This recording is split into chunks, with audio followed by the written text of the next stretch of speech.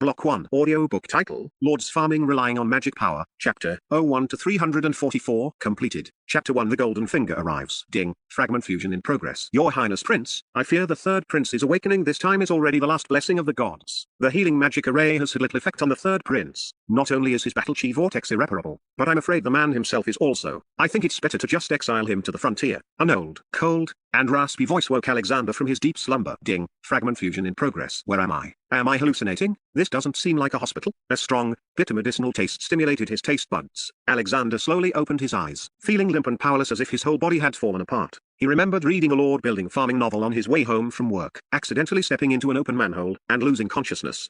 But this place was a room with a distinct European medieval style. There was a fireplace in the corner, giant antlers, shields, and rusted knightly swords. There were also several thin old men dressed in black magic robes, constantly channeling energy into a floating halo above him. A holy aura enveloped him, yet he felt nothing, as if it were all a dream. No, a flood of memories merged into his mind like a tide. He had transmigrated. He was no longer a corporate drone working 9 to 9 plus overtime, but the third prince of the Lance Empire, Alexander Bartyuk, who had lacked maternal love since childhood and had been backstabbed during his adult baptism at the Major Tower.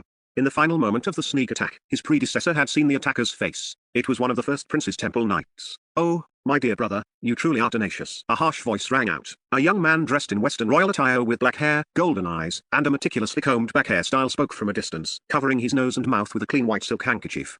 His tone was probing. Alexander, how does your battle chi vortex feel? Don't push yourself. If you have any unfulfilled wishes, you can tell your brother. Alexander frowned. The man with the handkerchief before him was the first in line to the throne. Prince Huosi Bartyuk, his current eldest brother and a true 3-star silver temple knight.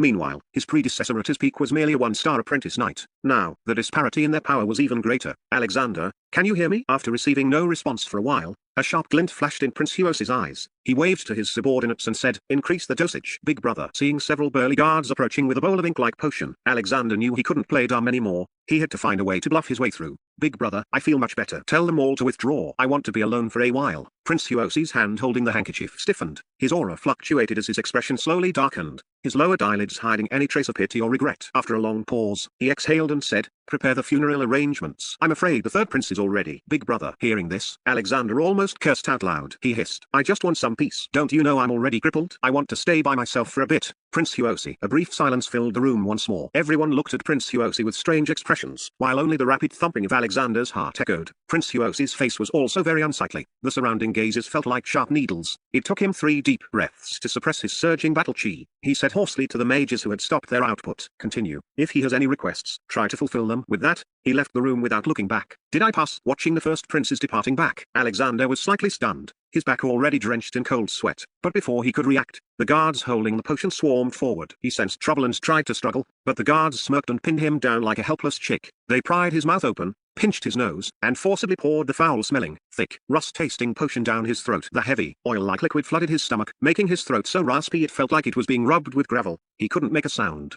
At the same time, the chaotic currents within his body acted like fuel to a fire, exploding violently. What had been scurrying like mice before now became a roaring lion of flames, tearing and crushing his entire body from the inside out. Droplets of blood seeped from every pore. He couldn't scream, and his body was bound by force. Only his nervous system still functioned. He wanted to just die, but his soul was abnormally conscious. His twisted body twitched incessantly, and hatred washed over his mind like waves. Live on. I must live on. I am Alexander Bartyuk. I want to live. Ding. Fragment fusion obstructed. Consciousness invaded by neurotoxins. Forcible suppression in progress. Boom. Roar. A massive blue-gold energy pillar erupted from Alexander's body like a volcanic eruption. A coiled dragon seemed to move within the pillar, letting out a terrifying dragon roar that knocked everyone nearby unconscious. Alexander's mind was already blurred. He felt that besides the auditory hallucinations, he was now seeing things. His head felt like it was slitting, and he fainted. Late winter, evening wind. A month passed in a flash. In the room, Alexander sat behind his desk and closed basic alchemy, psychic power cultivation method. He looked at the glowing magic crystal in the fireplace and sighed deeply. He couldn't go back to Earth. After more than a month of enduring and playing dumb while drifting in and out of consciousness, he had finally pulled through under the nourishment of the alchemical potions.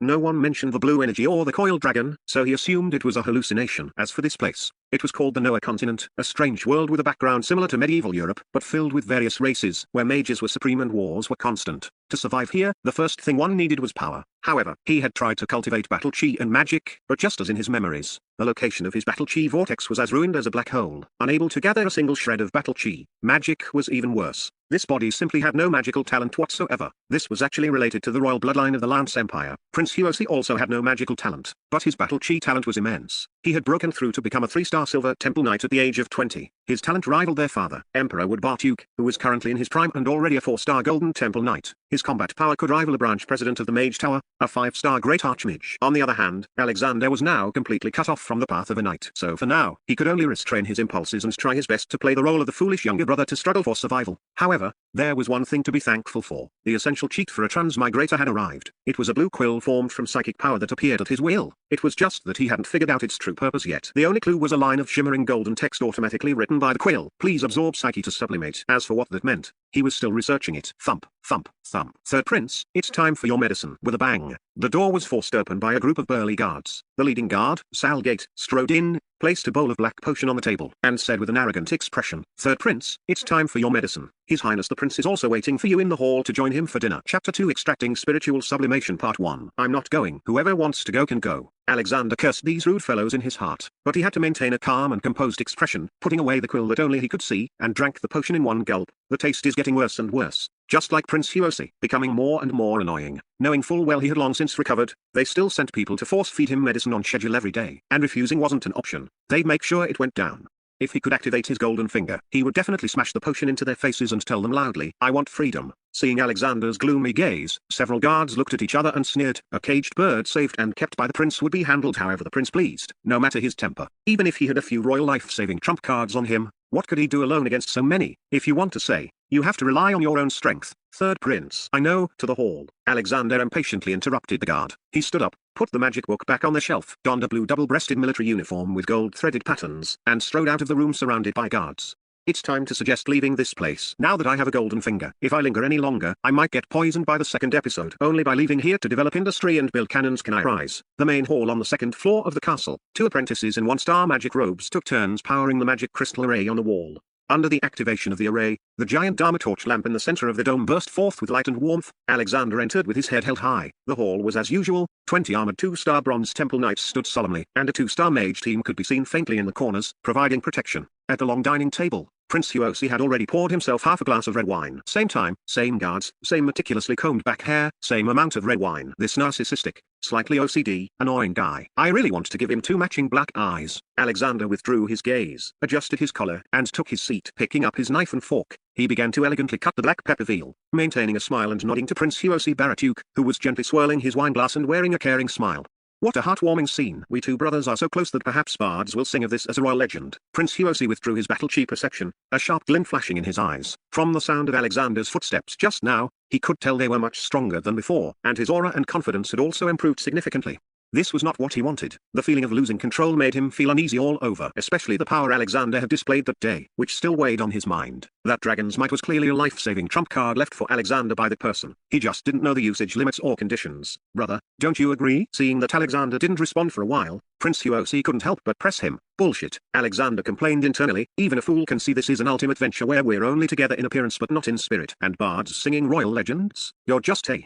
Wait, bards? Suddenly, Alexander, who had originally intended to find an excuse to propose leaving the royal city, didn't expect to hear the term bard, which inexplicably reminded him of the absorbing spiritual sublimation prompt from his golden finger. There seems to be a line in an ancient poem from Blue Star, a belly full of poetry and books naturally radiates refinement. Does he need to copy a few ancient poems? Slowly putting the veal into his mouth to chew, Alexander hesitated. His literary level was so poor even his primary school teacher would be ashamed to mention it. Even if he could really recite a few, it would certainly be far from the realm of being full of poetry and books. Alexander, I heard you've taken an interest in magic lately. You even go to father's study often to look for books. Have you forgotten that, like me, you've had no magical talent since childhood? Seeing that Alexander still didn't answer, Prince Huosi took a sip of red wine, his deep gaze through the glass carrying a clear sense of probing. Alexander twirled his steak knife, his mind wandering a bit as if he were making some kind of decision. After a long while, he looked up and recited loudly, hoeing millet in the midday sun. Sweat drips into the soil below. Who knows that on the dining plate, every single grain comes from bitter toil? Huh? The hall suddenly went silent. The quill in Alexander's mind didn't change at all. But the first prince almost spat out his wine. The surrounding guards looked at each other, at a loss. Cough, cough. Prince Huosi craned his neck, forcefully suppressing the wine with his battle chi. Only his twitching eye corner betrayed his thoughts. Looking away from his glass, he teased, "My dear brother, I'm afraid the rhythm of your magic incantation is a bit off. As I said, you're just like me. Actually, accepting reality is also a form of courage." "Courage, my ass." Alexander rolled his eyes and looked down to cut his veal vigorously to hide his embarrassment. The first prince seemed to chuckle but held it back, continuing, "Brother, I've noticed you've been intentionally distancing yourself from me lately. Has some gossip reached your ears and damaged the bond between us?" "Hey," Alexander sneered as he chewed. If the third prince hadn't witnessed the other's underhanded tricks with his own eyes, he might have actually been fooled by this performance. However, speaking of misunderstandings, he still found many suspicious points regarding why Prince Huosi would immediately arrange an assassination when the king accepted the Major Tower's decree to go to Dragon Mountain to suppress demons. With Prince Huosi's meticulousness, he shouldn't have made such a mistake, especially the month-long rescue of the third prince afterward. It seemed like an unnecessary addition. Besides, while he was bedridden, it wouldn't have been hard to do something. Letting him actually recover was instead quite baffling. "Big brother." Alexander finally put down his knife and fork, taking a napkin to gently wipe the sauce from the corner of his mouth. He said clearly, "You know me best. No one can sway my thoughts. I study magic knowing there's no hope, but I still want to try. I'm not willing to just be a useless person. Big brother, I've decided to leave the royal city tomorrow. I want to go out and see the world." "What?" Hearing this, Prince Huosi was stunned. Then his eyes turned sharp, staring like a hawk as he commanded, "You cannot leave the castle even by a single step. I promised father I would protect you well." He. Alexander slammed the napkin onto the table and sneered, "Big brother, I am no longer a child. I can decide my own future. I am only saying goodbye to you, not negotiating. If you don't agree, I can ask father for permission. Furthermore, I am leaving the royal city to search for mother." "Shut up." Prince Huosi was originally surprised that his brother, who usually obeyed his every word, suddenly had the courage to defy him. But when he heard about searching for their mother, his expression changed drastically. His brows shot up, and the battle chi around him made the utensils on the table rattle loudly. In this family, the word mother was a taboo because the queen had mysteriously disappeared years ago for unknown reasons. When they were young, the two of them had asked their father about her, and as a result, Wood had flown into a rage and literally torn down half the castle. Because of this, the incident had always been a childhood trauma for the two brothers, so he never expected that Alexander would dare to suddenly bring it up today. Prince Huosi tried his best to control his emotions and keep from exploding, but his gaze was fixed intently, trying to make Alexander submit through sheer pressure.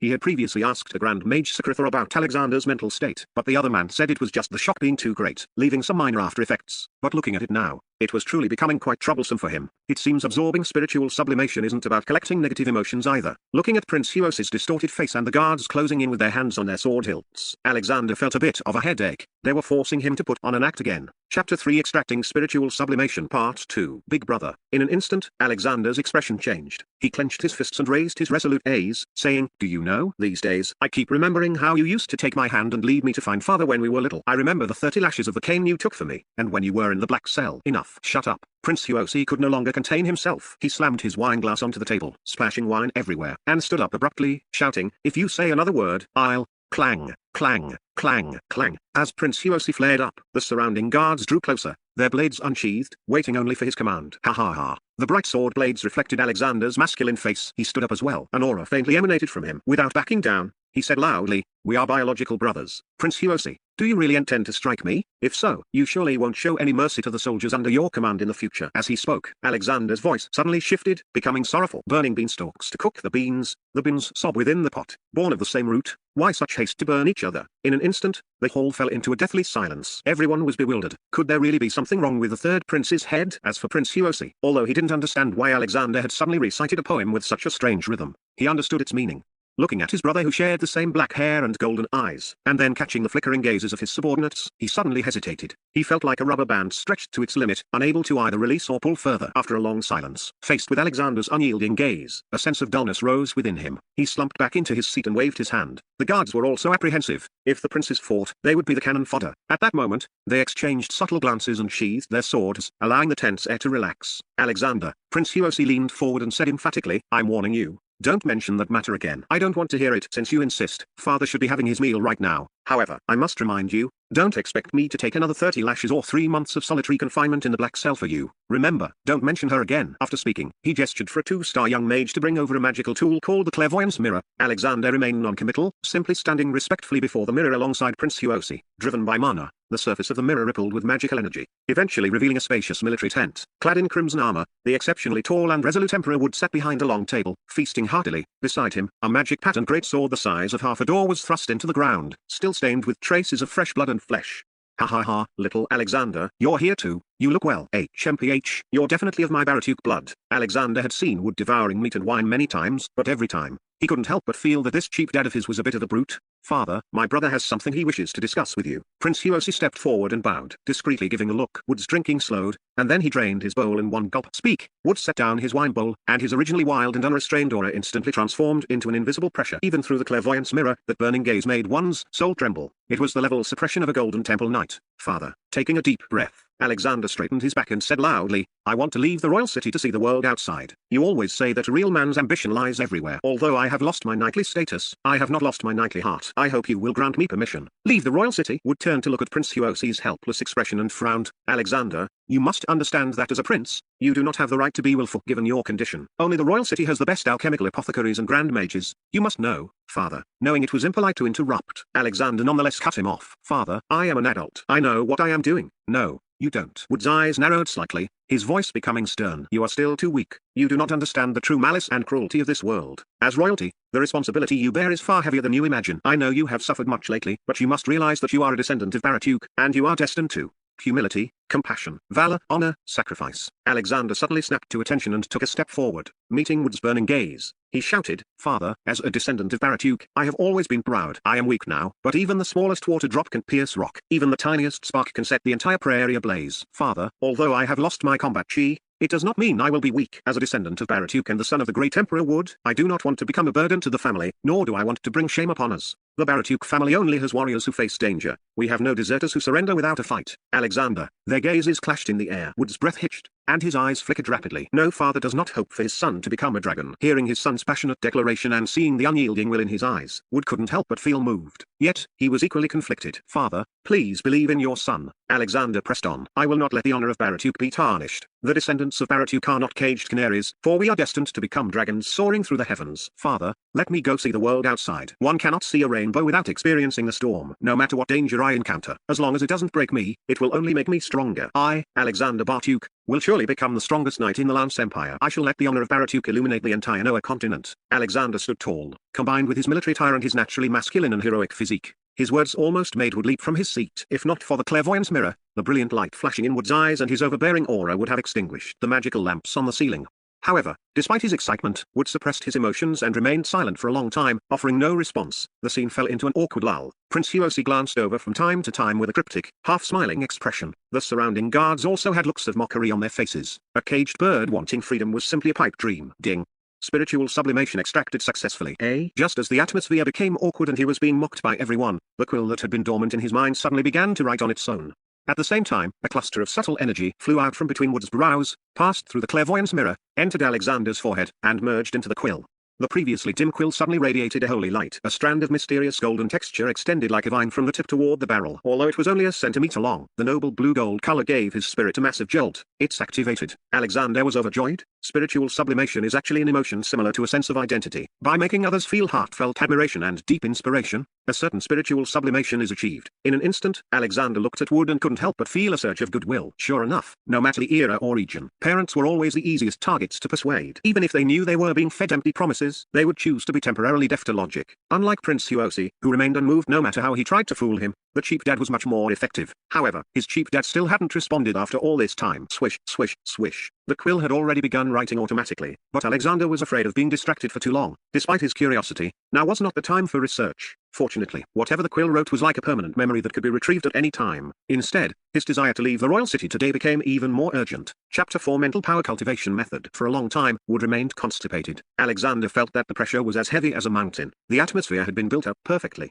yet the other party just had to hold it in. This was truly agonizing. Most importantly, if he couldn't escape Prince Huosi's control this time, it would be 10 times harder in the future. He could already see the consequences of alerting the enemy. A vision of being force-fed medicine. No, I must leave today. Suddenly, he turned to look at Prince Huosi. A sudden spark of inspiration flashed through his mind, and he couldn't help but let out a playful smile. He immediately spoke up. Father, actually, Big Brother and I already discussed this while dining. My main purpose for wanting to leave the city is actually to find Father. Prince Huosi, who had been content to watch the drama unfold, knew something was wrong the moment he saw Alexander's playful smile. When Alexander mentioned searching for something, Prince Huosi cut him off almost by reflex. But the moment he spoke, the curl of Alexander's lips told him he had fallen into a trap. However, Wood was already looking at him, and he couldn't be sure if Alexander would bring up the matter of their mother. Gritting his teeth, he could only brace himself and say, "Father, since third brother wants to temper himself and find a more effective way to restore his strength, I think it would be better to let him go to the northern Kessulite frontier for training. Although that place frequently suffers from magical beast harassment, it is not a true battlefield after all. Magical beasts are never as cunning as the human heart. You won't need to worry about third brother being seized by people with ulterior motives to threaten the royal family. An eagle must eventually learn to fly on its own. I will arrange for all necessary supplies and a trustworthy knight order to accompany and protect him. I believe third brother should be able to grow up quickly. Guard the frontier. Isn't this just a blatant attempt to make me die in the northern wastes? And a trustworthy knight order? Hey." Alexander curled his lip in disdain as he listened. "Prince Paraduke, you want to drive your brother to the frontier? Are you making decisions for me?" Wood's tone was somewhat intriguing. "Father, I am merely making a suggestion." Prince Hiroshi lowered his head, maintaining a calm and composed demeanor as he replied, "All matters still require your final decision. Even if you want me to accompany my brother to the frontier, I would gladly accept." "Hey, get as far away from me as possible." Alexander glared at Prince Hiroshi, cursing inwardly. He would rather fight a great earth bear bare-chested for 300 rounds than spend another day with this guy. Wood's eyes flickered. He had also sensed the subtle tension between the two. His gaze drifted between them for a long while before he let out a heavy snort through his nose. He said irritably, "Whether to go or not, let the kid Alexander decide for himself this time. I still have matters to attend to on the battlefield. Once there's a result, you can just send out a notice. You two little brats have grown your wings now, both of you. Look out for yourselves." With that, Wood pulled up his great sword and stood to leave. Before exiting the military tent, he grumbled one last sentence and casually slapped the communication device, cutting it off. "I'm free." Although he felt Wood was being a bit hasty, and he still had to follow Prince Hiroshi's suggestion to guard the frontier, at least this was the king's decree. Prince Hiroshi likely wouldn't refuse to let him go. Besides, it was impossible to expect the first prince not to play dirty. Now that everything was out in the open, it might actually be better. "Big brother, I will set out in 3 days. As for the supplies and the night order you mentioned, I think, why such a hurry? Your brother can't bear to see you go." As if seeing through Alexander's little scheme, Prince Hiroshi dismissed the attendants and said solemnly, "You must remember your status. From now on, you must always consider the face of the royal family. Supplies, a night order, and servants. These are all indispensable." He paused before continuing. "Also, as the brother who loves you most, since this is your first time heading out for training, I should give you a gift. It will definitely be a huge surprise. You can look forward to it." "Hey, I'm really looking forward to it," Alexander sneered in his heart, but on the surface, he nodded readily. "Big brother, thank you for the dinner. I'll have to trouble you with the supplies for this trip as well. If there's nothing else, I'll take my leave now." After speaking, he bowed slightly and turned to leave after Prince Hiroshi gave a meaningful nod. This time, no guards followed him, and he didn't hear the first prince's fake farewells. It wasn't until he left the hall and returned to the third-floor corridor that Alexander truly felt a sense of relief, taking a deep breath of the cold, free air and looking up at the cold moon hanging high in the sky. He really wanted to let out a long howl to vent the indignation built up in his heart over the past month. Freedom, freedom. The chilly air cleared his head. He looked at the mana crystal blisters on the outer walls that could easily shoot down dragons, the defensive arrays surrounding the battlements that could withstand the full impact of a thunder giant rhino, and the Mage Tower Association in the center of the castle that pierced the clouds, the equivalent of a nuclear deterrent in his previous life and the Empire's highest military asset. The fire in Alexander's heart burned fiercely. The reason he had endured and lived cautiously before, not daring to suggest leaving the royal city, was largely because the existence of magic made him lose confidence in industrial development. In a medieval world without magic, airplanes and cannons might be considered a dimensional strike. But here, due to years of warfare between nations, magical armaments had been developed to a staggering degree. Things like mana airships, magical communication, magical positioning, and magical tracking, combined with ancient magic scrolls, runic weapons, and various powerful forbidden spells, were almost entirely comparable to the missiles, cannons, and communication satellites of his previous life. If nuclear bombs were considered the ultimate power in his previous life, there wasn't necessarily no way to counter them here, because forbidden spells were existences that defied logic. If you added the legendary space magic and time magic, things became even harder to predict. So, when he first transmigrated, Alexander had thought about handcrafting nuclear bombs to start a revolution. But after studying magic, he realized that without a cheat and given his hostile relationship with the first prince, relying solely on industrial civilization, even with 2 lifetimes, might not be enough to realize his dream of a lord's rise to kingship. After all, people here had been developing magic and battle chi for over 10,000 years. Even if the dictatorial and monopolistic mindset of the major towers made progress as slow as a turtle, the strength accumulated over time was still awe-inspiring. So, before he had a cheat, it was difficult even to go out and hide. Now that the opportunity had finally arrived, he had no more worries. He decided to give it his all to build the ideal world in his heart. And when the time came, he would slap that bowl of medicine right onto Prince Hiroshi's face.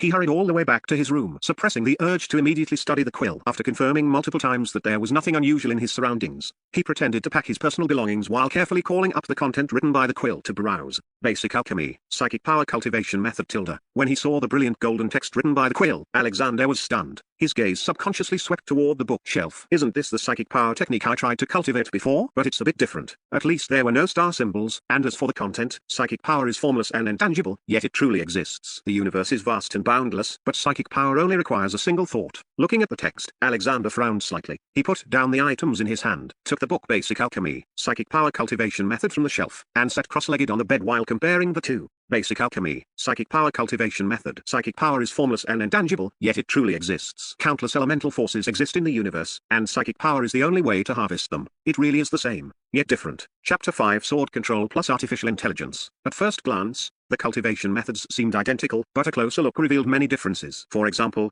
the version without the star focused on using psychic power to guide elemental energy, while the starred version lacked the concept of elemental energy entirely. If the non-starred method cultivated psychic power to absorb elemental energy, the starred version was purely for cultivating psychic power itself.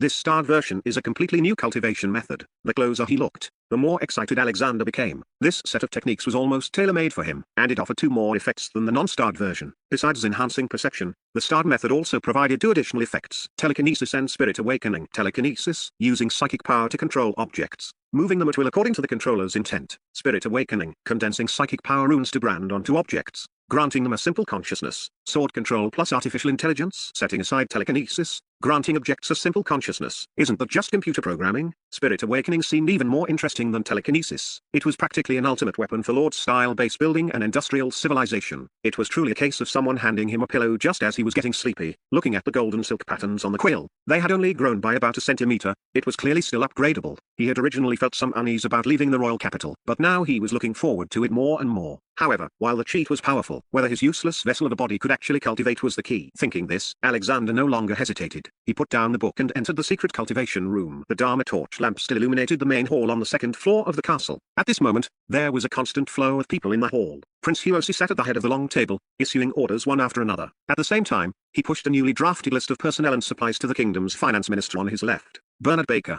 This white-haired fat old man in his 60s, with a face full of orange peel wrinkles, a lazy expression, and dressed like a playing card, adjusted the crystal monocle over his left eye. He scanned the items on the list, felt nothing was missing, and nodded. However, when his gaze fell upon the last name on the personnel list, the corner of his eye twitched instinctively. He couldn't help but lift his sagging eyelids, revealing a wise gaze as he looked at Prince Hiroshi and said, "Your Highness, do you really intend to let the 3rd prince leave and even assign this person to him?" Prince Hiroshi seemed to have expected such a question. He glanced sideways at old Bernard with a playful smile and said, "Surprised? I think Alexander will like it. Perhaps he'll like it very much." "Hey, will he?" Bernard sighed and shook his head, saying meaningfully, "Then I can only pray to the gods on behalf of the 3rd prince." Meanwhile, in the upper levels of the Mage Tower, a low and raspy old voice was responding to a tall, thin figure while bowing. "Lord Branch President, the royal family has decided to send the 3rd prince out of the city in 3 days to serve as a guardian in Kesiulai town in the north. How has Prince Hiroshi been lately? Any abnormalities?" The voice of the tall, thin figure was extremely sinister. "Well, Prince Hiroshi's daily life and diet have been normal. However, there is one thing your subordinate finds strange. He seems particularly concerned about the 3rd prince's affairs lately. I'm not sure if that counts as unusual behavior." "How so?"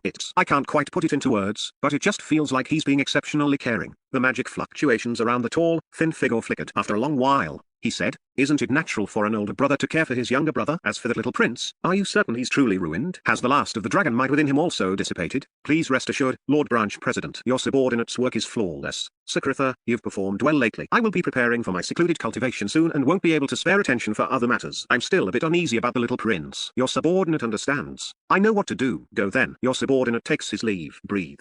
Breathe. Inside the stone room of the secret cultivation chamber, under the bright lights of the Dharma torch lamp, following the rhythmic movement of his abdomen's breathing, Alexander entered a relaxed state. The long and slow breathing exercises gradually formed a perfect cycle within his body. Unlike the non-starred method, the cultivation of the starred method did not rely on an individual's innate psychic power talent. Instead, it required meditation and breathing to guide the world essence, mixing it with bloodline essence to condense psychic power droplets in the brain and open the spiritual sea. This step removed the difficult-to-guide elemental energy and directly guided the world essence. Breathe. Breathe. The 153rd cycle, and I still can't enter a meditative state. Is this body really that bad? According to the manual, even someone with the worst aptitude should be able to enter a state of emptiness after 50 cycles, yet his mind was still in complete chaos. Again, 1 hour later, Alexander opened his eyes. He had a rough idea of the reason. It wasn't an issue with the breathing, but rather a problem stemming from the fusion of two souls. This body, after all, belonged to the third prince. Some subconscious habits were difficult to change with just over a month of adaptation. For instance, subconscious actions like the biological clock, certain dreams, and combat techniques were all natural reactions of the body. They weren't obvious normally, but once he truly quieted down, the third prince's subconscious memories would surface and cause trouble. I must find a way. Let's observe first. Entering the breathing cycle again and consciously trying to capture them, the subconscious images finally surfaced. The most frequent were memories of swinging a sword and hacking. This was likely the third prince's obsession with becoming the strongest knight. The next level was the desire to block out the figure of a female knight, followed by Prince Huosi and a young rat-skinned demi-human named Uxiu. Swordsmanship, a female knight, Uxiu, and that bastard Prince Huosi. Suddenly opening his eyes, Alexander had a plan. Turning around, he walked to the weapon rack against the wall and picked up the 100-pound black steel two-handed great broadsword from his memories. As he gripped the hilt, a sense of both familiarity and strangeness made his soul tremble, as if it had struck a chord. It's working. Alexander's eyes lit up. He quickly assumed a stance according to his memories, stepping into a lunge, holding the sword to his side with both hands, and adjusting his breathing to match the knight's slashes. Suddenly, he pushed off with his heels, using his waist power to drive his shoulders and arms as he swung the sword in a heavy hack. Whoosh, whoosh, shing. The rhythmic sound of the blade tearing through the air rang out. One breath, one strike. They gradually formed a perfect rhythm. After several more fine-tuning adjustments, his mind finally underwent a change after the 30th breathing cycle. His originally chaotic thoughts slowly calmed down, like dust settling when the wind dies, revealing a vast and clear space within his brain. Sizzle, sizzle, sizzle. Suddenly, just as Alexander was about to open his paws to guide the essence into his body, countless violent black fluids surged out of his meridians. Like nests of loaches long trapped in cages, they rushed out the moment the gates were opened. It hurts so much. This is the potion. The familiar sensation of burning heavy oil made him, who had already suspected the first prince's motives for the forced medication, immediately burst into angry curses. However, the emergence of this potion wasn't necessarily a bad thing, as the unknown was what was truly terrifying. Chapter 6 The Sword Arrives. Raw. If I want to stage a comeback and start farming, I have to summon the will of an overtime dog and conquer this. Gritting his teeth, he fully activated his cultivation technique. In an instant, his paws opened like a swirling honeycomb, and strands of world essence, thin as gossamer, slithered into his body like agile, cool little fish.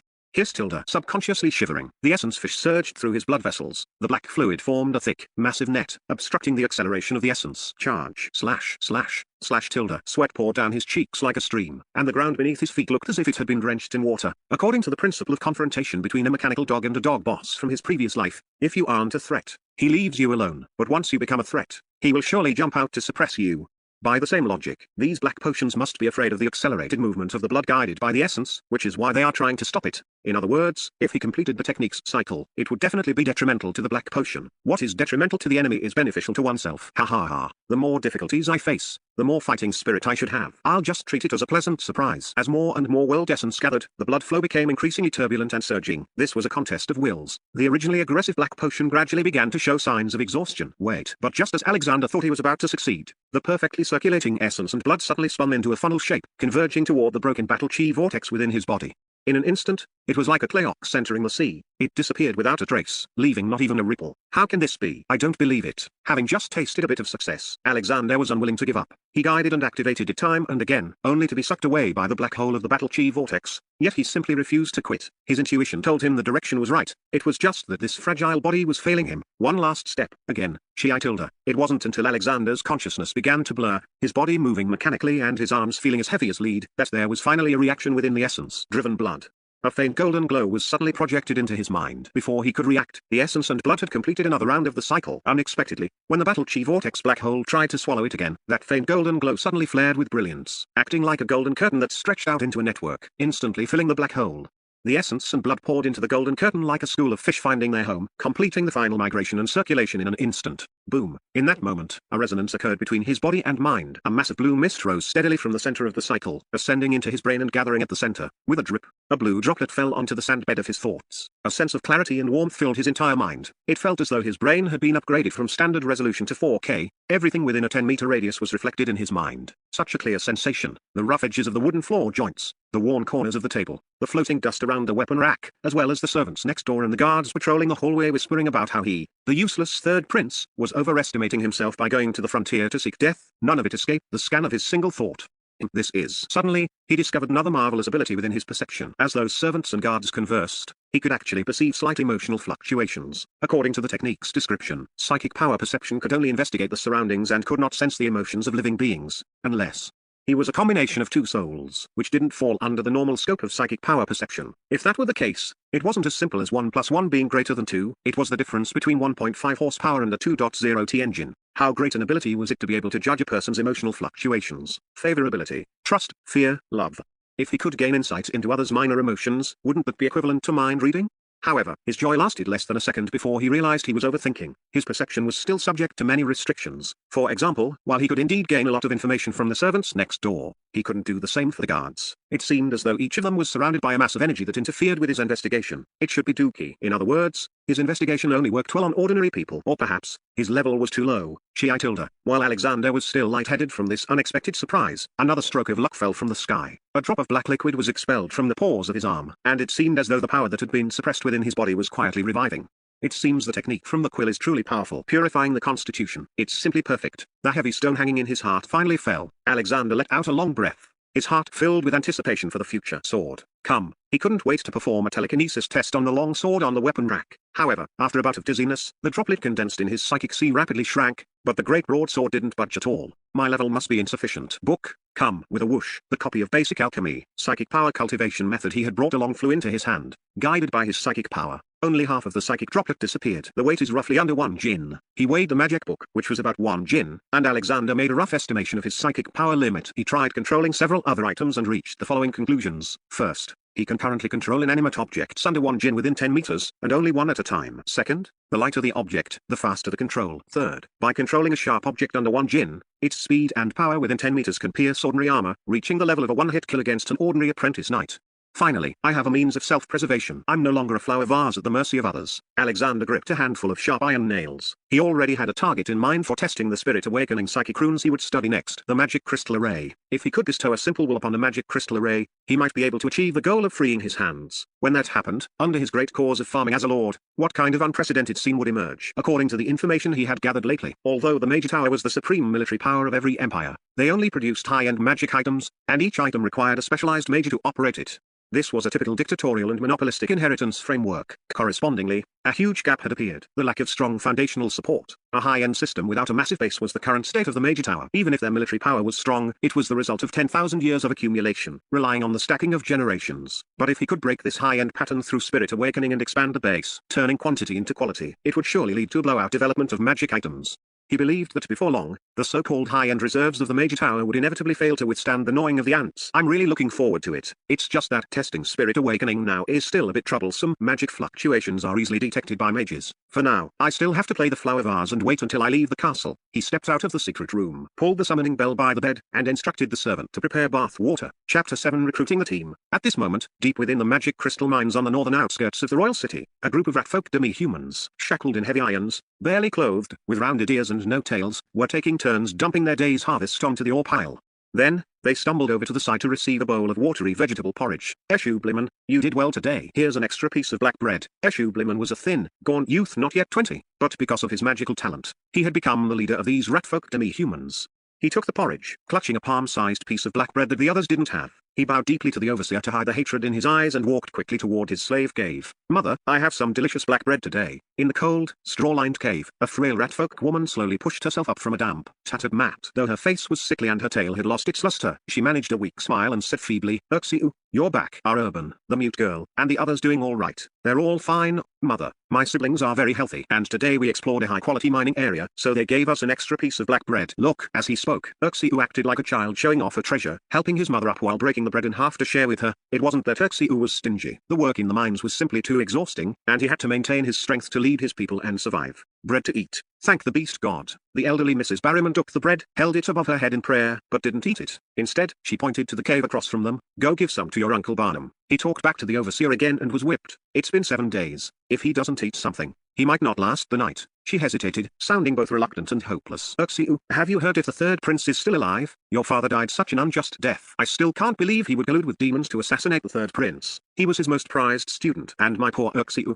You clearly have such great magical talent. But because you're a dummy human, you can't register at the Major Tower. It's my fault for not giving you a better birth. Otherwise, you could be respected like those great lords in the Major Tower. Mother. Uxiu pulled his mother into an embrace, his small eyes flashing with resolve. Father would never collude with demons, he said firmly. He is a hero in my heart, and so are you. Don't worry, we'll get through this. As for the third prince, Uxiu's gaze gradually turned distant, and he let out a low sigh. In the end, he is still a prince high above us. The next day, Alexander was awakened by the bells of the Major Tower. Today was February 1st. On the 1st of every month, the Major Tower would perform baptisms and blessings for the people, as well as distribute medicine. However, Alexander was quite unimpressed by this. He felt especially little goodwill toward the aloof mages within the Major Tower. After all, when the third prince was assassinated, the Major Tower hadn't provided any protection. Instead, they shirked responsibility afterward and, without regard for right or wrong, orchestrated the execution of his personal guards. According to what he had gathered, the third prince's swordsmanship teacher and captain of the guard, Bert Barrowman, had been framed by the Mage Tower as a demonic conspirator and hanged. His main task for today was to visit the Barrowman family,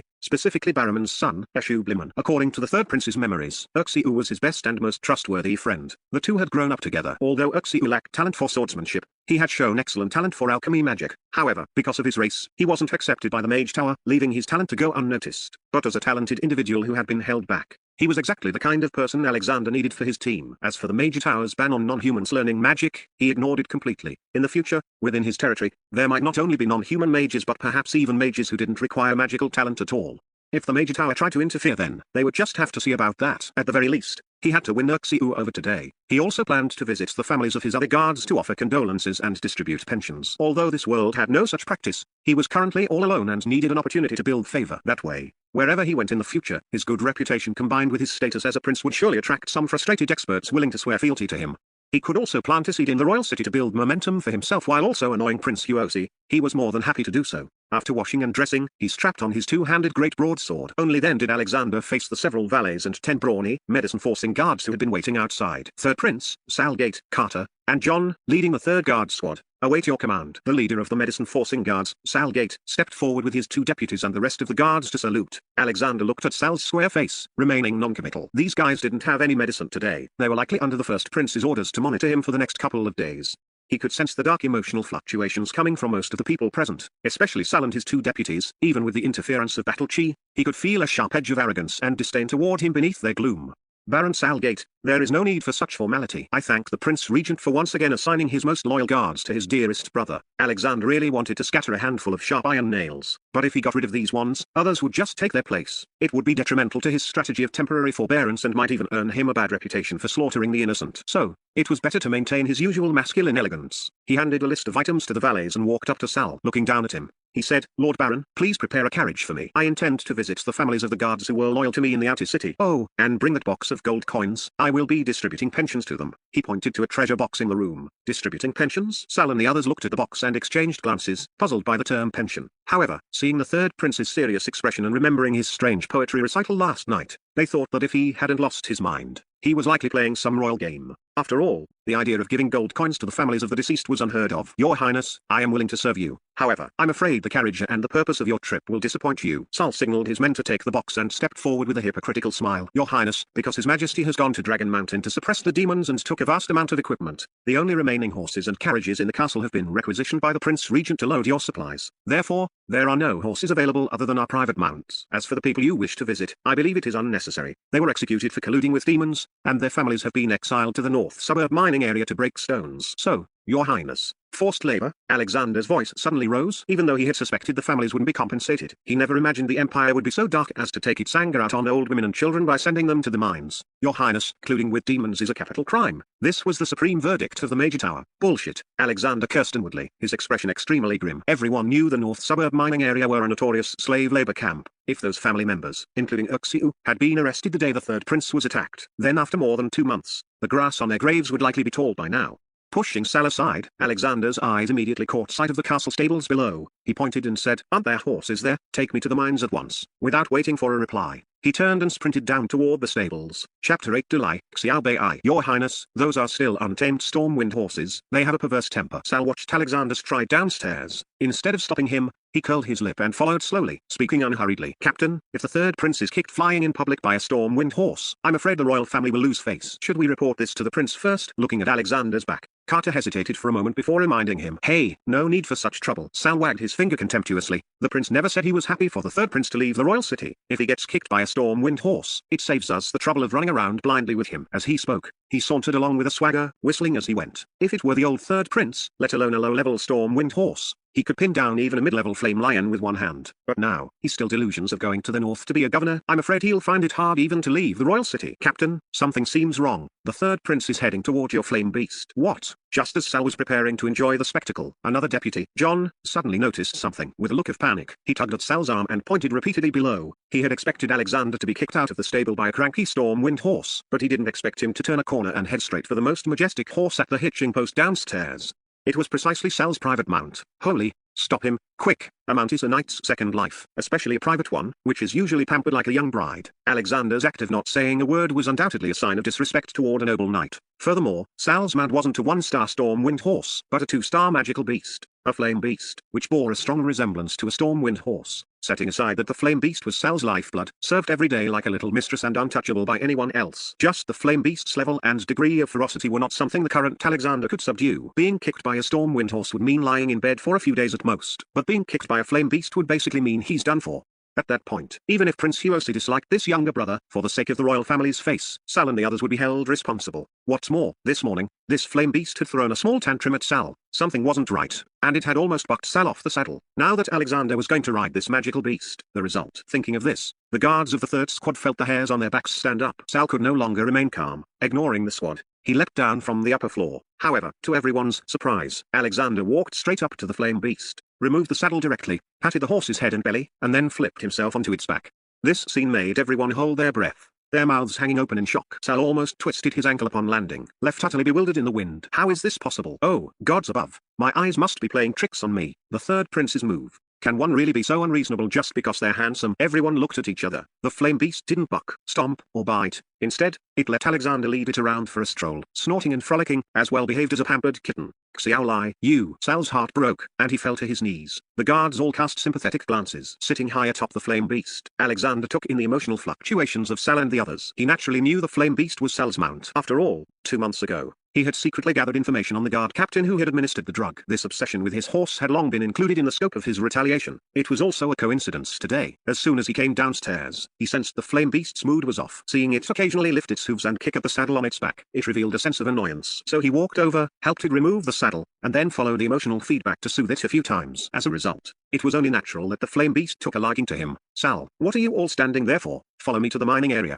He didn't give everyone much time to express their emotions. Saving people was like fighting a fire. Alexander turned the horse's head, his legs lightly tapping the flame beast's belly. With a neigh, the flame beast sped off like fire toward the castle's north gate. Mike Xiaolai. Sal wanted to give chase, but he wasn't fast enough. His square face looked as resentful as a wronged sparrow as he cried out, "Third prince, you've gone too far. Take it easy. Don't hurt her. That's my private mount." Hey, what's with the whip? Captain, the third prince is far away now. The north suburb mining area is that perverted Mage George's territory. Yeah, Captain, the third prince is clearly going there to demand someone. If a conflict breaks out, bastard. After him. Sal turned his head and was stunned to find his subordinates had already mounted their steeds and were waiting for him. This left him staring blankly. Suddenly, his gaze fell on his deputy, Carter. He pulled him off his horse and said with a righteous face, "Carter, you stay behind and report what happened here to the prince. Make sure to describe it clearly. Understand?" Carter's lip twitched, thinking to himself, "I understand your flame beast. Don't you just want me to get off the horse? Wouldn't it be faster for me to report back on horseback?" And so, Sal mounted the big white horse and led his group of subordinates. Under Carter's resentful gaze, they spurred their horses to chase after the third prince's footsteps and left the north city gate.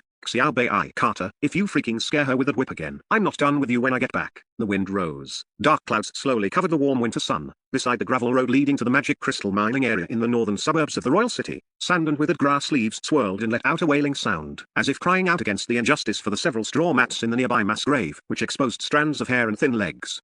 Surrounding the mining area nestled within the valley was a tight wooden fence, with a dozen military tents pitched in a triangle inside. At this moment, in the main tent, George Angel, in his 30s, fair-faced and beardless with a sinister look in his eyes, was facing a mercury copper mirror. He used a thorn whip in his hand to smooth out his two-star mage robe, which didn't have a single wrinkle. At his feet, 2 magic apprentices were constantly activating a cleaning magic array, repeatedly removing dust that was already gone and some unpleasant odors left from last night. Lord Manager. Just then, several guards brought breakfast to the tent. One of the guards bowed and said, "My lord, the impromptu program has been prepared as you ordered. It's just that even after cutting off Eshu's hands, he still refuses to confess, and several of his clansmen are also resisting. I don't know if we should. It doesn't matter. Bring him over. The whip and the contract will make him submissive." George raised the thorn whip in his hand, the corners of his mouth curling slightly. For a lowly yet somewhat valuable rat-kin-demi human like Eshu, he had plenty of patience and methods. And as the inspector placed in the north suburb mining area by the Mage Tower, every time he heard these foolish subordinates call him Lord Manager, he couldn't help but feel excited. It hinted that he held the power of life and death over everyone in the mining area. This was a symbol of his strength and a reward for the sacrifices he had once made for the Major Tower. Unlike that foolish manager the Empire had arranged here, Viscount Bob Baker, he rose to his position entirely through family connections. In reality, he was nothing more than a useless drunkard who only knew how to swing a piece of iron. After admiring his attire, George sat behind the desk and began to enjoy his bloody steak breakfast. At that moment, a pile of mangled flesh with its hands cut off, curled into a ball, was dragged into the tent. A strange light flashed in George's eyes. He lightly licked the corner of his mouth with the tip of his tongue, put down his steak knife, took the thorn whip handed to him by a subordinate, and stepped forward. Then, muffled sounds of whipping came from the tent. "Speak, who told you to defile magic? You lowly beastman half-breed, to think you dared to steal magic crystals and construct a healing magic array to save a major criminal designated by this manager. This is open defiance and rebellion. Who gave you the courage? Speak, is your mastermind the third prince? You lowly beastman half-breed." Crack, crack, crack, crack exclamation mark tilde. "Won't speak, eh? Just like your foolish old man, stubborn and foul. You even dared to slander me, saying the bread I gave you was poisoned. You ungrateful half-breed." Crack, crack, crack, crack exclamation mark tilde. The dense sound of whipping continued for a while, and then, as if feeling a bit bored, it suddenly stopped. "Oh, Eshu, I suddenly remembered. I have 2 pieces of news, one good and one bad. Which one do you want to hear first?" He. "Fine. You don't have the right to choose. Then let's hear the good news first. Yesterday, the king issued a decree appointing your former master, the third prince, to go to Kesula in the north to succeed as lord in 2 days. How about it? Happy that your master is still alive? Actually, he was able to get out of bed a month ago, but he didn't think of you at all. So the bad news is, the third prince has no intention of recalling you, his personal guards and dependents, to accompany him. You could say he's long since forgotten you entirely. Or rather, in his eyes, you're just trash that can be discarded at any time. You're lying. Ha ha ha, you finally spoke. This makes it interesting." Crack, crack, crack. The dense whipping sounds became excited again, and this time they were mixed with Eshu's roars and George's twisted, wild laughter. Chapter 9 The Whip. Inside another military tent. "My lord, things have gone wrong. The slaves have started rioting again. Please go take a look." Bob Baker had originally wanted to sleep in as usual, but that damn George must have played some new trick yesterday, causing the slaves to be as noisy as a stampede early this morning. This forced him, as the official manager, to clean up the mess. In truth, he just wanted to be a quiet, handsome man, but the higher-ups insisted on planting an abnormal eunuch supervisor here. It had only been 2 months, and the man caused trouble almost every day, making Bob feel like he had lost weight again over the last 2 days. But the other man was a special envoy from the Mage Tower after all, and his strength was that of a standard 2-star mage, compared to a battle-chi knight like Bob. He wasn't even a challenge. That absolute bastard, always finding ways to give me work. Bob slapped the bed in hatred and dragged his bloated, fatty body outside. Seeing a group of rat-kin-demi humans screaming in a riot and hearing the reason reported by his subordinates, his nose nearly twisted with rage. Eshu was the mining area's alchemy scout dog and dowsing rod. Yet that idiot George actually tried to poison him, and when that failed, he resorted to lethal force. This was a complete disregard for Bob's status as the official manager. Damn it, that bastard. Bob's jowls shook as he raised his knight's sword and shouted to the crowd, "Listen up, you idiots. Right now, immediately, pick up your tools and get to the pit to dig rocks with your asses in the air. If anyone dares to chirp again, I'll cut off their head." Roar, roar, roar. "To hell with you, manager. Release Eshu and we'll go to work. Release Eshu, release Eshu." Crack, crack, crack, crack. Whip them hard. Whip them to death. On the desolate road in the northern suburbs, iron hooves galloped. Alexander galloped toward the northern mining area according to his memory. As the entrance to the Twilight Valley in the northern suburbs drew closer, he felt a certain palpitations rising in his heart. This was a palpitation that had been lingering in his heart ever since he left the royal city's protection circle. He wondered if something had truly happened to Eshu. Yah. Sunlight filtered through the dark clouds, and as the wind whistled into the valley with a low, mournful echo, Alexander finally saw the military tents in the distance. However, the scene within the camp filled him with shock and fury. A group of fully armed soldiers were divided into 2 teams. One team used spears and shields to corner a group of ragged slaves, while the other team was incessantly lashing them with leather whips. Even from afar, one could feel the resentment and anger from the torn flesh. Stop. Rumble, rumble, rumble. Just as Bob was still desperately ordering the whipping, Alexander let out a furious roar and charged into the camp on horseback. The soldiers who should have formed a line to stop him saw the royal blue lion emblem embroidered on the right chest of the black-haired, golden-eyed man leading the way, as well as the cavalry squad following behind, and they instinctively cleared a path. In a flurry of dust, Alexander reached Bob. He pulled the horse's mane, and the flame beast reared up, neighing fiercely. Everyone, stop. In one glance, Alexander saw Eshu's mother kneeling among the slaves being whipped, as well as the familiar family members of the 6 great personal guards from his memory. At this moment, they were all in shackles, wrapped in tattered burlap. Their bodies were covered in blue and purple bruises and whip marks of varying depths. Some were scabbed, some were still seeping blood, on their faces and bodies alike. He originally wanted to jump off his horse to support Eshu's mother, but when he made eye contact with these people, he checked his movements. It wasn't that he was heartless, but except for a flickering spark of hope in Eshu's mother's eyes, the others were mostly numb, timid, and suspicious. Some even had deep-seated resentment hidden in their eyes.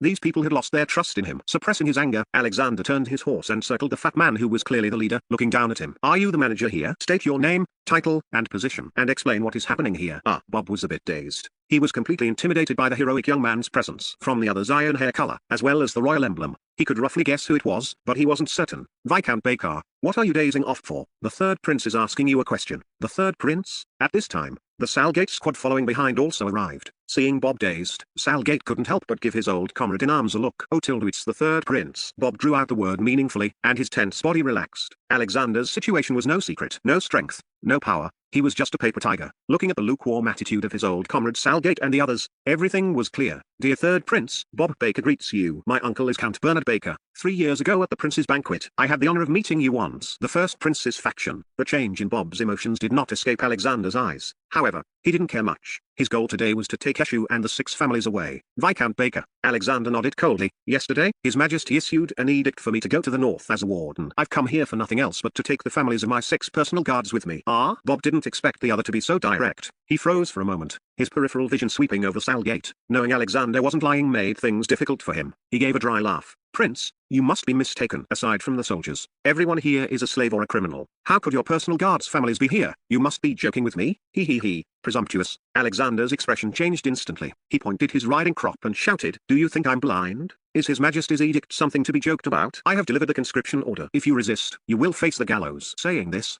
he squeezed the horse's flanks, intending to push past and directly rescue the families. Prince, wait. Bob was startled and instinctively grabbed the flame beast's reins. Having such a serious accusation thrown at him right away made his head throb. But this matter was truly difficult to handle. After a moment of hesitation, his tone finally softened a bit. Prince, I'm really not joking. Your 6 personal guards, I mean those people sentenced by the Mage Tower, are all under the management of Mage George Angel here. They are not within my jurisdiction. What do you mean? Alexander looked down at Bob, who gestured with his chin toward the largest tent in the distance, shrugging helplessly. In an instant, Alexander understood and couldn't help but sneer. Viscount, are you saying that His Majesty's decree still requires the consent of this Mage George?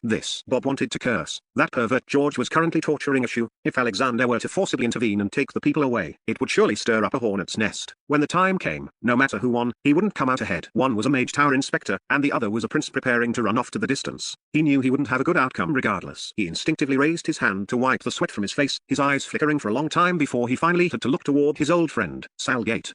You fat bastard. Salgate rolled his eyes. He knew the other would try to drag him into it. Who would dare to interfere with people sentenced by the Major Tower? Even with 10 times the courage, the fat man wouldn't dare. Furthermore, the slave contracts for these people were certainly in George's hands. With Alexander pressing him, he was stuck between a rock and a hard place. But was it appropriate for him to speak up? On the surface, he was Alexander's temporary guard, but he had a history of drugging him. Looking at the current flame beast, could this fat man have misunderstood his relationship with the third prince? But considering they were both part of the prince's faction, he could only grit his teeth, lower his posture, and step forward. Prince.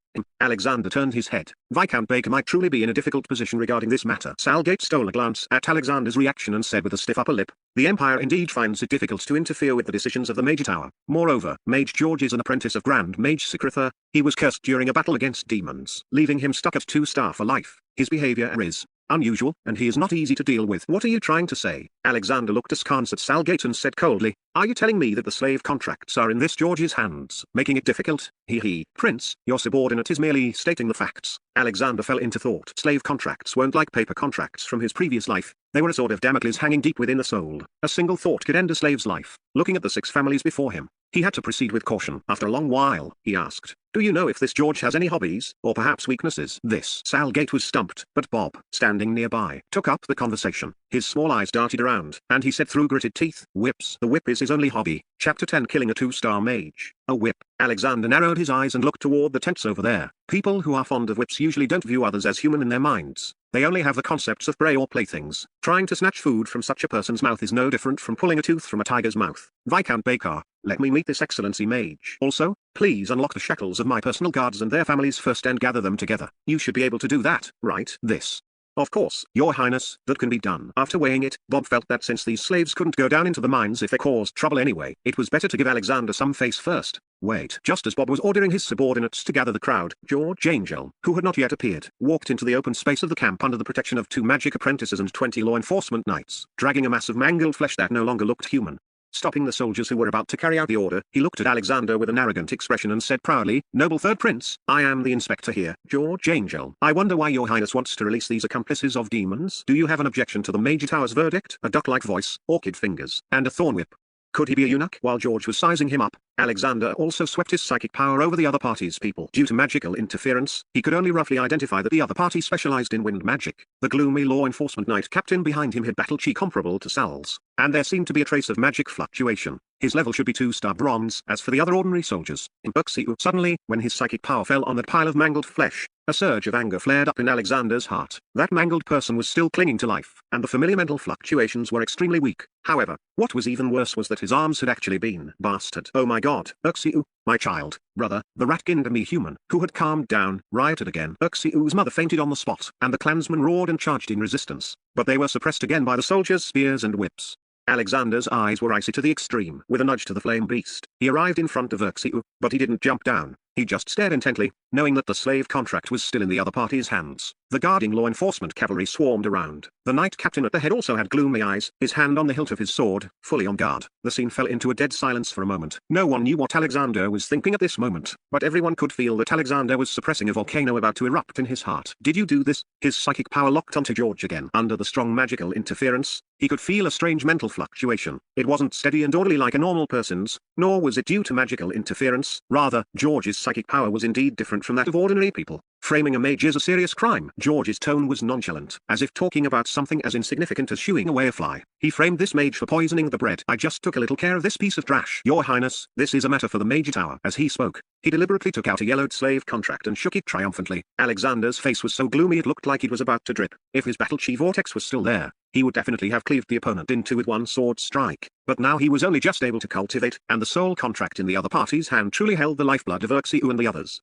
Furthermore, that gloomy law enforcement knight captain would never give him a chance for a certain kill. Therefore, taking Berksiu by force was impossible. Taking a deep breath, Alexander tried his best to suppress his outburst and said gloomily, "Mage George, I think you already know my purpose. According to His Majesty's decree, I am to conscript my 6 personal guards and their families to come with me." "Hey, your highness, I can't make that decision." George shrugged and sneered. "They are all high-profile criminals of the Major Tower. If you want to conscript them, you need special authorization from the Major Tower." Feeling George's mocking emotions, Alexander took a deep breath. Letting his psychic power slowly spread out, he simultaneously rode his horse to George's side, turning his back to the sunlight, and said without a trace of emotion, "The Imperial Conscription Order has the right to conscript all subjects under the crown, including slaves. What right do you have to stop it?" "No, no, no, your highness has misunderstood." George shook the thorn whip in his hand repeatedly, looking very serious. "I am not stopping your highness's conscription. Has your highness forgotten? Didn't the king also respond to the Major Tower's conscription order and go to Dragon Mountain to suppress demons? So your highness should understand what I mean. How dare you?" Alexander's eyes widened, his right hand gripping the hilt of his sword as he shouted sternly, "Are you saying that the Major Tower's orders override those of the royal family? Are you sure that's what you mean?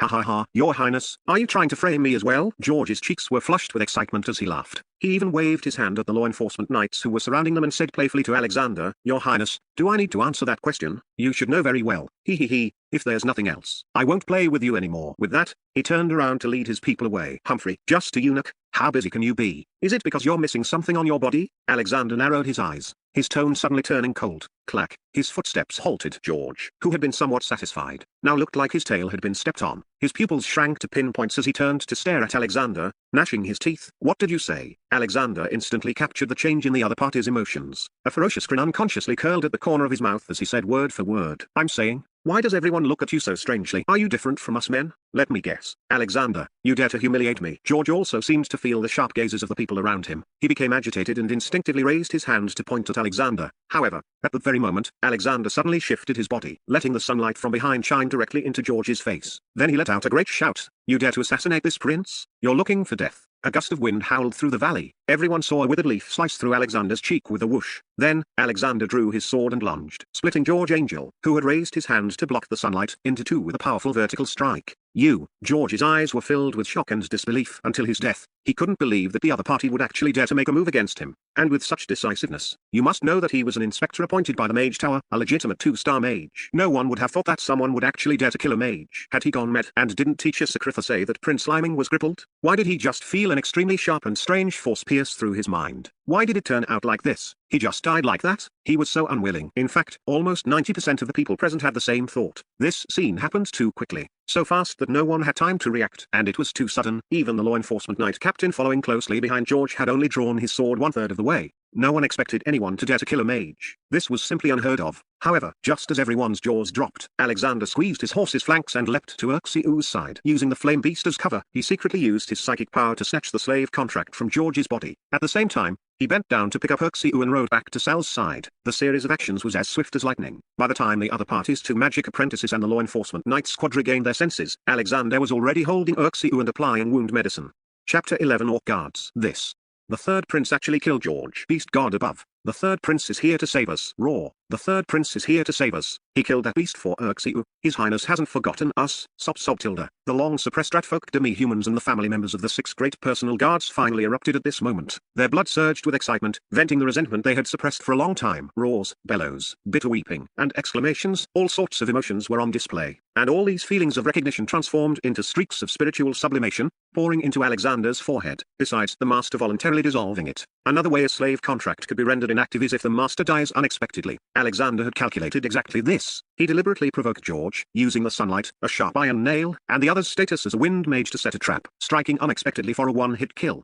Of course, he had also broken out in a cold sweat just now. After all, George was a 2-star mage, and the backlash upon death was bound to be powerful. Fortunately, the opponent hadn't taken him seriously from the start, thinking his status as a mage would protect him, certain that no one would dare touch him, and never imagining he would be so decisive and ruthless, so his instinctive reaction was to block, rather than to take his opponent down with him. This gave Alexander the opportunity to use the sharp iron nail, then use a sword strike to destroy the wound and retrieve the nail, leaving no trace. Enforcement team sees the third prince. The enforcement knight captain finally snapped back from his shock and immediately protected George's body. A surge of fury filled his chest. Unable to find an outlet, no one could desecrate the majesty of the Major Tower. He pulled the reins, his battle chi instantly swelling throughout his body as he raised his knight's sword. The 20-man knight squad behind him naturally formed a triangular charge formation, encircling the 2 magic apprentices in the center. The scene instantly fell into chaos. It's over. This is a huge mess now. Sal felt his heart go cold. This third prince must be freaking crazy. He's completely playing outside the rules. On the other side, Bob slumped onto the ground, looking like he'd lost a lover, wanting to cry but having no tears. In his jurisdiction, a prince had publicly killed a 2-star mage, and a special inspector at that. Anyone with a brain would know he couldn't escape responsibility. His dream of being a quiet, handsome man had completely collapsed, and a massive black pot was waiting to be pinned on him. Who the hell did I offend? Protect the third prince. Sal's mind was a mess, but he still instinctively urged his horse forward, commanding the third squad to protect Alexander. His eyes darted around looking for a breakthrough, while he whispered a warning to Alexander. Your Highness, this man is a Gromar, one of the 10 knight squad leaders of the Major Tower. He's a 2-star bronze rank, but he practices both magic and martial arts. I'll try to block their first wave of attacks. You find an opportunity to act. You can't beat him. Alexander handed the dying Urxiu to a sturdy, round-eared young man who had rushed to his side. Urxiu's brother, Urban, and then gave Sal a mocking look. Sal choked, really wanting to give this socially inept, stupid prince a flying kick. Your Highness, they have more people. Later, I'll lead the team to charge through Bob's side. Watch out for stray arrows from behind, and then find a chance to break out. At this moment, Bob also forced himself awake from his misery. His fat body trembled as he said nothing, only silently commanding his subordinates to stand with the enforcement knight team. It seems you and Bob have quite a rapport. Did you study acting? After his psychic power was replenished, Alexander kept it active. The family members of the 6 great personal guards instinctively gathered around him, their eyes glowing with newfound life. Your Highness, what time do you think it is? How can you still joke? A Gromar is famously cold-blooded. Can my brother leave like this? Sal's voice rose, but before he could finish, Alexander interrupted with a cold glare. Besides, what about my former subordinates? Will you take them out? Hearing this, Sal's nose almost twisted in anger. Aren't they just a bunch of demi-human slaves? The current situation is a direct conflict between the royal family and the Major Tower. Can't he tell what's more important? But seeing Alexander's unquestionable gaze, he swallowed his words back down, and for some reason, a trace of indescribable complex emotion rose deep in his heart, feeling a bit sour. Your Highness, if you don't leave now, don't blame me for having to. Stay calm. They're here. Just as Sal was hesitating whether to forcibly take Alexander away, Alexander suddenly looked deep into the valley's mine tunnel. There were 2 creatures there that made his heart throb, rushing toward them at extreme speed. In fact, He had felt it ever since he left the royal city, but he was never certain. Only here, when the throbbing sensation became more distinct, did he confirm his suspicions. Roar, moo. Just then, a sudden rumbling of footsteps came from deep within the valley mine, the ground shaking as if accompanied by the lowing and roaring of cattle. Who dares harm my highness? Gargadon is here. Boom. With the impact of the sound waves, an extremely strong, tower-like minotaur figure shot out from the bottom of the mine tunnel like a cannonball, crashing into the field like a meteorite. With a boom, the minotaur figure, nearly 2.5 meters tall, bare-chested and holding a massive mining pick, landed in front of the Enforcement Knight team. The fierce impact caused the ground to crack, and the Enforcement Knight's mounts retreated, neighing. At the same time, people seemed to see a streak of purple light falling alongside the minotaur figure. Taking advantage of the Enforcement Knight's confusion, the purple light turned into an afterimage, snatching the two magic apprentices and bringing them back to the minotaur's side. Only then did people see that the purple light was actually a purple-haired man of the leopard clan, with an extremely agile build, long hands, eerie claws, and eyes like blue stars. Your Highness, Gargadon, Lisa, we are late in protecting you. Please punish us, Your Highness. Ha ha ha, Gargadon, Lisa, it really is you two. I didn't expect you both to still be alive. Alexander's eyes flashed with brilliance. Looking at the two orcs kneeling before him and the excitement in their eyes, a touch of warmth rose in his heart. These were two of the slave guards among the original Third Prince's 6 great personal guards, Gargadon of the Minotaur race and Liesel of the Purple Lightning Leopard clan. Their strength was equivalent to a 2-star Bronze Temple Knight, being 2-star great warriors of the Beast race. The throbbing sensation he felt after leaving the royal city's protection was the resonance of his soul contract with these two. Your Highness, it is wonderful to see you again. Lisa had tears in his eyes. His emotions laid bare as he shouted, actually, I sensed you as soon as you left the city. Old Bull didn't believe it and dawdled in the mine tunnel for ages. Look at that. It's still me, this handsome and peerless man, who is favored by the Beast God. From now on, I will be the one to protect you. Your Highness, Lisa and I were able to survive because of the slave contract. It's the Major Tower's trademark. Oh, watching the talkative Lisa merge with the Lisa in the Third Prince's memories, Alexander smiled with relief, automatically filtering out the nonsense and instantly understanding Gargadon's explanation. Chapter 12 Dual Cultivation of Magic and Martial Arts. The reason these two personal guards were not executed was simply because they were slaves purchased by the Third Prince himself. Slave contracts are the signature of the Major Tower. Their greatest advantage is soul control, making betrayal impossible for a lifetime. If the Mage Tower had also framed Gargadon and Lisa for colluding with demons to betray the Third Prince, it would undoubtedly have been a self-inflicted slap in the face, negating the reliability of slave contracts. Therefore, for the sake of long-term interests and reputation, the Mage Tower chose forced labor as the punishment. This way, they could cover up the crime of the Mage Tower killing innocents while also earning a good reputation for being discerning and merciful. They truly calculated everything perfectly. Gargadon, check if these two mage apprentices have any healing potions. Uxiu is in a bit of danger. As his gaze fell upon the two fragile mage apprentices, Alexander also noticed that the law enforcement Knight Squad seemed a bit hesitant to act for fear of harming them.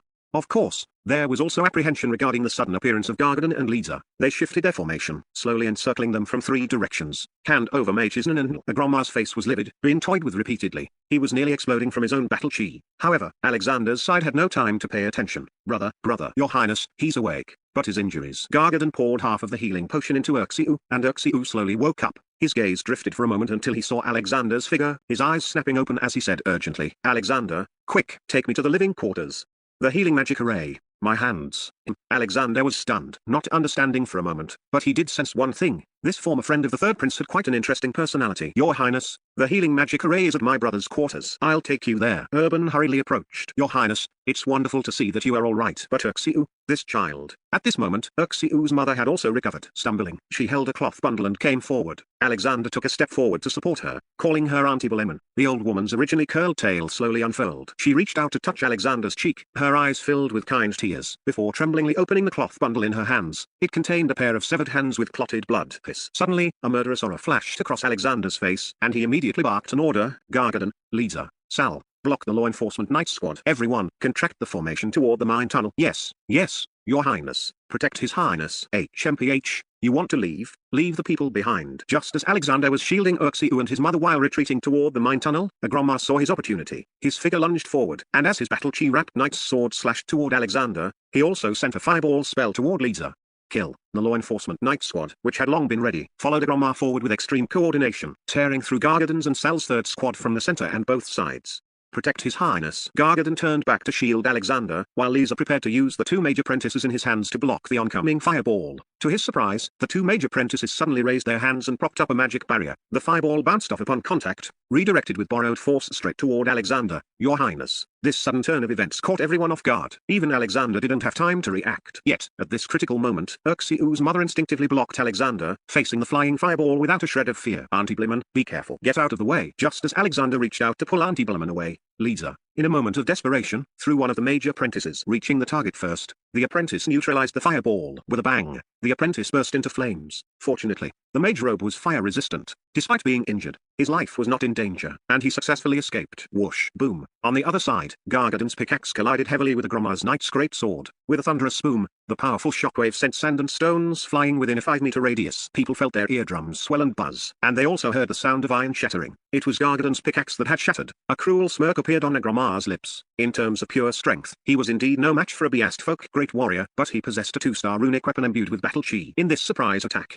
he had calculated that the opponent would have no choice but to meet him head-on. HMPH, an orc great warrior is nothing more than this. Agrama retreated after a single strike. Ignoring Gargadon's roar, he spun on his heel and slashed his knight's greatsword at the mage apprentice in Lisa's hand. Simultaneously, he fired another fireball to block Lisa's retreat, while 3 nearby law enforcement knights thrust their spears from the side, forming an encirclement. Not good. Lisa, keep the hostage alive. Lisa was blocked from all sides. He had intended to use the hostage to block again, but Gargadon's reminder instantly made him understand. He couldn't help but curse Agrama's cold-bloodedness and malice. Uxiu's healing magic array required a mage apprentice to drive it, and Uxiu's current state was barely hanging on by a thread. Agrama had seen this and made his move. The reversal of who was hesitant to act. This was the field adaptation of a battle-hardened law enforcement knight squad. However, Lisa could no longer care about the mage apprentice's life. He instinctively threw the hostage to Gargadon, then extended his claws to tear through the 3 spears on the side, leaping out of the encirclement like an eel. Ha ha ha, got him. That apprentice didn't land in Gargadon's hands but was intercepted by Agrama. With careful planning against an unsuspecting foe, the battlefield shifted in an instant. Having achieved his goal, he did not linger and ordered the law enforcement knight squad to retreat to their original positions. Now that both mage apprentices had returned to the law enforcement knight squad's camp, although they were in a sorry state, it broke the delicate balance of the situation. Retreat to the mine tunnel, quickly. The transition between offense and defense took only a few breaths, letting Alexander truly witness the ever-changing nature of the battlefield. At the same time, the way he looked at Uxiu and his mother changed completely. He firmly grasped the still trembling hand of the old ratfolk woman. With his psychic power fully active, he scanned the surroundings while immediately issuing the order to retreat into the mine tunnel. First, Uxiu's injuries could not be delayed any longer, and there were far too many elderly, weak, and disabled in the group. The healing magic array in the cave beneath the mine was their only hope. Second, the entrance to the mine tunnel was narrow and easy to defend. Cavalry could not enter, and magical vision would be obstructed, so superior numbers would not be an advantage. Third, the mine tunnel was interconnected in all directions, and only these slave families knew it best, making it a favorable terrain for both offense and defense. And fourth, of course, the mine tunnel had major drawbacks: no retreat, no supplies, and the external situation would be uncontrollable, like rats trapped in a jar. But compared to trying to break out with a group of elderly, weak, women, and children, it was simply unrealistic. Choosing to retreat to the mine tunnel for now could ensure temporary safety and win over the people. It was a choice where the benefits outweighed the drawbacks. As for the lack of a mage to drive the healing magic array, he still had one last resort. Everyone, listen to His Highness. Without His Highness, we'll all die. Gargadon's booming voice resonated throughout the area. The originally chaotic crowd immediately quieted down and retreated into the mine tunnel in an orderly fashion. Third Prince, surrender now to avoid unnecessary suffering, Agrama shouted. This time he did not advance recklessly. He kept a lookout for any surprise attacks from Gargadon and Lisa, ordered his men to gather dry leaves and prepare arrows, and simultaneously tried to persuade Alexander to surrender. Third Prince, just listen to Captain Agrama. You are royalty, stop resisting. Even if you go to the major tower, you can follow the noble's path of redemption and just spend some material wealth. Bob had been slacking off in the law enforcement squad, and now he finally caught an opportunity to jump out and persuade them, as if trying to redeem himself. Get lost. Alexander left those final words as he entered the mine tunnel, then followed Urban's lead with a grim expression. Chapter 13 Awakening. Quick, quick. Inside the mine tunnel, everyone pulled their war horses along, moving quickly by the pale light emitted from the low-quality magic crystals on the ceiling.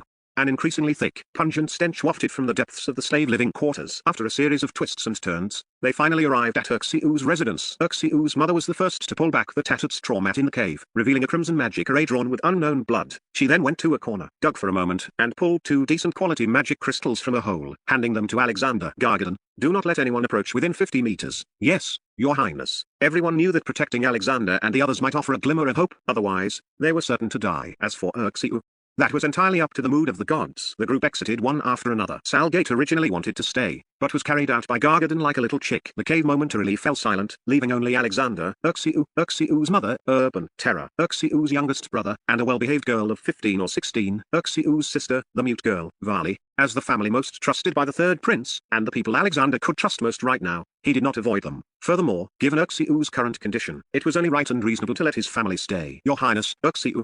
It's all right. Your presence here is already the greatest kindness you could show us. Uxiu's mother fought back tears, her withered fingers gently stroking Uxiu's pale face. Her eyes already held the gloom of someone who had lost a son. Alexander, thank you for coming. Uxiu was currently holding on by a thread. his eyes also reflecting a sense of final farewell. After witnessing the magic apprentice being rescued, he knew that activating the magic array was helpless. Now was simply the time to settle his affairs. Alexander, my father didn't collude with demons, did he? He was a hero, right? After much hesitation, Uxiu finally asked the question that had been weighing on the hearts of the Barrowman family members present. Uxiu's mother, Urban, Terra, and Vali, who had been keeping her head down, all looked up at Alexander at that moment. A soft light flickered in Alexander's eyes. He gently gripped Uxiu's shoulder, nodded firmly, and said solemnly, Teacher Barrowman was a hero. He was a true knight who died heroically to protect me, and he is the person I respect most. Uxiu, my good brother, lie down first. I will find a way to activate this array. There's always a way. Several clusters of sublimated spirit flew eagerly into the space between Alexander's eyebrows. Uxiu let out a long breath. The heavy stone on his chest finally lifted. He smiled with relief and said,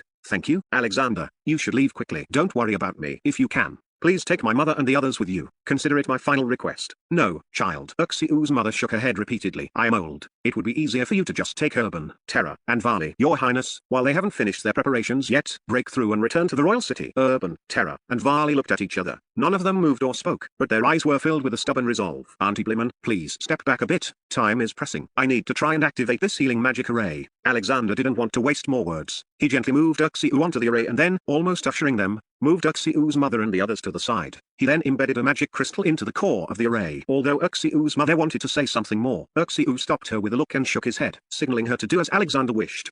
In truth, they had no other choice. Alexander was the only pillar of support they could rely on. Taking a deep breath, Alexander quickly calmed his heart. He had the magic array and the magic crystals. Now, the only hope lay in his psychic power spirit awakening. According to the requirements of the technique, he had to draw out threads of psychic power from his spiritual sea, guide them with specific hand movements to outline a tadpole-shaped rune, and then add a simple will to construct a primary rune seed. This would be branded onto an object, allowing it to perform simple volitional actions. Puff. Failure. When the simple will merged with the rune outlined by the psychic power threads, for some reason, a repulsion occurred. In reality, everything described in words sounds simple, but it is not so easy when applied to physical objects. It was a bit like bending rebar with bare hands. To achieve a specific angle and shape, one needs not only strength but also finesse and a certain amount of anticipatory calculation. Too much or too little force would cause deviations in angle and dimension. Focus. Focus. Silently encouraging himself, he condensed the psychic power threads again. Puff. Failure. Puff. Puff. Puff. Puff. Your Highness, are you trying to pray for Uxiu? Sigh. I suppose so. I hope the beast god protects this poor child. Seeing Alexander sitting before the array making strange scribbles, Uxiu's mother didn't know what to say. She simply knelt on the ground and began to pray, while Urban and the other two knelt beside her. The atmosphere was somewhat awkward, but Alexander persisted. Uxiu, who had already chosen to give up while lying on the array, suddenly smiled and said, Alexander, isn't it a bit late to try and guide Mana now? Don't be like a child. If you aren't going to leave, why not stay and talk with me instead? He steadied his breathing and continued, remember when you insisted on dragging me to test our magic talent? Even though you knew you weren't cut out for it, you insisted there was something wrong with the testing crystal and even shouted about taking a sword to smash it. You, my good brother. To be honest, the way you're drawing that magic array right now is really quite ugly. It has no sense of space at all. Manu isn't a flat diagram. It's a sculpture. Magic arrays are three-dimensional. They are living things. Just looking at your hand gestures now, I can tell you have absolutely no experience in three-dimensional sculpture. Wait, I think I know where the problem is. It was truly a moment of sudden realization. Alexander's eyes instantly lit up. He had been trapped in a rigid way of thinking from the very beginning. Words and drawings written with a quill might look like flat diagrams at first glance, but when they are applied to reality, they are definitely three-dimensional images. As a mechanical engineer in his past life, basic operations like 3-view drawings were almost like a reflex to him. Psychic power runes are condensed in the void to begin with, belonging to three-dimensional spatial composition. He had been foolishly drawing flat diagrams there, which was like climbing a tree to catch a fish. Ha ha ha, I understand. Having found his direction, Alexander's confidence surged. He once again followed the psychic power rune composition described in the technique, but this time he attempted to draw it using a 3-view structure. Threads of psychic power were drawn out segment by segment. First, he sketched a 3-dimensional rune according to a 3-axis intersection pattern, then added a simple will at the core, and finally tried to compress the 3 axes so the 3-dimensional rune would gather toward the center. Sizzle, sizzle, sizzle, hum. When the 3-axis psychic power rune was compressed to within 5 centimeters of the core, that simple will suddenly jolted. Like a magnet, it instantly attracted the nearby psychic power rune. Light flared and then withdrew. A psychic power seed the size of a soybean was successfully condensed. The profound runes flowing upon it radiated vibrant vitality as it hovered before his eyes. It's done. Feeling the pulsing will within the rune seed, Alexander guided it with one hand and gently pressed it toward the magic crystal at the core of the array, while silently shouting in his heart, Spirit awakening. Ding. A ripple of oscillating energy spread out. The magic crystal array absorbed the runes will like a sponge soaking up water. Vitality blossomed, and wisps of visible mana elements flowed out like liquid silver. pouring into the profound lines of the magic array. Whether I can pull the Barrowman clan onto my side and start a revolution all depends on this one move. Rise. With a low hum, a holy curtain of light suddenly erupted from the magic array, enveloping Uxiu. The energy of the light curtain flowed with a sizzling sound. Almost visible to the naked eye, the whip wounds on Uxiu's body began to heal and scab over. Transparent fluid also secreted from the site of his severed arm. Nerves, blood vessels, and muscle fibers began to reconnect. Although slow, it was truly restoring itself. Chapter 14 The Chief Alchemist. Alexander, how is this possible? Big brother, the magic circle is moving, your wounds are healing, and your arm. Is the third prince a mage? Beast god above. Mother, you should try it too. Beast god bless us. Third prince, thank you. Thank you. My poor child is finally saved. Wow. Uxiu and his family were so excited they were incoherent. They had watched Alexander scribbling like a madman for a long time and had no hope at all. But they never expected him to actually activate the magic circle. This left them more shocked than pleasantly surprised. The status of a mage was deeply rooted in their hearts. It was far more practical than the title of third prince. So at this moment, the way they looked at Alexander, besides their inherent respect and gratitude, was filled with even more awe and humility. Even Uxiu's mother, who had watched Alexander grow up, appeared somewhat constrained with her claws now. Unlike the shock and restraint of his mother and the others, Uxiu's heart was filled with even greater astonishment. He knew perfectly well whether Alexander had any magical talent. But now, not only was the magic circle activated, but it was also running automatically. It didn't need a mage to drive it, nor was there any external interference. What did this represent? How did Alexander do it? Activating magic circles without a mage. If that were true, then the future existence of mages would be. Uxiu didn't dare think further because this was an even more unimaginable matter than killing George Angel. Considering why Alexander had sent everyone away just now, it was likely that Alexander himself knew he had done something that could potentially change the course of the world. Shaking the very foundations and rule of the Mage Tower, how much courage did that take? It was simply audacious. Uxiu's eyes shone, while his heart was filled with trepidation. He was also inexplicably excited. He was no fool. He knew Alexander hadn't hidden this secret from his family not just out of trust, but also because he was certain they would keep it. He also understood that the Barrowman clan had long since been tied to the third prince. They would prosper or perish together. Informing on him would lead to no good end. Could they really expect the Mage Tower to look upon them, lowly rat-skinned humans, with any respect? At this thought, Uxiu's racing heart gradually calmed down, replaced by a glimmer of hope. I hope for fate as a rat-skinned human. By following Alexander, perhaps they could forge a different future. Alexander's eyes were also shining now. The era of hands-free labor was beckoning to him, and the gates of magical industry were swinging open. Looking at this healing effect, it absolutely crushed any high-tech medicine from his previous life. Yet this was only the power of a one-star magic circle. What about high-level ones? Would they be even more nonsensical? The corners of Alexander's mouth curled up in an irrepressible smile. He also discovered that after the mana released by the magic crystal was enlightened, he could actually guide it using his psychic power. Aside from being unable to draw it into his body, sketching magic circles and magical formulas was no problem at all. This was definitely good news. Who wouldn't want to cast a few spells for fun? Of course, given his current psychic power reserves, he could only construct one-star magic circles. Uxiu, are you willing to go to the Northlands with me to develop? Perhaps we can create a different future. Alexander looked at Uxiu with piercing eyes, and their gazes met in the air as if by unspoken agreement. Alexander, no, your highness. Uxiu was now able to scramble up. He knelt on one knee, pressed his left hand against his right chest, and performed a standard knightly gesture of loyalty. I won't say words of thanks. From this day forth, I, Eshu Bliman, and the Barrowman family shall become your most loyal followers. Whether where the sun rises or where it sets, the Barrowman family will be at your disposal and shall never abandon you. Alexander's expression turned solemn as well. He stood up, drew his great broadsword, and lightly tapped it on Uxiu's shoulder, declaring solemnly, Eshu Bliman, from this day forth, in the name of Alexander Bartuk, I.W. Baron and the chief alchemist of Kesuli, follow me to the Northlands to share in both joy and sorrow, and together we shall create a world where everyone can see hope. Eshu Bliman will follow you unto death. A golden wisp of spiritual sublimation shot from between Uxiu's brows into Alexander's, then followed the sea of consciousness into his bloodline, merging with the streak of golden light that had been hidden there.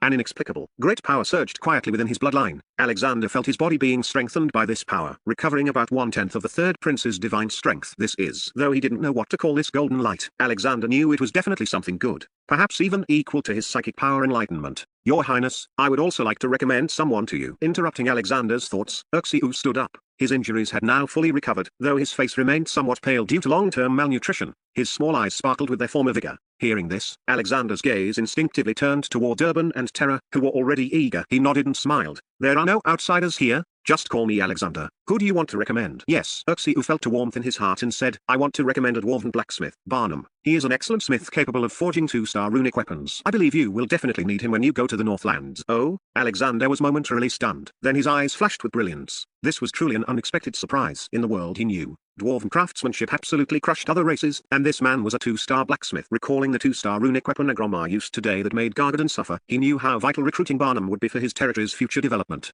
Just imagine, a genius alchemist, a two-star dwarven smith, plus himself, a transcendent mechanical dog. What kind of sparks would they ignite?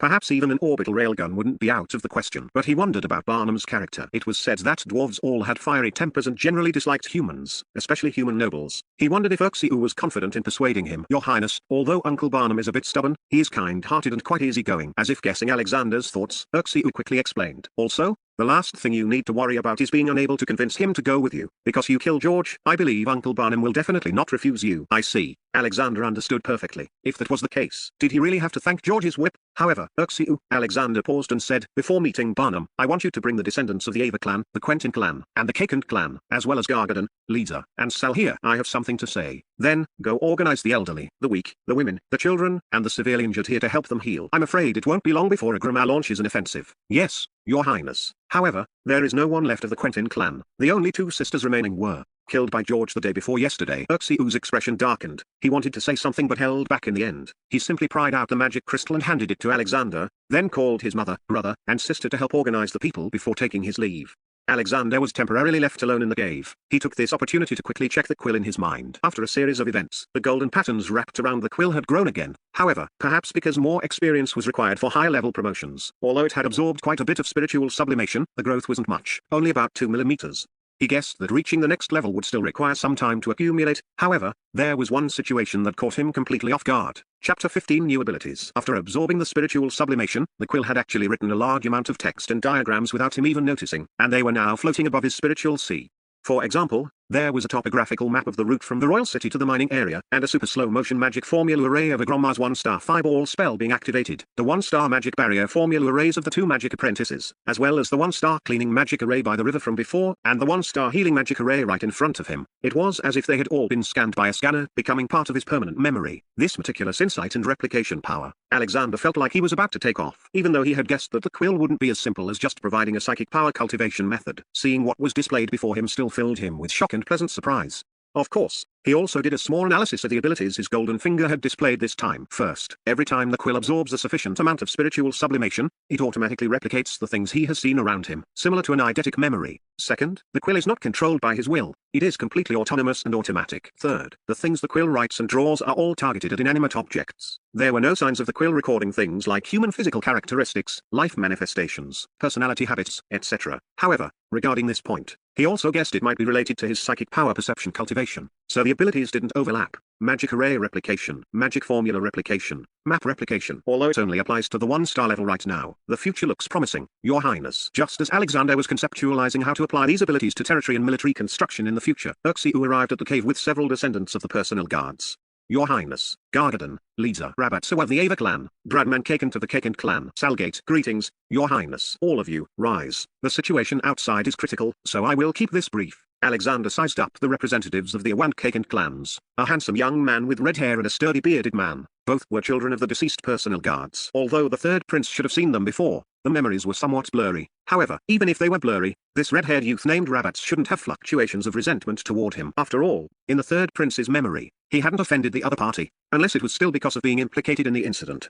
Your fathers were all heroes. Alexander went straight to the point. They were the most respectable knights, upholding their honor until the very end. I came today primarily to give you, the descendants of these heroes, the compensation you deserve. My knights cannot have sacrificed themselves in vain. Sal, bring the gold coins. Distribute 50 gold coins each to the Barraman, Awa, and Kakant clans as pension. Consider it a small consolation for the heroes. What? 50 gold coins? 50 gold coins? Did I hear that right? Everyone looked at each other in bewilderment, especially Sal, who already had complicated feelings. His eyes were now bulging like 2 eggs. He could tolerate Alexander's troublemaking, but giving 50 gold coins to these slaves made him feel quite uncomfortable. He said with an unmistakable tone of jealousy, Your Highness, isn't this a bit much? One must know that given Sal's status, he earned at most 1.5 gold coins a year, and that was including various rewards. 50 coins, he would have to work for about 50 years without eating or drinking to save up that much money. 1 gold coin was equivalent to 100 silver coins or 10,000 copper coins. In the Lance Empire, 1 copper coin could buy a loaf of rye bread as long as an arm, equivalent to 2 steamed buns back on Blue Star's Huaxia. An ordinary person here earned only about 1 silver coin a month. Working hard for a day would, at most, keep a family from starving. Now, Alexander was distributing 50 gold coins each to a few minor guards and demi-humans at that, all at once. This was simply unfair. The third prince must have something wrong with his head. Sal was as sour as a lemon right now. The expressions of Uxiu and the others were also ones of astonishment. Who could have imagined there was such a thing as a pension in this world? This was definitely something the third prince had invented himself. But as Sal began to count out the gold coins one by one with a resentful face, they also instinctively became excited. 50 gold coins were the real deal. This wasn't just the third prince's pension for their deceased fathers. It was also an affirmation and praise of their father's heroic honor. Their fathers were true knights. Even though the Mage Tower had branded them with crimes, the third prince was using his actions to tell them their fathers were not only innocent but were heroes. This moved them even more than the gold coins. The third prince treated them like human beings. What the third prince said before wasn't just pretty words. It was from the heart. This caused the flames that had been extinguished in their hearts to be reignited. They involuntarily knelt on one knee, performing a standard knight's salute on behalf of their fathers. Even Gargadon and Lisa, who hadn't received a reward, had looks of excitement in their eyes as they knelt on one knee. Although they didn't have a share, they could empathize. It was their luck to have encountered such a good master. Sal felt even worse. He began to wonder if he had followed the wrong master. He nearly squeezed water out of every gold coin he counted out. He admitted he was consumed by envy, jealousy, and hate, yet he still had to listen to this group of idiots who had gotten a bargain acting all grateful. Your Highness, the Barrowman clan is willing to go through fire and water for you, but please take back these gold coins. The Kakant clan's recognition of Your Highness. The entire Kakant clan will never abandon Your Highness, but we cannot accept the gold coins. Your Highness, Rabatsawa thanks Your Highness on behalf of my father. The Ava clan will never betray Your Highness. Clumps of spiritual sublimation flew into the space between Alexander's eyebrows. Even Sal contributed a tiny sliver. Though it was just a sliver, it was the very sliver that surprised Alexander and even made him feel deeply gratified, because it confirmed his hypothesis. The people of this world were also living human beings with flesh, blood, and feelings, who needed recognition and dignity. They just lacked a bit of hope, a single chance. Your Highness, I wonder how you intend to deal with the Quentin clan? Suddenly, a discordant voice rang out. Rabats raised his head, his gaze sharp and determined, like a lone wolf that had just left the protection of its pack, showing its edge. Rabats. Uxiu repeatedly shot him looks while simultaneously making hand signals behind his back. Rabats, what's your attitude? Gargadon glared with his large eyes from the side, two streams of white hair snorting from his nostrils. Lisa's eyes narrowed slightly as he closed his mouth, his claws quietly unfolding in the shadows. Only Bradman remained silent and unmoved. Alexander waved his hand at the others, not avoiding the red-haired youth's gaze. He wanted to know exactly why Rabats harbored resentment toward him. He had clearly just contributed spiritual sublimation, yet the resentment remained. Rabatsawa, regarding the Quentin clan, I can only say I'm sorry. I arrived too late and failed to protect their last bloodline. No, Your Highness, there is still one person left in the Quentin clan. Rabats gritted his teeth, ignoring the gazes of those around him, his eyes still sharp as he said, she is my fiancée, Chris Quentin, the daughter of your personal guard Jiko Quentin. It's just that she is an illegitimate demi-human. Alexander was slightly stunned. When he heard illegitimate demi-human, he somewhat understood why Gargadon and the others wanted to stop him, and why Uxiu had looked so hesitant when he left earlier.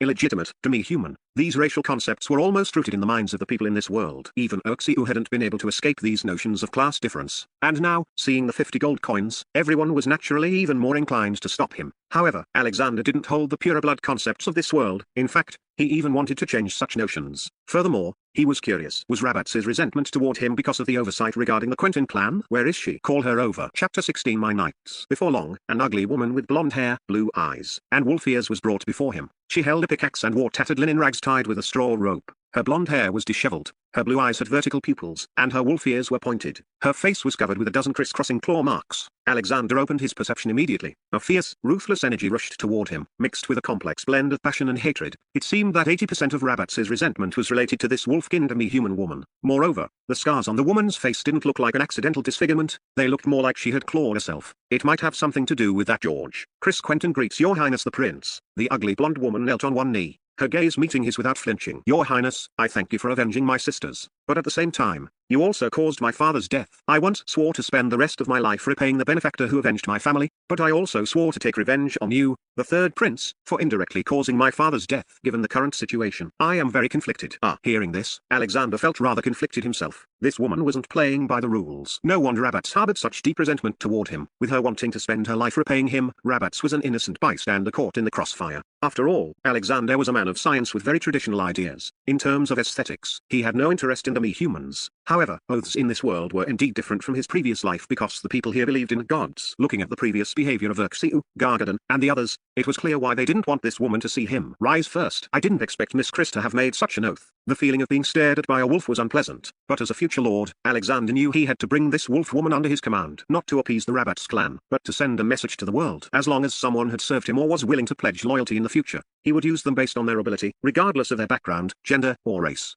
Your Highness, Third Prince. Seeing Alexander's attitude, the expressions of Urxiu and the others changed. Rabbits, in particular, thought Alexander was exactly as they had imagined. As for Chris's face, with a mage like Urxiu present, repairing the scars wouldn't be difficult. Chris Quentin. However, Alexander's next words caused the group's agitated hearts to settle down instantly. Alexander's voice rang out with authority. I thought you were a knight, but it turns out you are nothing more than a weak woman.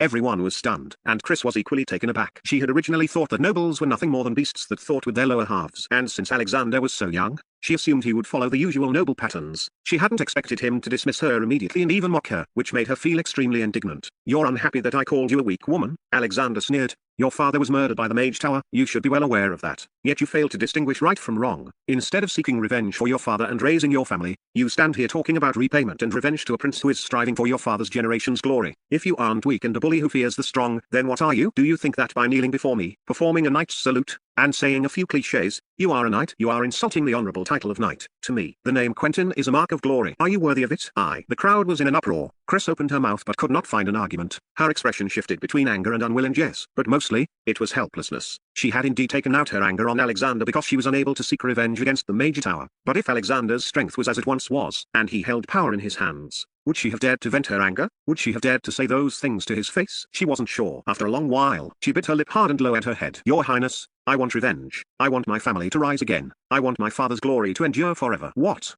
What should I do? Pledge your loyalty to me and become a true knight. Alexander spoke with absolute certainty and a righteous air. Follow me to the Northlands to pioneer. There will surely be a place for the Quentin clan there. The glory of the Quentin clan will rise with you and illuminate the entire continent. Are you willing, Your Highness? Chris looked up sharply. There seemed to be tear tracks at the corners of her eyes, but the conflict in her vertical pupils vanished in an instant, replaced by sharpness and determination. She slowly stood up, took half a step forward, then bowed her head and knelt before Alexander again. With a respectful expression and a voice like iron, she said, I, Chris Quentin, pledge my loyalty to Alexander Bartuk from this day forward. I am willing to become your sharpest fang, tearing through every nightmare that obstructs you, until the world ends and the seas run dry. Chris Quentin will never betray her oath. A faint golden light flew from between Chris's brows and entered Alexander's. However, this light didn't make Alexander very happy, because the latter half of Chris's oath sounded incredibly awkward. Of course, this might be related to the grammar and vocabulary of this world. It didn't necessarily mean a confession of love like in his previous life. But looking at the suppressed mental fluctuations of the red-haired rabbits nearby, he still felt that his speech might have gone a bit too far.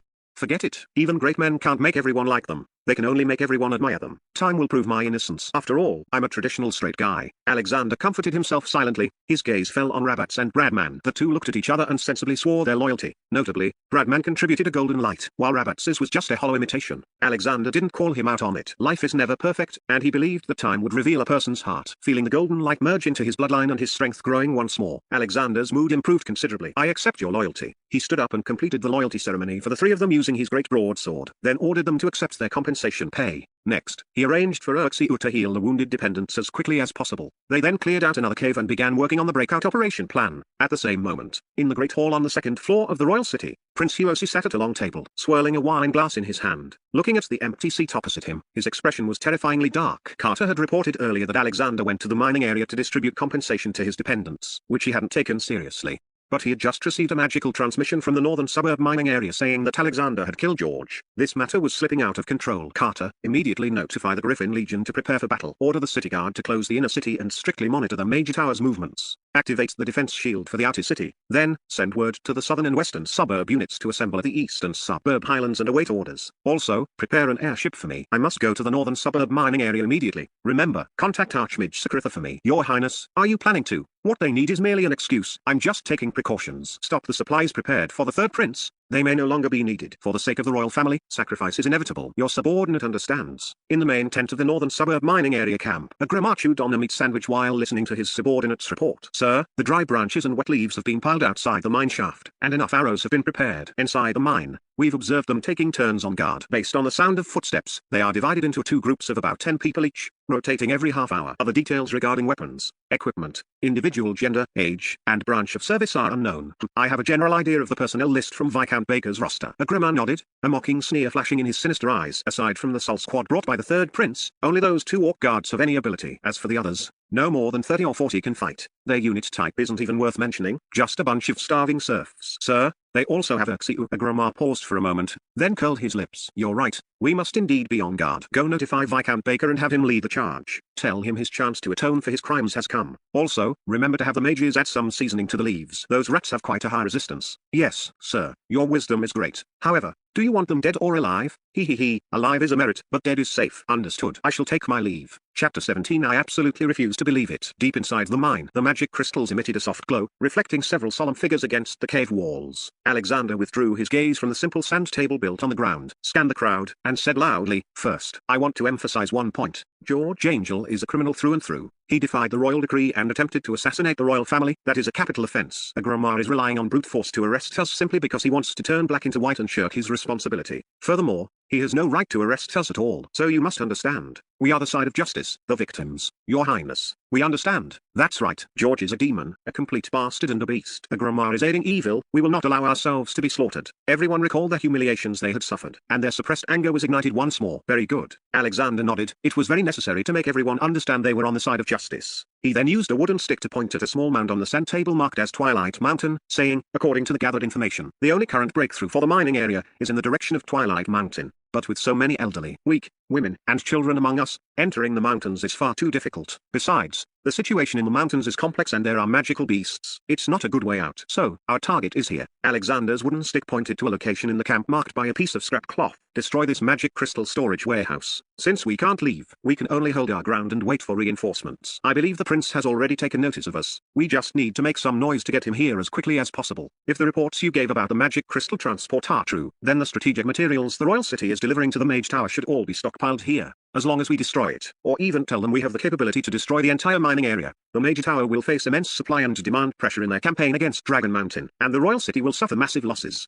In the face of such losses, a mage stuck at 2 stars becomes insignificant. This is our glimmer of hope. Of course, as you all saw when we came in, Agramar has already piled leaves at the cave entrance. He certainly won't give us time to prepare, so we must seize the initiative. As he spoke, Alexander looked at the 2 great orc guards. Gargadon, immediately gather all personnel among the dependents who can fight and divide them into 3 groups. One group will be led by you and Lisa, responsible for taking down Agramar. One group will be led by me and Urxiu to lead the enemy while simultaneously destroying the magic crystal storage room. The remaining group will be led by Rabats, Chris, and Bradman together, responsible for protecting the elderly, weak, women, and children. Finally, Sal and your 3rd squad will be responsible for guerrilla support. Remember, we have 3 objectives. First, destroy the magic crystal storage warehouse and drag my eldest brother, Prince Huosi, into this mess. Second, win over Bob Baker and have him speak for us to increase our credibility and force the royal city to take a side. Third, take down Agramar to increase our bargaining chips. Your Highness, doing this will only make your position more passive. Hearing Alexander's blatant intention to drag Prince Huosi into the mess, Sol spoke up in disagreement, his tone skeptical. Trying to destroy the magic crystal storage warehouse and take down Agramar with just these few people is a complete joke. Not to mention the storage warehouse is protected by a defensive array. Agramar himself is a 2-star bronze temple knight who practices both magic and martial arts.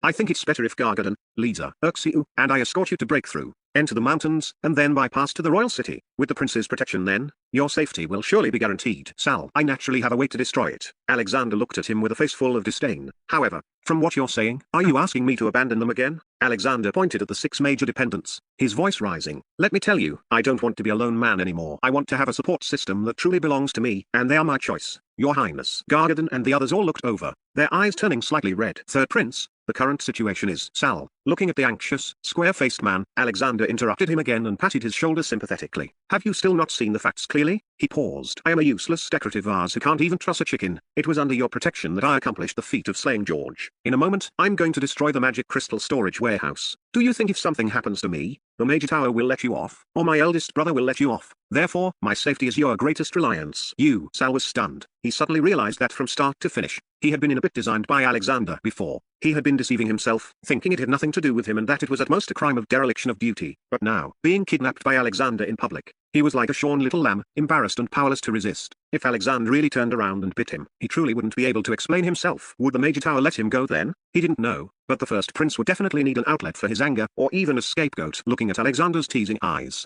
He felt an inexplicable surge of indignation, but he didn't dare to let it out, especially with Gargadon and the 6 major dependents surrounding him. He decisively chose to accept his fate. Your Highness, leave the matter of winning over Bob to me. Good brothers should share both joys and sorrows. Very good. Alexander's lips twitched. He turned and thumped his wooden stick on the ground, shouting, then it's settled. In a moment, we will first drive the horses to break through, taking them by surprise and throwing their ranks into chaos. Then we'll feint and attack toward the mountains to draw their attention. Finally, we'll split up to carry out the capture, destruction, and subversion operations. Remember, grab some supplies while you're at it. Does everyone understand? Understood. The morale of the crowd was high, their voices resonant. Your Highness, this is bad. A large amount of thick smoke is pouring into the mine shaft, and it seems to be poisonous. Many people have fallen unconscious. Just then, a guard ran in, looking flustered and stumbling. They're coming fast. Alexander's eyes narrowed slightly. Your Highness, I'll go seal the cave entrance. Gargadon grabbed a pickaxe and was about to rush out, but Alexander pulled him back and said calmly, what's the panic? First, move the personnel further inside. Then call Uxiu over. I'll go take a look myself. Your Highness, you mustn't. Don't worry. Uxiu is a mage. At the entrance of the mine shaft, the thick smoke swirled with streaks of blue powder,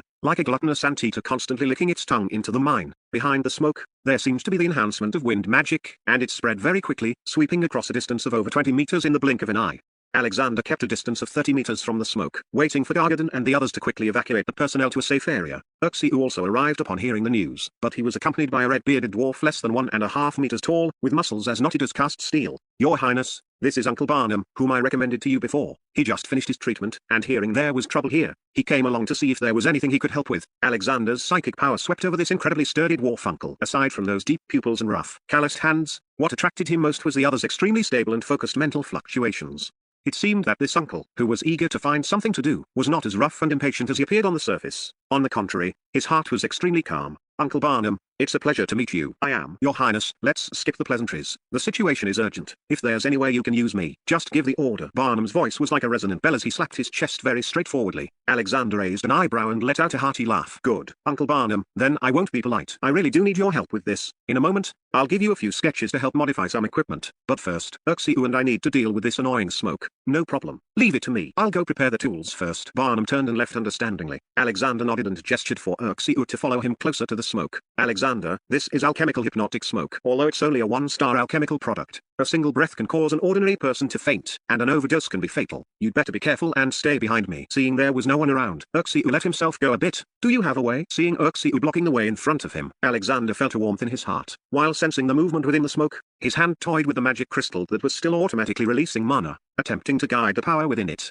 What way could there be? Just blast the mine entrance down and block it up. Uxiu whistled, his hands making a gesture as if to condense an earth-type magic array. But when he turned and saw the look in Alexander's eyes, he suddenly stopped. Hey, what's with the eye rolling? Don't tell me you have a way. Don't tell me you're some kind of genius mage. Your little tricks might fool others, but trying to fool me? No chance. I'm no genius mage, but I can certainly try a cleaning magic array and a magic barrier. What? Uxiu almost jumped when he heard this. His beady eyes widened like glass marbles as he shrieked. You know the cleaning magic array and magic barrier. Those are spells that can only be learned by registered internal members of the Major Tower. Do you think my brain was knocked stupid by George? You know the cleaning magic array and magic barrier. I wouldn't believe it even if you killed me. Chapter 18 Catching a Black Man. I certainly won't beat you to death, but the magic array will. Alexander gave a teasing smile and, without further explanation, activated the magic crystal in his hand under Uxiu's questioning gaze. Although he couldn't extract spell arrays directly from his mind like a legitimate mage, channeling mana was as natural as moving his own limbs. A faint thread of mana, like agile quicksilver, traced an energy ring under the guidance of his psychic power, mimicking his stored memories.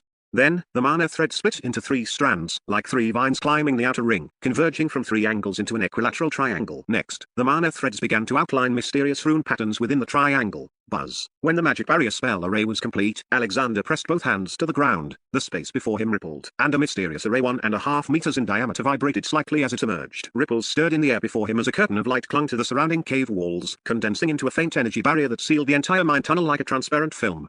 This. Is it really a magic barrier? Uxiu's jaw nearly hit the floor in shock.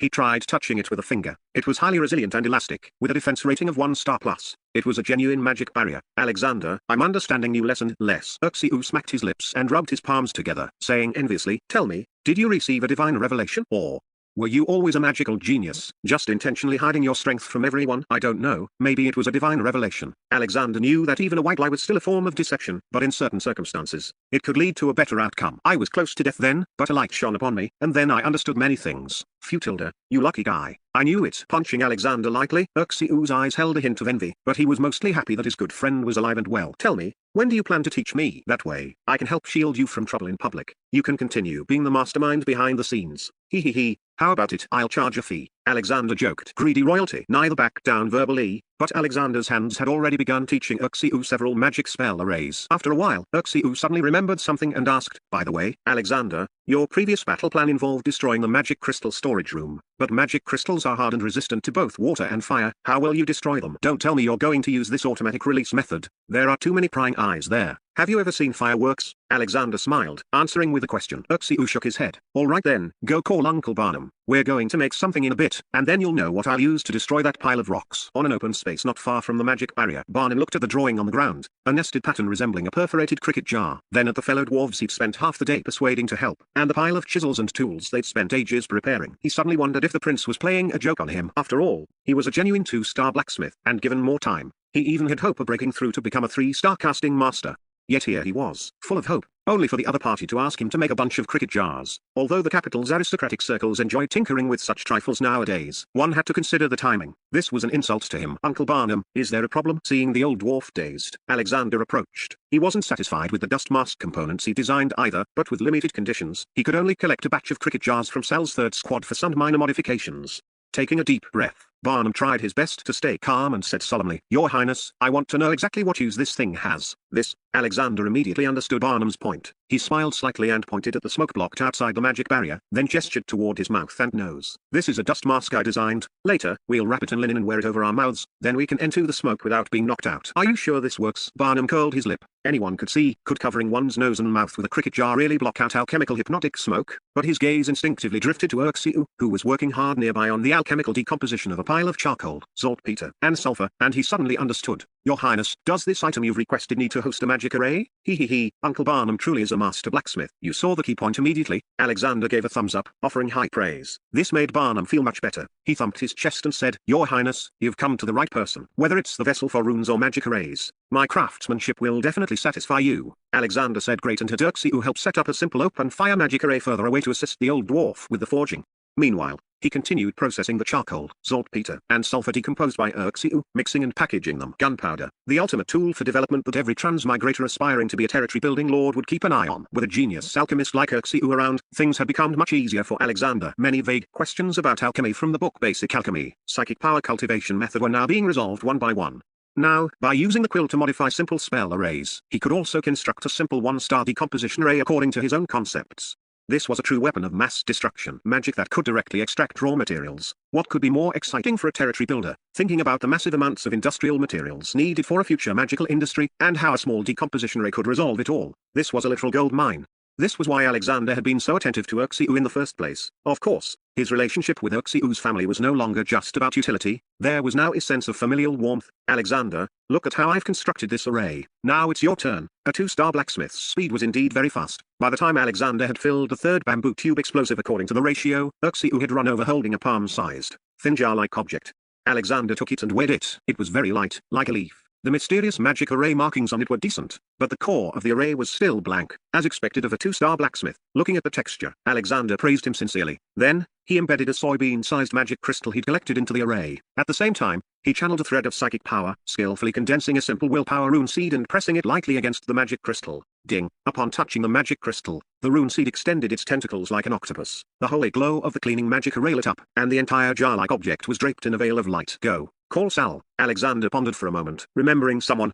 Alexander, are you just going to keep picking on the same person? Instantly understanding his friend's meaning, Uxiu couldn't help but roll his eyes. Then you do it. Hee. Sal is definitely more suitable than me. As you command, my prince. Chapter 19 Gunpowder. Sal was fitted with a muzzle, not by choice. Even when heading to the smoke zone behind the magic barrier, his feet were off the ground as Gargadon and Lisa carried him. This was the result even after Alexander's patient persuasion and the friendly advice of several elite guards. This also reminded him of the days when he used to force medicine down the third prince's throat every day. He deeply regretted it now. Those memories were too painful to recall. Old docs. How do you think His Highness came up with such a miraculous thing? A dust mask. Isn't this just a livestock muzzle? Can it really resist the alchemical hypnotic smoke? Lisa glanced mockingly at the suspended Sal, then switched to chatterbox mode. And there's more. His Highness said he's going to test something called explosives later. Do you think that pile of black powder can really destroy magic crystals? I don't believe it. Why don't we use Sal to test its power later? MMPH.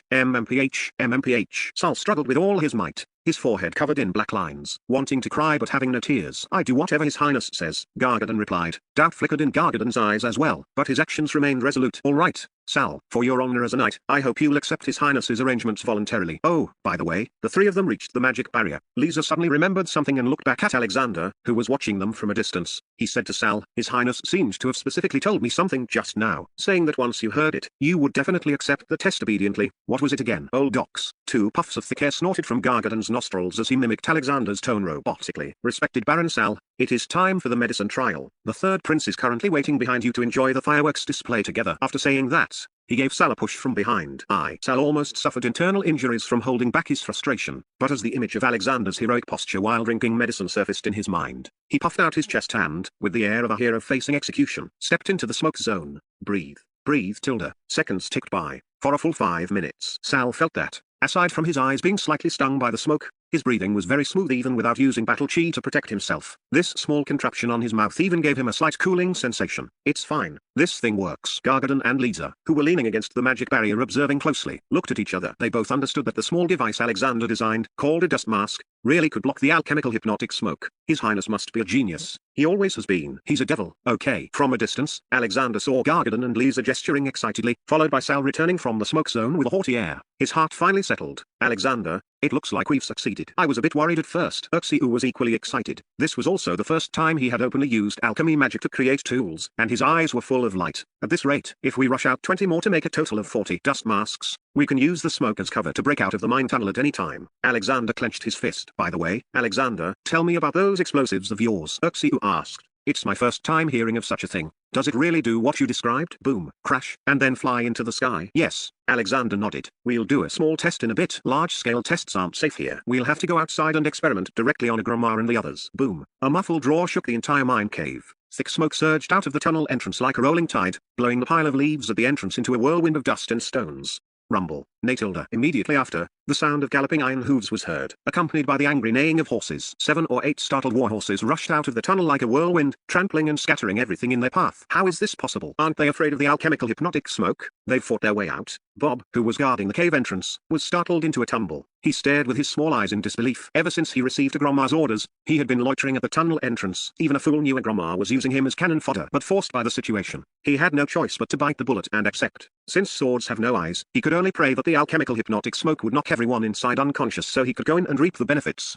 He had been busy adding wood to the fire for over 2 hours. Just as he was wondering if there was enough smoke in the cave, a huge explosion suddenly erupted from within. The massive shockwave almost blew him away along with the pile of leaves. Before he could regain his senses, large and violent dark shadows burst through the mist and trampled out. Leading the charge was his old friend's beloved horse, a 2-star flame beast. "Form ranks. Don't panic. It's just horses. Archers, fire, 1st and 2nd squads. Gather slowly." Bob scrambled up from the ground, a veteran of many battles. He immediately moved behind his personal guards, his small, shifty eyes scanning the cave entrance. Whoosh, whoosh. Just as the horses scattered the crowd and Bob was organizing the soldiers to block them, 2 bamboo tubes as thick as arms flew out of the tunnel. Each tube had a crackling fuse burning at one end. "What is that? Get out of the way." The soldiers didn't react in time, but Bob was well traveled. Recalling the roar from earlier and thinking of the alchemy genius Uxiu, he almost instantly guessed they were likely alchemical weapons. Boom. Without giving anyone a chance to figure it out, except for Bob who quickly retreated and activated a battle chi barrier, the other soldiers bore the brunt of it. 2 flashes of white light flickered, followed by 2 loud bangs. A massive shockwave and fragments of shattered iron swords sprayed in all directions. Boom. SHH. Mists of blood sprayed into the air. Even though these apprentice knights were all as strong as oxen, they were now howling and falling to the ground one after another. Kill. Charge. Gargadon, wearing an oversized dust mask and wielding a pickaxe, worked with Liesel and over a dozen warriors carrying simple wooden boards, torches, and bags of stones. They fought their way out of the tunnel, breaking out directly toward Twilight Mountain. Then Alexander and Uxiu led their team out, followed finally by Sal and the others turning toward Bob's garrison. "Ha ha ha, Third Prince, I have been waiting on this mountain path for a long time. Surrender now." With a triumphant laugh, Agromar urged his horse forward, sword raised, blocking the path to Twilight Mountain and commanding his subordinates to spread out into a formation. Although he was surprised that Alexander and the others had neutralized the alchemical hypnotic smoke with just the small devices on their mouths, he was quite pleased with himself for anticipating their move and blocking the mountain path. "To hell with you. Get down." Whoosh, whoosh, whoosh, whoosh. Ignited explosive tubes tumbled through the air, spitting sparks. The best answer for Agromar. Simultaneously, Gargadon and the others dropped to the ground, holding up wooden boards to shield themselves. Childish tricks. Raise battle chi shields and magic barriers.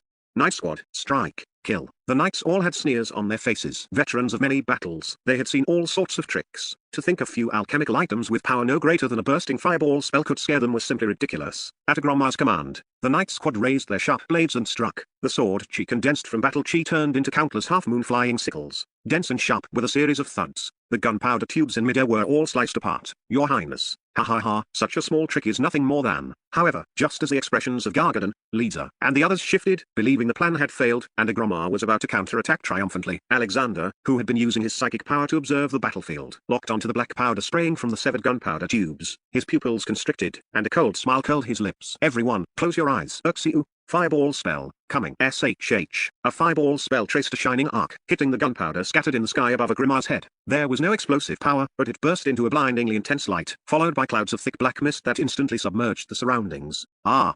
My eyes, this is bad. Gargadon, Lisa, kill them. After the intense light, Agrama's law enforcement Night Squad fell into a state of panic. Alexander, however, swung his great sword and was the first to leap into the black mist. A sharp iron nail instantly flew from his hand as he launched a surprise attack on Agrama, coordinated with Gargadon and Lisa, who leapt up beside him. Uxiu and the others also immediately aimed at the positions of the two mages, launching fireballs and stones. The black mist was the best cover for psychic power attacks. Alexander didn't need his eyes at all to perceive everything around him. The original plan was to act separately, but the battlefield was unpredictable, so they had to adapt on the fly. However, this was also within Alexander's expectations. Psychic power not only gave him extraordinary perception but also made his mind a bit sharper. Chapter 23 Star Airship. Hold steady. Everyone hold steady. Agrama narrowed his eyes, listening to the wind to determine the position. Just as he was about to raise his sword to clash head-on with the massive incoming Audiobook, a piercing pain suddenly shot through the sole of his foot like an electric current, instantly spreading through his entire body. The dookie he had just gathered immediately dissipated, and the massive Audiobook slammed heavily onto his two-star inscription knight sword. Bang! Damn it! With a loud crash, the web of Agrama's thumb split and his arm went numb. He knew the one wielding the Audiobook was Gargadon, that brute of a warrior from the Minotaur race, but despite knowing it, his lack of dookie made him helpless. Although he barely managed to condense a fireball spell, intending to go down with his opponent, a purple figure flashed by, and his heart went cold. Lisa, you're so fast. Boom, Natilda. With that brief distraction, the massive impact of the Audiobook slammed Agrama, along with his horse, into the ground. Lisa stepped forward and quickly dislocated Agrama's arms, seizing the inscription greatsword. Then, grabbing the man's throat with one hand, he shouted loudly, "Everyone stop, or I'll kill him." The scene fell silent instantly. The cold wind howling through the valley entrance of the mining area rushed in, blowing away the thick smoke on the field. Captain, this is impossible. Agrama was actually captured alive? Am I seeing things? What was that flash just now? What exactly happened? Whether it was the law enforcement Night Squad still in combat, or Bob's garrison and Sal's third squad who were confronting each other at the cave entrance while clashing weapons to communicate, they were all stunned at this moment, staring silently at Alexander and the others in the center. Looking at Agrama being held up high like a duck by the neck, everyone held their breath. Aside from shock and disbelief, all that remained in their eyes was a sense of crisis. Uxiu, plant the explosives, then collect food and enough eating magic crystals. Then notify everyone to assemble at Twilight Mountain. Alexander directed his people to disarm and bind the entire law enforcement Night Squad. Two magic apprentices dislocated the Night's arms and forced them to swallow pills. Then, after glancing toward Twilight Mountain, he walked toward Sal and Bob. Hey, Sal, you want me to surrender? No way. Take this. Ha.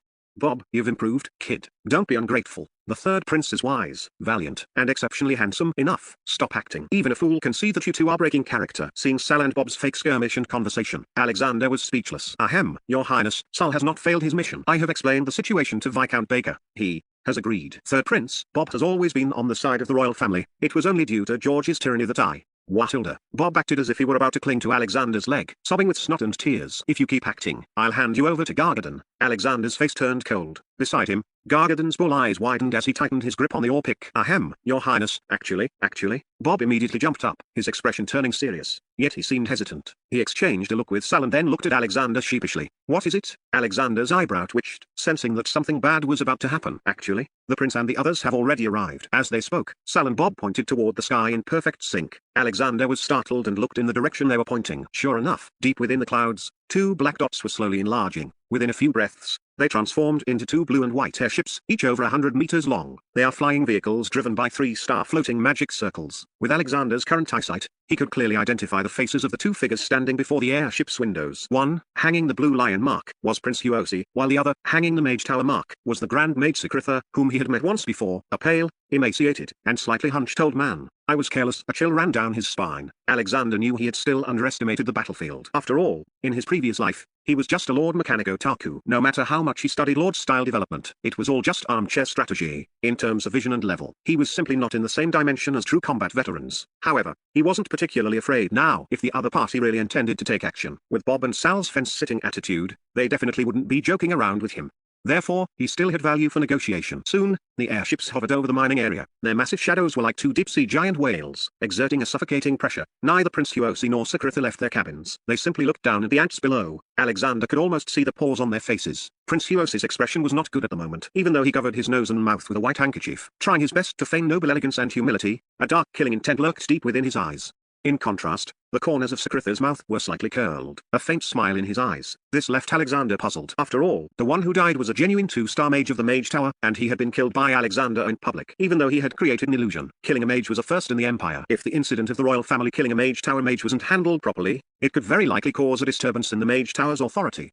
The Mage Tower definitely did not want to see the chain reaction brought about by a power imbalance. On the other hand, if Prince Huosi intended to hand him over to the Mage Tower for summary execution, then Prince Huosi shouldn't have such a heavy expression. Wouldn't killing his brother be the perfect opportunity to use someone else's blade? Even if his reputation took a slight hit. For Prince Huosi, the benefits outweighed the drawbacks. But why did these two look so off? He. Third Prince, gods bless you. It is truly wonderful to see you so healthy and spirited again. A low, raspy voice drifted from the airship. Even across the distant crystal windows, everyone present could hear it clearly. Alexander remained expressionless, simply moving behind Liesel and Igromar, his gaze locked onto Sakritha as he waited for him to continue. He. The third prince has been startled. Seeing Alexander's actions, Sakritha only smiled and said faintly, I have just learned of the situation from the prince. Actually, this whole matter is a misunderstanding. The main responsibility does not lie with the third prince. In truth, the power of the cursed George Angel suffered had recently become increasingly difficult to control. I had intended to recall him for proper treatment in the next couple of days. I didn't expect such an accident to occur. Fortunately, the third prince is unharmed, which allows me to breathe a sigh of relief. Here, on behalf of the Mage Tower, I thank the third prince for acting to remove this hidden danger. Of course, I wonder if your highness could. As he spoke, Sakritha's gaze flickered toward Agromar, who was being held by Lisa. Although Alexander didn't understand why the other party was using this line of reasoning, given the current situation, a direct conflict was unlikely. As for the other party being arrogant first and humble later or playing some conspiracy, that also seemed unlikely. After all, having admitted it was a misunderstanding in front of so many people, going back on their word would be like slapping the Major Tower's own face. However, if he were to just release a Grimar like that, wouldn't all his efforts have been for nothing? Grand Mage Sakritha, since it's a misunderstanding, can my followers be granted their freedom? After all, His Majesty's conscription order. Of course, third prince. This time, before Alexander could finish, Sakritha interrupted. All under heaven belongs to the king. My Major Tower supports the royal family, and it is only right to execute the decree. Therefore, these followers belong to your highness. Rest assured, the slave contracts on the Major Tower's side were already dissolved on my way here. You can put your heart at ease, your highness. In hearing the first half, Alexander's heart, which had been hanging in suspense, settled down. But upon hearing the second half, he broke into a cold sweat. And when he saw Sakritha pull out a contract scroll from somewhere and watch it slowly turn to ash in his hand, while simultaneously feeling the contract in his own pocket also crumble into dust, the lingering fear in his heart was imaginable. Chapter 21 A list. Release them. Alexander Bartuk waved his hand, signaling Lisa to leave his sword behind and release the people. He knew that whether Agromar was there or not was no longer important. After all, everything he thought he had prepared was, in the eyes of the other party, nothing more than a cat playing with a mouse. His imagination was limited by his strength. This made him look at Prince Huosi. Although he wasn't sure if it was just an illusion, there was one thing he could perhaps guess. The reason Sakritha hadn't made a move was definitely because he had reached some kind of agreement with Prince Huosi beforehand. And this agreement was very likely some important bargaining chip in the power struggle between the royal family and the Major Tower. It was just that he didn't understand. Prince Huosi clearly wanted to kill or control him, so he shouldn't have made this choice unless this decision came from Emperor Wood. If that were really the case, then who knows what the royal family had to pay. Thinking of this, Alexander Bartuk shook his head subconsciously. He didn't want to know. He didn't want to get involved in the power struggle between the royal family and the Mage Tower. He just wanted to have a territory and develop slowly. However, the status of third prince loomed over him. The fate of Bartuk was tied together. If one flourished, all flourished. If one suffered, all suffered. He was absolutely unable to stay out of it. Therefore, the final conclusion was that he needed to be powerful himself. Whether it was the royal family or the Major Tower, only strength granted the right to speak, and only with strength could he stand on his own. The Northern Territory, although I don't know what the future holds. Perhaps that is the starting point for becoming stronger. I really want to go there and develop quickly. The things that followed became simple and orderly. Uxiu and Gargadon were responsible for collecting the dust masks, mainly to remove the spirit awakening magic crystals, and then handing them over to Alexander Bartuk. As for Bob and Agrimar's subordinates, they each cleaned up the aftermath and went their own separate ways. However, when Prince Huosi was leaving, he still couldn't help himself and found Alexander Bartuk. My dear brother, you are just looking for trouble by insisting on recruiting these slaves. Prince Huosi said in a tone of frustration. People like Gargadon and Lizu are fine. At least they can can still fight, but like the Ratkin and other personal guards and dependents, most are old, weak, women, or children. They are simply burdens. Not to mention that you are going to the bitter, cold Northern Territory to develop. Just the months of displacement on this journey will be enough to make you suffer. That's not measuring distances on a map. In this freezing weather, taking this group of frail old people and children and crossing mountains and ridges on foot. Perhaps by this time next year, you will have already gone to serve the gods. So listen to your brother and just leave them behind. Or, I can help you swap for a different group of subordinates so you don't regret it halfway. Brother, Alexander Bartyuk said solemnly, if it was Salgate's dependents following you on a long journey, would you abandon Salgate and them too? In any case, I wouldn't, and I have my own ways of dealing with it. You just need to prepare the supplies for me as father said, and I will leave early the day after tomorrow. Seeing that Alexander Bartyuk had made up his mind, Prince Huosi was so angry he couldn't speak for a long time. After a good while, he managed to squeeze out, do you not have any idea how big of a mistake you committed? With only 1/3 of the supplies remaining and half the personnel. I'll see how you managed to reach the Northern Territory on your own 2 legs. Thank you, brother. I will let you see it. HMPH returned to the city. Watching the first prince stomp onto the airship in a huff, Alexander Bartyuk signaled for Gargadon and the others to organize the people and officially announced the matter of going to Kesulai in the Northern Territory to govern.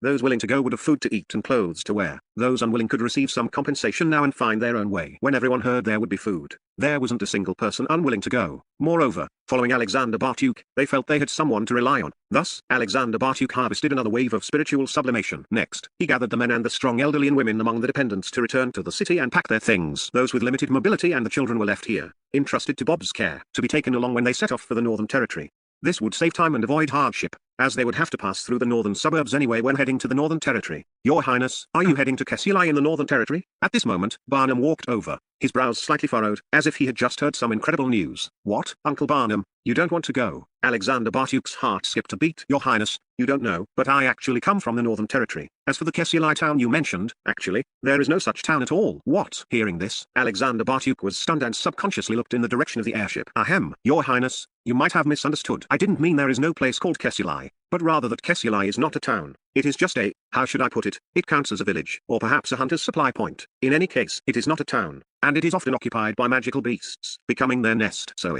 that bastard Prince Huosi, inside the Major Tower's airship, a Gromma stood bowed before Sakritha, giving a detailed report. My lord, that is how it happened. George died so unjustly.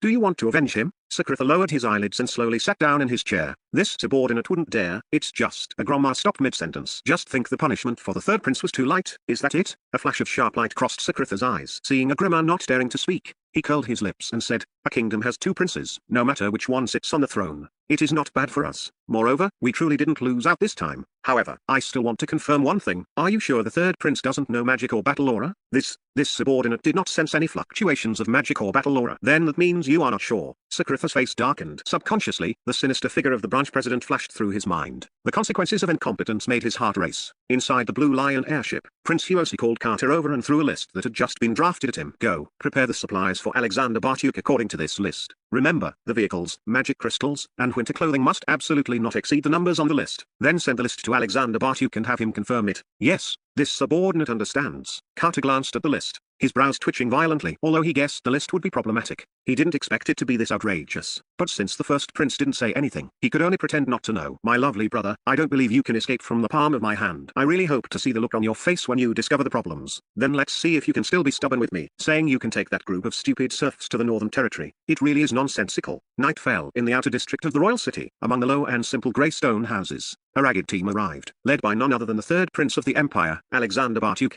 Walking back from the northern suburban mining area to the city on foot, they marched for an entire afternoon, and it wasn't until evening that they finally returned to the former doorstep of the personal guards and dependents.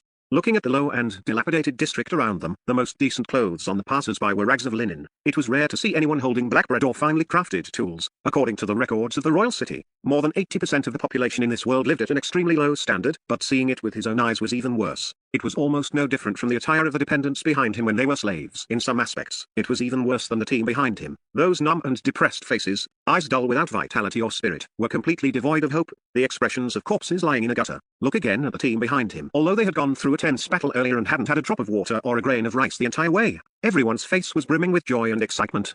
This was hope. This was the hope of truly being alive. Regarding this, Alexander Bartyuk felt a lot of emotions. Gargadon, pass the word down. Order everyone to group by family, eat their fill first, then pack their belongings. Those who know carpentry or blacksmithing, come to Urxiu's house after eating to await orders. Yes, Your Highness. Gargadon accepted the order and left. Alexander Bartuk nodded. He had intended to help Urxiu pack, but at this moment, Carter's voice called out to him. Third Prince, you have returned. Carter, who had trotted over, stepped forward to salute, and then presented the list. Your Highness, this is the list of supplies prepared for you by the Prince. Please take a look. If there are no issues, we will conduct the handover here tomorrow evening. Let me see. Alexander Bartuk was non-committal. He took the list and, at just a glance, sneered repeatedly in his heart. 3 large carts of crop seeds, 1 cart of magic herb and flower seeds, 1 cart of magic crystals, half a cart of swords and armor, half a cart of spices, 30 barrels of red wine, 20 plough oxen, 15 sets of silver tableware, 2 large chests of jewelry, and 1,000 gold coins, 2,000 silver coins. These supplies look quite good, but in reality, they don't solve the urgent needs. It's one thing that there are no winter clothes, but there are no rations either. Do you expect me to eat the seeds, slaughter the plough oxen, or swallow the spices and jewelry raw? This is forcing me to take the land route to the nearest supply town to restock, isn't it? You really can scheme, my good brother. Chapter 22 Magic and Guns. Alexander had studied the map before and considered whether to take the land or water route, but now it seemed that without supplies, he could only go by land.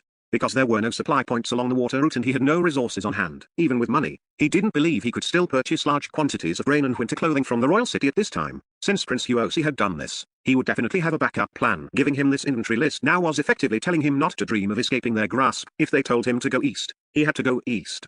By saying that the elderly, weak, women, and children he carried were burdens, he wouldn't be able to feed so many people just by being stubborn. Chandra Town, the nearest supply town north of the royal city. Is this the route my eldest brother planned for me? Alexander sneered inwardly. Has he already calculated my travel and arrival time based on my personnel and equipment, preparing a surprise for me? Hey, then let's wait and see. Just watch. Exactly where will the gap be between what you envisioned and reality? After dismissing Carter, Alexander summoned Urxiu and had him immediately mobilize people to collect grain door to door. Today was the first of the month, the Mage Tower Blessing Day, so even the poor would have a bit of food. He would pay to collect as much as possible. Then he had Lisa take his personal letter and gold coins to return to the northern suburbs mining area overnight to find Bob, exchanging them for military rations and minerals like sulfur and saltpeter. They were to be taken away together when leaving the royal city the day after tomorrow, with strict instructions to remain discreet. Urxiu, go notify Barnum and tell him to come here immediately after he finishes eating. 20 minutes later, Your Highness. What are your orders? Barnum arrived with several of his fellow dwarves. They had decided to accompany Alexander to the Northlands as early as their journey back. Although he knew Kesiulai was not a good place, Barnum believed his own judgment would not be wrong. Uncle Barnum, these are the blueprints I just drew. See if you can build 100 carts like this within a day. Of course, some wheel components can be bought ready-made in the city. You just need to supervise the assembly. Alexander handed a roll of parchment to Barnum. This is a cart with 1 wheel. Barnum was slightly taken aback, not caring about the quantity Alexander mentioned. After taking the blueprints, his eyes slowly lit up, and he said with slight excitement, this cart is simple, convenient, flexible, and has reasonable support. If walking on narrow paths or mountain roads, it won't be affected too much by road conditions. It's just a bit prone to tipping, but that's not the point. Your Highness, did you design this? Does this cart have a name? Seeing Barnum's reaction, Alexander smiled knowingly. The European Middle Ages of his past life had wheelbarrows, but they didn't exist here. He hadn't expected Barnum to be able to deduce the pros and cons of a wheelbarrow just by looking at the design, which gave him a deeper understanding of Barnum's capabilities. Uncle Barnum, I thought of this cart by chance. Why don't you give it a name? Also, remember to be discreet during manufacturing. It's best if the parts can be assembled outside the city. Keep it away from my eldest brother. Ha ha ha, don't worry, Your Highness, I understand technical confidentiality. Barnum patted his chest firmly, then said with some embarrassment, to be honest, Your Highness, I was worried before about how so many people would carry a large amount of items during the migration. But now I have confidence. Rest assured, with ready-made parts, we'll have at least 100 carts. After giving his assurance, Barnum left noisily with several fellow dwarves, holding the blueprints. From a distance, they could still be heard arguing whether to call it the Barnum handcart or the dwarven wheelbarrow. Watching Barnum and the others walk away, the smile on Alexander's face slowly faded. The issues of transportation and rations were considered resolved for now, but traveling north with over 200 people, the daily logistics and trivial matters would definitely not be that simple.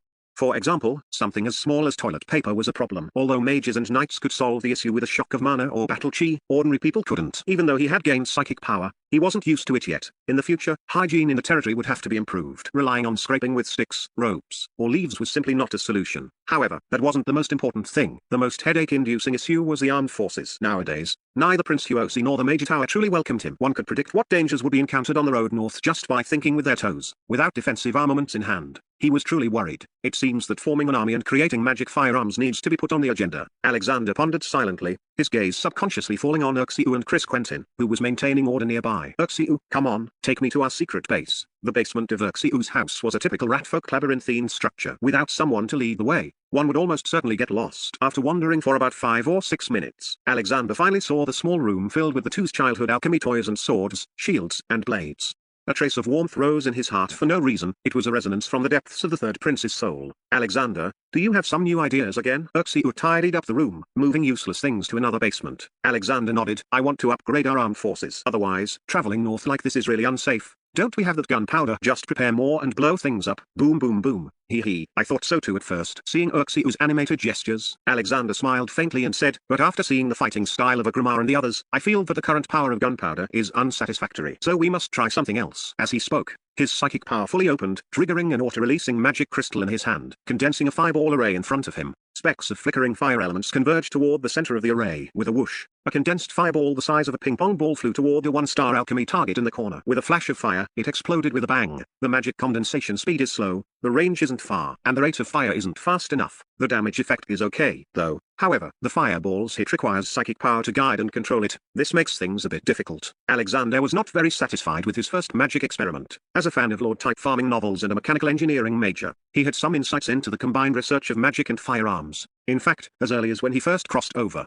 he had pondered how to combine magic with firearms. After all, simple gunpowder flintlocks stood no advantage against battle chi and magic. They would even be crushed. Today's battle also proved his thoughts. Victory was pure luck. Reloading cartridge firearms might have a certain chance of victory, but mercury fulminate, machine tools for stamping cartridges, the development of smokeless powder, and even the personnel for mass production were not things he could handle at the moment.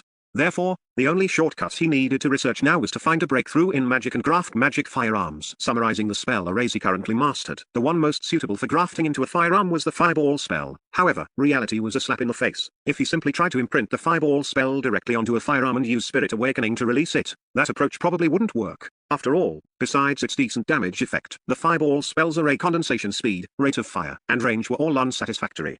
Furthermore, after the fireball was launched, it still required psychic power as guidance. This was too far from the goal of achieving magic firearms that could be operated by ordinary people. Alexander, a one-star fireball spell is just like that. The power is okay, but other aspects are.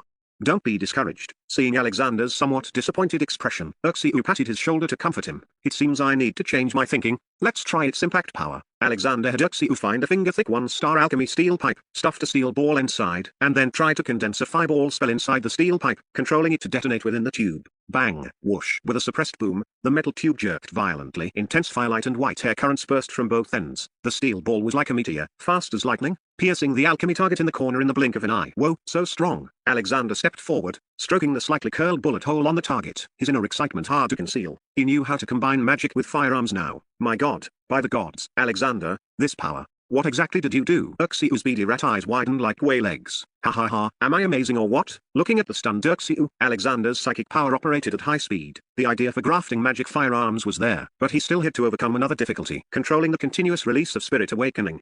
To imprint the fireball spell on a firearm and achieve free control, just knowing how to release it blindly would basically be meaningless. Therefore, some modifications still needed to be made to the activation and deactivation of the array. Chapter 23 New Recruits. After a busy night, Lisa came to report early the next morning. He said that Barnum and the others had already finished assembling 50 wheelbarrows in a hidden cave on Twilight Mountain in the northern suburbs.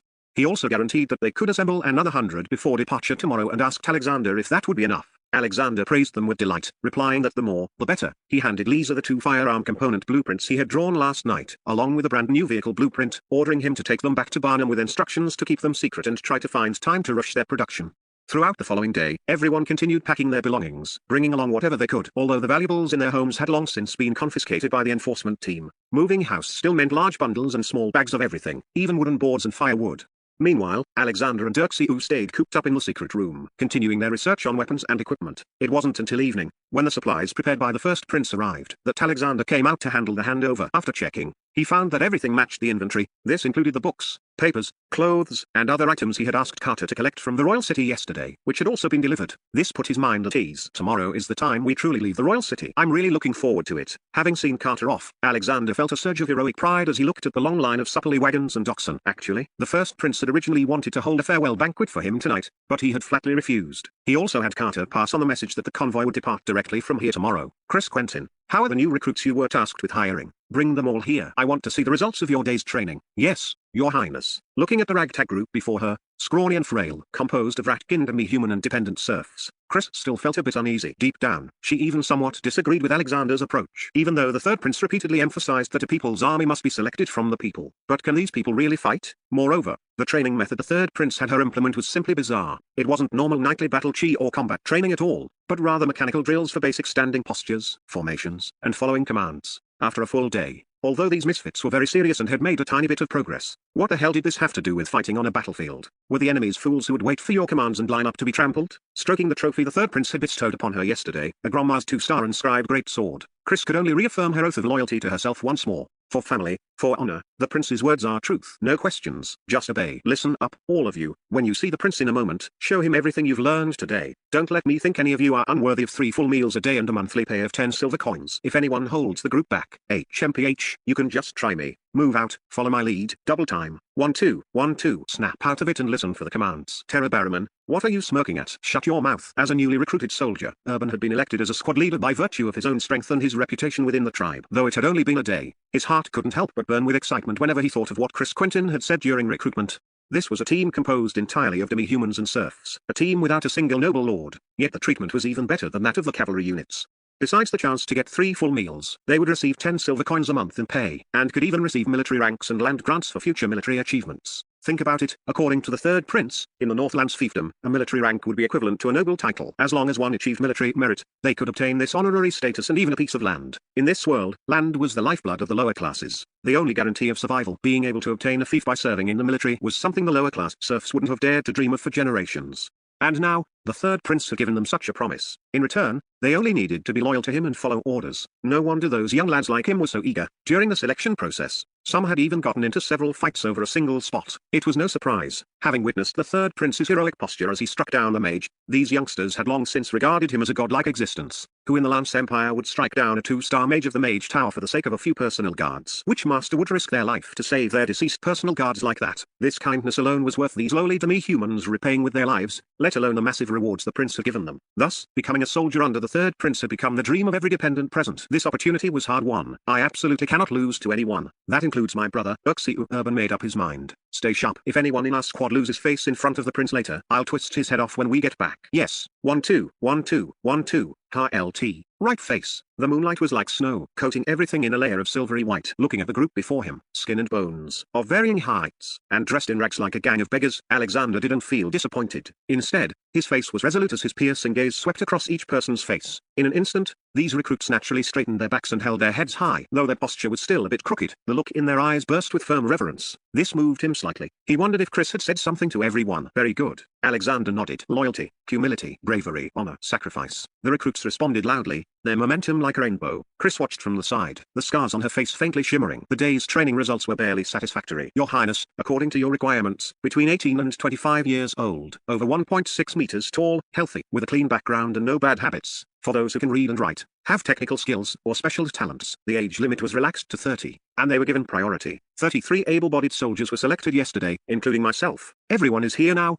awaiting your orders. You've all done well. At ease, Alexander stood at the front of the formation, his posture erect, with one hand on the hilt of his great broadsword. He fully unleashed his psychic power. Tomorrow is the day we set out. We are heading to our new home. He paused. The unknown is terrifying, but to be afraid to face the unknown is even more so. From now on, the lives and property of everyone here will be placed in your hands. We will rely on you for protection. Do you have confidence? We do. Very good. Alexander's expression turned solemn as he said loudly, though we are still a new team, you have shown me a certain spirit, a spirit that thirsts for freedom, yearns for dignity, and dares to fight against fate. I, Alexander Bartyuk, will give you the chance to earn that freedom and dignity. Become my soldiers. Become the sharpest spear and the sturdiest shield in my hands. On the road ahead, protect your families, protect our future home, and fight for our loved ones and our honor. Alexander slowly drew his great broadsword and held it high. Loyalty unto death to the third prince. Loyalty, humility, bravery, honor, sacrifice. The recruits shouted at the top of their lungs, their blood pumping with excitement. Streams of pale golden energy flew into the space between Alexander's brows like mercury, integrating into his bloodline. The surging power made his entire body tremble. Chapter 24. Surprise. Shock. Dawn broke as the sun rose in the east. A large crowd had gathered at the northern gate of the royal capital today, including royalty, nobles, and commoners there to watch the spectacle.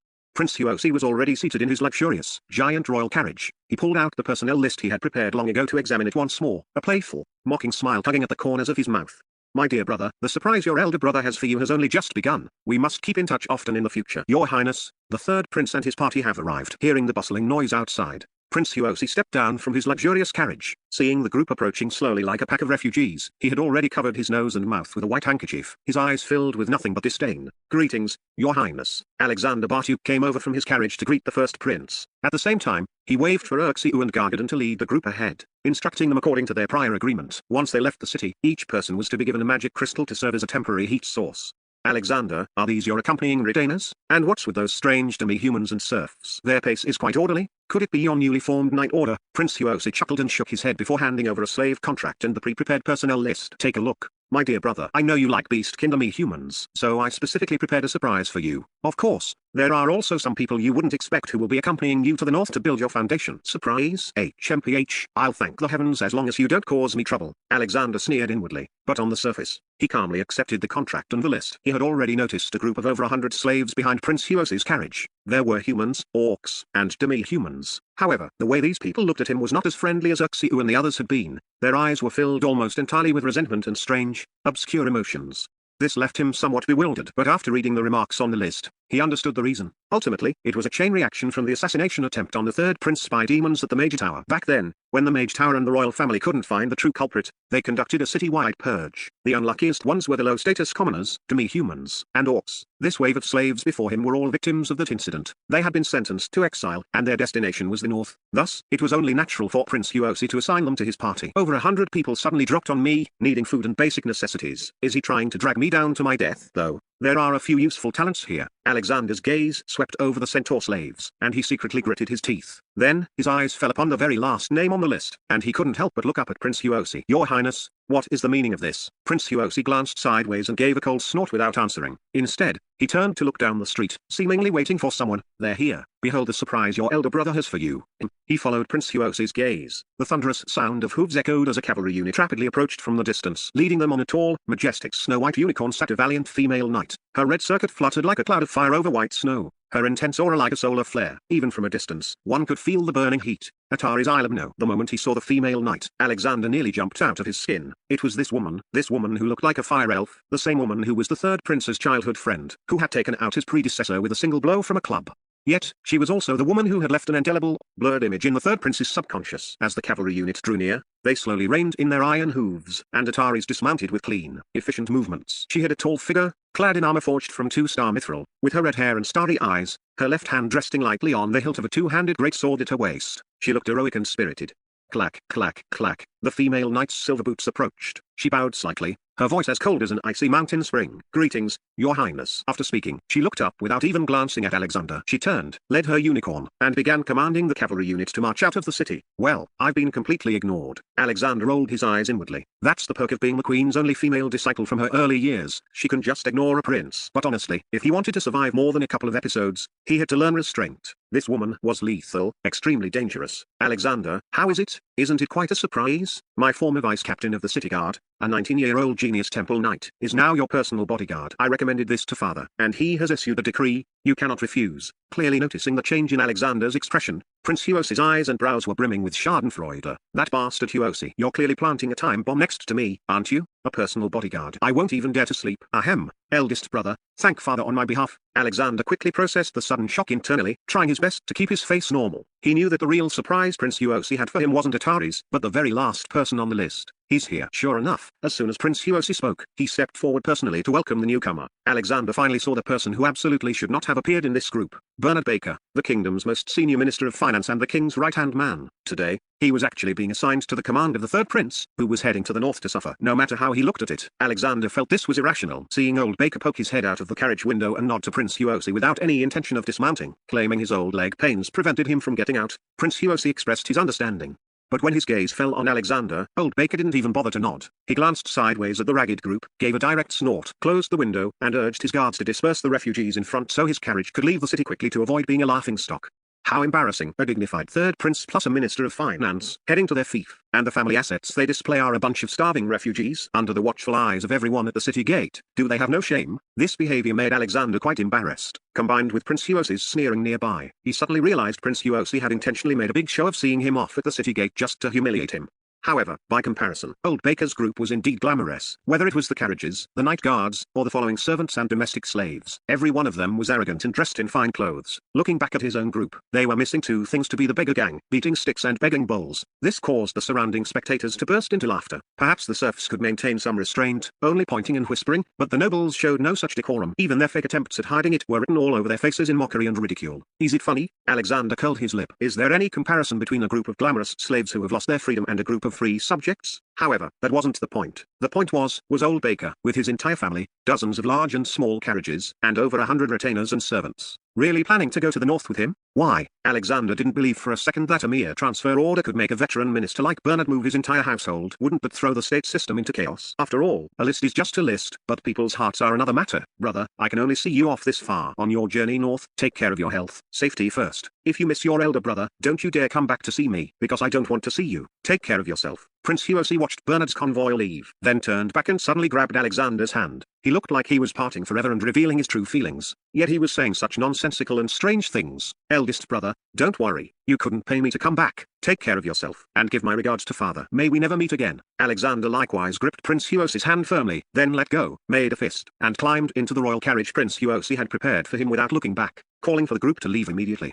In the dawn light, a cold wind suddenly rose as he watched the tall walls of the royal capital gradually shrink in his vision. Alexander's brow was tightly furrowed inside the carriage. He expanded his psychic power to its full extent to ensure there were no anomalies nearby before solemnly opening his clenched hand. A small slip of paper appeared in his palm. Prince Hiroshi had secretly shoved it to him during their handshake. There was only one line of scrawled, small characters on the note. Beware of the Major Tower. Hiss, Chapter 25 Unicycle. Alexander took a deep breath as he looked at the note, his eyes narrowing slightly. This is forcing me to increase my military strength. Beware of the Mage Tower. This thought had occurred to him as well. According to the tropes of web novels, it was usually a cycle of hitting the small one, and the old one comes for revenge. He was the one who had cut down George. Even if the Mage Tower and the royal family reached some kind of agreement, it wouldn't stop George's relatives and friends from seeking revenge in the shadows. On the contrary, Prince Hiroshi's special reminder made him feel that things were likely not that simple. Although Prince Hiroshi was no saint himself and probably just feared Alexander being held hostage to threaten the royal family, the Mage Tower indeed required special precautions. I cannot contend with this behemoth on my own. This is forcing me to elevate my own power while simultaneously pulling up the strength of my entire group. Lifting a corner of the curtain, a cold wind rushed in, looking at the procession around the carriage, some carrying straw mats, some draped in hemp sheets, and others wrapped in dry grass. Alexander's heart felt heavy. These were the people willing to entrust their fates to him. No one was a fool. From the moment he swung his sword to slay George, these people knew they were tied to the same rope as the third prince. Once this great tree fell, the people before him would have almost no way to survive. This was an invisible pressure, but also a responsibility and a commitment. Looking at those pairs of eyes filled with hope and an infinite longing for the future, he knew that no matter how dangerous the road ahead, he could not back down. No matter what difficulties he encountered, he had to grit his teeth and endure. He could not betray the trust these people placed in him. In this world, he was no longer alone. He wasn't just living for himself anymore. He was also striving for the sake of those who had placed their lives in his hands. Regardless, I've finally left that cage.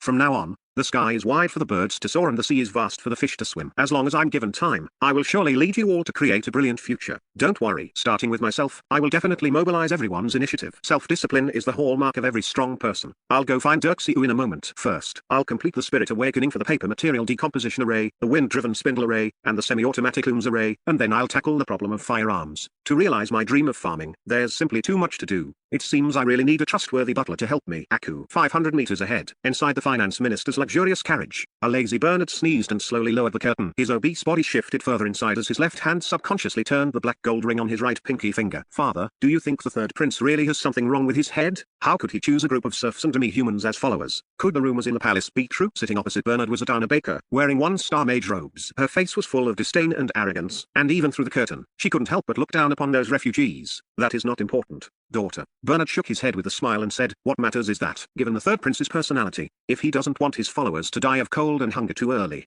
his first stop will be Sandra Town. Everything is within the Grand Duke's grasp. Our choice was correct. HMPH. Of course it was. Upon hearing mention of the Grand Duke, an unbidden blush appeared on Atana's face. She said proudly, compared to the Grand Duke, the third prince is just a brainless mole. Look at those followers, and then look at our family's servants. They're barely better than refugees. At this rate, let alone reaching Kessilai, I'm afraid they'll starve to death on the road within a month. They won't even reach the Northlands by next winter. Perhaps. Bernard's hand turning the ring paused, and he said meaningfully, the journey is long, but the number of people will slowly decrease. That way, there will be enough to eat. and the speed will pick up. Atana, tell the convoy to stop at the fork ahead and wait for those behind. I fear our third prince doesn't understand his own situation yet and might not even know he needs to resupply at Sandra. Of course he wouldn't know. With his head, he's probably Father, look at the fork ahead. Why are there so many carts? Those carts look so strange.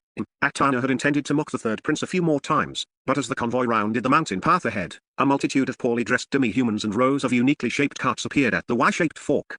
Bernard leaned forward slightly, following his daughter's gaze out the window. On both sides of the fork, at least 100 single-wheel carts were lined up like a long dragon. A group of sturdy demi-humans were busy with these wheelbarrows. The stable tripod structure, 2 wooden handles, and a single wheel at the bottom made the design look simple, powerful, and nimble, yet it seemed to lack a sense of balance. Father, these people couldn't be the third prince's followers too, could they? Carts with only one wheel. Are they planning to perform acrobatics? Ha ha ha. Not only was Atana laughing, but even her servants were now pointing and gesturing at the group of demi-humans surrounded by wheelbarrows. Hey, are you guys going to perform a rollover? Come on, show us one. A cart with one wheel. I bet you won't get very far. Look, what's written on the handles? Dwarven wheelbarrow. Haha, am I seeing things? Or did I drink too much dwarven ale? You call this a cart? As the luxurious carriage slowly pulled over at the left fork, a sharp glint flashed in Bernard's usually lazy eyes. Looking at the wheelbarrows, he did not show mockery like the others. Instead, he seemed to have a premonition of something inexplicable. Sure enough, while the servants were still in mockery mode, Alexander's team caught up, and they seemed to have been prepared long ago. One by one, the demi-human serfs, carrying straw mats, draped in hemp, and wrapped in dry grass, quickly found their families within the convoy. Then, with nimble hands, they began loading, tying, or stacking their belongings onto the carts. Some elderly people and children even sat directly on top of them. In almost the blink of an eye, the previously slow-moving procession shrank by more than half, and they were all now equipped with wheels. As for the remaining small portion, they were almost all the newly acquired slaves who had just joined the team that morning. They just stared blankly at the dozen or so empty carts left by the roadside, at a loss for what to do. Seeing a team that had suddenly grown wheels, even a fool could guess what would happen next. The finance minister's servants fell silent. Even the few stubborn ones who tried to nitpick found their mocking voices weakening like the buzz of a crippled mosquito. Even Atana, who had been the first to mock them from inside the carriage, pouted resentfully and finally shut her mouth tight. Ha ha ha, you've all arrived. Thank you for your hard work, everyone. Just as the two sides fell into a brief, awkward silence, Alexander's carriage arrived. He immediately jumped out, greeted everyone, and then strode toward the few dwarves in the crowd. He grabbed Barnum's large hand, looked at the beard covered in wood shavings, gave a thumbs up, and praised sincerely, Uncle Barnum, these dwarven wheelbarrows are simply fantastic. Your Highness, your satisfaction is our greatest reward. Barnum took a deep breath and couldn't help but provocatively brandish the iron hammer in his hand toward Bernard's carriage, his eyes full of disdain. Uncle Barnum, you and your brothers have been busy for a day and a night. You should go get some good rest first. Once we reach the camp, there's still much to be done. Alexander glanced meaningfully at the firearms blueprints tucked into Barnum's belt. Barnum, however, thumped his chest and said with a booming voice, Don't worry, Your Highness, let alone one day and night. We dwarves can hold out for 7 days and 7 nights. That's right, we can take it. Our hammers are already thirsty for action. The other dwarves burst into laughter. Alexander also laughed and nodded. However, he still sent Barnum and his kin to the rear carriage to rest. Then, he jumped onto a large rock by the roadside and gathered everyone together, including the new slaves who still harbored deep resentment toward him.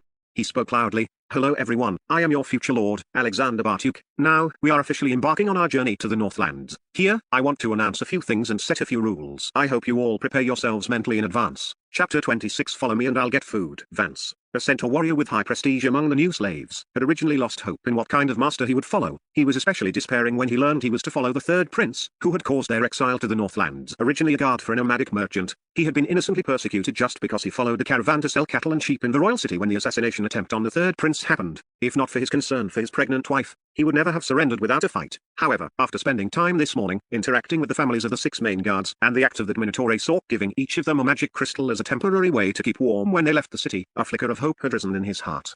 Watching his wife place the magic crystal on her belly, looking warm and cozy, even made him feel a bit dazed. Magic crystals were strategic resources, not something that could be bought just with money. He never expected the third prince to use them as a means to ward off the cold and distribute them to slaves like them. It was simply unbelievable. However, he still reminded himself in his heart that all nobles were hypocritical. Look at the rules the third prince was about to propose now. This was the moment he would show his fangs. Wait and see. All nobles are the same. The magic crystal is just bait. Their tricks are many, but their goal is the same, to make those beneath them work to death like donkeys and horses. Give them a bit more fodder, then use them until they die. All crows under heaven are black. Vance sneered inwardly, certain of his judgment. First, as my subjects, I don't want to see coercion or force. What I want to see is voluntary and autonomous action. Alexander continued loudly. So, now I am going to dissolve this slave contract that the prince just gave me. As he spoke, Alexander took out the contract for the new slaves, pricked his finger to drop a bead of blood, and with a thought, the magic array pattern on the contract slowly faded into nothingness. Everyone has seen it. I'll say it again. Those who are willing to follow me, stay. Those who aren't can leave on their own. And I won't make things difficult for you. Scanning the crowd, Alexander thought to himself that according to the notes on the list, there were quite a few talents among these people. Nomadic merchants, leather craftsmen, artisans. If Kessilai really was as penniless as Barnum said, then these people would be his fresh force. Of course, if they really couldn't be kept and left, it wouldn't matter. At least it would reduce the pressure on food rations, and he could gain a reputation for benevolence and righteousness. Is this for real? Vance looked at the slave contract that had turned into scrap paper in disbelief, feeling a sense of relief deep in his soul. Looking back at the equally excited expression in his wife's eyes, they both looked at the child in her womb. Their child wouldn't have to be a slave after being born. What an exciting thing that was. Looking at the other companions who were originally resentful, relief appeared on their faces, but their eyes gradually began to look lost. No one chose to leave. Even though Alexander acted casually, they didn't dare to risk leaving easily. They understood the rules of the nobility's game to some extent. Although they didn't trust Alexander yet, staying would at least allow them to survive for now, and they could get a meal by following the group. Once they left, they couldn't guarantee the third prince wouldn't turn hostile. Seeing the crowd slowly stabilize after a brief commotion, Alexander knew the time was right and spoke loudly again. All right, perhaps you're still finding it hard to decide, but that's okay. In my place, as long as you are willing to work, you will be able to eat your fill and dress warmly. I think you should have already gotten the answer from my followers. If you're not satisfied, you can leave later, Your Highness. Hearing that they could eat their fill and dress warmly through labor, Vance finally couldn't help but step forward and ask, can we really eat our fill just by working? Are there no other conditions? Like swearing fealty to you? Ha ha ha, swearing fealty to me? Alexander had been waiting for this moment, staring at the tall centaur male. He smiled. Fealty isn't necessary. After all, we don't trust each other much yet. However, we can have an employment relationship. You work for me, and I pay you. Just like that. By the way, what's your name? Vance. Your Highness. Although Vance didn't quite understand what Alexander meant by employment, recalling what the 6 great followers had said about the third prince issuing pensions for fallen knights and killing a mage for his followers, made him feel that what this prince said might be credible. Moreover, looking at the people from the 6 great families, they took the generous conditions of eating their fill and dressing warmly as a matter of course. And there was that indescribable temperament, a temperament completely different from the noble followers he had seen in the past. It was freedom and dignity. That's right. Although these 6 great families were dressed in rags, every person's expression held a sense of dignity. They were free. Realizing this had a great impact on Vance, even a shock, he believed that staying and following Alexander was definitely the best choice. Your Highness, my wife and I are willing to stay. I can help look after the cattle and sheep. Vance knelt on one front knee, pressed his right hand to his left chest, and lowered his head. I'm not leaving either. As long as I can eat my fill. Right. As long as there's food and clothes. Us too, we have nothing now. Following the third prince seems pretty good to me. Perhaps because of Alexander's previous actions, or perhaps because Vance took the lead. The new slaves responded one after another, willing to stay. This made Alexander breathe a sigh of relief. Although there were still some subtle psychic fluctuations in the crowd, these people were all talents. Good. Since you've decided to stay, I'll start assigning tasks. Seeing everyone's emotions stirred, Alexander also fully activated his psychic power. With a serious face, he looked at the several main guards. Chris Quentin, you are responsible for recruitment, training, protection, as well as scouting the path, selecting sites for camping, and building the camp. Rabatsawa, you are in charge of transportation. These dwarven wheelbarrows are under your command. Coordinate well with Chris, keep up with her pace, and transport every grain of food and all necessary materials safely and quickly. Bradman Carcant, you are in charge of logistics. I will organize all personnel except for drivers and soldiers into groups for you to arrange. Men are responsible for collecting and transporting materials. Women are responsible for dismantling and production work. For now, the items I've provided to keep you warm are only on loan. Once you have your own warm clothing, you'll have to return them. Vance, organize some people yourself to go under Bradman and specifically take charge of those cattle and sheep. Also, did everyone see those carriages parked over there with images of men and women carved on them? Those are mobile toilets. The elderly, women, and children can use them, whether on the road or in camp. I've already placed magic crystals, paper, and a cleaning magic array inside. They are very warm and hygienic. If you don't understand these things, you can consult Madame Barrowman. At the same time, Auntie Barrowman, you need to select some clean and nimble helpers to provide food for everyone. Finally, and most importantly, remember that for working for me, I will provide you with 2 meals a day, the kind where you can eat your fill, plus a monthly payment of 3 silver coins. This is only for now. Once we reach Kessilai, we will recruit for jobs again and increase the wages. Remember, you are not my slaves, but my subjects. In my territory, every one of you enjoys the right to freedom and the right to earn rewards through the labor of your own hands. Do you understand? What? 2 meals a day plus 3 silver coins a month. Is that true? This time, not only were the new arrivals full of doubt, but even the 6 great families were in an uproar. In Bernard's caravan not far away, the servants who had been watching for a joke were now also in a state of inexplicable commotion. Chapter 27 Firearm Concepts. No one would ask such a stupid question as whether the work was tiring given such generous conditions. They were more concerned about whether 3 silver coins a month was real, because bottom-tier serfs lived like livestock. livestock. What was there to talk about being tired or not? Moreover, almost all masters provided 2 full meals a day to their servants, which was already considered exceptionally merciful. Even the domestic slaves of the Minister of Finance were no better off. With a reward of 3 silver coins a month, wasn't it a choice between one or the other? To them, it was simply a godsend. One should know that ordinary free people only earn 1 silver coin a month even if they worked their lives away, and that was the pay for craftsmen. If one set aside 2 full meals a day, a family that could save 1 to 2 silver coins a month was considered middle class. 3 silver coins were simply unimaginable. And what the third prince promised was 3 silver coins in addition to the 2 meals. That was 3 silver coins of pure income. They were slaves who had just had their contracts terminated. If the third prince fulfilled his promise, he wouldn't just be merciful, he would be their savior.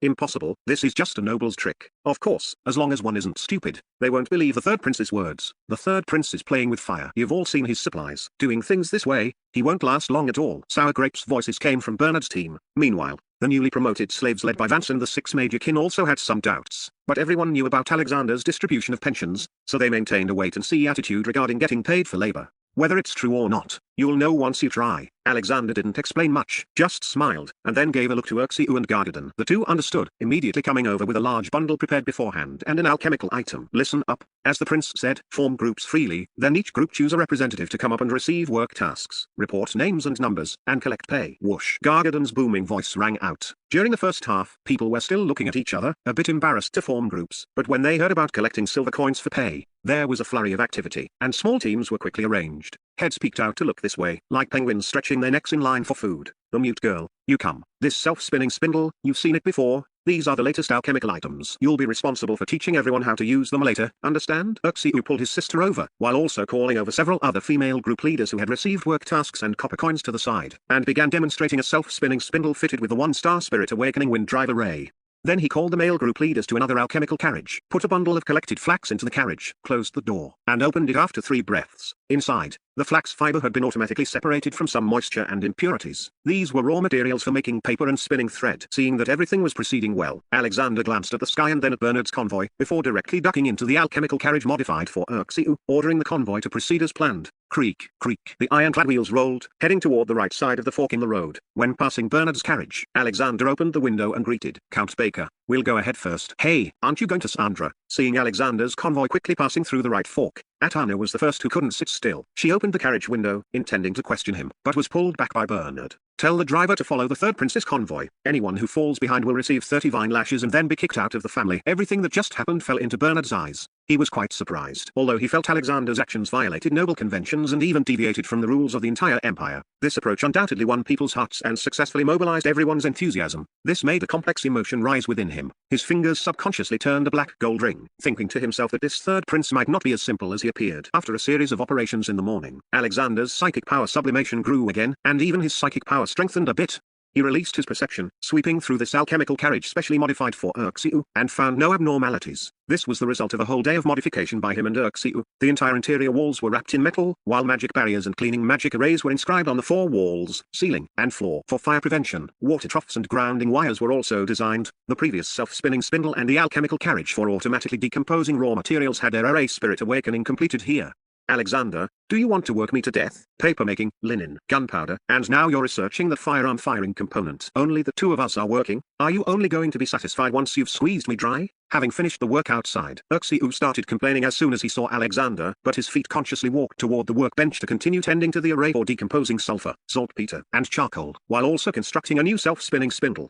He, who told you to be my brother? Alexander shrugged and smiled, casually picking up a thumbnail-sized 1-star black steel cube, then guided the energy of the Spirit Awakening magic crystal, saying as he inscribed the array, you know, there are still some unsolved problems with the key parts on the firearm blueprints. Besides, the mage tower definitely won't let us off, so we have to hurry. HMPH, the mage tower again. Urxiu gritted his teeth and stopped talking. Urxiu, do you think I need a butler? What do you think of old Baker? Alexander changed the subject. The fireball array in his hand had been successfully branded, and he tried to activate a snap-on Spirit Awakening trigger device he had conceived. I don't know. Urxiu shook his head. Actually, I don't know either. That's why I'm quite conflicted. With a hum, the Spirit Awakening seed was branded onto the black steel. Simultaneously, he separated the magic crystal and the array. A spring clip-like device was isolated between the array and the magic crystal, which could be activated by pressing and embedding it. Alexander took the black steel module to an iron box, placed another layer of magic barrier outside, and then pressed the magic crystal down. Click, hiss. The fireball spell was suddenly triggered, exploding continuously inside the iron box until the magic crystal's energy was exhausted. Alexander,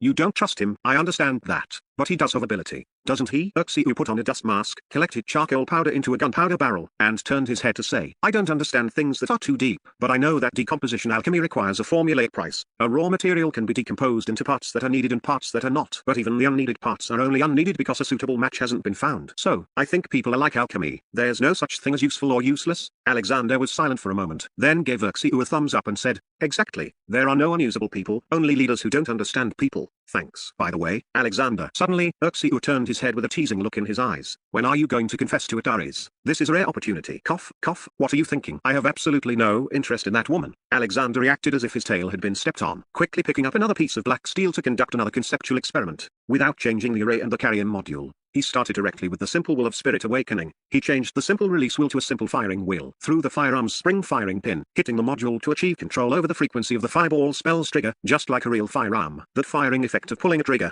Haha, stop pretending. Anyone can see that your eyes have already betrayed you. Get lost. Ha ha ha. Bang, bang, bang, bang. Chapter 28 Forced Purchase of a Wheelbarrow. Ataris had originally followed this slow and sluggish group, feeling quite disdainful of Alexander in her heart. In particular, that unit of soldiers composed of demi-humans and serfs was even harder for her to take seriously. But orders were orders. Regardless of what she thought, she had to complete her mission excellently and ensure the third prince's safety.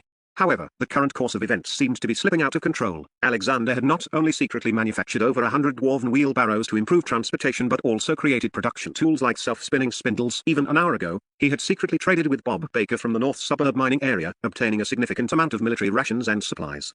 Furthermore, the route they were taking was not toward Sandra Town as the first prince had envisioned, but instead heading northeast toward Boulder Town. Captain, following this route, I'm afraid we're in trouble. Ataris' deputy, Katie, urged her horse forward and reminded her, Captain, the third prince seems to be heading to Boulder Town. If we move quickly, this journey will take over half a month, and we'll have to pass through two dangerous places, the Sunset Forest and the Angry River Valley. I'm afraid when the time comes. Did Count Baker have anything to say? Ataris sat upright on her unicorn, gazing at the bonfires lit in the distant mountain hollow, which would be tonight's campsite. The Count didn't say much, but Miss Satana has been complaining that her servants are useless for falling so far behind the third prince's group. It seems she even used a whip. Katie spoke with hesitation. Then go and do your duty. Ataris waved her hand. Once we enter the camp, set up the guard rotation. Tell them that when danger strikes, they'll still have to rely on us. The third prince's soldiers are unreliable. Everyone, stay sharp tonight. Yes. Watching Katie leave, Ataris lightly rubbed the hilt of her sword. Her mission was to protect Alexander. As for anything else, she didn't care. The valley camp was originally the lair of a low-level magical beast, a four-tusked wild boar. However, this 300-pound big fellow was now placed on a bonfire rack. Alexander took the roasted meat handed over by Uxiu, watching the various labor groups in the camp working in shifts. He then looked at the servants in Bernard's caravan, who were tired as dogs and occasionally cast looks of envy, jealousy, and hatred toward them. He felt a great sense of accomplishment, especially seeing the semi-automatic small looms equipped with magic arrays that the carpenters had rushed to finish, the homemade linen clothes worn by half the elderly, and the large number of linen gloves he had specifically ordered everyone to sew. Alexander, everyone's enthusiasm is very high, even eating in shifts. Your performance-based pay measure has been very effective. However, regarding our team's combat power, Uxiu tore the roasted meat into small pieces, handed a portion to his mother, and then winked at Alexander. Gathered around the bonfire were Gargadon, Lisa, Chris, and Rabbits. Bradman, having too many coordination tasks on the first day, had already gone to eat and live with the working people. Hearing Uxiu's words, although they all knew what was going on, they collectively turned their gaze toward the slightly injured Chris. Your Highness, I was indeed careless during the hunt for the four-tusked wild boar, but I didn't expect that when it came to actual combat, their legs would turn to jelly from fear. Chris was fuming. She wanted to say that the synchronized marching they practiced for the last 2 days was completely useless when facing a strong enemy. Moreover, the movements of holding wood and sticks and aiming were also ineffective. However, given the crowd, she had to save some face for the third prince. Seeing the look in Chris's eyes, Alexander understood, but it wasn't easy to explain right now. He simply nodded with a smile, glanced at the group of dejected recruits in the distance, some of whom were still lying in the healing magic array, and said softly, to succeed in hunting during your first real combat is already quite good. I remember the first time Master Baronet took me into combat. I didn't even have the courage to hold a sword. They just need tempering. Once they experience more,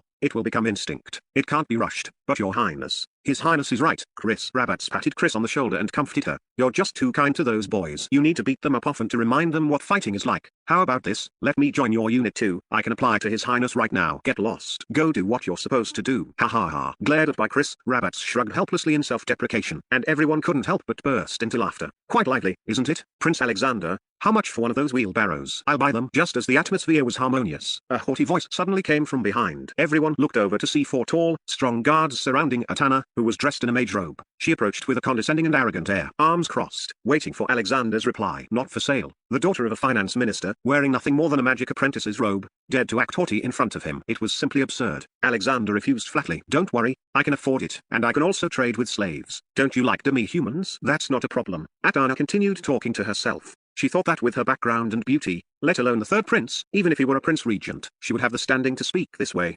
Miss Baker, if you consider yourself one of my subjects, I am now ordering you to leave immediately. If you don't consider yourself my subject, then please move further away. This is my camp. Alexander's expression had darkened. What did you say? Please leave. Atana was stunned and was about to flare up, but Gargadon had already stood up, blocking her like an iron tower. Even the guards faltered in the face of his imposing aura. Alexander, sell 50 wheelbarrows to Count Baker. Just as both sides were in an awkward standoff, another figure emerged from a corner. A hot wind blew past, making the bonfire crackle. Ataris raised her fair chin slightly and walked straight to Alexander. She stared at Alexander as he slowly stood up and said in a cold tone, to get to Boulder Town. This speed won't do. For safety's sake, you must do this. Who do you think you are? Alexander thought to himself, his gaze returning the favor without backing down. He spoke. We have too many elderly, weak, women, and children. 50? You make it sound so easy. Are you selling or not? Ataris took a step forward, her nose almost touching Alexander's face. An elegant, faint fragrance suddenly filled his nostrils. This action made the people nearby feel a bit embarrassed to look directly at them, especially Gargadon, whose attitude was completely different from how he treated Atana just now. He even intentionally turned his body away.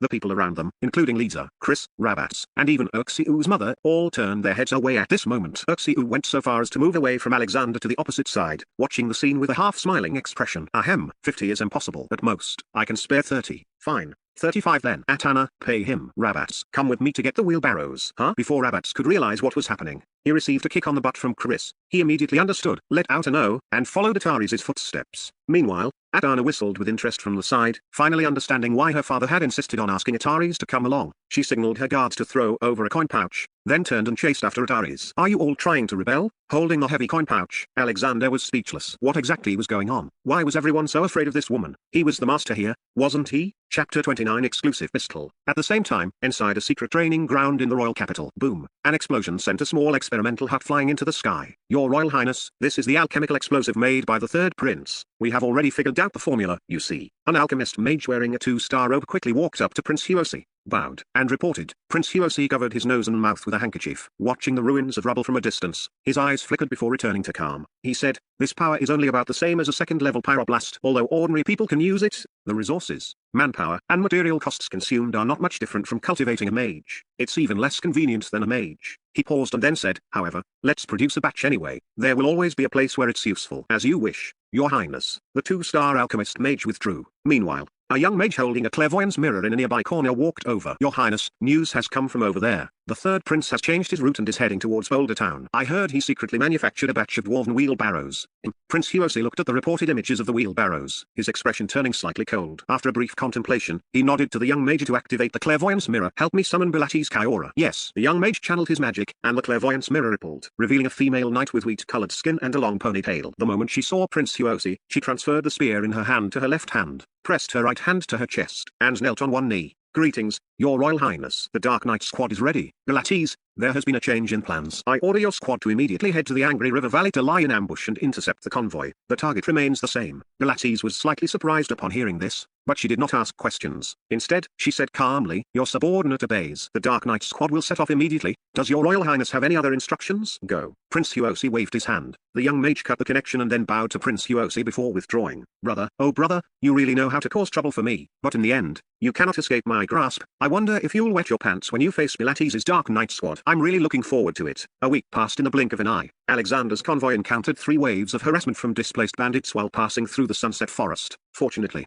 thanks to the violent deterrence of Ataris and her knights, they managed to pass through without any real danger. However, this only served to highlight how pathetic the demi-human team, which had been training for over a week, really was. Although they had made progress in following orders, their combat power was still at the level of cannon fodder. The convoy was now parked at the edge of the Sunset Forest, preparing to rest for a day to ease the tension of the past few days. Alexander and Uxiu were invited by the dwarf Barnum to a hidden clearing in the woods. Your Highness, according to your requirements, We have only managed to rush out 6 sets of parts so far. However, without assembly blueprints, the few of us studied them for a long time but still couldn't assemble a single one. Barnum pointed to a pile of parts spread out on a stone slab, rubbing his rough, large hands together somewhat sheepishly. Let me do it. Without having seen the original prototype of a firearm, trying to assemble a pile of parts into a gun was no easy task. Even for a dwarf, it was impossible to do in a short amount of time. Feeling these cold and exquisite parts, Alexander could not suppress the excitement in his heart. The era of magic firearms was about to begin at his hands. Uxiu, go bring Chris and her squad here. I want them to witness the power of the new weapon. As he spoke, he moved the set of Desert Eagle pistol parts custom made for himself closer. First, he inserted the firing mechanism into the handle slot, then grabbed the barrel and fitted it into the slide. He tightened the muzzle cap, then pressed the recoil guide rod spring into the slide, using his ring finger and pinky to hold the spring down.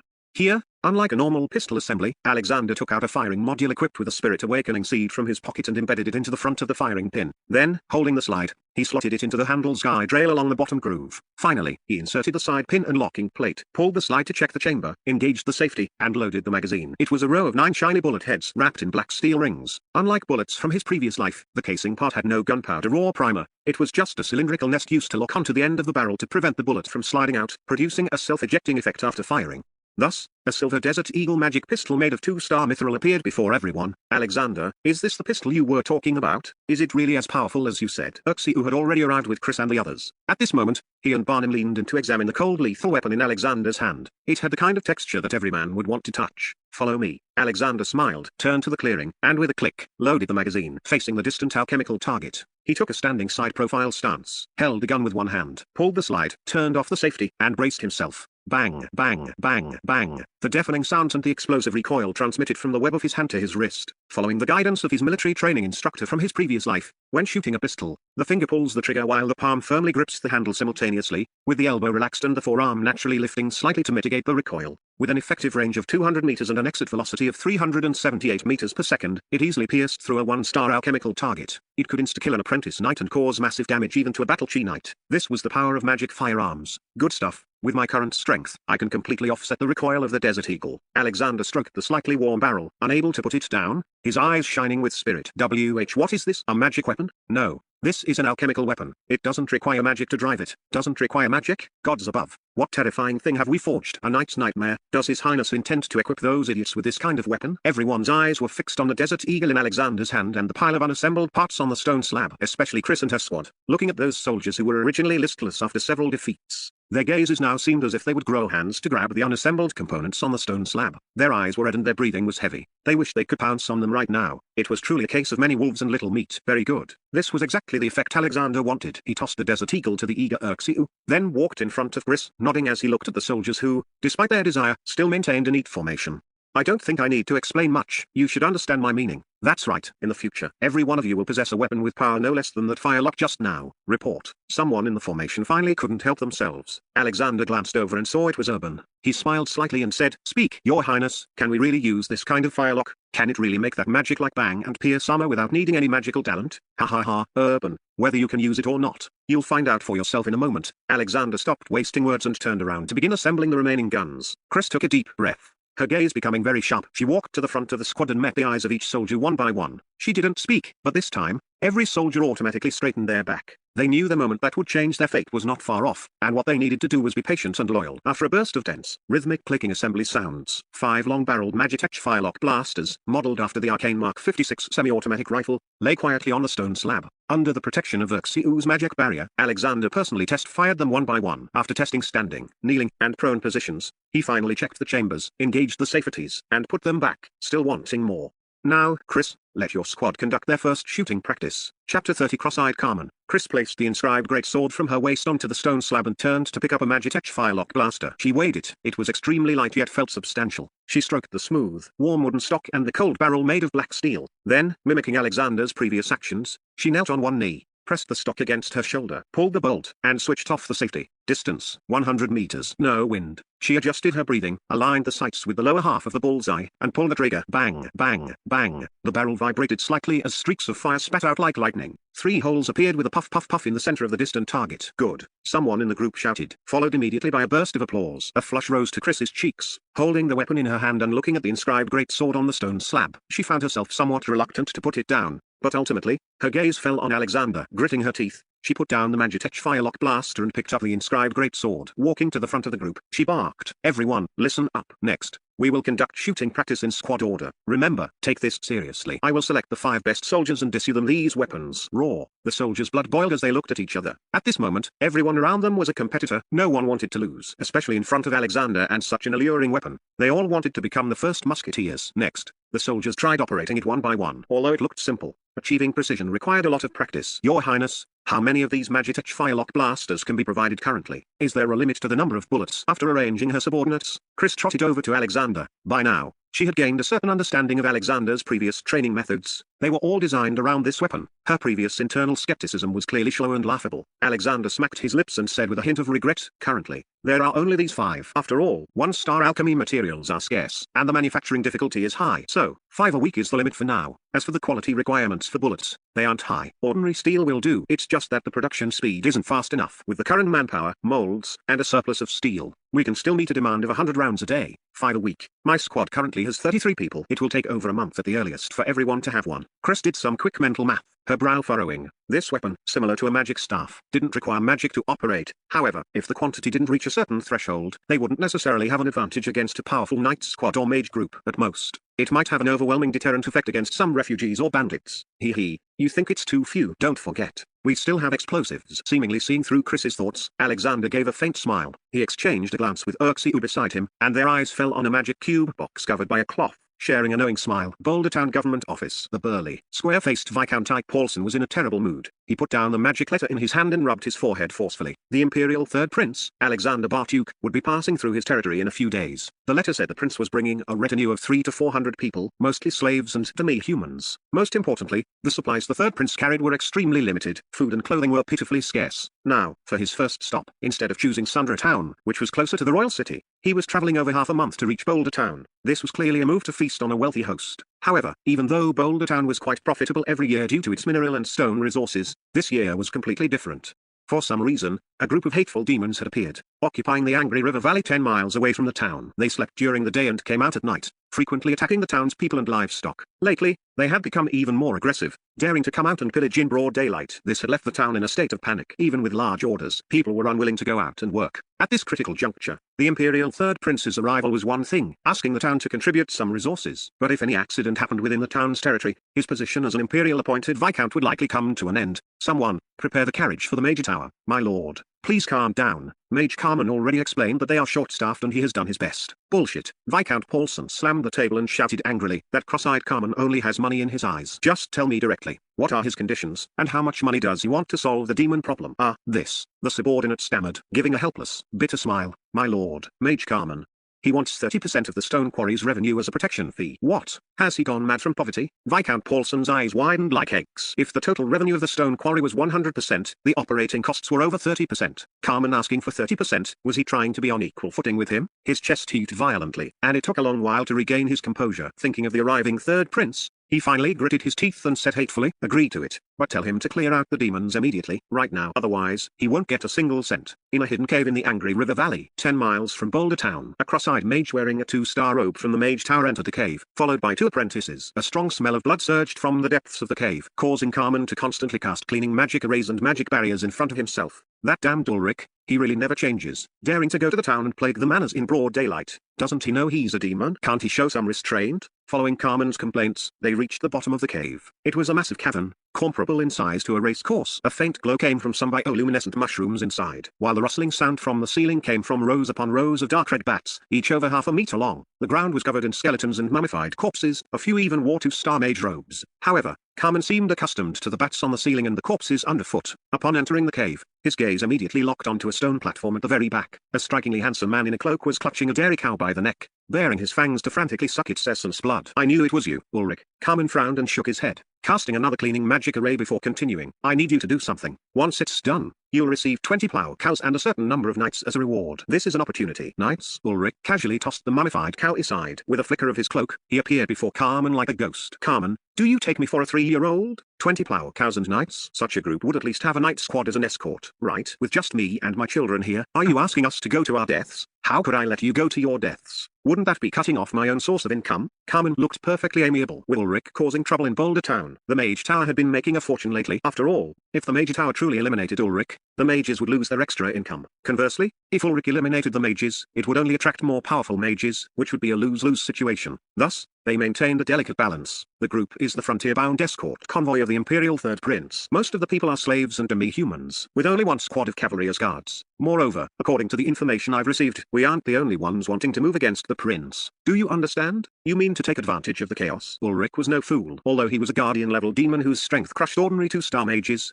the level of the prince's escort squad would definitely not be low. A direct confrontation would certainly not end well. However, if he conducted a sneak attack while others were distracting them, he felt he had a talent for that. What are the conditions? And what do you get out of it? Ulrich didn't believe this cross-eyed man, who wouldn't lift a finger without profit, was simply giving him a benefit without getting anything in return. The condition is to stop causing trouble for the town for this week. As for me, the Mage Tower has rewards. Carmen gave a low chuckle, not intending to hide it. The third prince killed a mage from the Mage Tower, but it's inconvenient for the Mage Tower to act in the royal city or engage in direct confrontation right now. So you need someone like me to do the dirty work. Ulrich Cole laughed. Carmen shrugged, neither confirming nor denying. In fact, he was thinking a bit more than that. The immediate benefits could appeal Ulrich to stop bothering Boulder Town for a week, allowing Carmen to receive the kickback from Viscount Paulson. Attacking the third prince later would gain him recognition from the Major Tower's higher-ups. Even if Ulrich failed, he could still gauge the third prince's strength and report it to the higher-ups. Besides, Ulrich had been getting a bit out of control lately, and Carmen wanted to cultivate a new, more obedient demon. Send another 20 cows or 10 people, preferably those who have learned battle chi or magic. Ulrich interrupted Carmen's thoughts. 10 cows, no more. Otherwise, I'll just find someone else. Chapter 31 Crisis approaching. Night fell. The angry water river surged eastward, the tree shadows on the banks looking like withered dragon claws. Alexander's team was marching along the embankment. Although aided by magic crystals and the moon and stars, visibility was becoming lower. Aside from the whistling cold wind, only the echoes of the rolling river water slapping the pebbles on the bank could be heard. Your Highness, just ahead is the entrance to the angry river valley. 30 miles past the valley is Boulder Town. I suggest we camp here tonight and wait until dawn to pass through the valley to reach Boulder Town in one go. Chris returned from the front to report. Alexander looked out. The angry river valley was a massive U-shaped river valley waterway. It was currently the beginning of spring, and the river was still frozen in places. The soil on both banks of the valley floor was dry and hard enough for travel. If another half month passed and March arrived, the river would thaw, making it difficult to pass through in one go. Looking at the terrain on both sides of the valley, if archers or mage groups were lying in ambush, anyone caught at the bottom of the valley would be a sitting duck. Order the camp to be set up. Tell the night watch squad to build ice walls using soil and water, and to stay sharp tonight. Yes, sir. Chris clicked her heels together and turned to leave. Watching her leave, Alexander looked toward the waiting line of soldiers. By now, this team was completely different from the decadent, weakling group of a week ago. Every person now carried a long-barreled Magitech firelock blaster on their back. The soldiers each stood tall and straight with bright A's, no longer looking away in shame as they had before, especially when facing the sneers and taunts from Ataris' cavalry, comments about carrying firewood sticks or having toothpick bayonets under the barrels. This team no longer lowered their heads in humiliation. Instead, they responded with disdainful expressions and then went about their business. Power can bring confidence, but power also needs to be tested to truly become a weapon of loyalty. With his hand resting on the Desert Eagle at his waist, Alexander, as usual, inspected the state of the convoy with Gargadon and Lisa. He greeted the elderly, the drivers, and the representatives of various labor groups accompanying them. After chatting for a while, he returned to the main tent of the camp to have dinner with the others. The night sky was clear, dotted with stars. After eating, Alexander returned to the main tent alone, removed his equipment, sat on the wooden couch, and frowned. During his inspection earlier, something unusual had occurred. Bernard Baker, who usually rarely appeared, had come out to treat his guards to drinks for 3 consecutive days. Coincidentally, Ataris had also been drinking heartily with her night squad for 3 days, with Ataris herself drinking a large jar every day. Furthermore, according to the drivers, Ataris seems to have patrolled twice as often as usual today, and even Bernard's team had patrolled 3 times. It seems building my own armed force was the right move. Although I can't see the psychic fluctuations of Ataris' cavalry, they are definitely not loyal. At the very least, they haven't contributed a single shred of psychic sublimation. Whether it's the Mage Tower or the eldest prince, they don't intend to let me have it easy. They're just waiting for the right moment. What must come will eventually come. Taking a deep breath, Alexander quickly calmed himself. He stood up, grabbed his 2-handed greatsword, and swung it with focused concentration. His psychic power cultivation had never ceased during these days. Now that he felt a crisis approaching, he was even more eager to improve his strength currently. Besides the few 1-star magic attack methods he had mastered, only the Desert Eagle could go toe-to-toe with a 2-star mage or a battle chi knight. As for winning, he would have to rely on his trump card, psychic object manipulation. Breathe. Chich chich. The essence of heaven and earth quickly permeated through his pores, mixing with his bloodline essence to condense into droplets of psychic power within his brain. The small puddle of psychic power, originally only the size of a bowl's mouth, had now formed a basin-sized spring. The clear, azure water surface sparkled like the starry sky. Looking down from above, it looked like a crystal clear sapphire. These past few days of hard work haven't been in vain. At this intensity, I should be able to control objects weighing less than 10 pounds, and my perception range and reaction speed have also greatly improved. I just wonder if I can multitask. Breathe. Shishi. After 360 cycles, Alexander put away the great sword. His gaze fell on the Desert Eagle. With a thought, the pistol flew over with a whoosh. He grabbed it, turned sideways, and posed as if to shoot at an alchemy target inside the tent. However, before the gun could fire, 2 bullets flew out simultaneously, one of them even curved in midair with 2 thud sounds. They hit the bull's eye. Alexander walked over to check the results of his object manipulation and curled his lips into a smile. Although he could only multitask with 2 things, fortunately, the power was likely comparable to a 2-star mage. This provided a few more guarantees for his survival. Bang, bang bang bang. This is bad. Enemy attack. Enemy attack. Just as Alexander was stroking the alchemy targets and admiring the results of his cultivation, the sound of firelocks suddenly erupted outside, followed by the chaotic noise of people running and furious battle cries. Galates Kyola had received the revised plan from First Prince Uosi and had led the Dark Knight squad from Sandra Town to the Angry River Valley. It had already been 3 days. During these 3 days, she had repeatedly scouted the target's team. Her conclusions were almost identical to the First Prince's intelligence. It even made her wonder why the First Prince would place such importance on a team cobbled together from slaves and demi-humans. Wasn't sending their Dark Knight squad to execute this elimination mission a bit like using a sledgehammer to crack a nut? After all, in this team, besides Ataris who required extra attention, the others were simply a motley crew. Meanwhile, almost half of the Dark Knight squad were Bronze Temple Knights and 2-star mages, and the other half were all battle-tested Battle Chi level knights. Captain, give the order. Let's finish the fight and go home early. The brothers' mouths have gone bland from eating dry rations these past few days. Lurking behind a rocky area in the valley 300 meters from Alexander's camp, the members of the Dark Knight squad chewed on hard wheat cakes, their eyes full of disdain as they watched the squads of patrolling soldiers wandering back and forth in the distant camp. Don't be careless, wait a little longer. Ataris' cavalry squad doesn't seem to have rested yet. Galates was also somewhat impatient, but as the captain, she had to constantly remind herself that even a lion uses its full strength when hunting a rabbit. Don't worry, Captain. Aside from Ataris, those few weaklings plus some cannon fodder made up of slaves and demi-humans will be a piece of cake for us. Exactly. Haven't you seen it these past 2 days? That demi-human squad carries those strange wooden sticks every day. I've never seen them use the sticks for combat training. Instead, they just hang a stone on the stick every day and practice aiming while holding it level. Do they intend to kill people with their eyes? Ridiculous. It's one thing for the team to be weird, but they don't train in combat techniques or charging formations. They just hold their wooden sticks and practice marching in unison. Do they want the enemy to run into the sticks themselves? Maybe they're cursed sticks. Ha ha ha ha. Everyone burst into laughter. All right, stay sharp. Don't be careless. Pilates shook her head and looked at the sky. She didn't care much about this battle either, thinking this mission might be the easiest one she had ever received. It seems they're all asleep. Everyone, get ready. Check your equipment and head count. We finish the battle within 15 minutes. Prepare to move out. Yes, understood. Chapter 32 Melee. Urban tightened the strap of his Magitech Firelock blaster and led the first squad on patrol along the edge of the campsite near the river valley. The unique 3 meals a day provided by the unit, the monthly salary of 10 silver coins, and this weapon in his hand that rivaled a magic staff all gave him a deep sense of belonging and self-confidence. Looking at the bright eyes of his younger brother, Terra Barrowman, and the other members of the first squad, he saw that almost everyone shared the same thought, to protect the third prince well and to pledge their loyalty to him.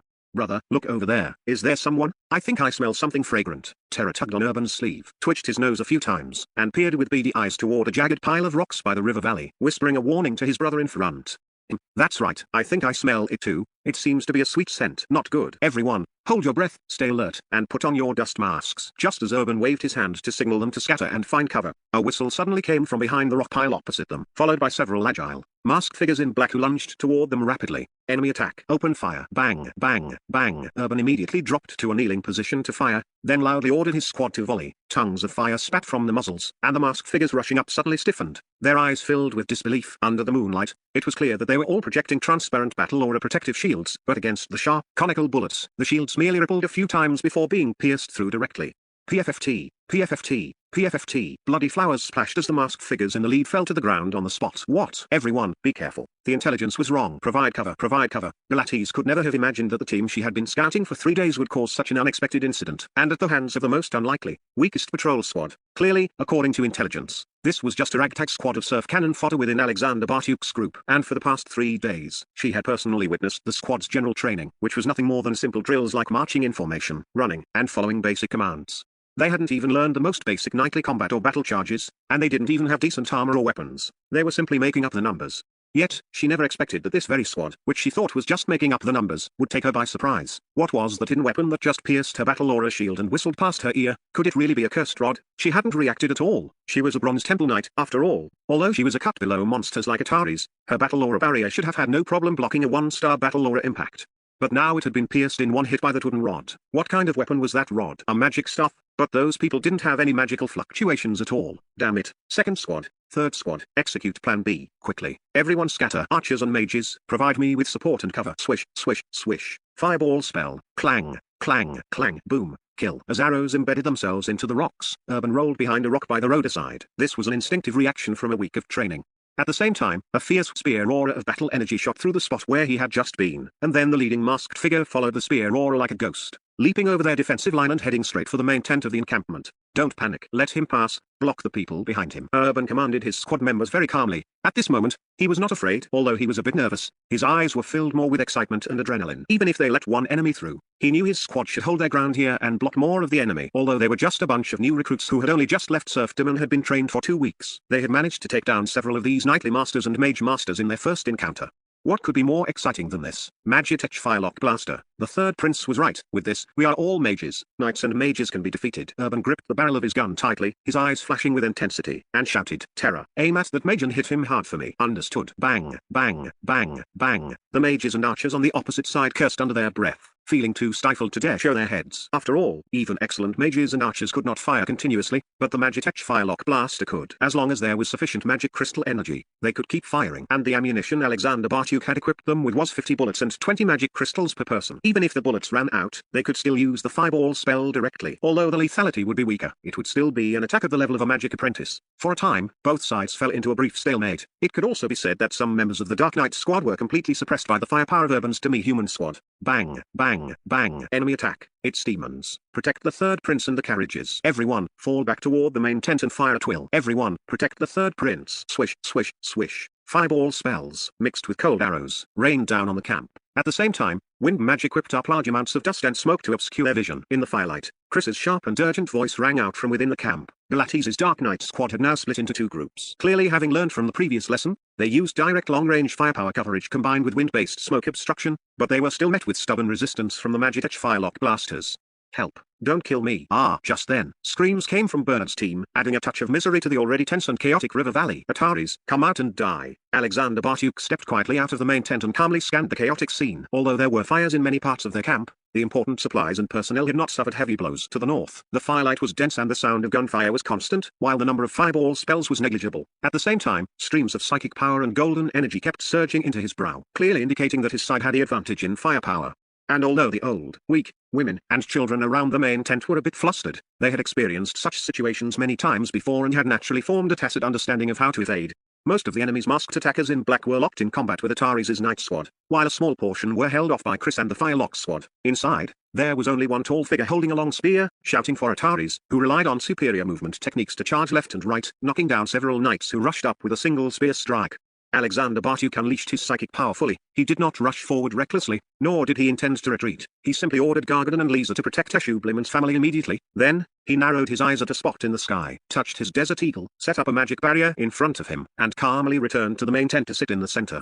This scene was undoubtedly a reassuring pill for the surrounding soldiers, making their fighting spirit and the actions in their hands even firmer. Boom! From a tent next to the main tent, Ataris' burning figure burst out. Her entire body erupted with explosive flame battle aura. Like a goddess of fire, she swung her great sword and charged straight at the black-clad figure who had come with a spear. Ha ha ha, I found you. Swish. Galates shifted her gaze to look at Alexander Bartyuk in the main tent. The spear aura in her hand was like a meteor in the night sky, trailing a long arc of light as she charged toward the main tent. Heading straight for Alexander Bartyuk, you're courting death. Seeing where the enemy's spear aura was pointed, Ataris pivoted her feet. Her body, carrying the great sword she had already swung, changed direction and once again slashed down against the enemy's long spear. Boom! The spear aura struck the great sword heavily, and the scorching flames exploded, as if a stimulated sun had burst. The dry ground around them was brutally ravaged, crumbling and cracking, with the 2 of them as the center, radiating a 10-meter diameter. The main tent rattled and the door curtain was torn to shreds. Ataris, get lost. The spear shaft was like a strange python. The spearhead struck the blade of the sword, vibrating frantically, and like a viper flicking its tongue, it drilled through the gaps in the flame battle aura toward Ataris' heart.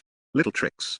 Ataris had originally intended to counter-attack with another sword strike, but she didn't expect the opponent to feint, retreat rapidly, and attack Chris's Firelock squad. Ataris gave a low grunt and followed closely behind. As the two retreated and advanced, rushing into the defensive line, they disrupted the Firelock squad's shooting rhythm, and the pressure on the masked men was instantly relieved. Royal City Night Guard, don't you guys usually brag quite a bit? Why are you all cowards now? Ataris, while chasing her opponent, coldly scanned those subordinates who had been slacking off and shouted sternly, "Pick up your swords, or I will personally twist off your heads." Roar. Kill. For a moment, the sounds of killing rose again, and more people were swept into the battle. The surrounding fires, winds, and smoke grew larger. Some strong elderly people and women also joined the fight. Shouts of killing, the clashing of weapons, the explosions of magic, and the sound of firelocks firing resounded throughout the river valley. Bloody limbs and severed bodies flew, and blood stained half the night sky red. Hee, what a beautiful night. Let your Lord Ulrich teach you stupid, inferior races what it means to capture the ringleader first. Chapter 33 Kill. Dark clouds obscured the stars and moon in the night sky, and from within them came a harsh, tooth-grinding rustling sound. Ulrich hid within the dense swarm of blood-sucking bats, staring intently at the figure of the third prince in the main tent of the encampment, as if smelling an unprecedented fresh sweetness.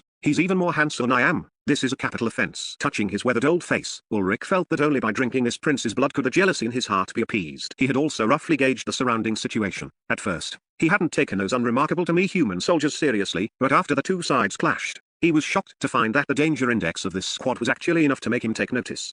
Fortunately, he hadn't been blinded by the intelligence from that cross-eyed Carmen and had held back initially. Now that he saw the battle was in a stalemate and the defense around the prince was empty, it was the perfect time for him to fish in troubled waters. A feast of blood. Come on. With a whistle, the bat swarm, like a massive black curtain, instantly shrouded the sky above the main tent, targeting the supplely wagons and the herd of oxen as well. You beast. How dare you? Swish, swish, swish. In the darkness, Vance and his self-organized nomadic squad immediately drew their bows and arrows from behind the shadows of the wagons, firing a volley into the sky. In the camp, if Chris's Firelock squad was the first line of defense, then Ataris's Night squad was the second, and the centaur warriors led by Vance, guarding the wagons and oxen, were the third line of defense. Every arrow in the rapid-fire sequence took down a dark red bat with bared fangs. However, there were too many bats, and their flight paths were unpredictable. Although Vance and the others fired continuously until their iron arm bows were slightly hot, they still couldn't stop the offensive of these beasts, whose strength was equivalent to apprentice knights. Seeing the large number of oxen and supplies about to be swallowed by the bat swarm, a low, deep command from Alexander suddenly came from inside the main tent. "Urxiu, what are you waiting for?" Understood. The sudden appearance of the bat swarm caused everyone's movements to stiffen. At this moment, almost all eyes followed Alexander's command and looked toward a corner of the camp. There, the roof of Urxiu's specialized alchemy carriage suddenly opened, and a huge, dark rectangular box rose while rotating by the firelight. The surface of the box was etched with dense, curved patterns, arranged neatly from top to bottom, with a total of 64 fireball spell arrays. Urxiu quickly turned the steering handle on the right side of the box, aiming the huge rectangular object at the bat swarm overhead, then pressed down lightly with his left hand on the snap-on magic crystal trigger device. Buzz, buzz, buzz. Following a series of hums, the 64 fireball arrays on the box's surface were instantly lit and activated. The fire elements in the surrounding air converged into the box like a whirlwind, as if an elemental vacuum had formed in the vicinity. In the blink of an eye, brilliant lights fired simultaneously. Bowl-sized fireball spells, like erupting heaven-opening thunder, turned into a dense barrage that swarmed toward the bats filling the sky. Holy crap.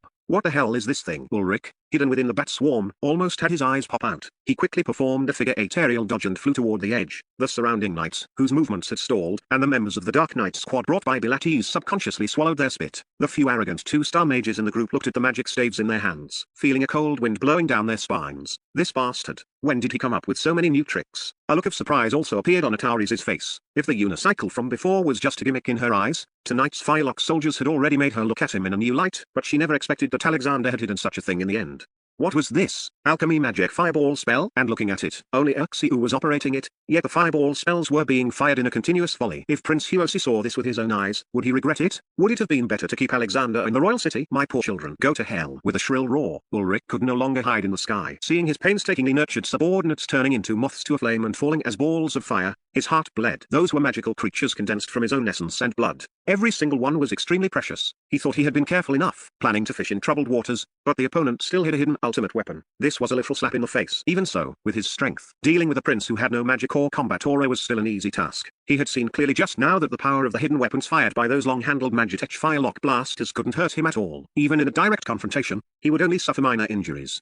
As for those dense fireball spells, their weakness was speed. he could completely outrun them with his own speed. So no matter what, he was absolutely certain about taking down this third prince. With determination in his heart and a flash of his body, Ulrich tore through the ceiling of the main tent and charged straight at Alexander to kill him. Your Highness, watch out. Alexander, seeing this sudden appearance of a blood-sucking demon, everyone was shocked and paled. Ataris's brows shot up, and she glared fiercely at Pilates. Even Bernard, who had been hiding in his carriage and peeking at the battlefield from afar, couldn't help but grip the window frame, his face full of tension. Judging by the aura of this blood-sucking demon, whether it was strength, speed, or the burst of power, it was definitely a 2-star Guardian-level existence. Right now, Gargadon and Lisa were not by Alexander's side. With the bit of brute force Alexander possessed, he was probably finished this time. However, to everyone's utter astonishment, bang, bang, bang, bang, ha ha ha, you finally came out. A strand of psychic power had already locked onto the opponent. With a shift of his body, Alexander grabbed the Desert Eagle and pulled the trigger repeatedly at the black cloak blood-sucking demon in front of him. How is this possible? Ulrich originally thought that with his flying speed and psychic attack, dealing with the third prince would be effortless,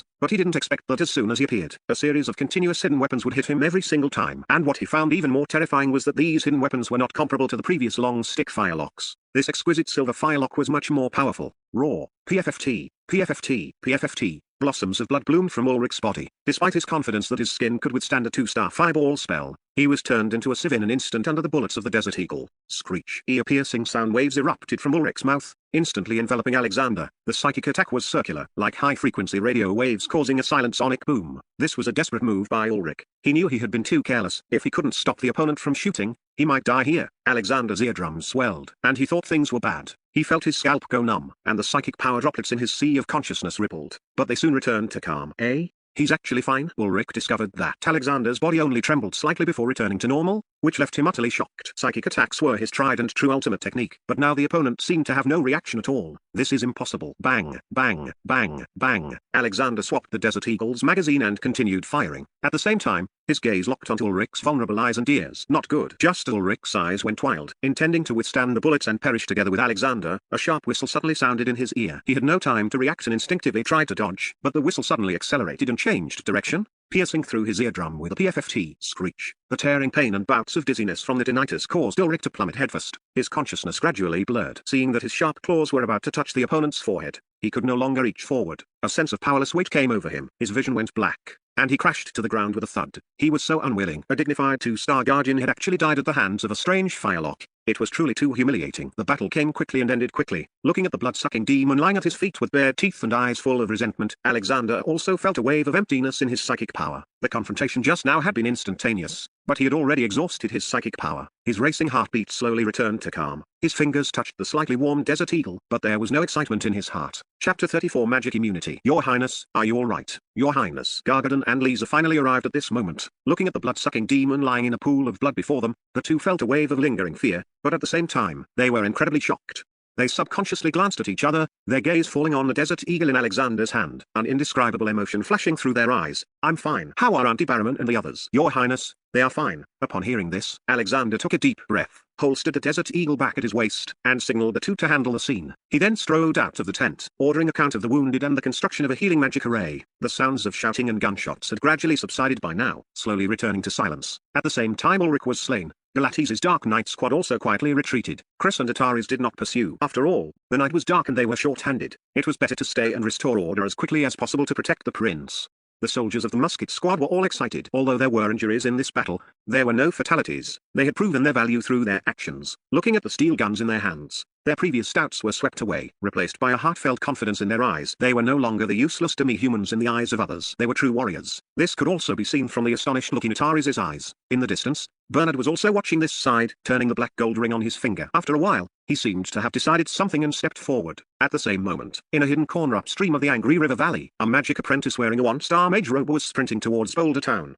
He had to report the news here to Mage Carmen as soon as possible. The third prince had somehow obtained a terrifying alchemical weapon, and even the 2-star Guardian Ulrich had been killed on the spot. Fast, everyone move faster. Suppress your injuries for now. We must leave here as quickly as possible. Pilates, rushing through the jungle, had a face full of resentment. Seeing all her subordinates wounded, though mostly superficial, this was still the first time they had encountered such a situation. Damn it. Captain, was the intelligence wrong? How can these demi-humans use magic? The team members supported each other, looking at Pilates with equal resentment. I don't know, but we must leave quickly now and report this news to His Highness the Prince. I'm afraid the situation has changed. Alexander comforted the wounded and returned to his tent, his expression quite strange. In this surprise attack, None of his 6 great vassals had died, suffering only minor injuries at most. Instead, the knights under Ataris and the personnel from Bernard's caravan suffered more casualties, nearly half of them. What Alexander found most peculiar was that, if he remembered correctly, most of the people who died were those he couldn't detect with his psychic power before, or those whose mental fluctuations were relatively obscure. Your Highness, Count Baker and Captain Arabno request an audience. While Alexander was lost in thought, Gargadon entered to report. Let them in. Bernard and Ataris walked past the soldiers holding steel guns. The disdain in their expressions from before was gone, replaced by subconscious glances at those uniquely shaped firearms. Watching the two enter the large tent, they only exchanged polite greetings at first.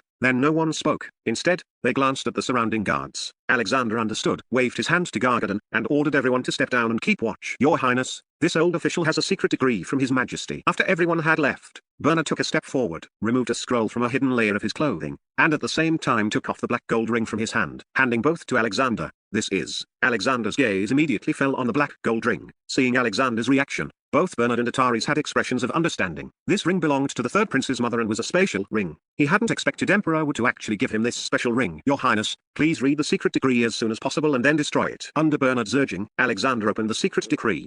Alexander, my child, by the time you see this secret decree, the hidden moles lurking around you should have been cleared. Feel at ease to do what you want to do. The future of Baratuk depends on you. The ring was left to you by your mother. It requires your special bloodline to be opened. My child, live well. The secret decree was very brief, but he still understood a lot. At least leaving the royal capital wasn't because of how clever his own wisdom was, but rather Wood's intentional arrangement. And now, the royal family's power in the capital had no future. He hoped Alexander would develop outside. The people who attacked before were helping him clear out the hidden moles. Is it the Mage Tower? Alexander looked up at Bernard. Your Highness is perceptive. The influence of the Mage Tower has already permeated the interior of the royal capital. This old official's current situation is the best example. Bernard bowed slightly. So, you and Ataris knew all this from the start. I was the only one kept in the dark. Alexander looked at the two, feeling somewhat uncomfortable. Finally, his gaze fell on Ataris as he murmured, Ataris, was it you that day? Yes. Ataris looked up, her gaze meeting his without evasion, and said loudly, because you have magic immunity. If you were allowed to condense a battle chi vortex, your constitution would inevitably awaken. The balance originally maintained by the tacit agreement between the royal family and the Mage Tower would be broken, and at that time,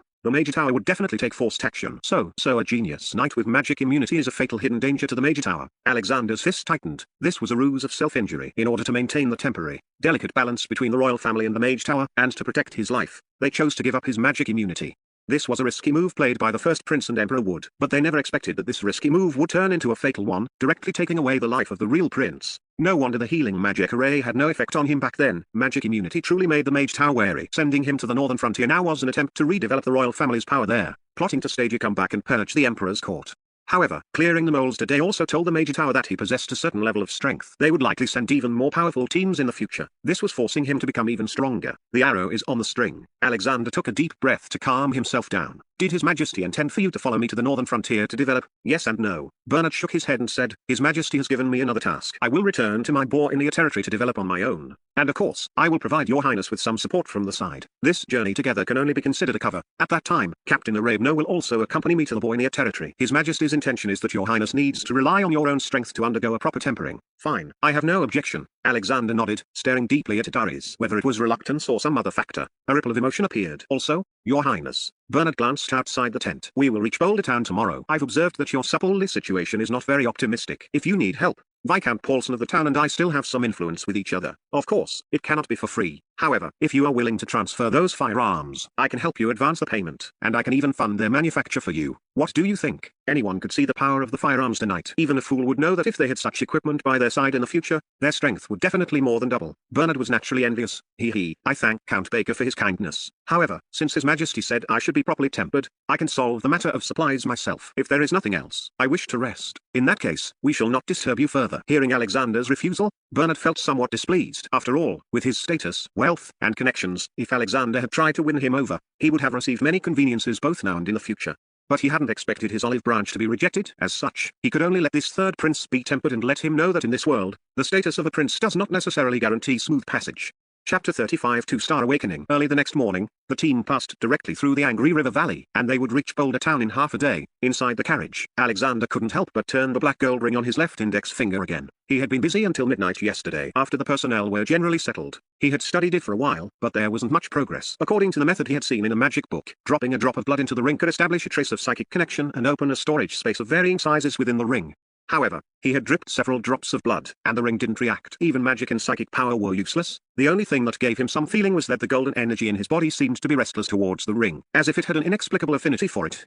This made him think of the special bloodline that Bernard had mentioned. Perhaps it's because there is too little golden energy. I need to accumulate more in the future. But currently, preparing rations for over 300 people is more urgent. This past half month hasn't been affluent. We lost quite a lot yesterday, and there are less than 3 bags of rice left. If we don't replenish supplies today, I'm afraid we won't last 2 days. It seems we need to rest in Boulder Town for 2 more days. The road ahead is still long, and the Mage Tower certainly won't give up easily. So we must be extra careful. Alexander narrowed his eyes slightly. His gaze fell on a piece of 2-star profound crystal iron weighing 70 or 80 catties inside the carriage. With a thought, the profound crystal iron flew into his hand with a whoosh. After more than half a month of cultivation, his psychic power finally broke through to 2-star during last night's battle. His perception range increased to a radius of 20 to 50 meters, and his telekinesis could easily control objects under 100 catties, taking him one step closer to swordcom. However, this wasn't what excited him. What excited him was the surprise brought by the 2-star spirit awakening. Besides being able to awaken 2-star magic arrays, he could also batch produce rune seeds, which was what surprised him the most. He could store the inscribed rune seeds in his psychic sea and then copy them using the 2-star spirit awakening technique. As long as he had enough psychic power reserves, he could copy countless rune seeds. He no longer had to worry about the problem of mass production. Go find Dirkseu and test the 2-star auxiliary magic arrays after awakening, sharpness and wear resistance. Also, the 2-star wind whirl magic array can build a wind turbine engine with power equivalent to a high-pressure steam engine. The era of magic industry. Just thinking about it makes one excited. In the convoy behind. Father, I just heard Ataris say that Alexander is too unappreciative. You kindly wanted to help him purchase supplies, and he actually refused. He really doesn't know what's good for him. Atana looked indignant, still holding a grudge in her heart about how Alexander treated her and Ataris differently. Perhaps he has something to rely on. A trace of disdain flashed in Bernard's eyes. What could he rely on? Relying on those few broken magic sticks? Does he really think he's something special, that he can force others to give him supplies? Does he still think of himself as a high and mighty prince in the castle? Hey, daughter, he won't get what he wants. Bernard looked at his daughter, smiled playfully, and slowly said, I recently received news that a large number of sea beasts have invaded the river channels around the Angry Water River and the estuary, making it difficult for Viscount Paulson's supplies to enter or leave. Moreover, I heard that monsters have recently appeared in the town, and people are afraid to go out. The major mining areas in the town have almost stopped working, and the finances are stretched thin. With Viscount Paulson's personality, if the third prince goes, I'm afraid he won't get the supplies he wants, and instead, he'll hit a wall. And most importantly, the Major Tower will never let him easily obtain supplies. Bernard's eyes flickered, and he said meaningfully, just wait and see, he will definitely come to beg me. HMPH, father, when the time comes, just ignore him and see if he's still arrogant. Boulder Town Mage Tower Hall. The cross-eyed Carmen swept a glance over the 3 estate owners in front of him. Viscount Ramian, slightly chubby, who managed the largest medicinal herb market and 3 farms in Boulder Town. The burly Viscount Lakin Wallace, who managed 2 quarries and a profound iron mine. Baron Cayenne Nonzali, who owned 2 mines and 1 farm. They were the 3 major families of Boulder Town, with strength on par with the town lord, Viscount Ike Paulson. I called the 3 of you here today mainly to discuss the employment assistance matters of the Mage Tower for the next quarter. Carmen cleared his throat and said, yesterday, the Mage Tower already exterminated the previous blood-sucking monsters. You 3 can rest assured and start working. It's just that the monster corpses fell into the Angry Water River, and I'm afraid they were fished out by people downstream. But it doesn't matter, as long as the town is safe. As he spoke,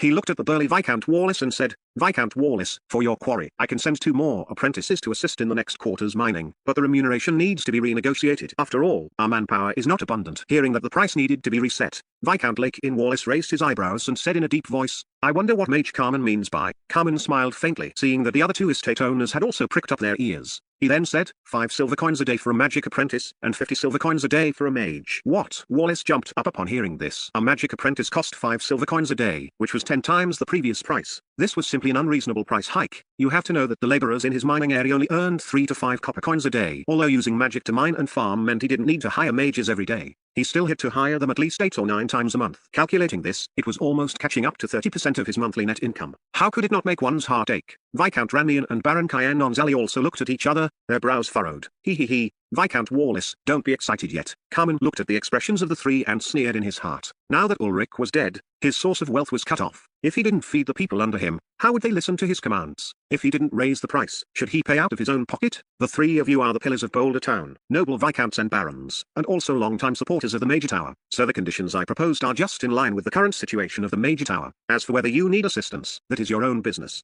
The Major Tower never forces anyone. Bullshit. Lakin Wallace was full of disdain, but he sat back down. Recently, the river channels were occupied by sea beasts, and land routes were occasionally blocked by snow. Although the major families had many orders, Their production capacity and transportation were not up to par. If they didn't hire mages to help expand, their capital chains would almost collapse. And although Carmen seemed to say that employment was completely voluntary, was it really so? Cough cough, Mage Carmen, your contributions to the town are obvious to all. Ramian, seeing that the atmosphere was a bit awkward, hurriedly smoothed things over. However, we have also been suffering from monster infestations recently, and our expenses exceed our income. So, could you see if the next quarter could? Cough cough, of course. The Major Tower has its own difficulties. We all understand, especially Mage Carmen. We will definitely satisfy you and will never let you down. Saying this, Ramian winked at Wallace and Sally. The two immediately understood and said in unison, yes, yes, yes. We will definitely not let Mage Carmen down. Is that so? Carmen's cross eyes narrowed into two worms, and the corners of his mouth curled up. Sigh, actually, I can understand the difficulties of the three of you, and I am also forced to do so.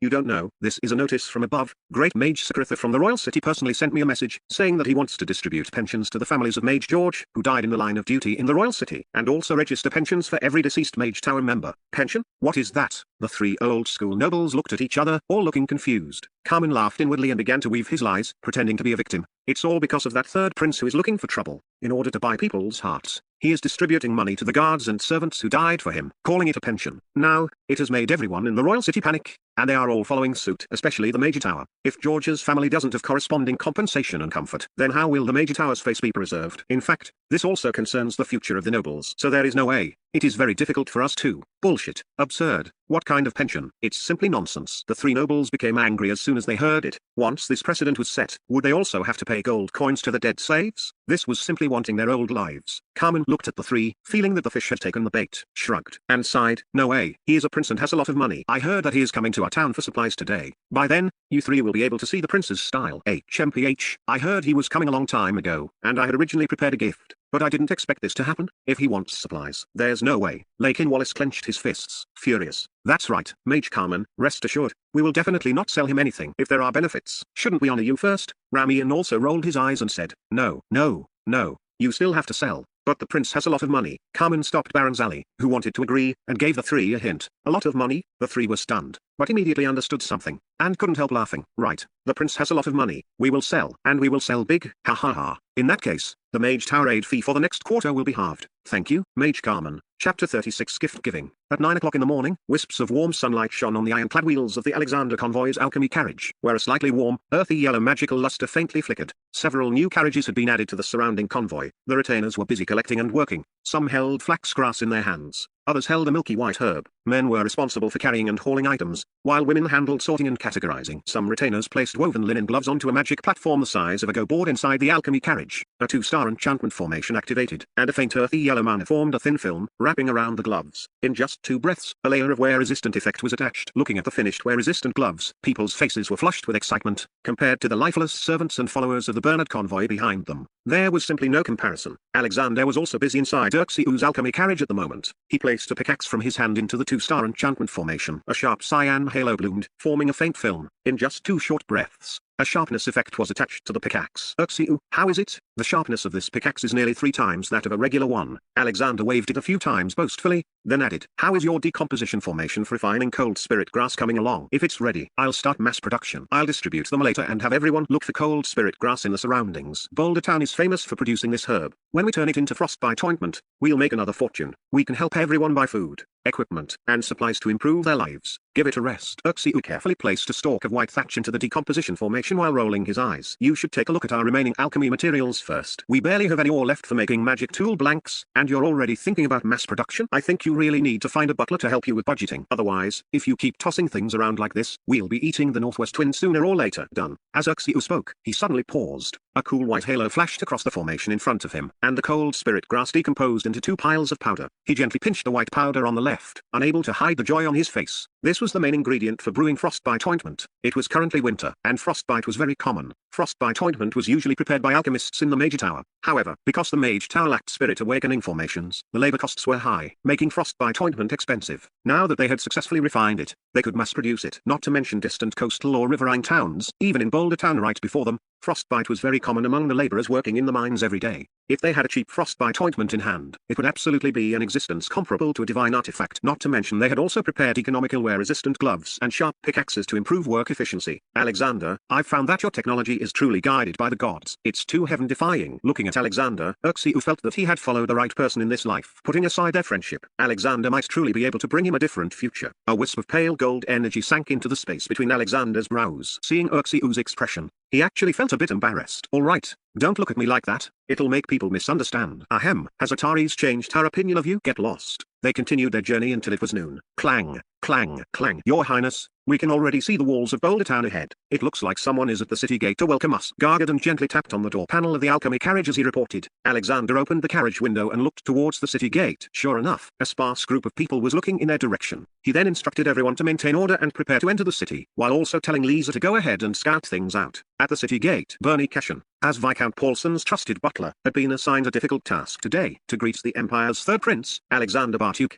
Looking at the followers behind him who only brought 3 to 5 bags of grain and some non-staple foods, Bernie felt conflicted. He understood Viscount Paulson's attitude. However, being the one to offend the prince was still worrying. After all, this prince was someone who had even dared to slay a 2-star mage. Soon, Alexander's convoy reached the city gate. After a few polite pleasantries, Bernie Cashin expressed his greetings on behalf of Viscount Paulson. Third Prince, I am Viscount Paulson's butler, Bernie Cashin. You may call me Bernie. Please follow me. The Viscount is away from town on important business, so he specifically instructed me to clean the square in the town for your highness to settle your subordinates. As he spoke, he stepped aside and signaled for Alexander to follow him into the city. Settle in the square. Viscount Paulson isn't here? Alexander narrowed his eyes, sizing up this thin chief butler Bernie whose eyes were flickering. He saw no need to lower his status to argue with a servant, but one must look at the master before beating the dog. Settling the prince's subordinates in the square was a blatant attempt to disgust him, a silent slight against the prince. If Alexander hadn't secretly signaled them to stop, Gargadon and Lisa would likely have roared in anger already. In that case, I'll trouble Chief Butler Bernie to lead the way. Alexander didn't entangle himself with the man. Keeping a smile on his face, Bernie secretly broke into a cold sweat. He looked away from the pickaxe in Gargadon's hand and led the way with a forced smile. The scale of Boulder Town was equivalent to a small city. It had a population of about 50,000, and the city walls were made of blue steel rock, a specialty of Boulder Town, which was very sturdy and durable.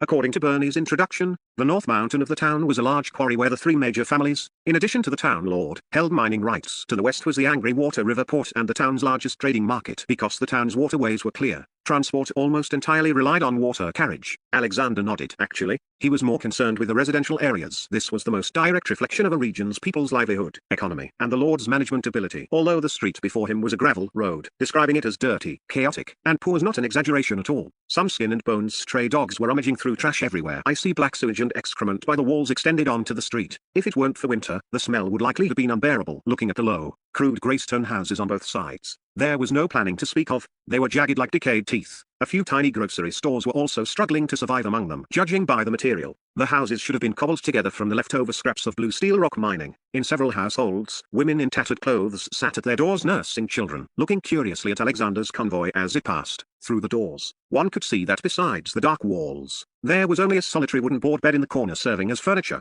It's far worse than the royal city. Alexander was somewhat disappointed, except for the city walls which had some semblance of form. The other aspects of people's livelihood, infrastructure, economy, and management were basically in a semi-primitive state, not much different from a slave concentration camp. He had originally thought that with all the tools and labor protection products he had tinkered with, he could certainly sell them for a good price. But now he couldn't help but feel a bit discouraged. Your Highness, the square is ahead. You can have your subordinates camp here for now. As for your residence, the Viscount has already arranged it within the castle. Shall we move there now? No need. Without waiting for the other to finish, Alexander waved his hand and interrupted. I'll stay with them. Help me thank Viscount Paulson. We are just resting for a few days to resupply. I see. Then please accept this small token of the Viscount's regard, Your Highness. Hearing this, Bernie didn't even bother to insist. He followed the lead and signaled behind him. Several followers bowed their heads and unloaded the bags of grain and agricultural products from the carriage onto the square. Alexander watched with a sidelong glance but said nothing. This bit of grain was a drop in the bucket for his convoy. The appetite of orcs and demi-humans was 3 to 5 times that of ordinary people. At an average of 2 pounds of rice per person per day, a team of nearly 400 people would need 500 to 800 pounds of grain a day. The small amount Bernie sent, even combined with what they collected themselves, would last 2 days at most. This further proved that Viscount Paulson not coming out to greet him personally meant he didn't welcome this prince at all. However, he had promised everyone that he would let them eat their fill and wear warm clothes. This was the most basic promise. Chief Butler Bernie, if you have time, could you take me to the trading market for a look? I want to purchase some supplies. This. Of course, Bernie is willing to be of service to you. Bernie was stunned for a moment but didn't refuse, though an unnoticeable hint of strangeness flashed in the depths of his eyes. Oh, right. Suddenly, Alexander seemed to remember something and said, I also have a few things to give to Viscount Paulson. As he spoke, He beckoned to Urxiu. Bernie was curious, but when he saw that what Urxiu brought were a few pickaxes and a stack of linen gloves, his mouth twitched. Was he humiliating his master, who gives gifts like this only because of appearances? Did he not dare say anything? Maintaining proper etiquette, he had his followers take the gifts to the castle while he led Alexander to the trading market. Chapter 37. Does your highness have the courage? Alexander brought Gargadon, Urban's musket squad, and Vance's heavy load squad, carrying some products, and followed Bernie westward toward the town's western trade market. They passed through several streets. Gradually, the number of pedestrians on the streets increased, and the roads became wider. The neat buildings on both sides were much better than before, and the faint sound of street vendors could be heard. The pedestrians were also dressed more neatly. Although it wasn't fur or cotton, their clothes were simple and decent. Even soldiers in armor could be seen from time to time. It felt as if they had suddenly moved from a slum into a wealthy street. After crossing another street, the view before them suddenly opened up. A trade plaza, as large as 10 football fields, presented itself before them. Alexander was situated on a slope, giving him a high vantage point to overlook the wide waters of the Angry Water River port to the west of the trade plaza. Because it was a river channel leading to the sea, only a few scattered pieces of ice floated in the water. Huge three-masted merchant ships were moored at the port, and many muscular demi-human sailors were carrying cargo up and down the gangplanks. Come and look. Top quality cold spirit grass, 10 silver coins petal. Mist petal, 8 silver coins petal. Cheap, so cheap. This year's new wheat, 8 silver coins per catty. Don't pass this by. Profound crystal iron refined by a 2-star master blacksmith, 1 gold coin per catty. The shouts and cries of the vendors rose and fell below the slope. Moreover, it was clearly noticeable that these people were glancing toward them, whether intentionally or not. Alexander's psychic power took in all the subtle movements of these vendors, and he couldn't help but frown. Leaving aside the cold spirit grass and profound crystal iron, 8 silver coins per catty for wheat was far too outrageous. If he remembered correctly, the best wheat in the royal city this year only sold for 3 copper coins per catty. Here, they actually wanted 800 copper coins per catty.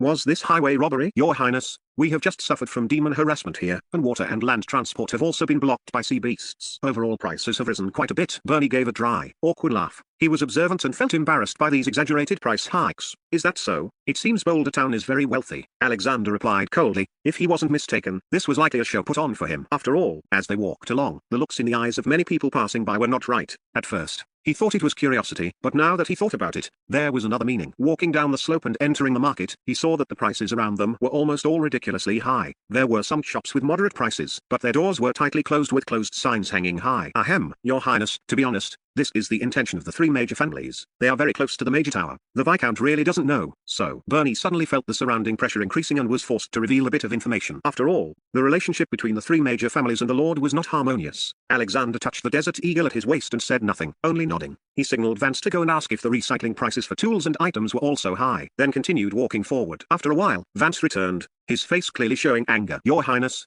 the merchants here are simply unreasonable. They sell at high prices, but the buyback price is more than 100 times lower, and they claim that in all of Boulder Town, you shouldn't even think about buying anything cheaper. Alexander's face darkened. This was a total provocation. He hadn't expected the people from the Mage Tower to be so ruthless. This was a cutting off the fuel from under the cauldron tactic. Wandering around for there wouldn't yield any good results. It would be better to go back and settle everyone first, then think of another way. But just as he was about to turn around, a strange merchant near the port caught his eye. It was a middle-aged fox-striped man with straight legs, an upright posture, a meticulously combed back hairstyle, and a very gentlemanly appearance.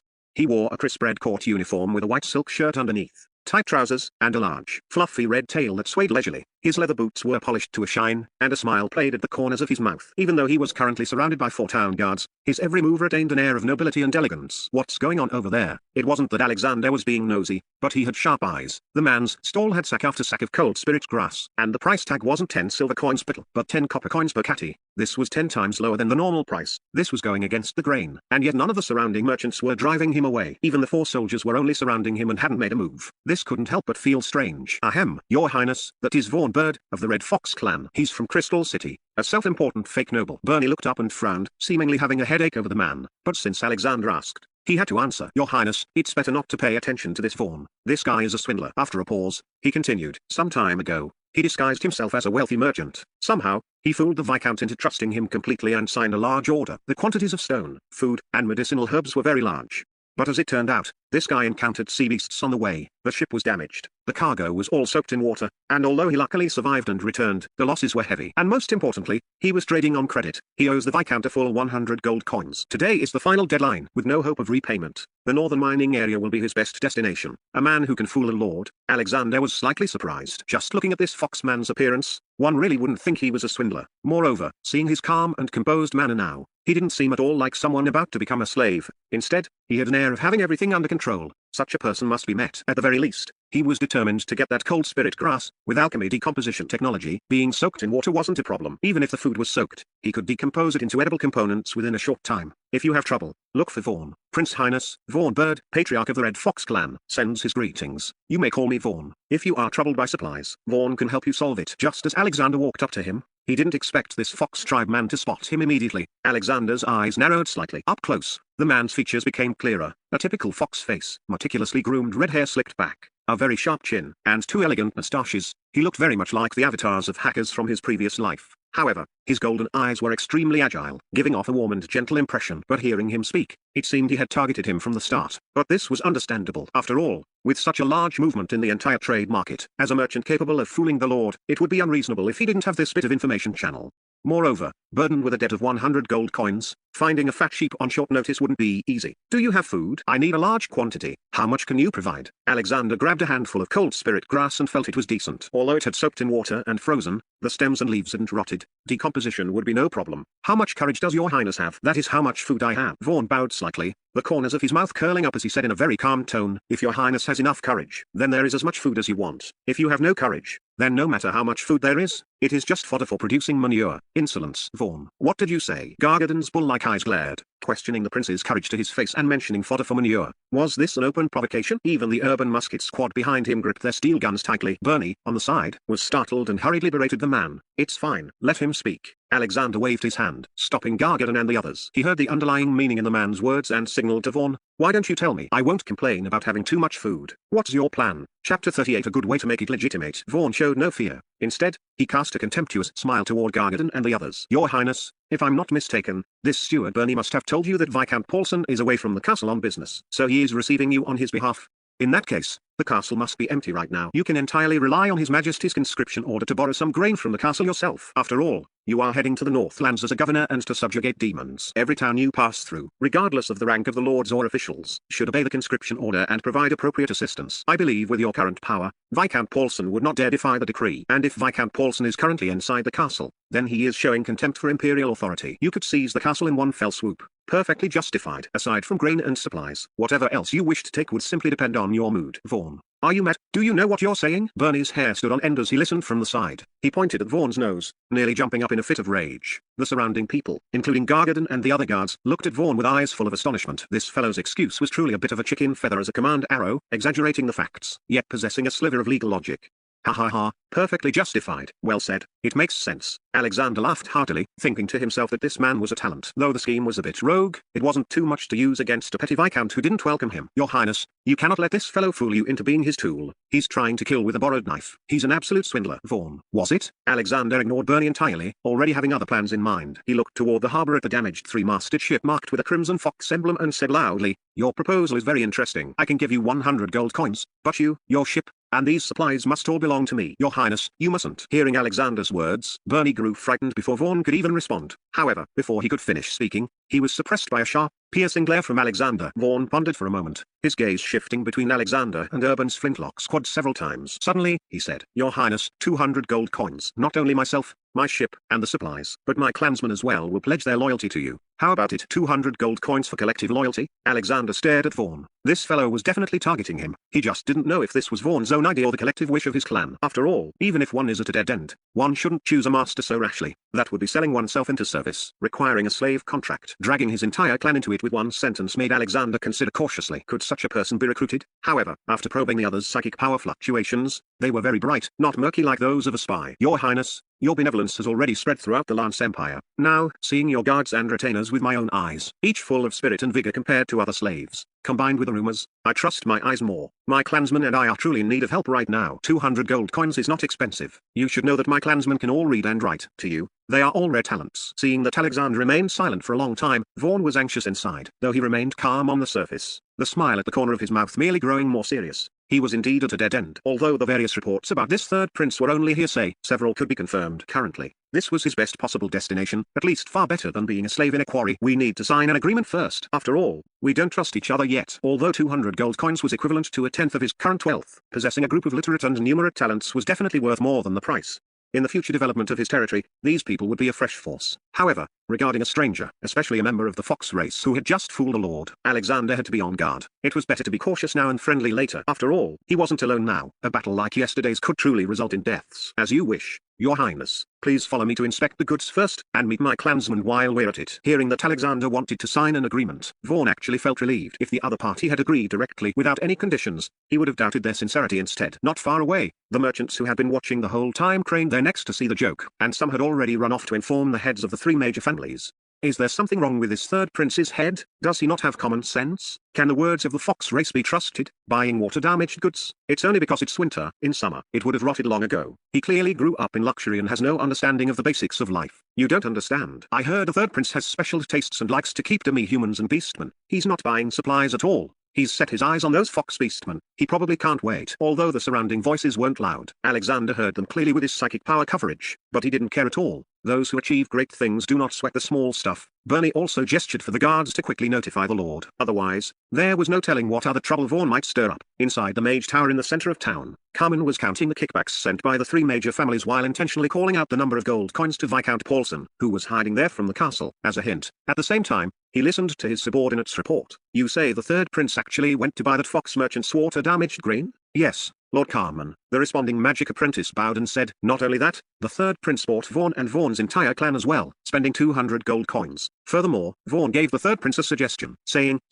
the magic apprentice looked at Paulson, appearing hesitant to speak. Speak boldly, this is the major tower. Yes, Vaughan told the third prince that since the lord is absent, he can use the governor's conscription order to directly enter the castle for emergency grain allocation and borrowing. If the lord is in the castle, then it's contempt for imperial authority and can be resolved with force. What? Paulson jumped up instantly. He had just heard from Carmen about the news of Alexander's convoy being attacked last night. After learning how Alexander repelled the attackers and slew the blood-sucking demon, he had been worried whether this prince would fly into a rage because he was avoiding him.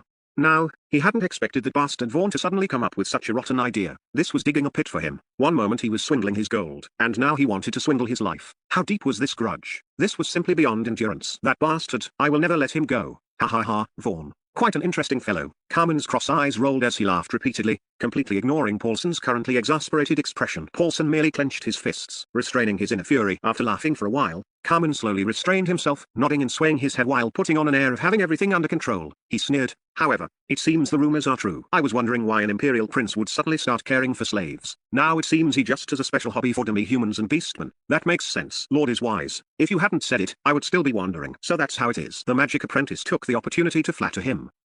Good. Go tell the people of the three major families that they've done well and the plan remains unchanged. I want to see how this prince continues his game. When the time comes, he'd better not come begging my major tower without grain, shouting empty slogans. He can just wait to die. Mage Carmen, I don't think the third prince will be begging their major tower. I'm going to go settle things with Vaughan now, and then we can talk properly. 30% isn't out of the question. Paulson appeased Carmen and hurriedly left the major tower. Taking his squad of 20 cavalrymen, he headed straight for the trade market. Vaughan, since you cannot be used by me, then you can only be eliminated. Chapter 39. Don't go. A cold, fresh wind blew across the swaying large ship on the river surface. Along the riverbank, the three-masted ships stood like rows of high-rise buildings, inspiring a sense of awe as if looking up at a high mountain.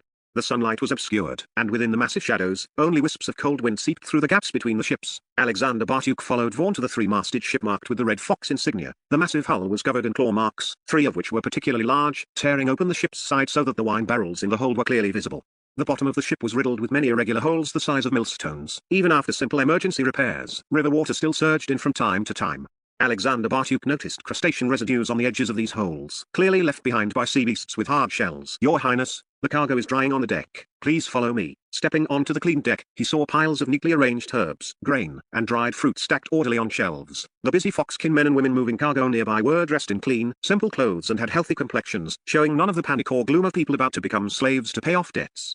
On the contrary, as Vaughan walked past, they would all bow respectfully and offer greetings. This couldn't help but surprise Alexander Bartuk. This Vaughan certainly has a way with managing subordinates. As the saying goes, a cowardly general leads a cowardly army. Vaughan's own composed and confident demeanor had clearly influenced his clansmen. This atmosphere was a kind of inexplicable trust, especially against the backdrop of owing huge debts and being destined for the mines that afternoon. The appearance of these people highlighted Vaughan's management skills even more. This Vaughn is definitely a talent. He is worth cultivating and winning over. At that moment, Alexander Bartuk's gaze was suddenly drawn to the massive ram at the bow of the ship. The ram was 6 meters long, pointing toward the sky like the horn of a monocerous rhinoceros. It was inscribed with profound magic circles, and residual magical fluctuations were evaporating from it. The quill in Alexander Bartuk's mind immediately copied and inscribed it. It was actually a 2-star impact array. An impact array? Good stuff. If this were inscribed on Gargadon's pickaxe, that impact force would likely make even Ataris have to avoid its edge. Furthermore, if impact force is used well, it has great potential whether as an industrial product or military equipment. It seems buying this ship was quite worth it. Vaughn, is there a mage among your clansmen? Following Alexander Bartuk's gaze, Vaughn understood and smiled slightly, saying in a calm tone, Your Highness, there are no mages among my people. Otherwise, we wouldn't have suffered such heavy losses during this voyage. The truth is, the prices set by the Major Tower were a bit inflated. My plan failed. Alexander Bartuk nodded and suddenly asked, Why did you choose me? Vaughn paused, his gaze fixed on him, and said with a sincere tone, Your Highness's attitude toward the me-humans gave me a glimmer of hope. I am not content with being just a merchant. Looking at Vaughn's noble attire, Alexander Bartuk understood. This foxkin was a fellow with dreams and ambition. I look forward to your future performance. Currently, my position for a steward is still vacant. Hearing this, a sharp light flashed in Vaughn's eyes, and a smile he couldn't suppress appeared on his lips. He bowed and said, Your Highness, Vaughn and the Red Fox clan will be forever loyal to you and will never betray you. Alexander Bartuk nodded and said nothing more. Vaughn took the hint and continued leading Alexander Bartuk to the ship. Only this time, Vaughn was even more eager. Alexander Bartuk also gained a 2-star ice arrow array from the stern deck, while simultaneously gaining a general understanding of the usable supplies and the ship's condition. This large ship was equivalent in size to a frigate, with a displacement of about 500 tons. As for its current damage, there were over a dozen holes in the hull chiseled through by giant claw hermit crabs, and the claw marks on the hull were left by the talons of creatures called irritable seahorse monkeys. Overall, the keel was undamaged, and repairs wouldn't be very difficult. Regarding supplies, there was indeed a lot of grain. If the decomposition process was accelerated, they could obtain about 10 tons of grain, which theoretically was enough for 400 demi-humans for a year. Even with some having particularly large appetites, it would still be around that much. To his surprise and delight, among the medicinal herbs, besides cold spirit grass, there was actually a type of magic herb, mist petal. Cold spirit grass could be decomposed into the main ingredient for frostbite ointment, while mist petal could be decomposed into essential oils and blue mist powder, and essential oils are the primary raw material for refining perfume essence. It couldn't be better. Originally, both items were dried goods, but now that they were soaked and frozen, they were almost ruined. Others would see them as trash, but Alexander Bartuk had alchemy decomposition technology, so he could directly mass-produce them. Is your highness satisfied? Vaughn accompanied Alexander Bartuk off the ship and asked tentatively, You'll follow me from now on. First, help me manage the accounts and personnel deployment. The temporary salary will be 20 silver coins per month. Walking on the embankment, Alexander Bartuk took a deep breath. Having the food issue resolved finally allowed his heart to settle. Now that he had also gained a management talent, the 200 gold coins were well spent. Thank you, Your Highness. Vaughn will surely do his utmost to share Your Highness's burdens. Everyone, stop. Just as Vaughn was about to lead Alexander Bartuk back to the camp, a group of cavalrymen urged their horses onto the embankment, blocking everyone's path. The leader was a bearded knight wearing 2-star mysterious crystal iron armor. He raised his spear and pointed it at Vaughn from a distance, shouting sternly, Vaughn, you defrauded the Lord and still want to escape? Seize him. The newcomer was Captain Laurel, the chief knight under Viscount Paulson. He deliberately avoided looking at Alexander Bartuk at this moment, completely following Viscount Paulson's instructions to act as recklessly as possible and seize Vaughn first, regardless of whether he lived or died. By the time the third prince reacted and wanted to hold someone accountable, Viscount Paulson would arrive in time from the shadows to offer a humble apology.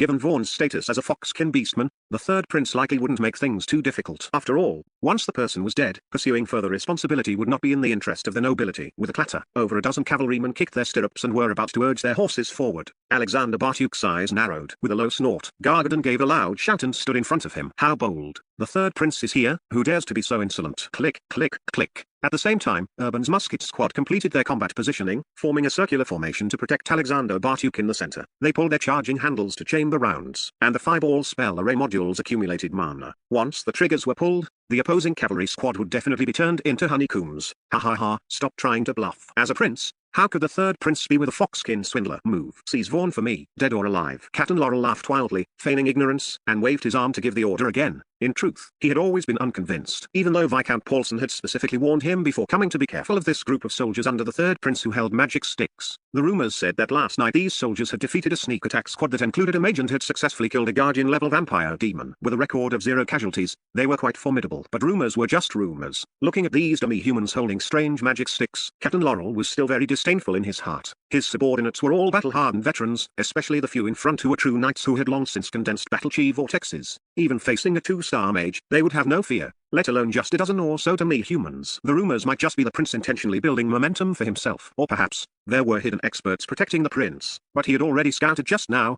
There were no experts around at all. The prince had indeed only brought these few guards. Taking a deep breath, Captain Laurel swung his spear heavily, and his cavalrymen surged forward in a rush. Chapter 40. I regretted it, Your Highness. Perhaps I should just go with him. Vaughn looked at Captain Laurel, hesitating for a long time before finally gritting his teeth and walking in front of Alexander Bartuk. Your Highness, Captain Laurel is Viscount Paulson's chief knight. Although I really want to follow Your Highness, I don't want to cause trouble for you, so. Ha ha ha, cause trouble? Urban fire. Actually, seeing Vaughn step forward, Alexander Bartuk had already made his decision. This man, he was going to have him. Bang, bang, bang. Thud, thud tilde. The warhorse had only charged a meter when, under the dense gunfire, the leading cavalrymen were hit, blood blossoming on their bodies as they fell from their horses. This sudden scene instantly left the surrounding people wide-eyed with shock. What's going on? Not only was Captain Laurel stunned, but the merchants who had been hiding in their shops watching the spectacle were now covering their ears with their hands, their eyes bulging like eggs. And Viscount Paulson, who was peering from the shadows in the distance, almost had his jaw drop. The power of the muskets had actually knocked down the knights in an instant. Looking at those cavalrymen falling from their horses, each one had a face full of dazed horror. They had only seen those strange baguettes flash with fire, and then their bodies were blasted off their saddles by a heart-piercing force. The rumors were true. In front of musket, battle-chi defense was negligible. The third prince indeed had the power to easily repel a mage squad. Captain Laurel had originally thought that even if the third prince's men had the ability to resist, it would take a while. But now his men were all over the ground in the blink of an eye. He began to regret it. Take them all down. Alexander Bartuk barked the order coldly, his gaze like a freezing blade. His psychic power secretly controlled all sharp objects within 30 meters, ready to strike at any moment. Your Highness, third prince, a misunderstanding. It's all a misunderstanding. Just as Gargan knocked Captain Laurel off his horse with a pickaxe and Urban pressed a musket against his forehead, Viscount Paulson, who was hidden in the shadows, could no longer sit still. Leading a group of subordinates, they abandoned their horses and trotted over to Alexander Bartuk with a face full of smiles. He bowed and said, Your Highness, Ike Paulson, the Lord of Boulder Town, sends his greetings. Your Highness, please show mercy. This is all a misunderstanding. Misunderstanding? Hey. Alexander Bartuk looked at the sweating, burly Viscount Paulson before him, whose smile didn't reach his eyes. His gaze flickered slightly as he pointedly turned toward Vaughn and winked. Vaughn immediately understood and stepped forward. Your Highness, there are likely accomplices in town intending to assassinate you. I suggest expanding the search area to control the town. Furthermore, as Captain Laurel is Viscount Paulson's chief knight, it's hard to believe no one ordered him. Therefore, Viscount Paulson cannot be ruled out as a suspect. Vaughn, you're framing me. Your Highness. Shut up. Alexander Bartuk shouted to interrupt Viscount Paulson and ordered, Urban, control everyone here. Then sent someone to notify Chris to deploy the musket squad to seal off the town's trade market. All shops here are to be closed and searched. Also, I think the three great families are the most suspicious. Tell them to hand over the assassins. If they resist, kill them on the spot. Alexander Bartuk didn't give Viscount Paulson any chance to explain. Ever since he entered the town, these people hadn't given him a good face. Now that he had such an excuse to lash out, how could he let it go? Viscount Paulson felt bitter. He stiffened his neck, wanting to resist, but ultimately held back. Although he was a Bronze Temple Knight, he had just seen the power of the muskets and Gargadon's imposing figure. Combined with Carmen's information, he knew he had been too careless, and the biggest mistake was assuming Alexander Bartuk wouldn't be so decisive and would instead discuss things with him. After all, Vaughn was just a member of the Fox tribe. For the sake of noble prestige, one shouldn't cross swords over a beastman, but the result was a complete misjudgment, and now he regretted it. Alexander Bartuk truly was just like the rumors said, very protective of subhumans and beastmen, and decisive in killing. But it was all too late now. He could only humiliatingly become a prisoner along with Captain Laurel. However, he didn't forget to give a secret signal to Bernie, who was cowering behind Alexander Bartuk. Bernie rolled his eyes and cursed inwardly, but as Viscount Paulson's steward, he had to step forward now. Ahem, third prince, the Viscount is truly being wronged. Bernie bowed and scraped, cautiously stepping forward a few paces. Your Highness, the Viscount must have only just returned to the town. Look at his travel-worn appearance. He surely ran here to see you as soon as he returned, knowing Your Highness is currently in urgent need of grain and supplies, specifically to offer them to you. As for Captain Laurel, he doesn't even know Your Highness. This is purely a misunderstanding. Yes, Your Highness, I came to bring you grain and supplies. Viscount Paulson nodded repeatedly. Although he was reluctant in his heart, he kept a smile on his face. Bring grain and supplies? Alexander Bartuk snorted coldly. If it weren't for the power of the muskets, he probably wouldn't have seen a single grain from them in his life. He didn't speak, just gave a faint glance before turning his gaze away to look thoughtfully at the tall mage tower in the center of the town. The scene fell into a brief, awkward silence. Only those shopkeepers who realized things were going south hurriedly closed their doors and rushed to report to the heads of the three great families. Your Highness, Chris leading the second squad reporting for duty. Before long, Chris arrived with the second squad of musketeers. Seeing the cavalrymen lying around groaning and a square-faced man who was clearly a noble bowing and scraping before Alexander Bartuk, Chris couldn't help but press her hand on the great sword at her waist. Chris, this is Vaughn. Lead the second squad and follow him to search for spies in the area, especially in those shops. There might be spies hiding there. Also, notify the three great families that I can give them a chance to prove their innocence. Yes, rest assured, Your Highness, it shall be as you wish. Watching Vaughn and Chris lead the team away, Alexander Bartuk's gaze shifted back to Viscount Paulson. Viscount Paulson, now I would like to visit your castle to see the grain you've prepared. Perhaps we can also talk business. You won't object, will you? Hearing Alexander Bartuk's sudden change in tone, Viscount Paulson was stunned for a moment, but then he nodded like a chicken pecking at grain. Not at all. Not at all. It's an honor. Your Highness, please. Alexander Bartuk secretly calculated his plan while waving his hand toward Gargadon and the others. Gargadon, Urban, escort these people. We're going to the castle. Meanwhile, in the hall of the Major Tower, Carmen received information about the third prince immediately. Ha ha ha, good, good. This foolish third prince is actually so impulsive. Excellent. Carmen clapped his hands in delight, the smile on his face squeezing his cross eyes into two earthworms. My lord, I don't understand. If this continues, won't the third prince have enough grain? The reporting magic apprentice asked in confusion. HMPH, foolish. Carmen sneered. The third prince obtaining grain through such means will only benefit the Major Tower. He continued, the harder he suppresses Viscount Paulson and the more strained their relationship becomes, the more Viscount Paulson will be forced to lean toward us. If the third prince does the same to the three great families later, then both the three families and Viscount Paulson will have rift with the royal family. Isn't that a good thing? Your wisdom is brilliant, my lord. Truly marvelous. Ha ha ha. Prepare for a bit. Bring those newly developed stone quarrying magic staves. Accompany me to visit the three great families and the town's castle. Once I show them a little, I'm sure they'll be devoted to the Major Tower. Your lordship is mighty. The stone quarrying magic stave is the result of 3 years of your hard work. It will definitely blind their dog eyes. I'll go prepare right away. Ha ha ha. Chapter 41 Sharp Pickaxe. The sun was high in the sky. Vaughn and Chris led the second squad, escorting several shop owners, and hurried to the town's castle. Outside the castle, the heads of the three major families, Viscount Lakin Wallace, Baron Cayenne Nonzali, and Viscount Ramian, had also arrived, their expressions looking very grim.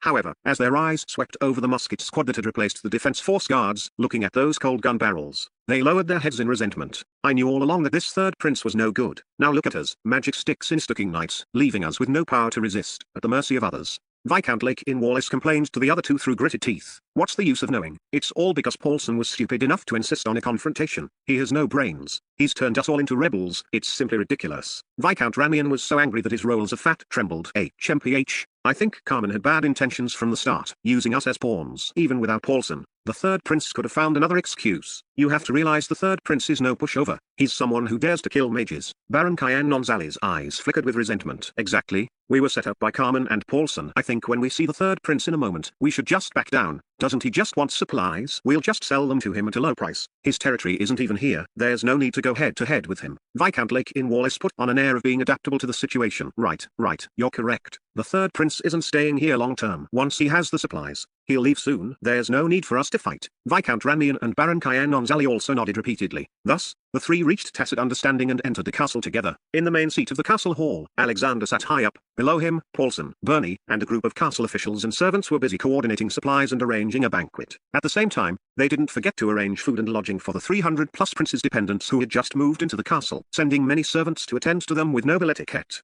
This scene not only filled the 300 dependents with pride but also made the castle servants attending to them green with envy. Even voices of envy, jealousy, and resentment came from Bernard's team. After all, they still had to camp in the square, which was quite disheartening. After all, despite all being dependents and servants, the difference in treatment was like night and day. Even Viscount Paulson was polite to those dependents, lacking any of the arrogance he usually showed toward his own servants. They wondered if His Highness the Third Prince still needed more servants. Alexander watched these people who were once arrogant but now fawning, sneering inwardly. Why bother with swords and spears if they were going to act like this anyway? However, he wouldn't push things too far. After all, Paulson had already backed down. If not for the threat of the Mage Tower, he might have killed them all. Since the royal city had already been infiltrated, cleaning this place up wouldn't have mattered. But killing everyone would only benefit the Major Tower. It was better to suppress them slightly and then offer some benefits to balance the powers. That was the way of a ruler. Your Highness, Viscount Lakin Wallace of the three major families, Baron Cayenne Nonzali, and Viscount Ramian request an audience outside the hall. Let them wait. Alexander waved his hand coldly and then looked at Vaughn beside him. Go and arrange for your men to come here in groups to eat and get to know everyone. Then, select some people to be responsible for teaching everyone reading, writing, and arithmetic starting today, especially the children. Understood? Your Highness is merciful. I will get on it immediately. Wait. Alexander stopped Vaughn again, paused, and said, I intend to open a shop here. Look for a location and suitable candidates. Be prepared for a long-term station. I understand what your Highness means. The manpower is already available.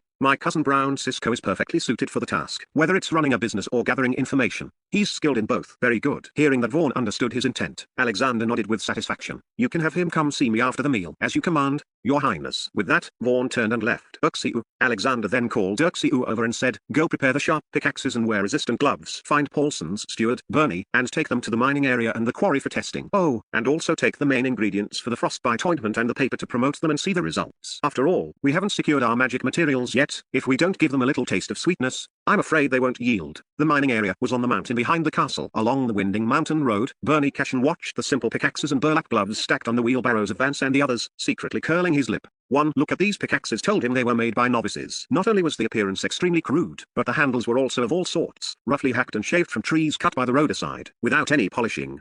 The pickaxe heads were forged with pits and bumps, only resembling pickaxes in shape but lacking any refinement. The only somewhat acceptable part was a faint luster intermittently shimmering on the metal heads, occasionally emitting a cold, sharp aura. Yet, for such a pickaxe, the third prince had set an opening price of 2 silver coins each. One should know that usually the best pickaxes only cost 1 silver coin each. This was clearly highway robbery, but now the entire castle was under the tyranny of the muskets. Even Viscount Paulson could only grit his teeth and swallow the bitter pill. HMPH, just watch. Those lowly miners won't buy it. The mountain road leveled out, and in front of an open area the size of a soccer field, a massive 10-meter-high rock cave appeared. At the cave entrance, 2 squads of guards were strictly supervising the mine slaves and free miners coming and going. Some were handing over magic crystal mines, some were exchanging for food, and others were renting tools. After all, as bottom-tier miners, even a cheap mining tool cost 30 to 50 copper coins, which they simply couldn't afford. That was why Paulson had switched to a rental system of 1 copper coin per day, striving to squeeze more value out of these people. One-armed man and the newly adult Uxil, this frail father and son, were among the many vulnerable groups of free miners in the mining army.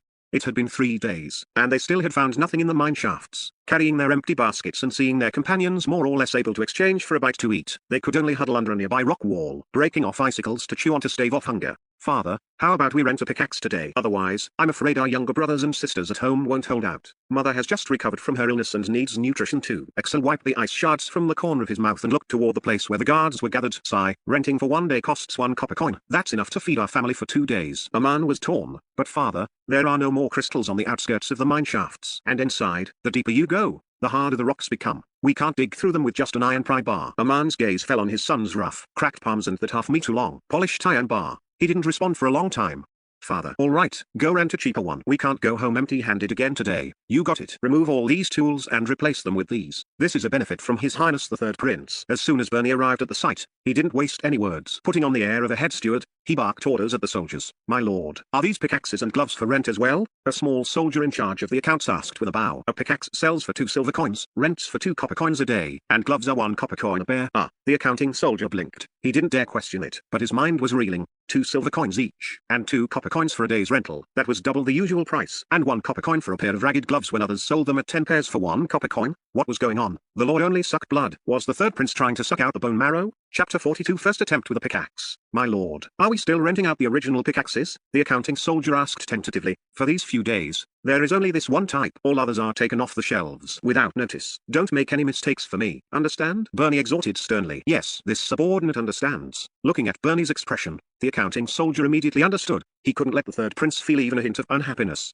My lord, are there any cheaper pickaxes here? I want to rent one for a day. Just as the accounting soldier began counting the number of pickaxes on the wheelbarrow in preparation for the handover, Uxil's weak voice sounded from behind him. It's Uxil. The accounting soldier was quite familiar with the situation of the one-armed man and his son. Seeing Uxil's gaze drifting over these rough and simple pickaxes, he understood what the boy meant. However, he let out a silent sigh in his heart. Currently, there is only this kind of pickaxe. 2 copper coins a day. What? Hearing this, Axel thought he had misheard. Originally, he had just asked casually. After all, he worked here year-round and rented pickaxes from time to time, so everyone knew the price. He hadn't expected it to double today. Moreover, looking at the rough appearance of these pickaxes, they didn't seem like they would be easy to use at all. Could it be because of the blood-sucking demons causing trouble lately that the Lord has become even more harsh? My lord, are there any cheaper ones? I mean, the kind for 1 copper coin a day? Axel looked left and right and could still see some soldiers taking those decent-looking pickaxes off the shelves. Only this kind. These are provided by His Highness the Third Prince. The accounting soldier finished speaking and stopped being wordy. He was only being this polite to Axel out of sympathy. If it were anyone else, he wouldn't have bothered to respond. My lord, I need one. But can I buy it on credit first? Groping his entire net worth inside his inner vest, a single copper coin that still held some warmth, Axel lowered his head in shame. This was the last bit of dignity his family had left. He had no choice. If they couldn't harvest anything today, the whole family would starve to death tonight. He and his father could barely hold on. After all, the family tried their best to give them the food, hoping they would have the strength to earn more rations to bring back. But after 3 consecutive days without a harvest, the family could no longer hold out. Without tools, relying solely on their hands and an iron bar, they simply could not mine those rocks that were as hard as iron. But the lack of just one copper coin was like a natural chasm standing before their hope.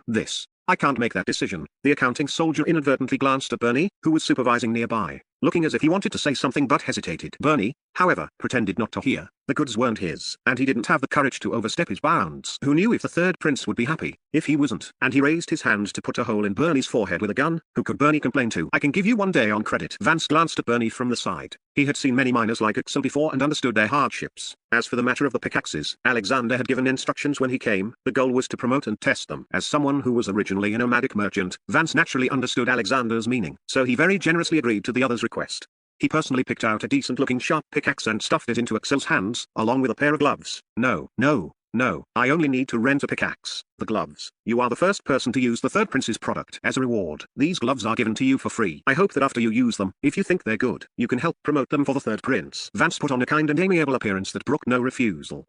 All right, I will, thank you. Axel signed an IOU with the accounting soldier and, under Bernie's strange gaze, returned to his father's side. Is this Axel stupid? Renting such a tool for 2 copper coins? Sigh, looks like this father and son are finished this time. This scene was witnessed by many, especially some soldiers who knew the situation. Like Bernie, they regarded Axel as a fooled idiot. When his fellow workers learned of the situation, although they offered comfort on the surface, they mostly mocked him in secret. Seeing his father's face darkened and silent, Axel gripped the rough pickaxe and also began to doubt himself. If they had no harvest again today, he feared they wouldn't be far from selling themselves as mine slaves. Axel, the money is spent. What we should do most now is dig up more magic crystals. Nothing else matters anymore. A man tightened the basket on his back with his single arm, pointed to a dark rock layer on the cave wall, took a deep breath, and said, having something is better than nothing. Let's try it right here. Okay, father, I'll try. Although he knew his father's thoughts, Axel could only put on his gloves and carefully control the force of his swing to test the pickaxe's endurance. Squelch tilde.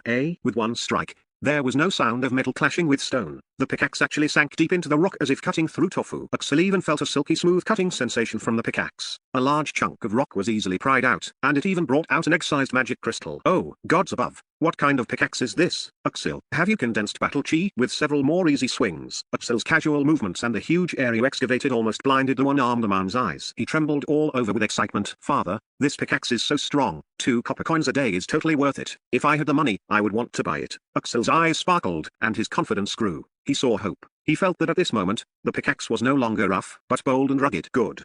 It seems we won't go back empty-handed today. Ha ha ha. His father, who hadn't smiled in a long time, couldn't help but laugh out loud at this moment. An hour later. Boom squelch. Father, look, 2 more magic crystals. Ha ha ha, we're striking it rich today. By now, a circle of fellow workers had already gathered around. Those who had been secretly gloating were now clearly feeling sour. Watching Axel smash through layers of hard rock like a bursting rhino, large chunks of magic crystals had already filled the one-armed man's basket.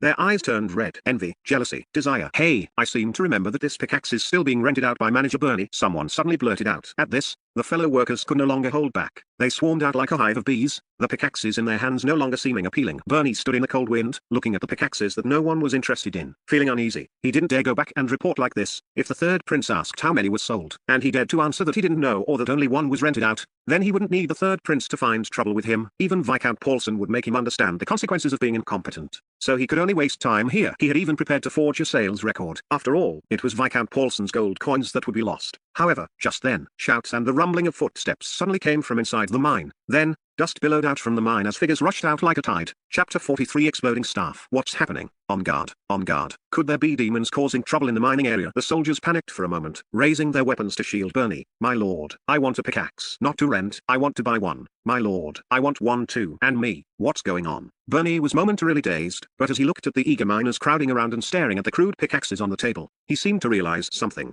He asked tentatively, This pickaxe costs 2 silver coins. Are you sure you want to buy it? It's not just 1 silver coin. I'm sure, my lord. Here are 2 silver coins. I want one. I want one too. Me too. Looking at these miners who were usually stingy, Bernie was stunned, momentarily thinking he had come to the wrong place. This situation was somewhat inconceivable. Had these people gone mad? Of course not. 2 silver coins could be said to be the entire wealth of a strong miner's family. For them to be willing to gamble everything only pointed to one issue. There was something special about the third prince's pickaxes. Bernie's gaze fell upon the crude pickaxes again, his expression changing. He pulled a miner aside to ask for details and finally understood the reason. At that moment, he also saw a man and his son arriving late behind the crowd, walking out of the mine with a basket full of magic crystals on their backs.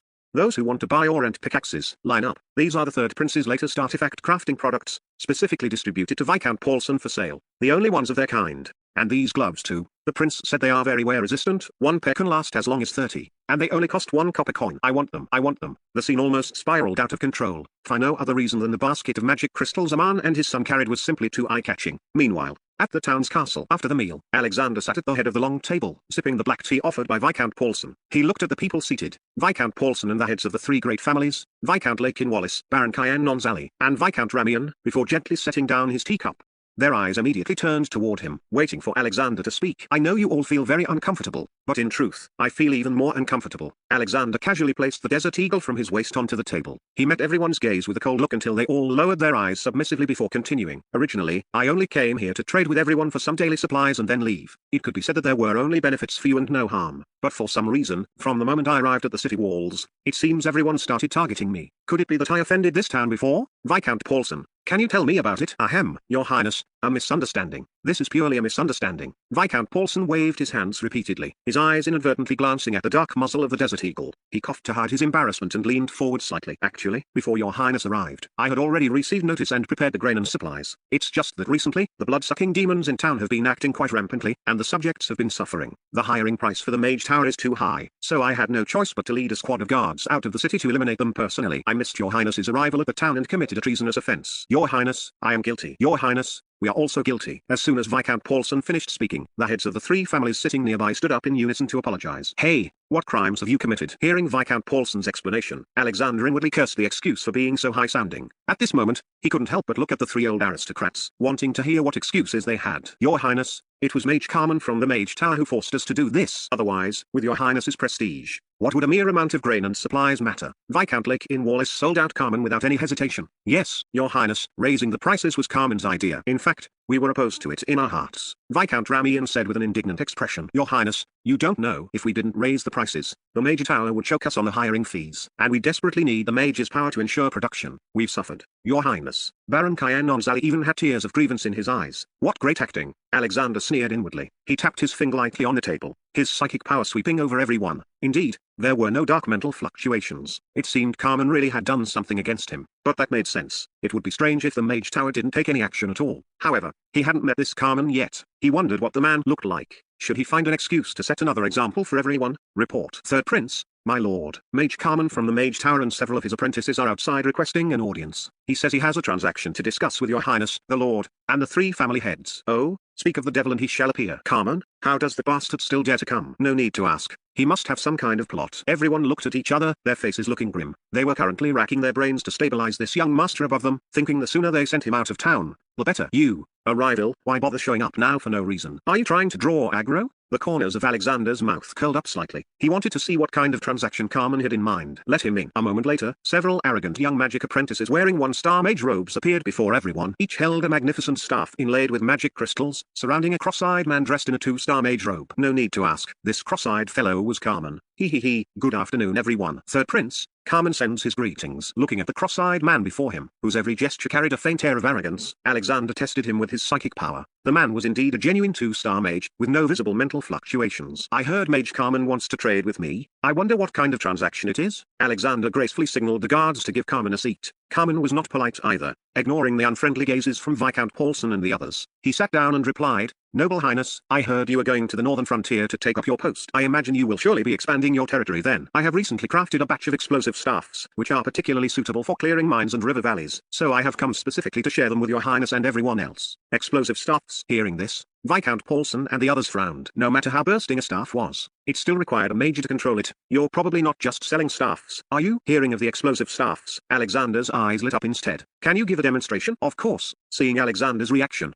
Carmen was secretly pleased. He thought that if Alexander bought the staffs, it would reveal part of his capital reserves and mage combat strength. Then, Carmen could plan a corresponding strategy, knowing oneself and the enemy. So he quickly signaled a magic apprentice to go to the open space outside the hall to perform. Meanwhile, Alexander could no longer restrain himself. The quill in his sea of consciousness was already prepared for copying. Chapter 44. Don't hold me up from mining. The apprentice strode confidently into the center of the courtyard, twirling his staff with a flourish. He began chanting an incantation, channeling magic toward a trial stone set in the courtyard. Ripples of energy formed elemental distortions around the staff. A crimson magic circle, half a meter in diameter, manifested over the magic crystal at the staff's head. A sudden blast of scorching heat erupted, energy converged with a hum, and a fireball the size of a basketball shot out like lightning. In the blink of an eye, it struck the trial stone with a roar of flames and swirling air currents, followed by the sound of crisp cracking. The center of the 10-meter-wide trial stone caved in, surrounded by spiderweb-like cracks reaching 5 meters in diameter. So strong for a one-star magic apprentice to operate it so freely and cause such destruction, and the spell was almost instantaneous. Impressive. Although Viscount Paulson loathed Carmen, he had to admit that the staff the man had crafted was indeed unique. It is indeed impressive. Given the cost of a one-star apprentice and this level of destructive power, the cost-performance ratio is very high. The three great patriarchs secretly exchanged glances, seemingly sensing another business opportunity. Not bad. Impressive. Alexander was also overjoyed. Inside his spiritual sea, a solid explosive fireball magic circle floated quietly, and he offered his sincere praise to the other party. After all, since they were giving him something for free, he should at least be polite. Is your highness satisfied?" Carmen confidently set his trap, waiting for Alexander to step into it. However, Alexander shook his head and said, "The staff is good, but I have my own tools." A pity. As a mining tool, he still preferred the sharp pickaxe. After all, while the explosive staff was indeed superior to the sharp pickaxe in terms of single-target power, it couldn't compare in terms of simplicity, durability, or maneuverability. Their cost-performance ratios weren't even on the same level. Furthermore, if such explosive damage were used frequently inside a mine, it could easily cause tunnel collapses. Its safety factor was far inferior to the sharp pickaxe. "Your highness has tools as well?" "Surely not." Carmen spoke dismissively, but his eyes betrayed him as he looked mockingly at Viscount Paulson and the three patriarchs, sneering. "If my information is correct, your highness's so-called tools wouldn't happen to be those pickaxes, would they? I wonder. Viscount Paulson and you three patriarchs, are you finding them comfortable to use?" "Comfortable my ass." Viscount Paulson cursed inwardly. Carmen was clearly here to stir up trouble. He and the three patriarchs had seen the pickaxes and gloves the third prince had commissioned, who couldn't see the crude craftsmanship comparing ordinary tools to a magic staff. If that wasn't a deliberate attempt to make the third prince look bad, what was? The three patriarchs also looked at Carmen with unfriendly eyes. Glancing at the fully armed soldiers surrounding them, their resentment toward Carmen deepened. They thought to themselves, "If you want to seek death, don't drag us down with you." Your highness, are there any more pickaxes and gloves?" "Over at the mining area, they want as many as you have." Just as the crowd fell into a brief silence, Bernie's frantic voice drifted in from the distance outside the hall. Vance and others were seen running along with Bernie. "What's the panic?" Viscount Paulson was startled, but seeing his butler ignoring all noble decorum, he felt he was losing face and shouted angrily, "What's this about pickaxes and gloves?" "The mining area." "Wait, what did you say?" Suddenly realizing something, Viscount Paulson looked in astonishment at the steward, whose face was flushed with excitement as he reached them. He asked tentatively, "Bernie, what did you just say?" "They want as many as we have." "You mean the pickaxes and gloves?" "My lord, the pickaxes provided by the third prince are practically divine artifacts." "Triple." No, it's 5 times. Productivity has increased by a full 5 times. The miners have gone crazy. Bernie gestured wildly as he gave an embellished account of what had just happened at the mining area. Not only did Viscount Paulson's eyes glaze over as he looked at Alexander, but even the three patriarchs cast hopeful glances. Only Carmen and his apprentices remained skeptical. Alexander hadn't actually gone to the mining area to test them yet, so he couldn't help but look at Vance. "Your highness, everything Steward Bernie said is true. Moreover, this is the money earned from selling the pickaxes and gloves just now." As Vance spoke, he held a beast-hide bag out to Alexander. Upon opening it, one could see it was piled high with glittering silver coins. No explanation was as persuasive as cold, hard silver. The three patriarchs, in particular, could no longer sit still after hearing about the productivity increase. They knew very well that the sharp pickaxe was a tool even ordinary people could use. If productivity could be increased 5-fold, then that explosive staff was nothing but a fart. At most,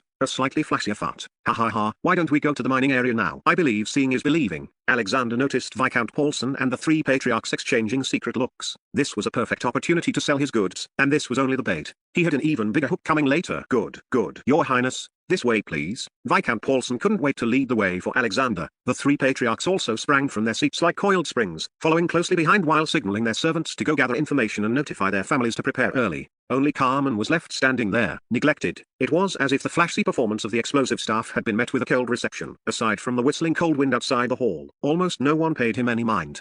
Lord Mage. Several apprentices stepped forward, trying to break the awkwardness. Damn it, how dare he cut off my path to wealth. Carmen's cross-eyed gaze flashed with a cold light. He stood up abruptly and snarled, "Let's go. I want to see for myself what kind of pickaxe can increase productivity 5 times. Even for a performance, isn't this too exaggerated?" With that, he chased after them huffily. The mining area. There were many people gathered where the pickaxes were being sold, but there was an even larger crowd elsewhere. "Lord Manager, can you hurry up? You're delaying my mining." "Exactly, Lord Manager. Don't be so nitpicky. Just round the way to the nearest hole number. In the time you're taking, I could have dug 2 more baskets." "Sir, how about I leave these 3 baskets here for now? Just lend me a few more baskets to use." The team of managers registering the amount of ore mined had never been as busy as they were today, nor had they ever been barked at and rushed by a group of miners like this. The miners' productivity today had truly left them overwhelmed. Looking at the long queue and the baskets of glittering, translucent magic crystals, they felt like their hands would go numb just from collecting today's commissions.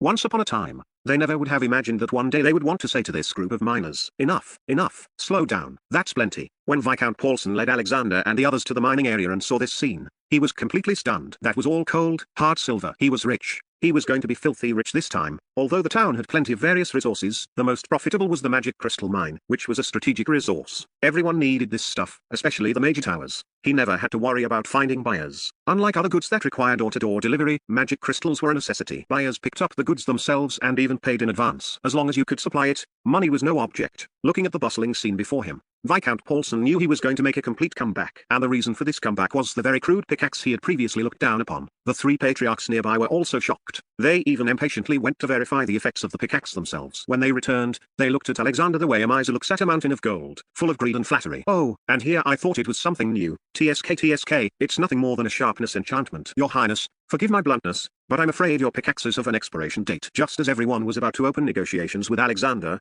Carmen's sarcastic and discordant voice suddenly rang out from behind them. Chapter 45 Enchanting Alchemy Platform. Viscount Paulson and the 3 family heads were stunned at the same time. Carmen's words were like a bucket of cold water poured over their heads, and when they looked at the sharp pickaxe again, the fervor from before had vanished.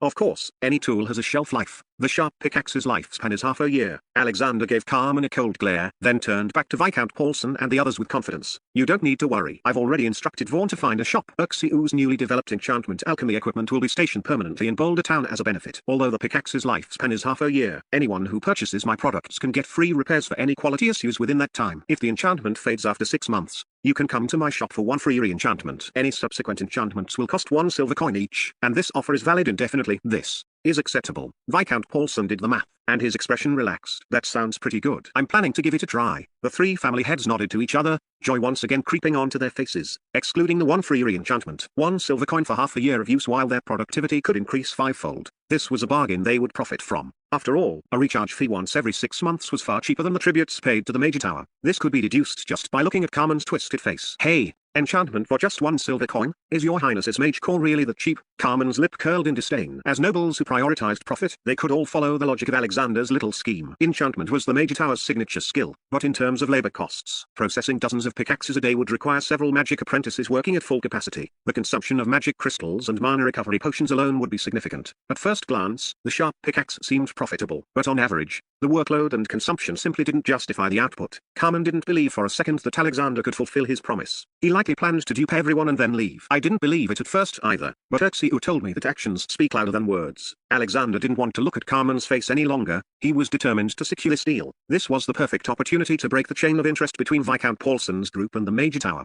Thus, he notified Uxiu to bring the enchantment alchemy equipment to enchant all the pickaxes present, using the slogan, "Special price today." For a moment, chaos ensued. Not only was Viscount Paulson shouting and swearing at Bernie to hurry to the castle warehouse and fetch all the pickaxes, but the 3 family heads were also flushed as they urged their servants to gather pickaxes quickly, while also ordering gold coins and supplies to be prepared. Carmen, on the other hand, looked like a frustrated toad. It was the feeling of watching gold coins slip through his fingers. It was truly more than he could bear. He wanted to see Alexander fail to produce anything convincing, then, he would make these fair whether viscounts and barons pay a heavy price. A profound array gathered elemental energy, and ripples of cool light continuously radiated from the enchantment alchemy platform. Carmen stared intently as the magic alchemy device, less than half a meter tall and about a meter square, operated smoothly. His face looked as grim as if he were constipated. Pickaxes were piled onto the enchantment platform. In roughly 3 breaths, over a dozen enchantments were completed. Moreover, Uxiu was the only one operating it, and he did so with ease. There were no recovery potions and no magic crystals being slotted in. There was only the mechanical process of placing the pickaxes and then removing them. It felt as though any ordinary person with hands could handle the job. How is this possible? This is impossible. Carmen and his apprentices simply couldn't accept it. They circled the enchantment platform with their backs hunched, wishing they could tear open the device's casing on the spot to see exactly how it was crafted. What Carmen found even more unbelievable was that the enchantment platform appeared to be a single piece, like a casting, without any seams or signs of assembly. Third Prince, name your price for this enchantment alchemy platform. I'll take it. Carmen suppressed his frustration repeatedly, but in the end, he couldn't control his curiosity and resentment, so he questioned Alexander. Your Highness, there's an order to things. We were the first to support your business. State your terms. We'll take as many of these devices as you have. I'm a man who likes to be direct. Viscount Paulson and the 3 family heads didn't even need to discuss it. Anyone with a brain could guess the value of this enchantment alchemy platform. A hen that lays golden eggs was certainly worth more than a few eggs. However, Alexander smiled and shook his head. Viscount Paulson, I'm afraid you've misunderstood. Why would I sell such equipment? To me, its only purpose is to make farming tools more efficient. Do you understand? Just for farming tools? Viscount Paulson and the others looked at Alexander's pointed expression and realized their little schemes had fallen through. After all, if this thing were used on weapons and armor, the effect would be terrifying just to think about. But clearly, the prince had realized this too, hence the specific warning. But thinking back, even if it only enchanted farming tools, it was still excellent. Besides the 5-fold increase in productivity, if farming tools were used as weapons, the strength of the surf cannon fodder would also increase. As long as they weren't rebelling, it would be sufficient for small-scale conflicts. Having understood the key point, Viscount Paulson and the others immediately changed their tune. Where is your highness's shop located? If you haven't chosen one yet, you can take your pick of the best shops in my castle. Your highness, the Wallace family owns over a dozen street-front shops in the trade market. If you're willing, I'll have them clear space for you immediately. Your Highness, if you are willing to grant the Zali family full agency over the enchantment alchemy platform, we won't charge any fees and we'll manage everything for you for free. At the same time, the Zali family can offer you a 30% discount on all the materials you need. Your Highness. Ahem. All right everyone, I've felt your sincerity. Alexander raised his hand to stop their bidding war. However, I haven't thought that far ahead yet. For now, I just want to do the enchantment work well. If there are opportunities in the future, we will have more chances to collaborate. Hearing this, Viscount Paulson and the others exchanged looks, each understanding the unspoken situation. Outwardly, they repeatedly agreed. Haha, of course, of course. Then, they proceeded to negotiate the enchantment prices for the pickaxes and other farming implements. From start to finish, Alexander ignored Carmen, and even Viscount Paulson and the others consciously excluded Carmen from their circle. As he listened to the gold coin amounts being discussed, Carmen knew that Alexander truly wasn't going to give him any face. He felt more and more uncomfortable. Staying any longer would only be inviting further humiliation. Looking at the enchantment alchemy platform that was still operating continuously,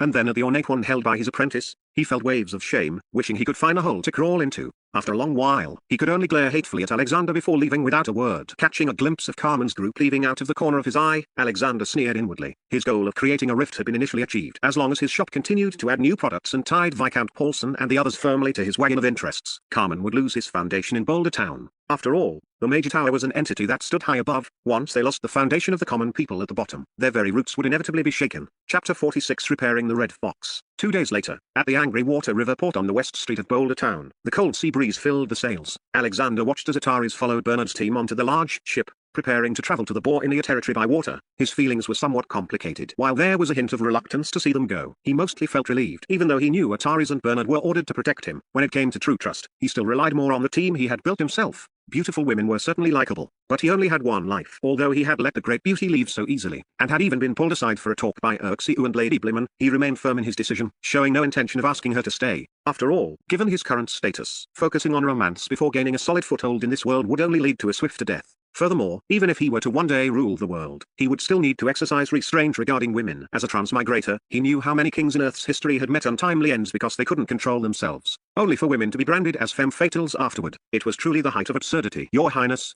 the Red Fox is currently undergoing repairs in the dock. According to your plan, we are to set sail in a week, but I am quite concerned. Vaughn watched the departing fleet. Seeing no outsiders around, he leaned in toward Alexander and asked cautiously. Concerned about what? Alexander glanced at Vaughn and walked straight toward the dock. Today, they were repairing the bottom of the ship. He needed to coordinate with Uxiu to not only construct multiple magic barriers on the hull to increase defense and enchantment durability but also to reserve space for the wind-driven propeller main engine. It was no small project. Your Highness, repairing a 3-masted ship is not as easy as a common boat. 1 week is truly rushed. Moreover, regarding your design blueprints, Is it not somewhat improper to remove the three main sails? Vaughn stole a glance at Alexander and probed further. Also, the procurement list you gave me the day before yesterday was mostly for cold spirit grass, aside from provisions. If I'm not mistaken, your next destination is Crystal City by water, isn't it? Oh, Alexander paused, giving Vaughn a look of slight appreciation before continuing forward. What makes you think so? Locked under Alexander's piercing gaze, Vaughn's heart tightened. Speculating on a superior's intentions was never a good thing. He was only testing his master's temper. But hearing a hint of appreciation in Alexander's tone,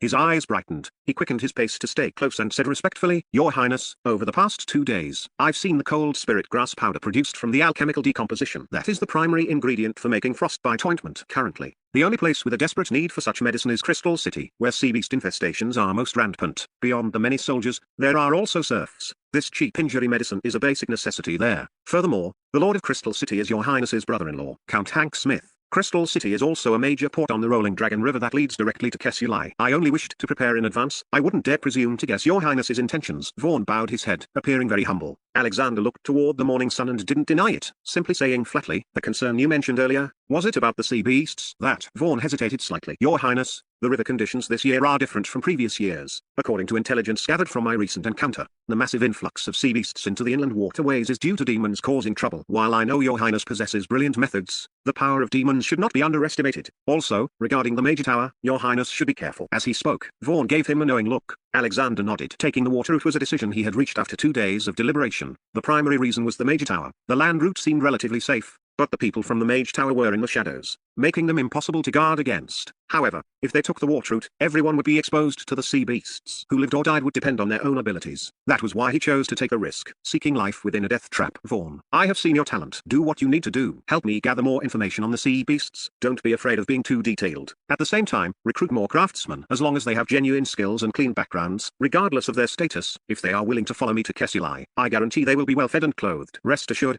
your Highness. Vaughn will not disappoint you. Seeing that Alexander did not bring up the ship repairs, Vaughn tactfully said no more. He would simply follow Alexander's plan. As for whether the plan could actually be achieved, he couldn't say. After all, the plan involved alchemical equipment, which he knew little about. Watching Vaughn leave, Alexander had no intention of explaining the ship repairs. In fact, many people shared Vaughn's concerns, but his design did not belong to this world, making it difficult to explain. It was better to just follow the instructions and use results to show these people that this was how things worked. Boulder Town had only one shipyard, and currently, 2 large ships were undergoing repairs. The one on the left was the Red Fox. The Red Fox was currently propped up by massive timber frames. The holes in the hull and the dense clusters of barnacles attached to the bottom were clearly exposed. The temporarily conscripted shipwrights and carpenters were working overtime to clean and repair under the protection of Urban's flintlock squad. Captain, we can tolerate not having sails, but what's with removing the oars too? Are we supposed to row with our hands? Sack, a lean and powerful fox-kin bosun with a flying fish tattoo on his neck, complained to his master and captain, Roy, while carrying crates of medicinal herbs. Shut up. This is His Highness's wish. If you don't want to cause trouble for Patriarch Vaughn, just do your job. Roy took a deep draw from his pipe, feeling very frustrated himself. As an old captain with 30 years of seafaring experience, he had never heard of a ship that didn't need sails or oars, unless it was an airship from the Major Tower. But the Red Fox in front of him was clearly not being modified into an airship. Instead, he was told to measure and dismantle the ore cabins to convert them into storage rooms and power rooms, saying they were to install alchemical devices called wind-driven propellers and enchanted gearboxes. He didn't understand alchemy, but he had seen alchemical items. They were things that required a mage to drive them. If they really had to hire mages to drive the ship, wouldn't he and his men face a risk of unemployment? No, I have to go talk to His Highness. He doesn't understand sailing at all. He can't just ruin the Red Fox like this. Roy looked at this comrade in arms he had been so close with. The emotions he had poured into the ship over the years could no longer be suppressed, and he turned to walk out. Captain Roy, how is the progress? Just then, Alexander's deep voice drifted down from above. The cabin fell silent instantly, and then everyone bowed, greeting him as Your Highness. Roy stopped in his tracks, looking at the heroic figure of Alexander, especially those piercing eyes and the desert eagle at his waist. He felt a bit hesitant, but hearing Alexander address him directly, he summoned his courage and said, Your Highness, everything is progressing smoothly according to your plan. It's just, I don't understand your proposal. As a captain, I truly cannot comprehend your design. Chapter 47 Premeditated Plot. As soon as Roy finished speaking, the personnel working in the cabin stopped what they were doing and looked over, each of them with the same look of doubt in their eyes. Alexander smiled. He knew this question would eventually need an explanation. After all, this ship was the livelihood that the crew members depended on. Suddenly changing their way of life was something no one could accept immediately. However, the wind-driven propeller and the enchanted gearbox were items far ahead of their time. Even he only understood the design and had seen them assembled and used. As for the principles, he only had a superficial understanding at best. Explaining it clearly would not be easy. Pondering for a moment, he said loudly, I know what everyone is thinking. In fact, I don't have to give any explanation. But out of respect for all of you, I'll say a few words. First, No matter how this ship is modified, you are all its crew currently. I have no plans to fire anyone, nor do I intend to recruit new crew members. Second, the design of this ship is classified. It uses the latest alchemy devices developed by Uxiu. Just like the Major Tower's airships can fly in the sky without the help of sails or oars, this ship can use similar alchemy devices to navigate through water without sails or oars. Everyone can rest assured. Third, although there will be major changes in your positions, I can guarantee that you will soon find the new roles much more exciting. This ship will be the best ship you have ever seen. Your Highness, I still have my reservations. After hearing Alexander's explanation, Roy was still unsatisfied. Painting a rosy picture was a common tactic among nobles.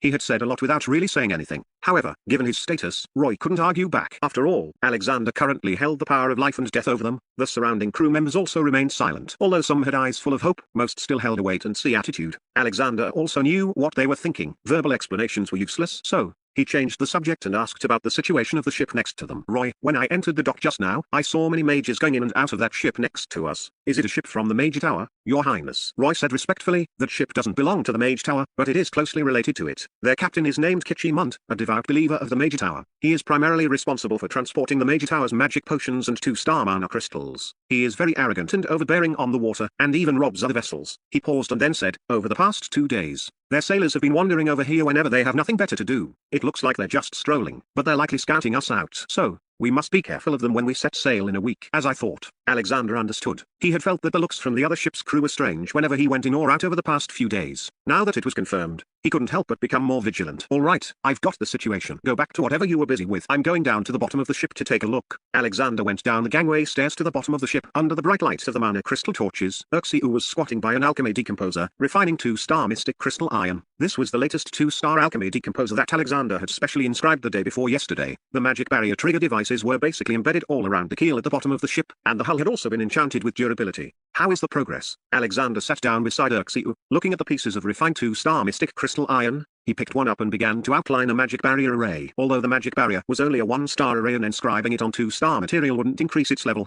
it could boost the coverage area, increasing the defensive range of the magic barrier tenfold.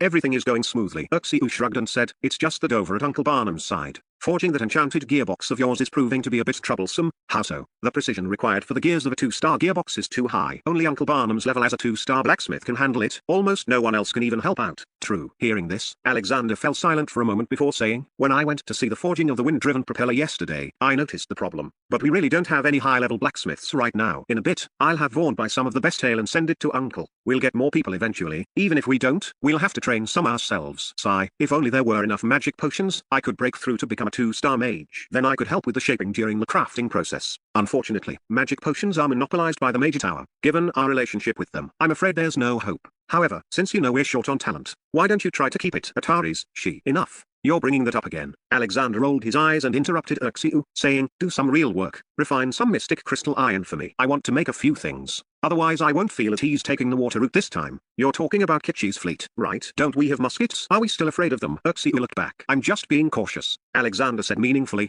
the power of muskets is still too small, and the range isn't enough. I want to refine some big guys. If this Kichi really tries to pull something, I'll blast him into dust. It looks like our Captain Kichi Mund is in for some bad luck. Although Uxiu didn't yet know what Alexander wanted to refine, based on his understanding of his friend and the shock the muskets had given him earlier, he believed that the big guys Alexander spoke of could definitely blast the opponent into dust. The Flying Shark was a 3-masted ship, compared to the Red Fox. Although both were large ships with a displacement of around 500 tons, it was significantly larger in terms of physical volume. The captain, Kichi Mund, was in his 40s, completely bald, with a black leather patch over his left eye. His remaining right eye gleamed with a fierce light. Currently, he was leading a special escort group from the Mage Tower, led by the 2-star Mage Rand Avery, to inspect the completed Flying Shark. Although Mage Rand Avery usually held his chin high with an arrogant air, he showed some restraint when facing Captain Kichi. After all, this screwed, bald man who looked vicious was a genuine 2-star mage. Even if he wasn't an internal member of the Mage Tower, his status was no lower than Rand's. Mage Land. Look at these sails. They're all made from the finest sheepskin and the hide of 2-star magic beast great strength balls. Not only are they incredibly strong and heat resistant, but they won't freeze in low temperature waters. Moreover, the deck, hull, and bottom are all enchanted with durability. If we encounter floating ice in the river or low-level sea beasts, we can just crush right through them. Not bad. With Captain Kichi in charge of transporting this large batch of magic potions, as well as 2-star and 3-star mana crystals, we can consider it secure. Rand nodded slightly, but his eyes narrowed as he looked toward the Red Fox on the other side of the dock. Ha ha ha, did Mage Land notice as well? This third prince is simply making a fool of himself. Following Rand's gaze, Kichi saw the shipwrights on the Red Fox busy dismantling the 3 large sails and setting up several rotating platforms. He felt a wave of disdain. The durability enchantment and the ram at the bow are done well enough, but removing even the oars, is he trying to build an airship? Rand curled his lip. Alexander had snatched Carmen's business in the town this time, which was considered another slap in the face for the Major Tower. Although the higher-ups hadn't issued a direct order to kill him, they had subtly expressed the intention that the prince must be brought under control. Therefore, on this escort mission, he could go all out, as long as he didn't let the third prince die. Nonsense. The complexity of manufacturing an airship is such that without the help of a 3-star great mage, it's nothing but a pipe dream. As a 2-star mage, Kichi also knew the ropes. While continuing to lead Rand and his group, he pointed to the flying shark's oars and the 100 or so muscular rowers, saying confidently, "Look at my rowers. Every single one is an apprentice knight, and the bosun is a quasi-knight. Furthermore, the oars are made from 100-year-old magic peach camphor. They are hard, corrosion-resistant, and unafraid of fire. At full power, the ship can reach 12 knots. If our major team assists at that time, reaching 15 knots shouldn't be a problem." Ha ha ha, exactly. Kichi laughed and rubbed his hands, then pointed to the magic ballistae on both sides of the hull. But Mage Land, if you want to know what I'm most proud of on the Flying Shark, it's these 20 magic ballistae. They have a range of 300 meters. A single shot from a heavy bolt can easily sink a 20-meter boat. When we enter the angry water river, I don't care if it's the Red Fox or some prince. If they don't behave, I'll send them all to feed the water turtles. Well, caution is still necessary, but with Captain Kichi here, the Mage Tower is very much at ease. Good. Then we'll set off tomorrow and scout the way ahead first. Chapter 48 Setting Sail. A little to the left. Yes, a bit more. Good, good. Just like that. Lower it. With the rattling sound of hoisting pulleys, Alexander personally directed the installation of the main engine for the wind-driven propeller in the power cabin. The wind spin power engine. Boom. The massive rectangular machine body fit into the slot. The shipwrights inserted arm-thick bolts into the pinholes and tightened them. Looking at this big guy, 5 meters long, 3 meters wide, and 1.5 meters high, shimmering with a metallic cluster, Alexander felt waves of excitement in his heart. The interior of this beast featured a gear structure, with its core module built around a 2-star wind swirl magic array rune seed and enchanted with durability attributes. The 2-star bearings and acceleration turbofans, meticulously crafted by Uncle Barnum, were full of power. The engine was filled with the grease of a 2-star sea beast, the Monodon seal, which was resistant to high and low temperatures, friction, and corrosion. The estimated power could reach 5,000 horsepower, and pushing a 500-ton ship to a speed of 25 knots would be no problem at all. 25 nautical miles per hour is roughly equivalent to 46 kilometers per hour. In this world, unless it's a mana-powered vessel, nothing should be able to match it. Everyone has worked hard. Next, we'll split into 2 groups. Group 1 will follow me outside to install the propeller, while Group 2 stays here to continue reinforcing the gearbox grooves and moving cargo. After allocating the manpower, Alexander led Group 1 to install the propeller. He saw that most other parts of the large ship were basically repaired and finished, with only the painting step left. Only the most critical power engine and gearbox was still far from completion. In 3 days, Uncle Barnum had worked without sleep but had only finished half of the manufacturing plan. This progress made Alexander very conflicted. The talent gap was too large, but closing that gap wasn't something that could be done overnight. Currently, the fastest way was to develop machinery that, combined with magical power, could replace manual labor. For example, a mana-powered forging machine, and the urgently needed magic array engraving machine, similar to the CNC machine tools of his previous life. This could compensate for the shortage of blacksmiths and the drawback of not being able to mass-produce magic array inscriptions. This was also the main reason he planned to go to Crystal City. In addition to selling cold spirit grass to obtain funds and taking the water route to reduce the risk of a Mage Tower ambush, Crystal City's specialty was mana crystals. They were excellent containers that could carry special magic arrays and were the core of the magic array engraving machine. Just like programming, by using the memory projection effect of mana crystals, a preset magic array could be recorded into a program. Then, through a mechanical arm, the magic array could be replicated, achieving the goal of mass-producing magical components. Combined with the automated mana crystal rune seeds he mass-produced, that would be a true magical industrial revolution. Crystal City. I really want to get there soon. Forging machines, engraving machines. It seems to be getting more and more interesting. 10 days later, the morning sun plated the Red Fox with a layer of gold. The sharp ram at the bow was like a sword piercing the sky. Without the clumsy 3-masted sails, the entire hull appeared light, smooth, and full of rhythmic grace. Due to delays in the manufacturing schedule and 2 failed attempts at breaking in the enchanted gearbox, the improvement and maintenance work had to be extended. But today, everything was ready, and the moment of departure had finally arrived. On the deck and hull flanks, the concealing canvas was pulled back, revealing over 20 dark gun barrels. They looked like the fangs of a monster, ferocious and fierce. The musket squad led by Chris stood solemnly on both sides of the deck. Bright steel guns were held firmly in their hands, their chests thrust out like sharp blades. Your Highness, I truly hate to see you leave. You have brought so many benefits to the town. Your kindness is like the rising sun. Viscount Paulson held Alexander's hand, looking as reluctant as a sycophant. However, as he occasionally glanced at the modified Red Fox, there was a hint of doubt and complexity in his eyes. After organizing his words for a while, he said tactfully, Your Highness, it truly worries us that you are taking the water route. News came in these past 2 days that a large number of sea beasts are flooding into the river. Although your ship has been modified very Uniquely, you are ultimately alone. You must be extra careful. Your Highness, we also hate to see you go. Why not stay for a few more days so we can entertain you properly? The three major families echoed the sentiment. No one had ever seen a ship like the new Red Fox, but out of noble pride, everyone held their tongues. They simply signaled their subordinates to carry large and small bags of gifts onto the ship. Haha, Viscount Paulson, and everyone else, I appreciate your kindness. As the saying goes, all good things must come to an end. Besides, I've left an assistant in town. If there are any problems, you can go to the Royal Supermarket and find Brown Cisco. As Alexander spoke, he withdrew his hand, waved to the crowd repeatedly, and then boarded the ship. Your Highness, take care. Wishing your Highness a smooth journey. Amidst the farewells and the music of the send-off, the Red Fox sounded its siren. Inside the bridge, Roy held a pipe in his mouth and took the helm himself, gazing through the large window at the massive chunks of drift ice floating in the northwest channel. His heart was heavy, filled mostly with worry and doubt. Similarly, the first mate, second mate, bosun, and other crew members in the bridge had expressions of unease on their faces. Today's wind was a headwind, and the drift ice in the river was clearly congested. If the ship lacked power, sailing in this environment would be extremely difficult. Normally, this would be a severe test of the helmsman's skill and the row's execution and adaptability. But now, everything relied entirely on a single helmsman. This unconventional experience was truly hard to describe. May the gods protect us and let nothing go too wrong. Roy took a deep puff of smoke, ordered the anchor raised through the brass speaking tube, and then pressed the brand new start button on the console. Click, hum. The ship vibrated slightly, followed by a powerful torque that churned the water at the stern. A strong push of reaction force made Roy and the others straighten their bodies. The massive hull left the port smoothly and briskly. There was no stumbling shaking, no clumsy start like when rowing in the past, and certainly none of the imagined scenes of the large ship being unable to move. It's actually moving. Really, it seems to feel quite good. Yeah, this is a feeling I've never had before. It's very wonderful, very smooth, and very fast. Watching everyone lean against the windows to look at the receding port while waving to the people sending them off, Roy's eyes also narrowed slightly. He exhaled the smoke from his lungs and looked at the acceleration lever next to the steering wheel. This was a device the third prince had specifically explained, saying it could adjust the sailing speed on its own. Gently turning the wheel, as the Red Fox left the shallow waters of the port and entered the angry water river channel, Roy's palm gripped the acceleration lever. At the same time, he ordered the first mate beside him, Gerald, notify all personnel to take their positions. The ship is entering the acceleration phase. Yes, the sharp-looking Gerald received the order and immediately ran to the speaking tube, shouting to all channels, all personnel to your positions. The Red Fox is entering the acceleration phase. There may be bumps. Please hold on to the handrails.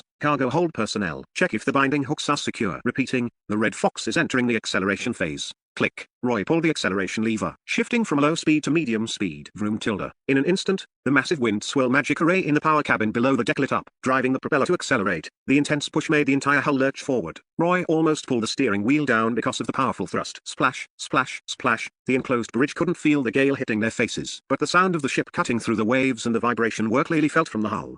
As an old captain with over 30 years of sailing experience, Roy could instantly judge the current speed. 15 knots, at least 15 knots. Heavens, the old Red Fox only reached 12 knots even when empty. This wind-driven propeller. Roy suppressed his inner excitement, his gaze falling once more on the high-speed setting at the bottom of the acceleration lever. His breathing quickened. Captain, this speed is way too fast. It must be at least 15 knots. Gerald's eyes were wide as an octopus's. My god, by the gods, that twisted piece of iron actually has such power. What did the prince call it? It's called a wind-driven propeller. Right. The wind-driven propeller. It's simply incredible. I even doubted the prince at first. Listening to everyone's clamorous exclamations, Roy also began to feel excited. His palm rested on the acceleration lever, feeling somewhat hesitant. I wonder how fast this high-speed setting can go. Chapter 49. Is this ship a divine artifact? Captain, be careful. We're entering a dense drift ice zone ahead. Just then, the first mate and several observers beside him called out in warning. Gerald, let me see the power of that improved impact ram, Roy said as he released the acceleration gear, gripping the helm firmly with both hands to control the ship's hull. Receiving the order, Gerald immediately shouted into the speaking tube. Deck department impact platform personnel, activate the impact ram immediately. I repeat. In an instant, several agile demi-human sailors on the foredeck ran quickly to the base of the bow ram. Using a pulley crane, they hoisted a 2-meter square alchemy module and fitted it into the impact magic circle. Buzz. As the module clicked into place, a low magical hum sounded. Huge magic circle patterns lit up around the bow ram, and streaks of magical elements rushed toward the bow like flowing water, forming a massive, transparent impact air pocket. Bang, bang, bang. The air pocket blasted out repeatedly in a fan shape. The drift ice in the river channel was shattered and scattered like blown snow. My god, so this is the latest alchemical device His Highness spoke of. Gods preserve us. Strong, it's too strong. It's so easy to use. Ha ha ha, I love this ship. It's simply wonderful. Seeing these results, it wasn't just Roy who was excited. The other crew members couldn't help but let out cheers of approval. One must know that previously, this operation would have required the cooperation of several mages. Now, A few strong, ordinary sailors could handle it with ease. It was simply too effortless. Ha ha ha, this ship is practically tailor-made for me. This is what it feels like to ride the wind and waves. Roy finally couldn't help but laugh heartily. Captain, do you want to take a break? Let me help you drive for a while. Gerald, who had been itching to try for a long time, leaned in with a thick-skinned grin. Get lost. I just started getting the hang of it. Roy rolled his eyes and scolded with a fake sternness and a smile. Go do what you're supposed to do. Go check on His Highness and see if he has any requests. Don't just stand here howling like a ghost. What kind of behavior is that? Who's howling? It's clearly you. All right. Gerald curled his lip secretly, his eyes lingering reluctantly on the helm. Seeing Roy's howling expression, he could only walk sourly toward the luxury guest cabin behind the bridge. Meanwhile, inside the cabin, Vaughn was standing respectfully before Alexander, replying deferentially, Your Highness, after your design and modifications, the Red Fox has been completely transformed. My previous worries were unnecessary. With the Red Fox, our future waterborne business will surely be extremely profitable. That's my plan as well. You'll need to put in more effort in the future. Alexander stood by the porthole, gazing at the scenery of the angry water river. He was absorbing the spiritual sublimation of his new recruits while contemplating the upcoming itinerary. It would take at least 10 days to half a month for the Red Fox to reach Crystal City. This time could not be wasted. His retainers had to take on new tasks. Also, Chris needed to conduct a new round of conscription. Now that they had the Windspin power engine, lathes, milling machines, and drilling machines could all be put into operation. The speed of manufacturing gun barrels and cannon barrels had also improved, especially with the success of the two-star alchemy decomposition. Although forging was slow, they could currently carry out small-scale trial production. It was feasible for the musketeer to perform small-scale equipment replacement and research practice. Given the uncertainties of the future, it was always good to be prepared. Your Highness, I just received a swallogram from Brown. Message swallows from the direction of the Major Tower have already flown out to various locations. Vaughn handed a small slip of paper to Alexander. Alexander took it, scanned it, and nodded slightly. It seems our path ahead won't be lonely, but that's fine. It's a good chance to test the Red Fox's defensive capabilities. Pass the word down. Everyone is to stay on high alert. Report any suspicious vessels immediately. Also, pay special attention to the sky. If this group gets desperate and uses an airship to drop some kind of aerial bombs, it'll be trouble. Aerial bombs? Vaughn blinked. This was the first time he had heard this new term, but he could roughly understand the meaning. Rest assured, Your Highness, all the crew and sailors of the Red Fox have weathered great storms. They will surely protect your safety. If Your Highness has no other instructions, I shall take my leave. Go ahead. Watching Vaughn leave, Alexander gently turned the black gold ring on his index finger. Although he had absorbed some golden energy lately, it still felt quite far from activating a ring. Even though Vaughn's clansmen had joined him, it was too early to say they were as wholeheartedly devoted as his 6 main personnel guards. Absorbing more fresh blood and cultivating usable talent was the fundamental policy for the future development of his territory. However, he hadn't recruited many talents from Boulder Town this time, only about a dozen people. After interviewing them, none were particularly outstanding. At most, they were people with a bit of craft skill. After all, Kessilai wasn't a desirable destination, and Boulder Town was currently developing like wildfire. Who would want to leave? I'm short on people. If Kessilai is truly as Uncle Barnum described, what's missing isn't just skilled craftsmen, but a massive number of ordinary residents. And without people, how can a territory develop? Perhaps my initial strategy of having no slaves and equality for everyone needs a slight adjustment. I should first take in everyone I can, and then proceed step by step. On a broad stretch of water 600 nautical miles from Boulder Town, the Flying Shark had been anchored for 7 days. The remains of sea beasts previously slain by the mages in the surrounding waters had all been swept away by undercurrents. The crew members were yawning with boredom. Some were fishing on the deck, but their eyes were too lazy to even watch the floats. So boring. Do you think the prince's ship broke down? It's been 7 days and there's not even a shadow. I think it's unlikely. Or maybe they don't have sails and their speed is as slow as a turtle. Sigh. Poor me. A few days ago, I was so excited I couldn't sleep, thinking about how many of his women I'd snatch. Look, it's a swallow-gram. It's finally here. Ha ha ha. Boys, business is finally coming. Quick, go report to the captain. Inside the captain's cabin, Kitchi Munt, Mage Rand, and a group of other mages took turns reading the message sent from the Major Tower. Captain Kitchi, the third prince and his group are finally coming. Do you have a strategy? Mage Rand handed the slip of paper back to Kitchi. According to the intelligence from the Mage Tower, the Red Fox wasn't as pathetic as imagined. Instead, many aspects of it were shrouded in mystery, especially since its speed wasn't weak when leaving port.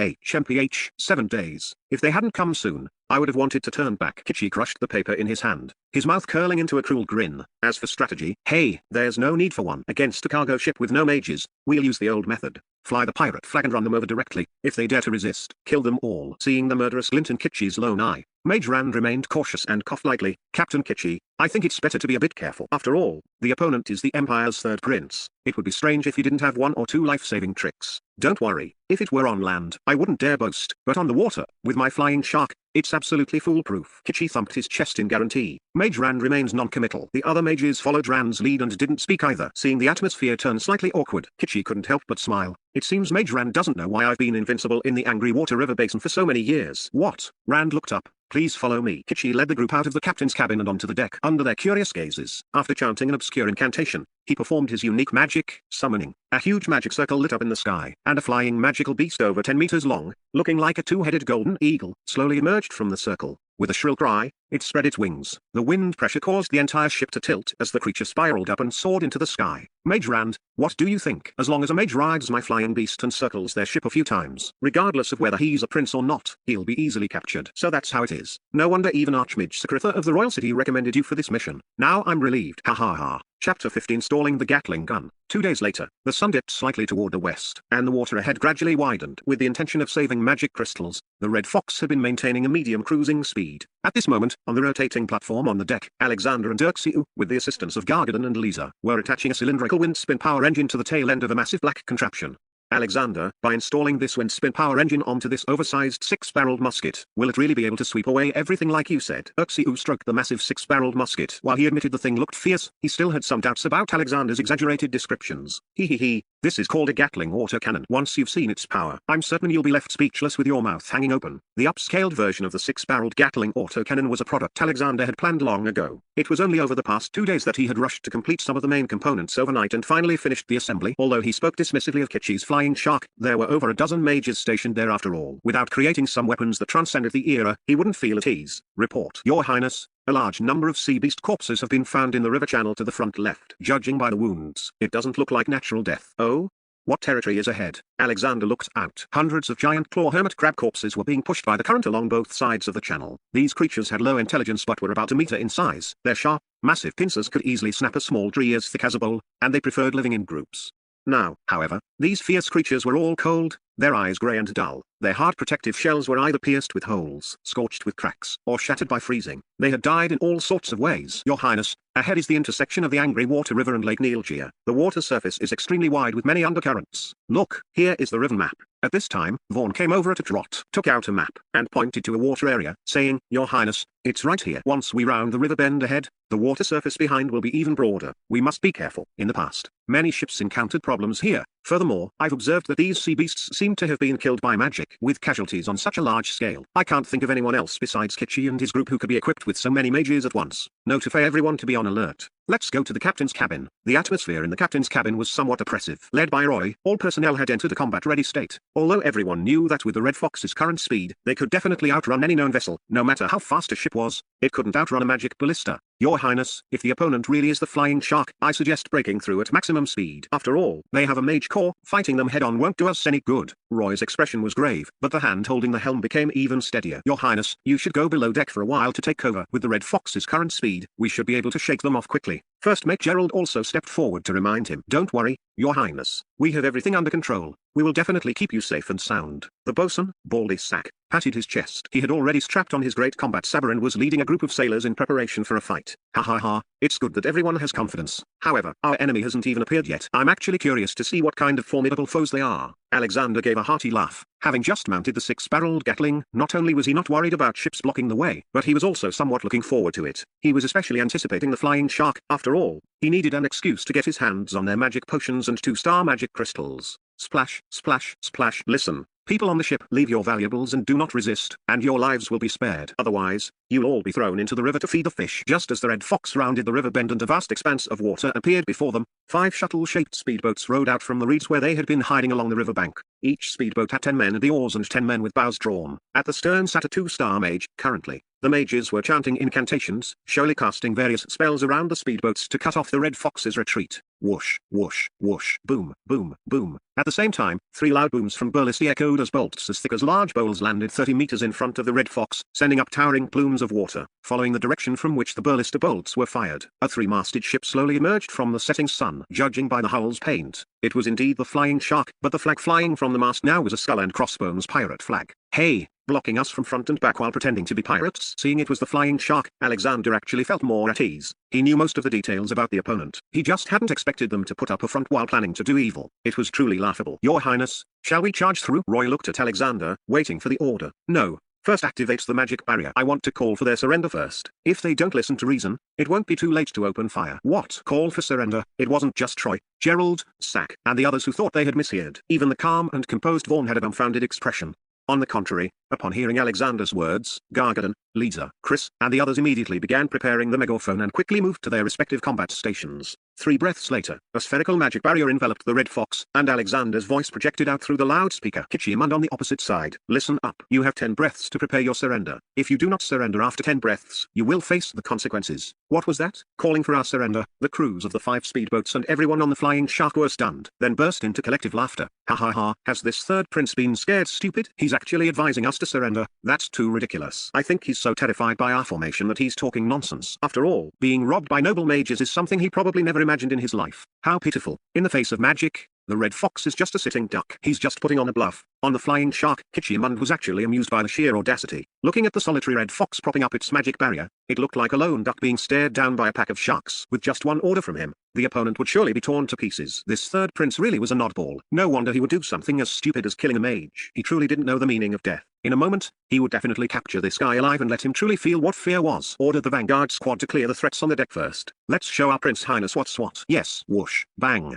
A red magical signal fireball rose into the sky and exploded. The 5 Vanguard speedboats in the distance had received the command. The crew members licked their lips, rowing with cruel grins as they surrounded the Red Fox in a spinning formation, shouting as they launched their attack. Fire, water ball spell, ice arrow spell, fireball spell, wind blade. In an instant, several magic circles lit up around the water. Elemental power surged forth, carrying a swarm of arrows as various magic projectiles almost instantly enveloped the Red Fox. Thud, thud, thud, clang, clang. Arrows and magic projectiles struck the magic barrier, creating ripples. Although weakened somewhat, they still passed through, clanging as they embedded themselves across the deck, some even hitting the musketeers on deck. However, every member of the musket squad commanded by Chris was wearing an enchanted linen vest recently woven by the retainers. Those arrows and magic projectiles that had lost their momentum only caused a bit of pain when they hit them. They didn't cause any fatal injuries.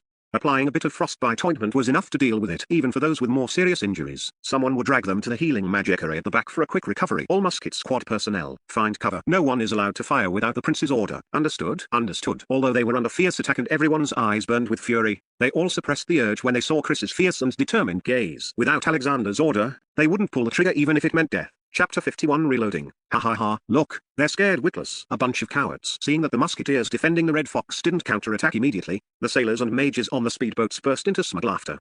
Surrender quickly, and we might leave your corpses intact. With such pathetic ability, they dared to demand our surrender. They must be out of their minds. On the distant Flying Shark, Kichi removed the monocular telescope from his one eye. With a contemptuous curl of his lip, he said gruffly, "What a joke. I thought they could provide me with some fun. But they misfired after just one shot. Just watch. I bet that within 10 breaths, this bullshit prince will have to raise the white flag, and then he'll be at my mercy." 10, 9, 8, 7. Kichimund, the 10 breaths are up. It seems you are stubborn to the end. Just then, Alexander's voice rang out again, tinged with a hint of regret. Fine. The opportunity was given to you. Chris, I order the musket squad to eliminate all incoming enemies, dead or alive. It doesn't matter. Yes. No sooner had the words been spoken than the 5 speedboats could react. In an instant, dark muzzles poked out from the gunnels, and the triggers were pulled on the speedboat crews who had just been flaunting their power. Bang, bang, bang, bang. Accompanied by flashes of fire, bullets rained down upon the speedboats with fierce momentum, and killing intent filled the air. However, the expected scene of blood splattering everywhere did not occur. It seemed the opponents were prepared. Layers of battle chi shields stacked with magic barriers weakened the bullets' impact. When they hit the crew, they caused no serious injuries, only scratches at most. Ha ha ha, see that? In the face of magic,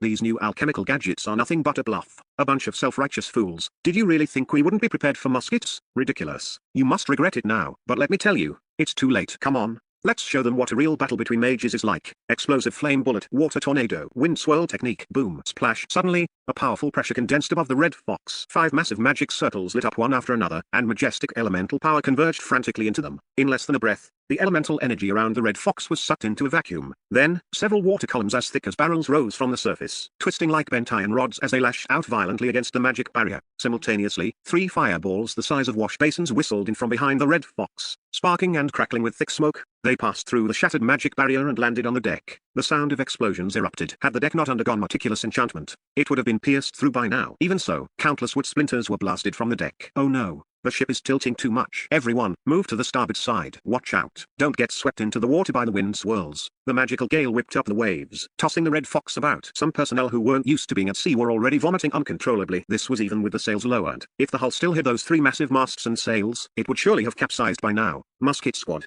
change magazines. Seeing the enemy's fierce offensive and that the musket squad's first volley had been ineffective, Chris decisively ordered them to swap in new magazines.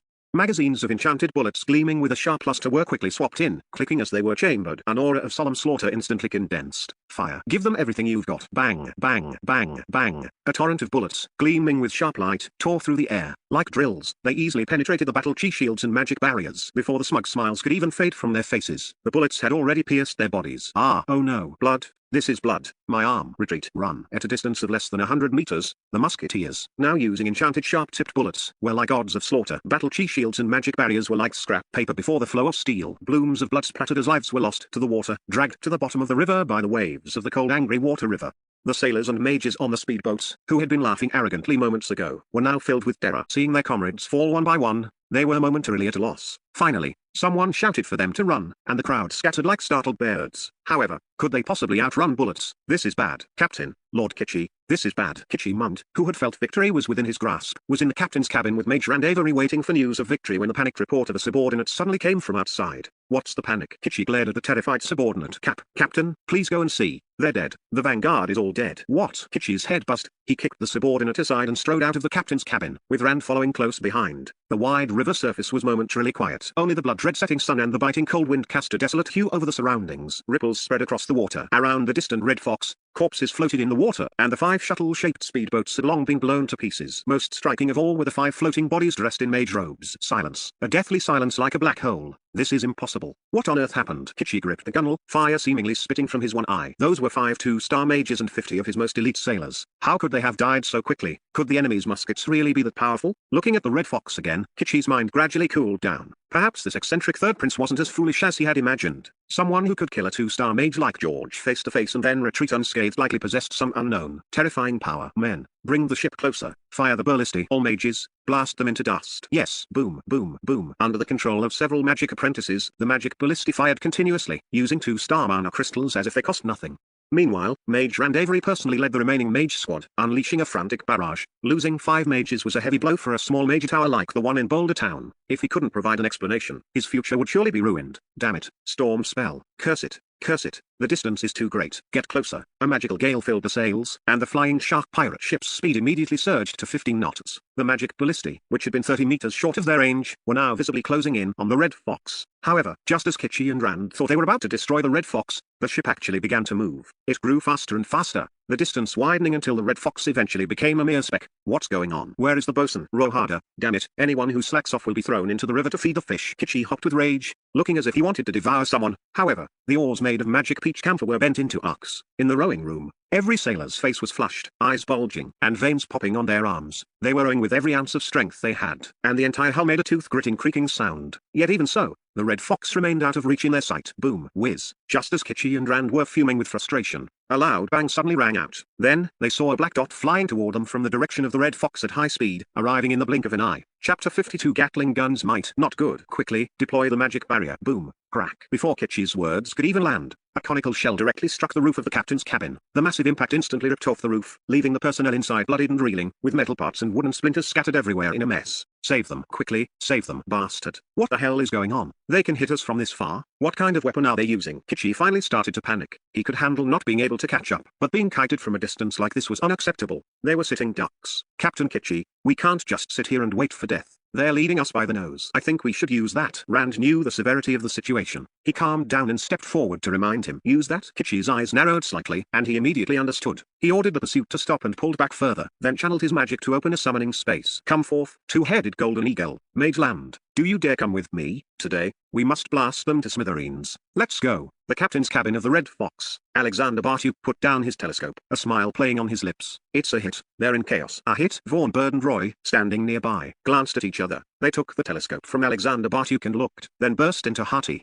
excited laughter. Ha ha ha, it really hit. Fantastic. I knew the Red Fox could do it. And the alchemical cannon designed by your highness is too powerful. To think it can reach a kilometer away, it's just too strong. Roar. We hit them. The guarding bosun, Baldy Sack, grabbed first mate Gerald's shoulder, and both roared in excitement. Just moments ago, they were worried about the enemy's onslaught. The magic ballistae and the overwhelming barrage of magic shells had seemed like the end of the world.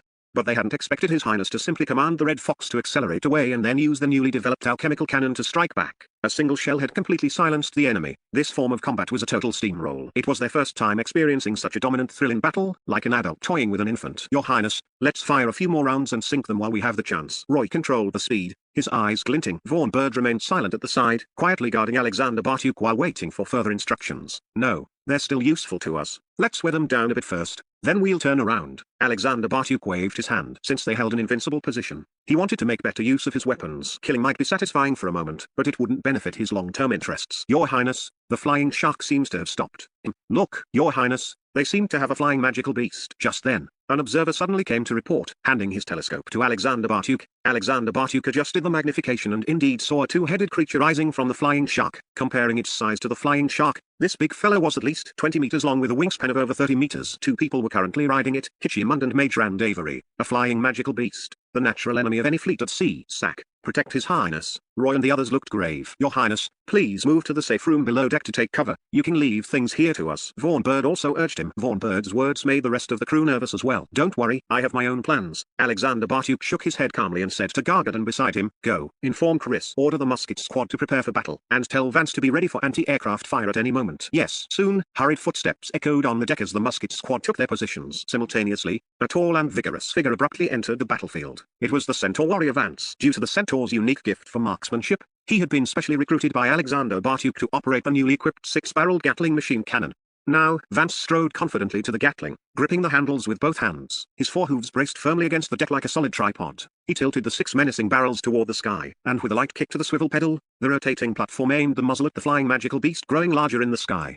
Through the double crosshair sight, Vance's eyes flashed with an unprecedented sharpness as his thumb gently flipped off the safety. To all personnel on the Red Fox, your stupidity has successfully enraged me. For this, you shall pay a heavy price. Accept your punishment. Screech. The massive two-headed golden eagle, like a low-flying fighter jet, dove over the Red Fox. Kitchi sneered, his single eye filled with cruel, cold light, his cat-and-mouse amusement plain to see. That feeling of looking down upon all living things from above gave Kitchi back the sense of dominance, that everything was within his grasp. Mage Land, show them what's what first. Don't kill them all at once. I want them to know the consequences of offending me. Watch me. Explosive flame bullet, fire. Rat-tat-tat-tat-tat-tat. Just as Kitchi and Mage Land thought they were invincible and had entered magic range to release their spells, Vance on the Red Fox received the command and pulled the trigger hard. Fire flashed as tongues of flame spat out. The six-barreled Gatling roared like an angry god of thunder, spewing streams of metal into the sky like high-pressure water cannons. The fierce recoil of the ejector flashed with sparks, and the ammunition belts slithered into the chamber like pythons. The magic circles that had just lit up in the sky were abruptly shattered. 20mm cannon rounds infused with the sharpness attribute pierced through the two-headed golden eagle's belly like a skewer and exited through its back, before smashing through Kitchi and Mage Land's dual magic barriers and finally tearing through their bodies. PFFT, PFFT, PFFT. A blood-red firework bloomed above the Red Fox, even from a distance. The spectacular sight of blood spraying across the sky was visible. My body, this is impossible. Kitchi and Mage Land never could have imagined things would turn out this way, but they no longer had the capacity for thought. They had been riddled with hundreds of cannon rounds. Had the eagle and their magic barriers not absorbed most of the impact, they would have been torn to shreds long ago. As it was, they were only heavily wounded and unconscious, falling into the river along with the mangled eagle. This was also thanks to the protection of their two-star mage robes, otherwise, they would have certainly died. On the Red Fox, the Gatling ceased its roar, and wisps of white smoke rose slowly from the six spinning barrels. A heavy silence fell over the Red Fox, from the captain's cabin to the deck and below. Roy and Vaughn Bird looked at each other, both involuntarily swallowing hard. The crowd running up from below deck, led by Urxiu, stared at the menacing six-barreled Gatling and then at the mangled heap of flesh that was the flying magical beast in the water, their mouths agape in speechless shock. Vance's hands were still trembling, partly from the Gatling's recoil, partly from excitement, and partly from fear. Although he hadn't felt such fear even when facing the Golden Eagle, he now felt a deep sense of awe and dread toward the Gatling machine cannon. If such a lethal weapon could easily tear apart such a massive flying creature, what would happen if the muzzle were pointed at knights or mages? He didn't dare, and couldn't bear, to imagine it. Good job, Vance. Chris walked over and patted the dazed Vance on the shoulder. Her eyes burned with fervor as she looked at the Gatling. This was the hope for the revival of the Quentin family, following Prince Alexander Bartuk. This was hope. Vaughn Bird, go organize some men to fish Kitchi and that mage out. See if they're still savable. Alexander Bartuk's voice finally rang out from the captain's cabin. The previously silent Red Fox immediately relaxed, followed by earth-shattering cheers. Victory. Long live your highness. Chapter 53. I'm not afraid you won't agree. The situation was the exact opposite of that on the Red Fox. At this moment, on the flying shark a kilometer away, a crowd of sailors and several mages were eagerly observing the movements of the Red Fox through their spyglasses, waiting for Captain Kitchi and Mage Land to bring them good news.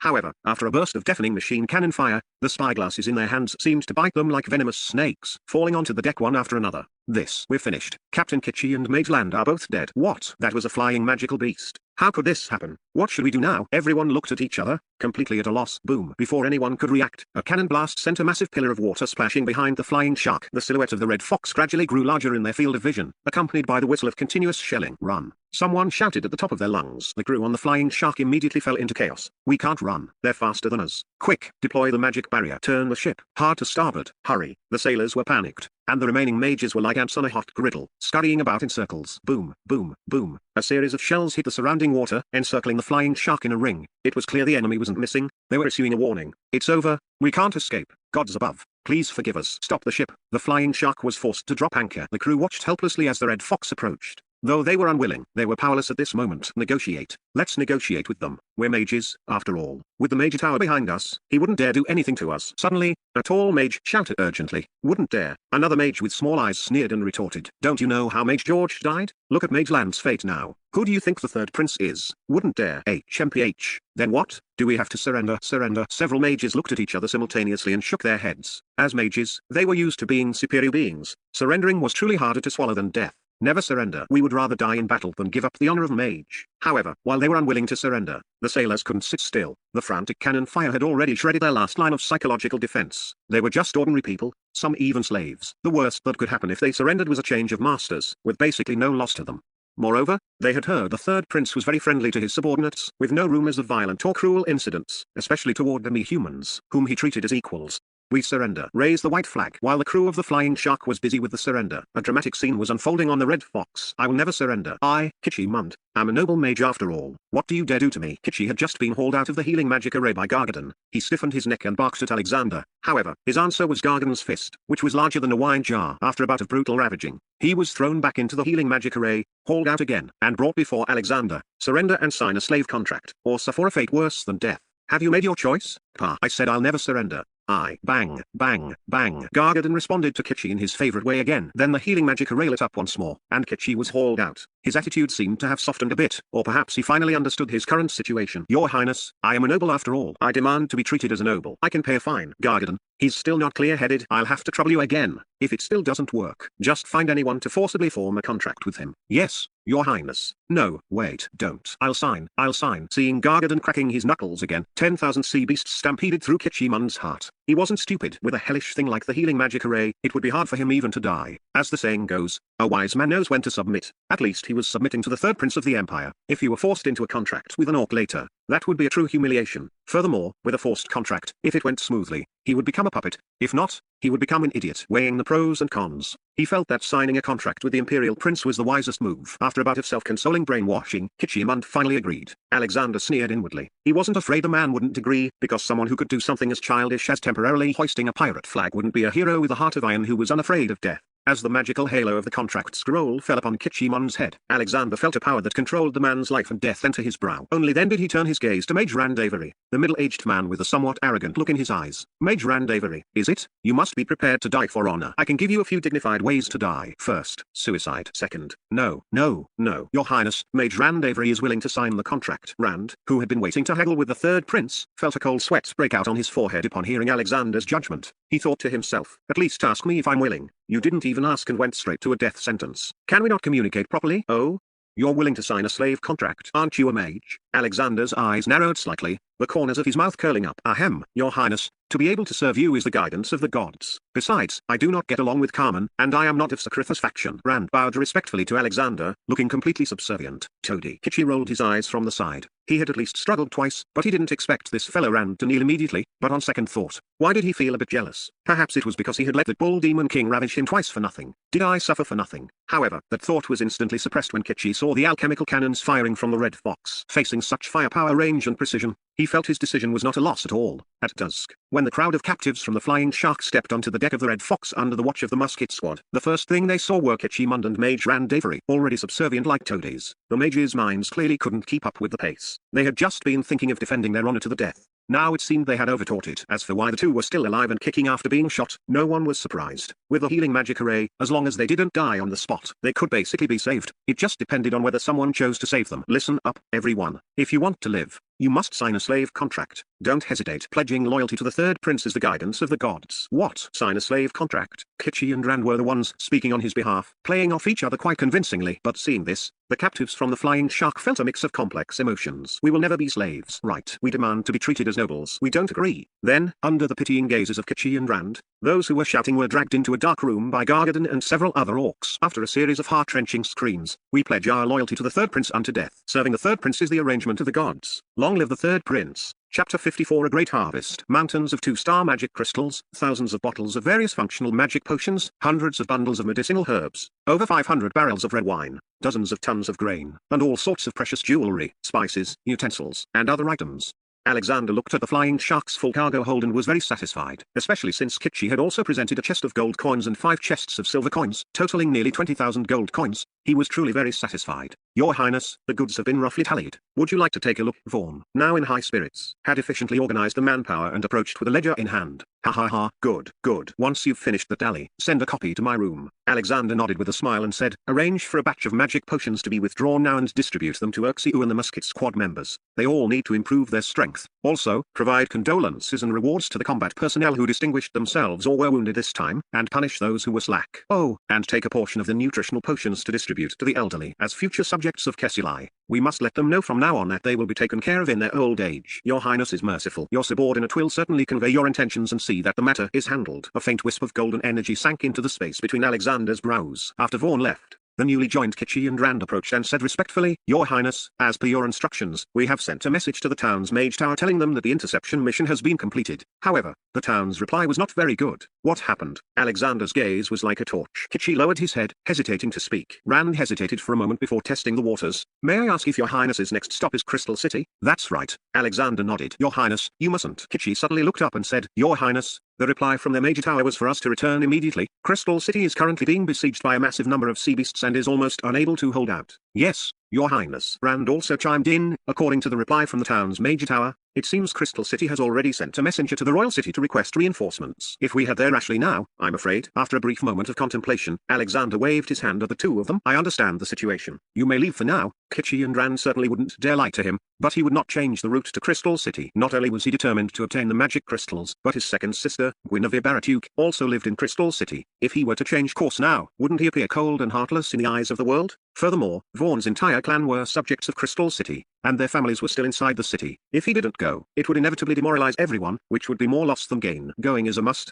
but it needs to be carefully planned. The cold moon hung high in the sky. On the towering defensive walls of Crystal City, the corpses of sea beasts and city defense soldiers were strewn everywhere, nearly filling the walkways until there wasn't even room to stand.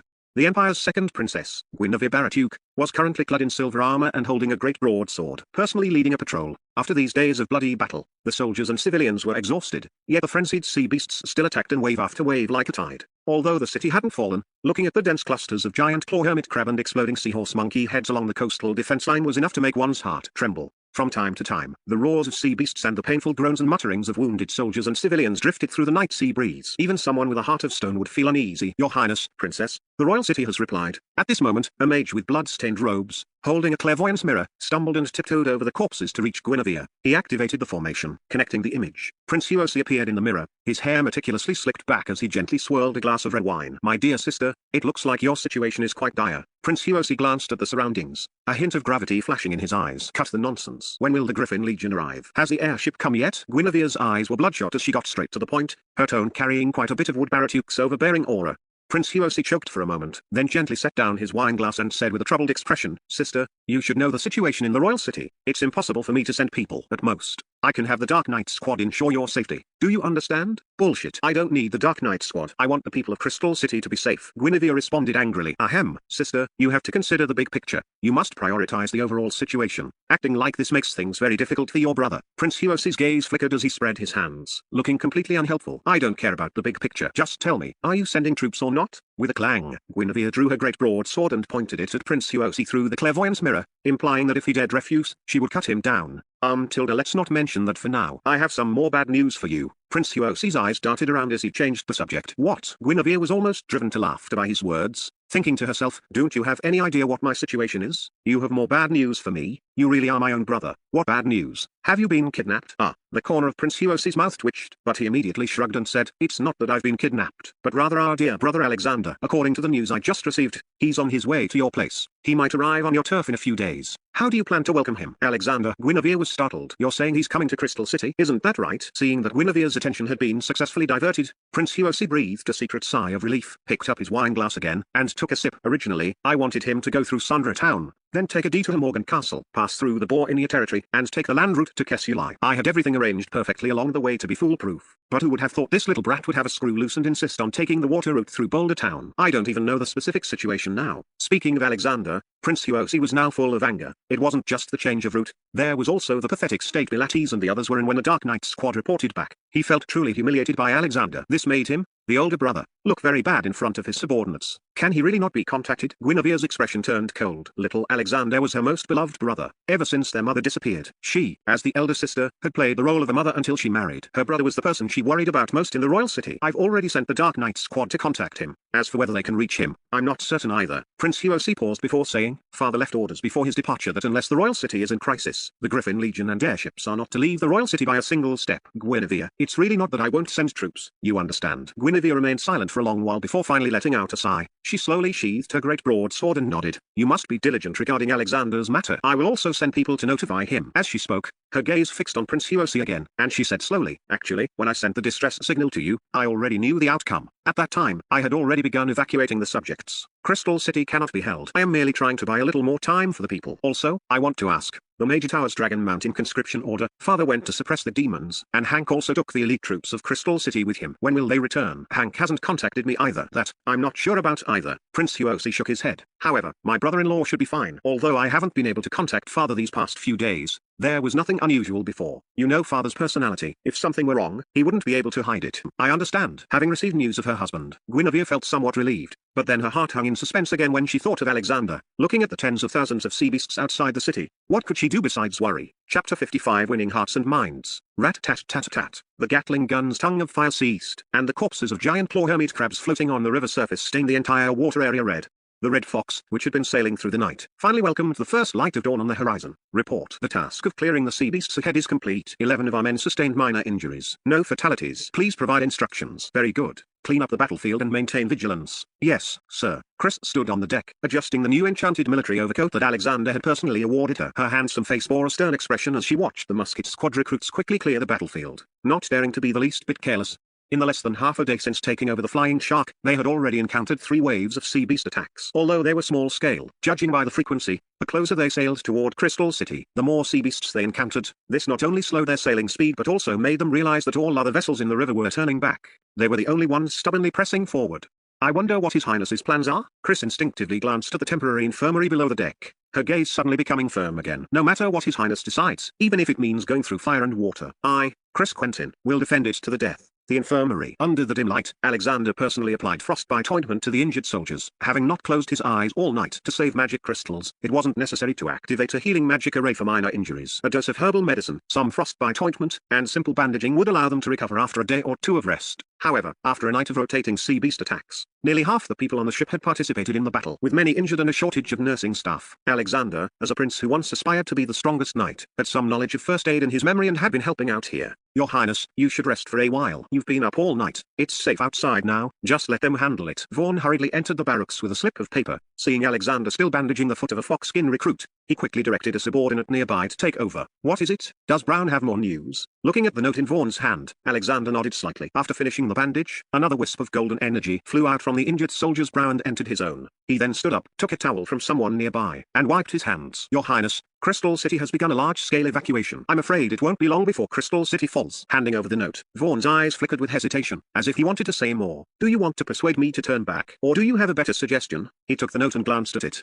It was roughly as Vaughn had described. Your Highness, I actually received another message from my family. Vaughn paused and said, Her Highness the Princess has already safely evacuated the city under the escort of the city guards and is camping in Linshan Town, 200 miles away from Crystal City. It's surrounded by mountains with no water nearby, making it easy to defend and hard to attack. Please do not worry, Your Highness. Oh?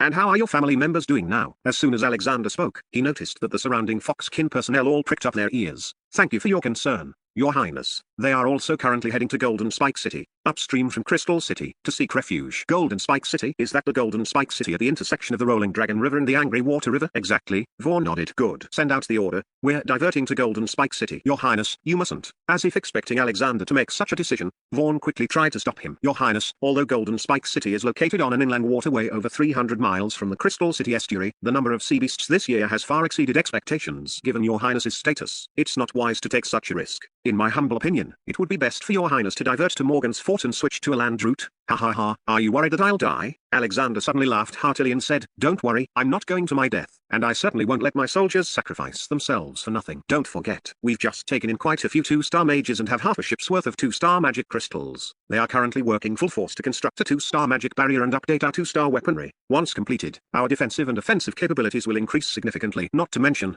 we still have a reserve of gunpowder bombs. Going to Golden Spike City is just taking a detour around Crystal City. I'm still counting on more brave foxkin warriors like them to join me. They will be the backbone of my Kessilai in the future. You wouldn't be unwilling, would you? Of course I'm willing, but I didn't dare to suggest it. Vaughn thought to himself that he obviously wanted to rescue his family, but since he had just submitted to Alexander and didn't fully understand his character, especially in such an extremely dangerous situation, how could he dare to make such an audacious request? Even if Alexander said they would go to the rescue, he had to maintain an appearance of strong discouragement. Your Highness, you mustn't, it's far too dangerous. It's decided. Alexander waved his hand, cutting Vaughn off. His tone brooked no argument. Proceed to Golden Spike City immediately to pick up my subjects. The barracks suddenly fell silent. After a long while, Your Highness. Vaughn suddenly stepped forward, his expression solemn, placing his left hand over his heart. He bowed deeply. On behalf of my people, I thank Your Highness. I, Vaughn Bird, pledge my life and loyalty to Your Highness until the seas run dry and the rocks crumble. I shall never forsake this oath. Your Highness, we too are willing to pledge our lives in loyalty to you and never forsake it. In the barracks, it wasn't just the foxkin warriors. Everyone else was also overcome with emotion. Their eyes shone with a resolute light as they one by one pledged their loyalty. Where else could they find a lord like this? Although they had heard before that Alexander had killed a mage from the mage tower for the sake of his followers,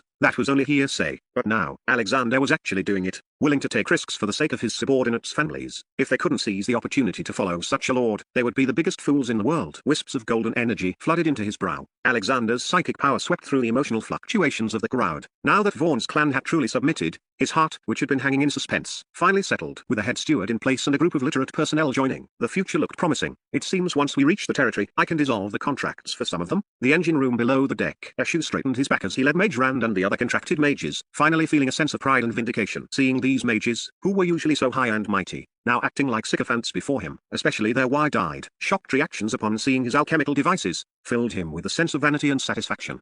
Once upon a time, as a Ratkin demi-human, he hadn't even dared to breathe loudly in front of these mages. But today, with the third prince's support, he held the power of life and death over them. This made him realize how incredibly lucky he was to follow the third prince. Lord Bliman, were these really all designed and manufactured by you and his highness? This is just too miraculous, isn't it? Seeing everyone's eyes bulging like octopuses, Eshu felt quite smug. He coughed twice and said with an air of importance, today's task is to modify and upgrade the 2-star magic barrier and 2-star weapons. Everyone will be divided into 2 groups. One group led by Mage Rand will be responsible for modifying the magic barrier, and the rest will follow me. Yes, we await your orders, Lord Bliman. Chapter 56 Quill Upgrade. Alexander went back to his cabin and took a nap. He didn't get up to wash until noon, inquiring about various matters, especially the elderly Madame Barrowman. After offering some words of comfort, he returned to his cabin for his daily cultivation. Currently, he commanded over 600 people, 2 ships, and more than 100 soldiers. If he lacked strength, he wouldn't be able to command respect. Cultivating psychic power and raising his telekinesis and spirit awakening levels was his greatest reliance for maintaining control over the situation.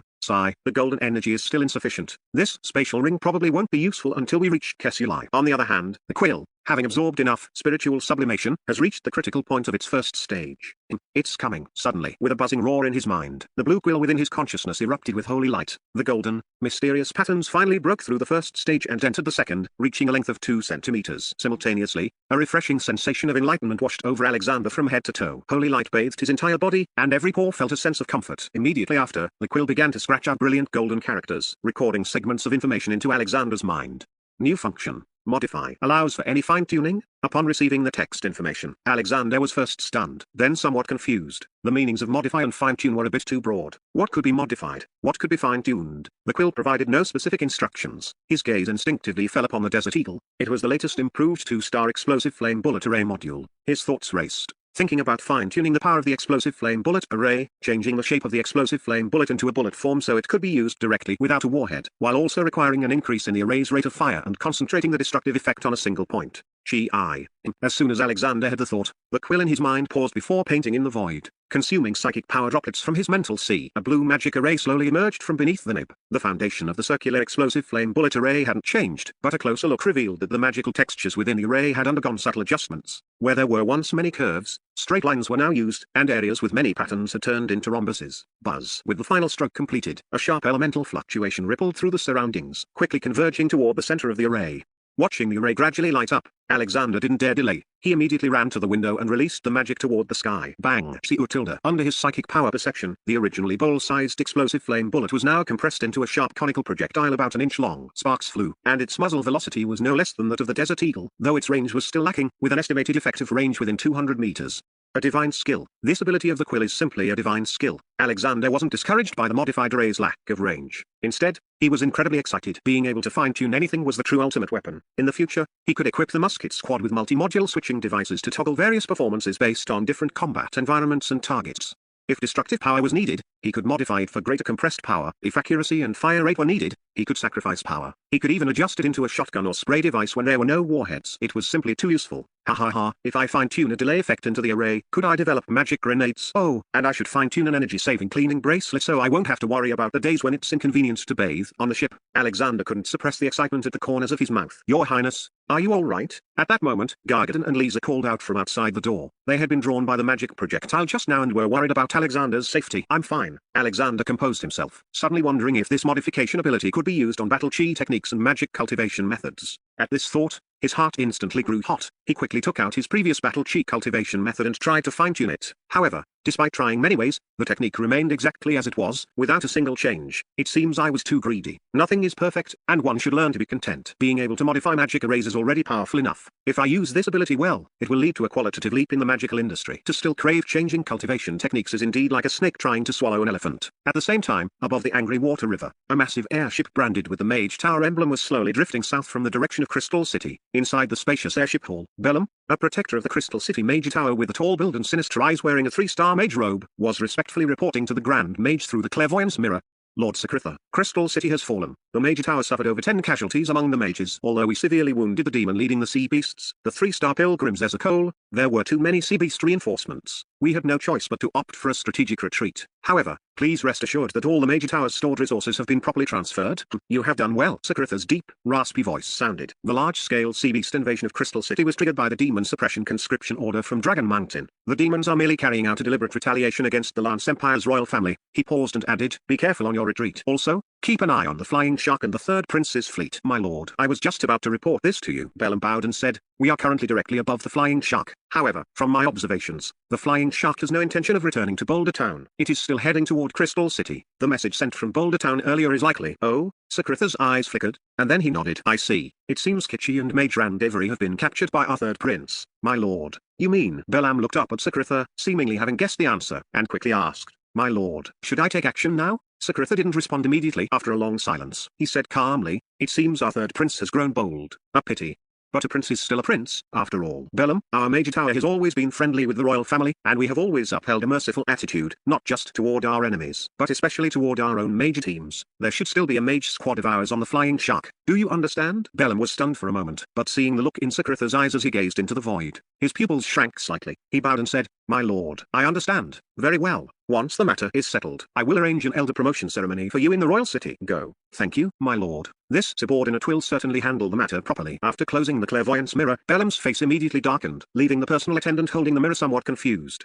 Chapter 57 Helping You Draw Hatred. What? Do you think it's strange that I'm unhappy even though I'm about to be promoted to elder? Noticing the attendant's confusion, Bellum spoke coldly. My lord, your subordinate just doesn't understand. Did Lord Sakritha mean for you to personally capture the third prince alive? The attendant asked. Capture him alive? Hee. You're overthinking it. Bellum sneered, then turned and walked to the porthole, looking down at the winding angry water river. Go and have the airship lower its altitude to fly alongside the Flying Shark. Properly clear out the sea beasts in the river for them until. As he spoke, his gaze fell upon the Flying Shark. He seemed slightly reluctant, but finally sighed, until it attracts the attention of the demons. What? The attendant was shocked. Escorting them while intentionally attracting the demons' attention. Wasn't that just drawing aggro? He understood. This was killing with a borrowed knife. Not just the third prince, but all the mages on the Flying Shark as well. The Major Tower was merciful to mages, but that didn't mean the Major Tower wouldn't utilize the cruelty of demons. My lord, is this really alright? As the personal attendant, he wanted to be certain. Go. There is nothing we can change. Belam watched the attendant leave to deliver the order, then looked into the distance again. In truth, he wasn't troubled by the Major Tower's killing with a borrowed knife scheme. He had seen far filthier things. His real worry was indeed the matter of the elder promotion. According to rumors, becoming an elder required passing the will's judgment of the Major Tower. Only the most loyal mages could be promoted, while most who failed the review went missing. He didn't want to go missing, but he lacked confidence in his own loyalty. What kind of loyalty counts as true loyalty? Is it following the Mage Tower's orders blindly, executing them regardless of right or wrong? Or is it upholding the faith advocated by the Mage Tower, treating all people equally and with mercy? It's difficult. Aboard the Red Fox. Report. Your Highness, we have spotted a Mage Tower airship above us. Judging by the insignia, it seems to be from Crystal City. Captain Chris requests instructions. Should we shoot it down? A musket soldier scout hurriedly came to the front of Alexander's cabin to report. Understood. Tell Captain Chris to continue observing and not to act rashly. Also, go and call Captain Kitschy and Mage Rand here. Yes, Your Highness. After the scout left, Alexander picked up a monocular telescope and looked toward the sky through the window. Sure enough, an airship marked with the Crystal City Major Tower was flying slowly above the Red Fox. From time to time, mages on board would cast spells to clear away sea beasts in the river. Do they really think we are captives of the flying shark? Are they escorting us? Alexander pondered for a moment before shaking his head. The Mage Tower had ordered Kitschy to return. Now that they were disobeying, it must have already aroused suspicion. Sending an escort would be completely illogical. Your Highness, Captain Kitschy and Mage Rand request an audience. Let them in. Following Gargadon's announcement, Kitschy Mund and Mage Rand Avery entered the cabin. Your Highness, what are your orders? Your Highness, Rand Avery pays his respects. Alexander motioned for the two to sit before saying, You've both seen the airship? How much do you know about the situation at the Crystal City Major Tower? Your Highness. Rand bowed slightly and said, Actually, we just received a transmission from the airship. It was sent by Belam, a 3-star Grand Mage and Guardian of the Crystal City Major Tower. They are advising us to return to Boulder Town. A 3-star Grand Mage? Alexander's pupils constricted slightly. A mage of this level possessed powerful area of effect spells, which made him wary. How did you reply? I followed your Highness's previous instructions and said we were on a secret mission. After that, they didn't reply, but instead began escorting us. As Rand spoke, a strange look appeared in his eyes. Escorting? Alexander sneered inwardly, having already guessed the general idea. I'm afraid we've already been exposed. They aren't protecting us, they're pushing us into a fire pit. Neither Rand nor Kitschy spoke. They simply exchanged a glance and slowly lowered their heads. Clearly, they were not fools. With Alexander's reminder, they understood the enemy's intent. Your Highness, I request permission to shoot them down. Kitschy suddenly looked up. This was the time to show his loyalty. Your Highness, you must not. Rand hurriedly discouraged him. Your Highness, although they may have discovered our plan, Belam hasn't attacked directly. This means they have no intention of a frontal confrontation with us. Furthermore,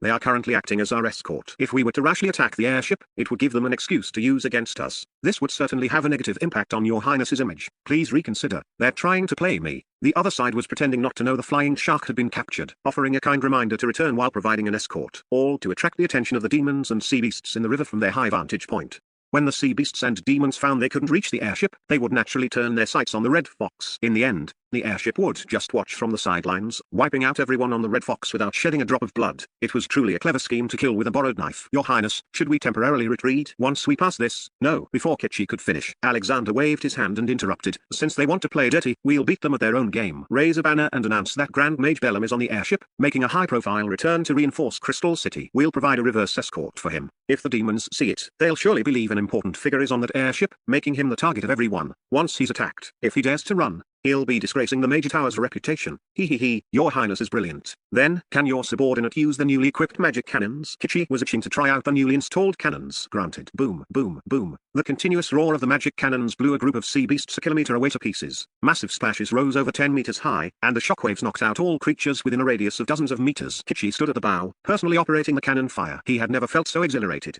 Ha ha ha. How satisfying. The Third Prince's magic cannons are simply too powerful. No wonder I suffered back then. Quick, go and hang up that banner for me. Yes. Soon, a striking banner fluttered on the flying shark. Grand Mage Belam is aboard the airship, returning to reinforce Crystal City. All demons retreat or be executed without mercy. Once the banner was displayed, the sea beasts, being of low intelligence, didn't react much, but those on the Mage Tower airship saw it clearly. The attendant quickly ran to report to Belam. My lord, they seem to have seen through our scheme. Should we take action? No need. Belam shook his head dismissively. So what if they know it's a scheme? Aren't they still going to Crystal City? We just need to pull the airship a bit higher. At that point, they'll just be earning a reputation for me. Let them mess around. We shall simply watch from the sidelines.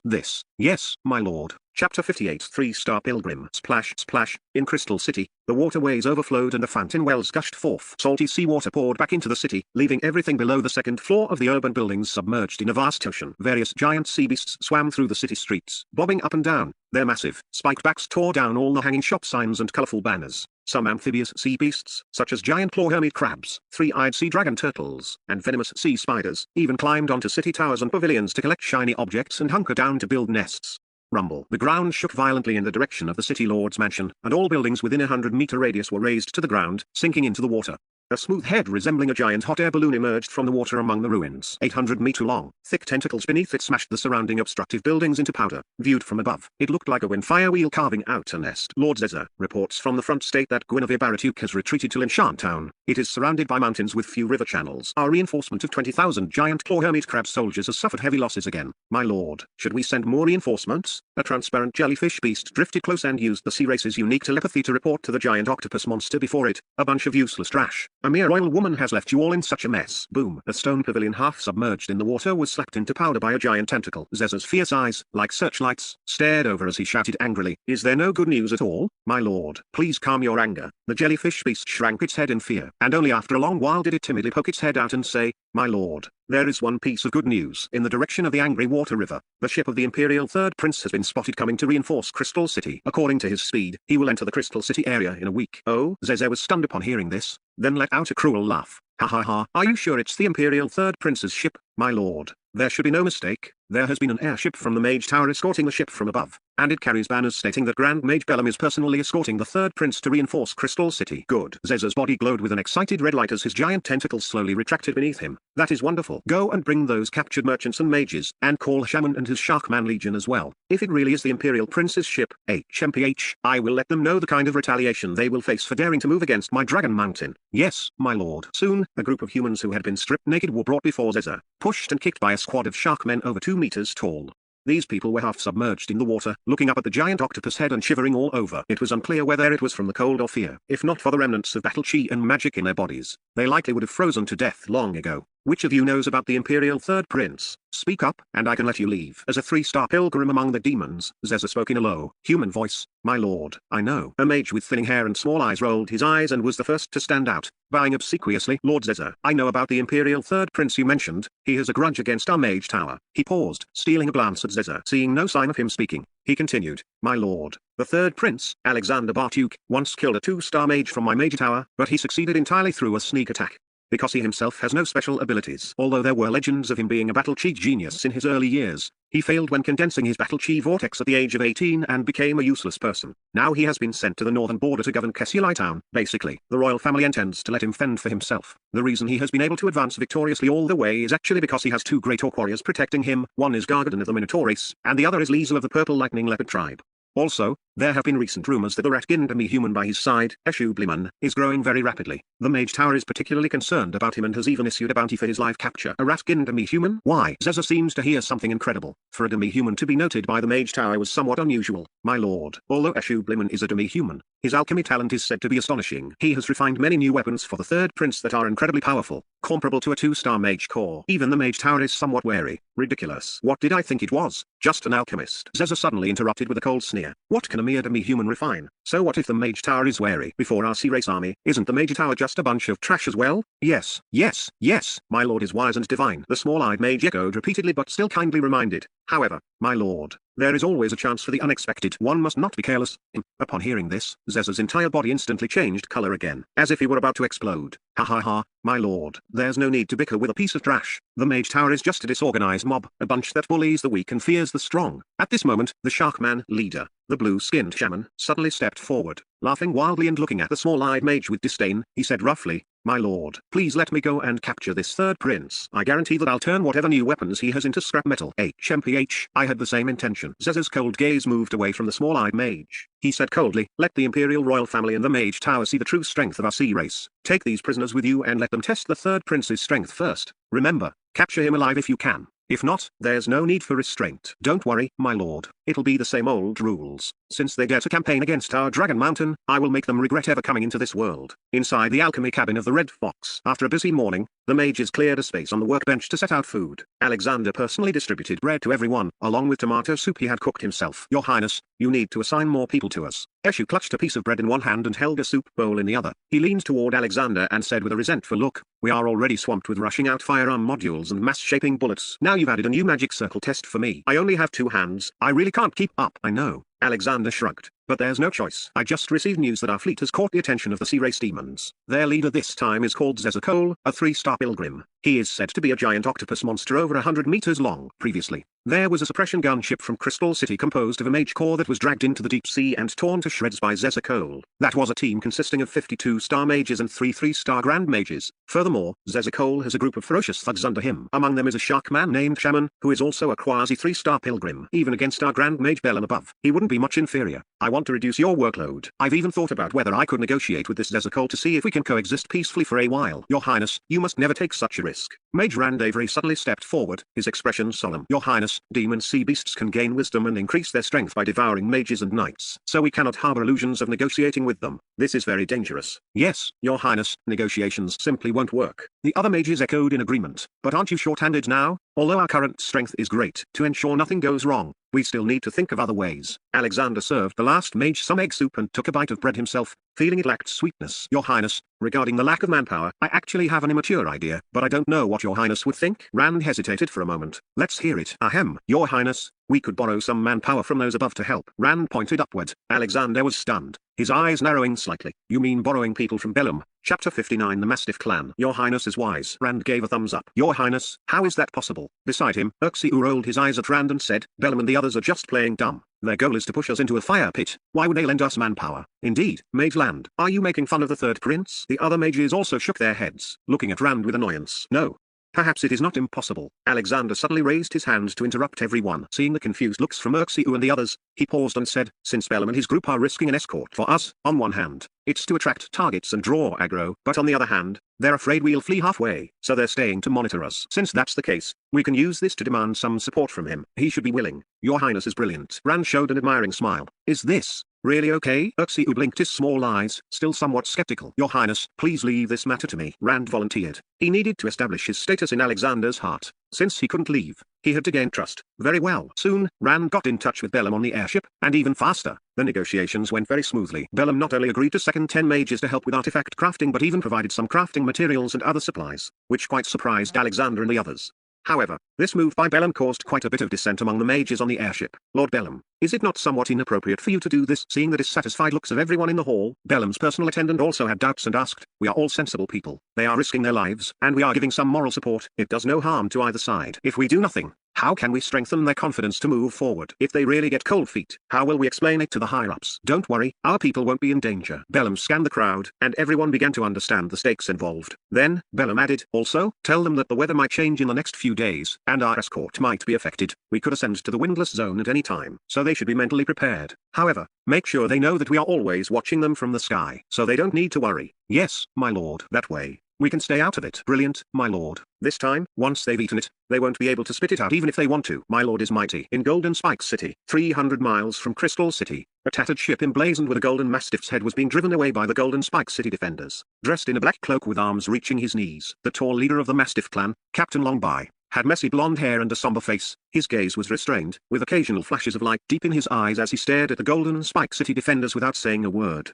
With the Golden Spike City defenders driving them away in front and the demonic sea tribes chasing them from behind, they were currently at a dead end. Hurry up. If you delay any longer, we will open fire. The defending general stood at the bow, shouting sternly, looking at the lowly Mastiff clan dependents on the ship and other demi-humans dressed as farmers with utter disdain. Humphrey, these commoners think our Golden Spike City is a charity. Coming here to beg is simply absurd. A soldier sneered. Exactly. And that guy calling himself the leader of the Mastiff clan, Captain Longby, isn't he just an old dog? To think he actually expected the Mage Tower to activate a healing magic array to treat his granddaughter's illness. How ridiculous. He should know his place. A beastman mercenary wanting a mage's treatment is truly shameless. Hey, it's a bit of a pity for those few fox girls on the ship, though. Leaving like this only to be swallowed by sea beasts is a total waste. Ha, why don't you go and snatch them? On the Golden Mastiff ship, the old, weak, women, and children were huddled together. Father, what do we do now? Let's just fight them. Standing 2 meters tall with disheveled golden red hair, Nui held a great sword in both hands, staring at the opposing defending general with a face full of resentment. Yes, father, Amy's illness can't wait any longer. Otherwise I'm afraid. Standing beside Nui was his tall wife, Sarah, dressed in black. She gripped her long and short blades tightly, also taking a desperate stance. Old Captain Longby looked at his son and daughter-in-law. The image of his old wife taking care of his little granddaughter, Amy, flashed through his mind. His expression shifted uncertainly, but after a long silence, he finally waved his hand and said, "We'll withdraw and go meet up with your uncle." Withdraw? Newey tightened his grip on the great sword, his golden red hair bristling. He wanted to lash out, but meeting Captain Longby's deep gaze, he suppressed the impulse and said, "Father, you're saying we should go find Uncle Vaughn now?" But according to the news, the demon Zeze has already sent his subordinate shaman downstream. If nothing goes wrong, at our speed, I'm afraid we'll encounter shaman's army before we even meet Uncle. When that happens, then we'll fight our way through. Are you afraid? Captain Longby interrupted his son and strode toward the bridge to give orders. No. The Mastiff clan has never produced cowards. I'm just worried about Amy. New and Seru exchanged a look and followed closely, but they both couldn't help but glare back fiercely at Golden Spike City. Well, that old fox Vaughn said in his letter that the third prince is a decent person and possesses great military power. Also, there are mages on his ship who can treat Amy. I trust him. As long as we're fast enough, it should be fine. Captain Longby issued navigation orders while beginning to deploy combat personnel. They can treat Amy? Hearing this, the eyes of New and his wife became determined. Father, then we must pass through the intersection of the Rolling Dragon River and the Angry Water River as quickly as possible to get ahead of the Sea Beast army. Go tell them to stay alert. If we encounter the Sea Beast army, avoid them if possible. We must rendezvous with your uncle and the others at the fastest speed. Yes. The sky was overcast, and gusts of north wind howled. The air was filled with a sense of oppression. After 3 days of sailing, the Red Fox had approached the intersection of the Rolling Dragon River and the Angry Water River. The water here was wide, but the backflow was turbulent, with whirlpools everywhere and hidden dangers lurking beneath the surface. Splash, thump. Reporting. Your Highness, a large number of sea beast carcasses have been found upstream, colliding with the ship's barrier. What lies ahead? Your Highness, 30 miles ahead is the intersection of the Rolling Dragon River and the Angry Water River. According to intelligence, the sea race likely arrived there in advance. Notify Roy to speed up and scout the situation ahead again. Alexander dismissed the scout and turned to Vaughn. Do you think your old friend Captain Longby has already engaged the sea race? The usually calm Vaughn now appeared somewhat nervous, his tone slightly anxious as he said, Your Highness, I'm not sure, but last night he received a message from his sister, and the tone seemed grim. I'm worried they might have. Last night, Alexander nodded, his expression becoming solemn. He shouted outside the room, Gargadon, pass the word. All personnel are to enter combat status and be ready to rescue the dependents of the Mastiff clan and the Red Fox clan at any time. Tell Kitchi that the Flying Shark is to maintain its distance, enter the Rolling Dragon River channel at maximum speed, seize advantageous terrain, and provide long-range support to clear a path for the Red Fox's rescue. Yes. Chapter 60 Blood Warrior. The intersection of the Angry Water River and the Rolling Dragon River. The Mastiff clan's large ship was submerged by the dense figures of giant claw hermit crabs and burst seahorse monkeys on the water's surface. Like ants devouring prey, although the prey was still struggling, it was at its last gasp, in a whirlpool area diagonally behind the sea beasts. Sharkmen patrolled in a circular zone on a floating platform temporarily constructed from human skeletons. The blue-skinned Sharkman leader, Shaman, sat boldly upon a bone throne. The bones of this throne still bore fresh flesh. The most conspicuous armrest was composed of the skull of a small-eyed mage, while his torso and the torsos of several night mages were interlaced to form the backrest. Shaman leaned back against it, his cold, vertical pupils gazing at the Mastiff clan ship not far away, a playful, cold sneer on his lips. My lord, according to reports from subordinates, the third prince's 2 ships have been discovered 30 miles downstream, but no trace of the escorting airship has been found. A Sharkman with a scarred face reported in a muffled voice. Shaman's cold vertical pupils stared at his capable subordinate, Alden. His mouth split into a grin, revealing sharp fangs as he sneered. Humphrey, Bellum wants to watch from the sidelines. He must be afraid of us, but that's fine. Go and confirm once more if the third prince is truly on board. If he is, lead a team to scuttle their ships first. Don't overattack. I want them alive, my lord. Rumors say the third prince's weapons are powerful. Simply scuttling their ships might not be enough to control them. Ha ha ha, Alden, have you been scared witless by rumors? Shaman sneered contemptuously. What Imperial Third Prince? It's nothing more than a gimmicky title. Rumors aren't necessarily true. Don't forget we're in the water now. Even if he had 3 heads and 6 arms, what waves could he possibly make before me, Shaman? Besides, there are only 2 wretched ships. If you think you can't do it, I can send someone else. No, my lord. I was just saying. Alden waved his hands urgently and said, in the water, it's our Sharkman world. I'm just worried that the mages on his ship might cause trouble. However, please rest assured, my lord. We could even take Crystal City easily, let alone a prince exiled to the frontier. Humphrey, as long as you know. Shaman snorted coldly and waved his hand. Go. Don't be too heavy-handed. Once I've dealt with these pups, I'll come and get you. Yes, my lord. Your subordinate takes his leave. Alden bowed and retreated. Watching Alden leave, Shaman looked around and finally stood up slowly to stretch his limbs. He ordered, someone, tell the children to work harder and make these pups disappear as soon as possible. Is an old dog who's a 3-star blood-burning warrior leading 2 great warrior pups really this much trouble? As you command. Kill. Splash. The waves surged as the Sharkmen received their orders. They submerged halfway into the water, their triangular dorsal fins slicing through the surface like motorboats, pushing through the waves as they charged toward the Mastiff clan ship. The sea beasts on the surface cleared a path one after another. A chilling killing intent whipped up a 10-meter-high giant wave, which descended and enveloped them instantly. Father, Shaman and the others are likely about to launch a general offensive. I think Sarah and I should provide cover while you take Mother and Amy and break out. Crack, crack, crack. The oars of the Mastiff clan ship were snapped one by the giant claw hermit crabs. As the waves swept over, teams of swordfish sea beasts used the water's momentum to ram the bottom of the ship. Their sharp beaks, like spears, punched bowl-sized holes in the hull. Water pressure surged into the cabins, and the large ship began to sink slowly. Newey was covered in blood, roaring repeatedly as he brandished his great sword. He and his wife, Sarah, guarded the deck hatch, protecting the family members below from the sea beasts crawling onto the ship. Chief, go. We'll hold them off here. Please go, Chief. We beg you. Every Mastiff clan warrior had bloodshot eyes from the slaughter. Though they were brave, the sea beast army was simply too vast to be fully slain. Their range of movement was being slowly compressed. Everyone, shut up. Captain Longby shouted angrily. His imposing figure burned with a streak of golden flames. Like a sun of flowing fire, he charged left and right, turning the sea beasts into charcoal wherever he went as if entering an uninhabited land. However, the light in his eyes flickered, clearly indicating a massive expenditure of energy. New Sarah, each of you take 10 men to push the oil barrels into the river and ignite a firewall. Even if we die, we'll take a few of them down with us. Father, enough. Before Newey could speak again, Captain Longby interrupted. Don't deceive yourselves. Shaman hasn't even made his move yet. He won't let a single one of us go. Chief, the shark men are attacking. Watch out for the waves. Boom. Splash. Newey, go stabilize the rudder first. Full port. Everyone else, follow me to the starboard side to prevent the ship from capsizing. Move. At the command, everyone began to move reflexively. The giant wave swept down, and the ship turned urgently. The bow forced its way to the left, the immense torque causing the hull to make a bone-chilling creaking sound. Like a surfing skiff, the ship performed an S-shaped climb beneath the crest of the wave, moving slowly with the help of the water's power.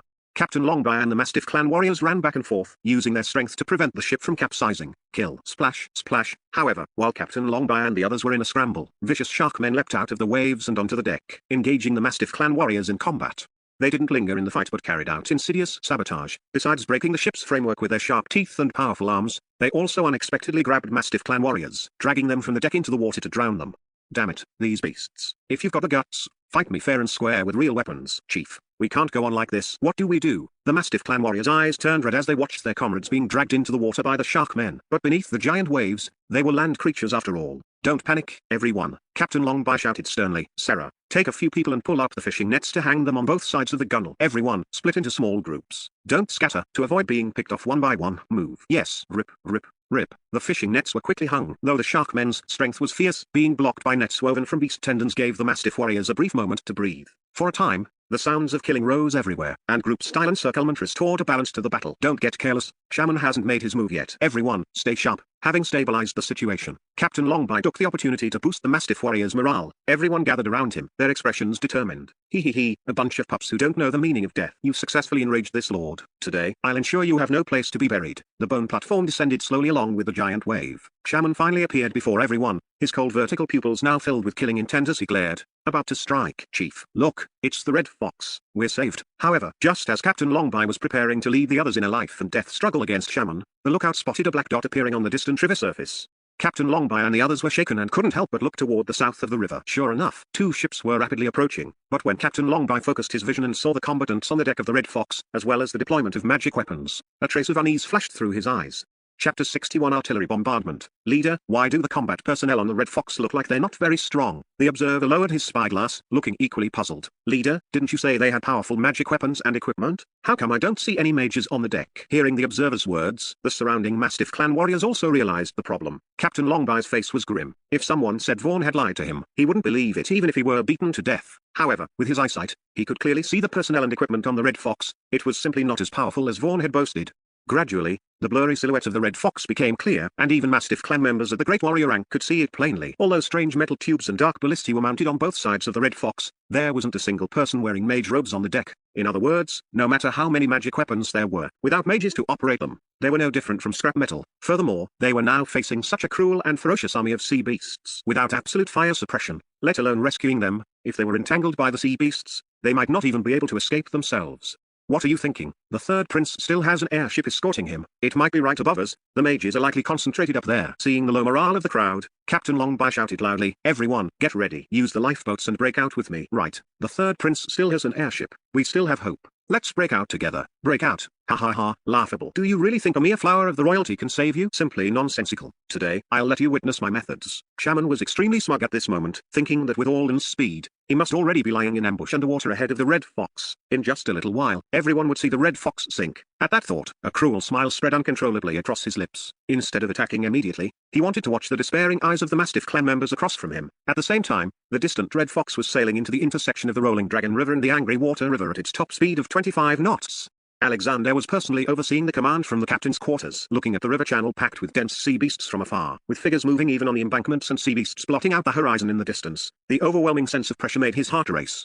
He had still underestimated the brutality of war. As a mechanical engineer who only knew theory on paper, the most he had experienced before were small-scale skirmishes. A large-scale battle like this, resembling a beast tide, instinctively made him tremble. Fortunately, the Baratuk royal bloodline gave him a hidden sense of composure, allowing him to avoid making a fool of himself in front of everyone. All personnel, take your orders, chamber your rounds and be ready to fire at any moment. Vaughn. Alexander forced himself to calm down and turned to Vaughn, ordering, go prepare to signal your friend. Tell him we will break through to rescue them at top speed. Have their people break out from the side and join us in the Rolling Dragon River. Yes, Your Highness. Your Highness, there seems to be something happening in the river ahead. Based on past experience, there's likely an ambush underwater. The observer jogged over, handed over the spyglass, and exchanged a look with Captain Roy. Alexander took the spyglass and looked at the river surface less than a mile ahead. Although the water was very calm without any abnormalities, it was precisely because it was too calm that it seemed exceptionally unusual. After all, with the battle ahead, many sea beast corpses should have been floating on the river, yet this stretch of water seemed as if it had been deliberately cleared. Order, activate the magic barrier and the ramming prow. Tell Chris to launch contact-triggered mist mines into the water ahead. I want to see what kind of thing is trying to ambush me. Following Alexander's command,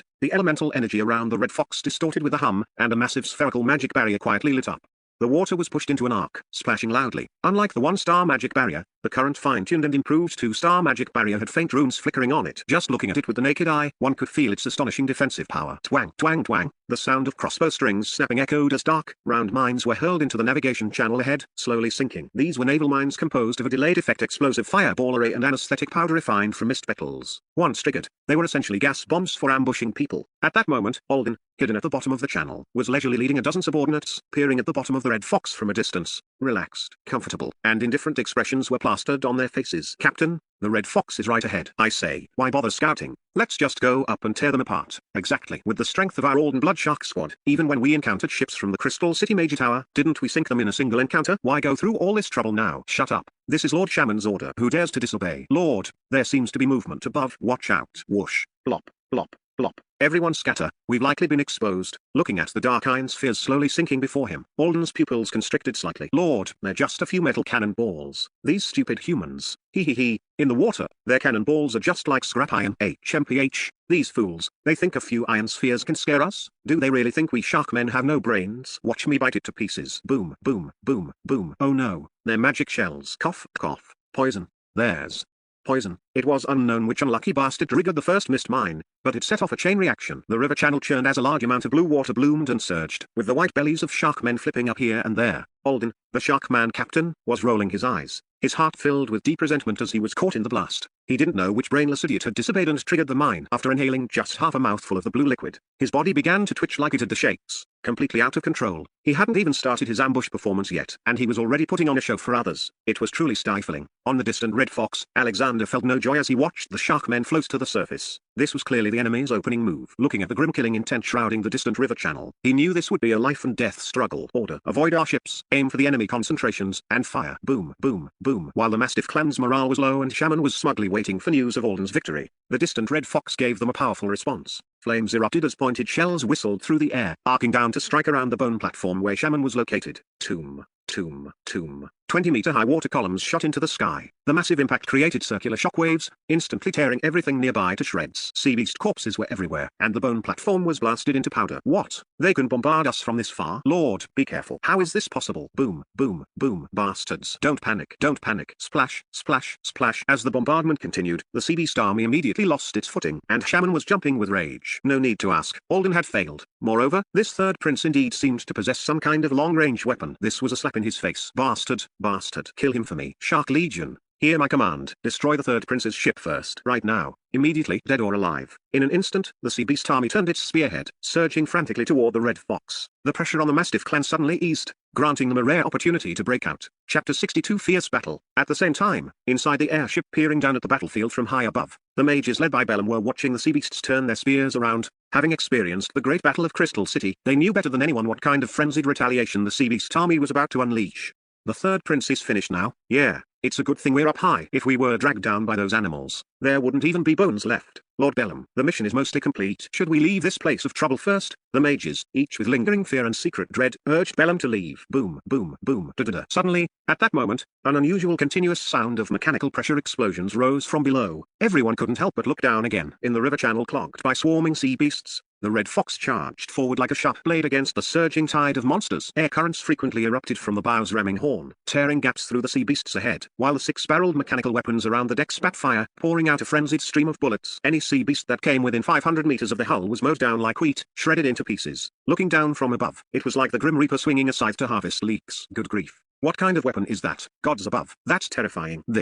Is this the third prince's alchemy weapon? It's too strong. The mages all gaped in shock, but what followed was even more inconceivable. After the first wave of cannon fodder, the giant claw hermit crabs and explosive seahorse monkeys failed. The shark men, the backbone of the attack, began their retaliation. They began to semi-submerge, circling the red fox before leaping out of the water unexpectedly. They tried their old trick used against the Mastiff clan, flying across the deck of the red fox to drag the demi-human crew into the sea. However, not only did the red fox's two-star magic barrier shatter the shark men's teeth, but something even more unexpected became their nightmare: rectangular alchemy blocks rising from the deck. A soldier stood behind each block, controlling it. Upon pressing the trigger, magic runes on the blocks lit up, and barrages of modified ice arrow spells and fireball spells blanketed the river surface like a meteor shower. The sheer breadth of the strike zone and the intensity of the damage caused these previously invincible sharkmen to question their very existence.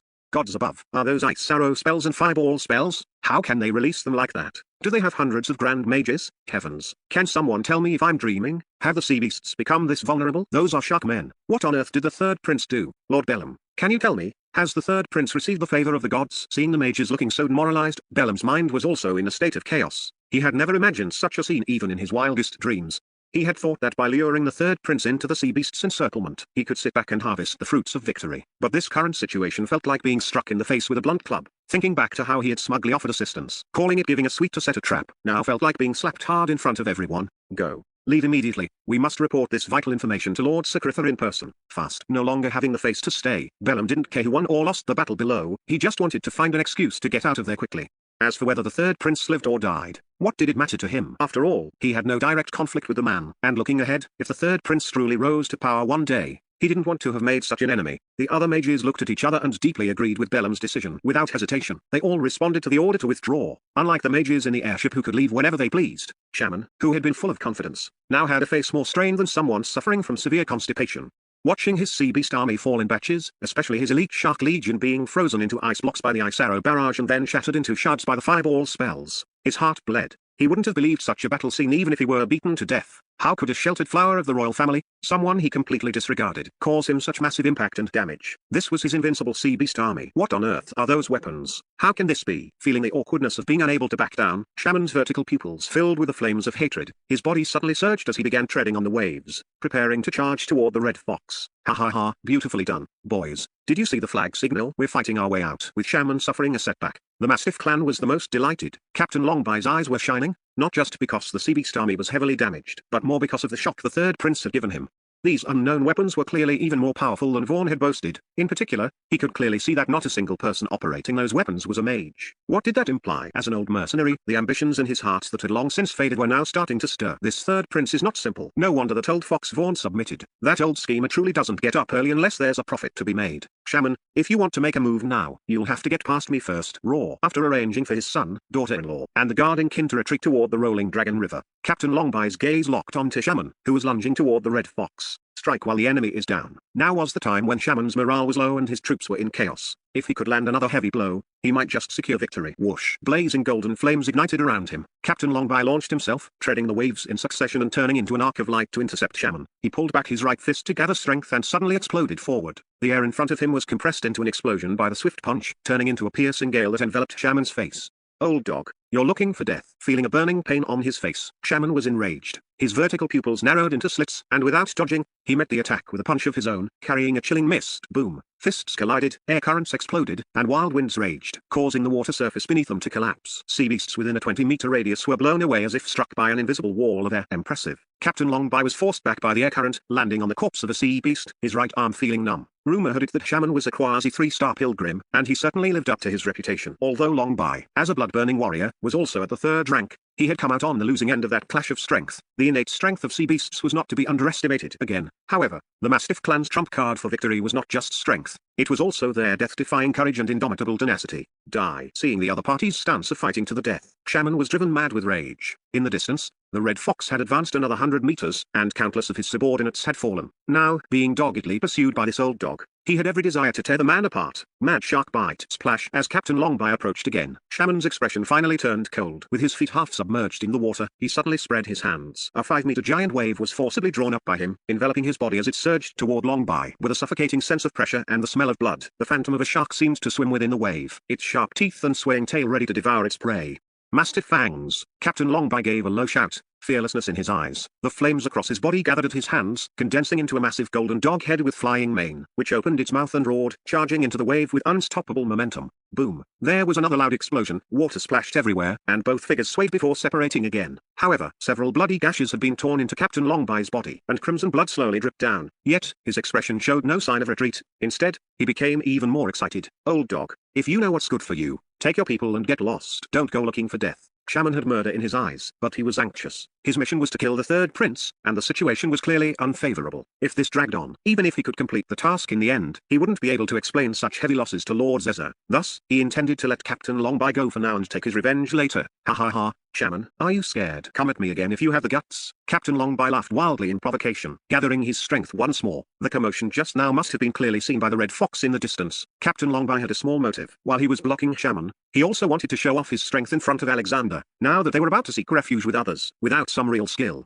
he feared that even if the third prince didn't say anything, he would lose face in front of that old fox fawn. Moreover, attracting Shaman's attention now also bought time for the Mastiff clan to evacuate, so he fought with increasing vigor. Chapter 63 Tracking Grenade. Bastard, get away from me. Shaman was exasperated. He gave a sharp whistle, signaling his subordinates to swarm forward, while he himself leapt into the water, evading Captain Longby and speeding toward the red fox.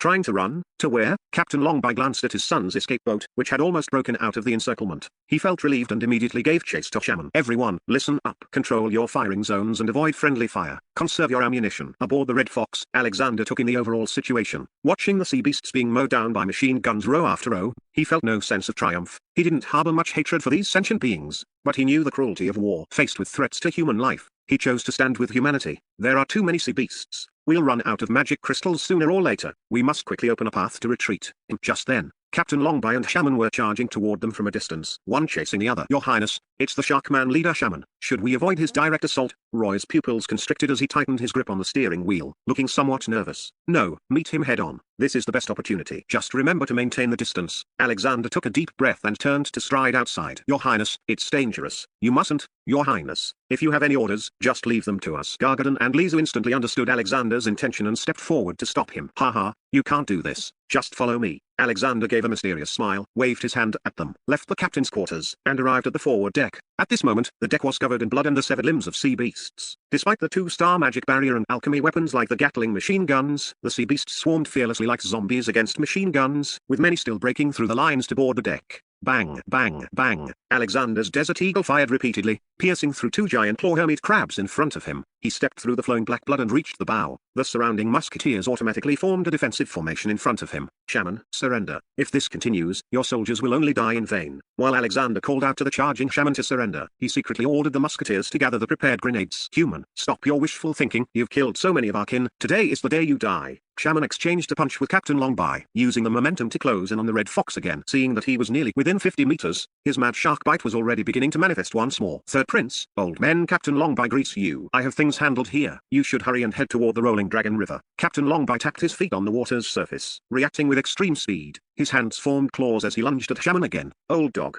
you're so annoying. Watching the two of them fighting and chasing each other, the corners of Alexander's mouth curled slightly. He had already picked up an ice arrow grenade, aiming slightly. The 50-meter distance was exactly within the range covered by his psychic power. Although sword come couldn't be used yet, he was fully confident in homing and precision detonation. Watch out for the grenade. Chiu, pulling the ring. The black grenade sparked with a delay as it traced a parabola, landing right on Shaman's back. Despicable human. Shaman caught a glimpse from the corner of his eye and sneered, flashing his body to avoid it. To his shock, however, the grenade followed him like a shadow, moving as he moved. What? Everyone around was also dumbfounded. Not good. Boom. After the flash of fire, a large patch of ice crystals covered Shaman's back. Had it not been for his incredibly strong shark skin defense as a 3-star pilgrim, it would have nearly cost him his life. Even so, It caused his movements to stiffen for a moment. That brief moment of stiffness, however, gave Captain Longby an opportunity. Ha ha ha, shark spirit, die. With a booming punch, the inner energy exploded. Captain Longby turned into a golden stream of light, his iron fist striking Shaman squarely on the chin. Shaman's face distorted, and his body spun like a top, flying 4 or 5 meters away. It wasn't just everyone on the ship who was stunned by this scene. Even the low-intelligence sea beasts momentarily stopped their attacks. One giant claw hermit crab that had just climbed onto the gunwale even dazed out and slipped, splashing back into the water. What's going on? Does that grenade have a life of its own? Stupid.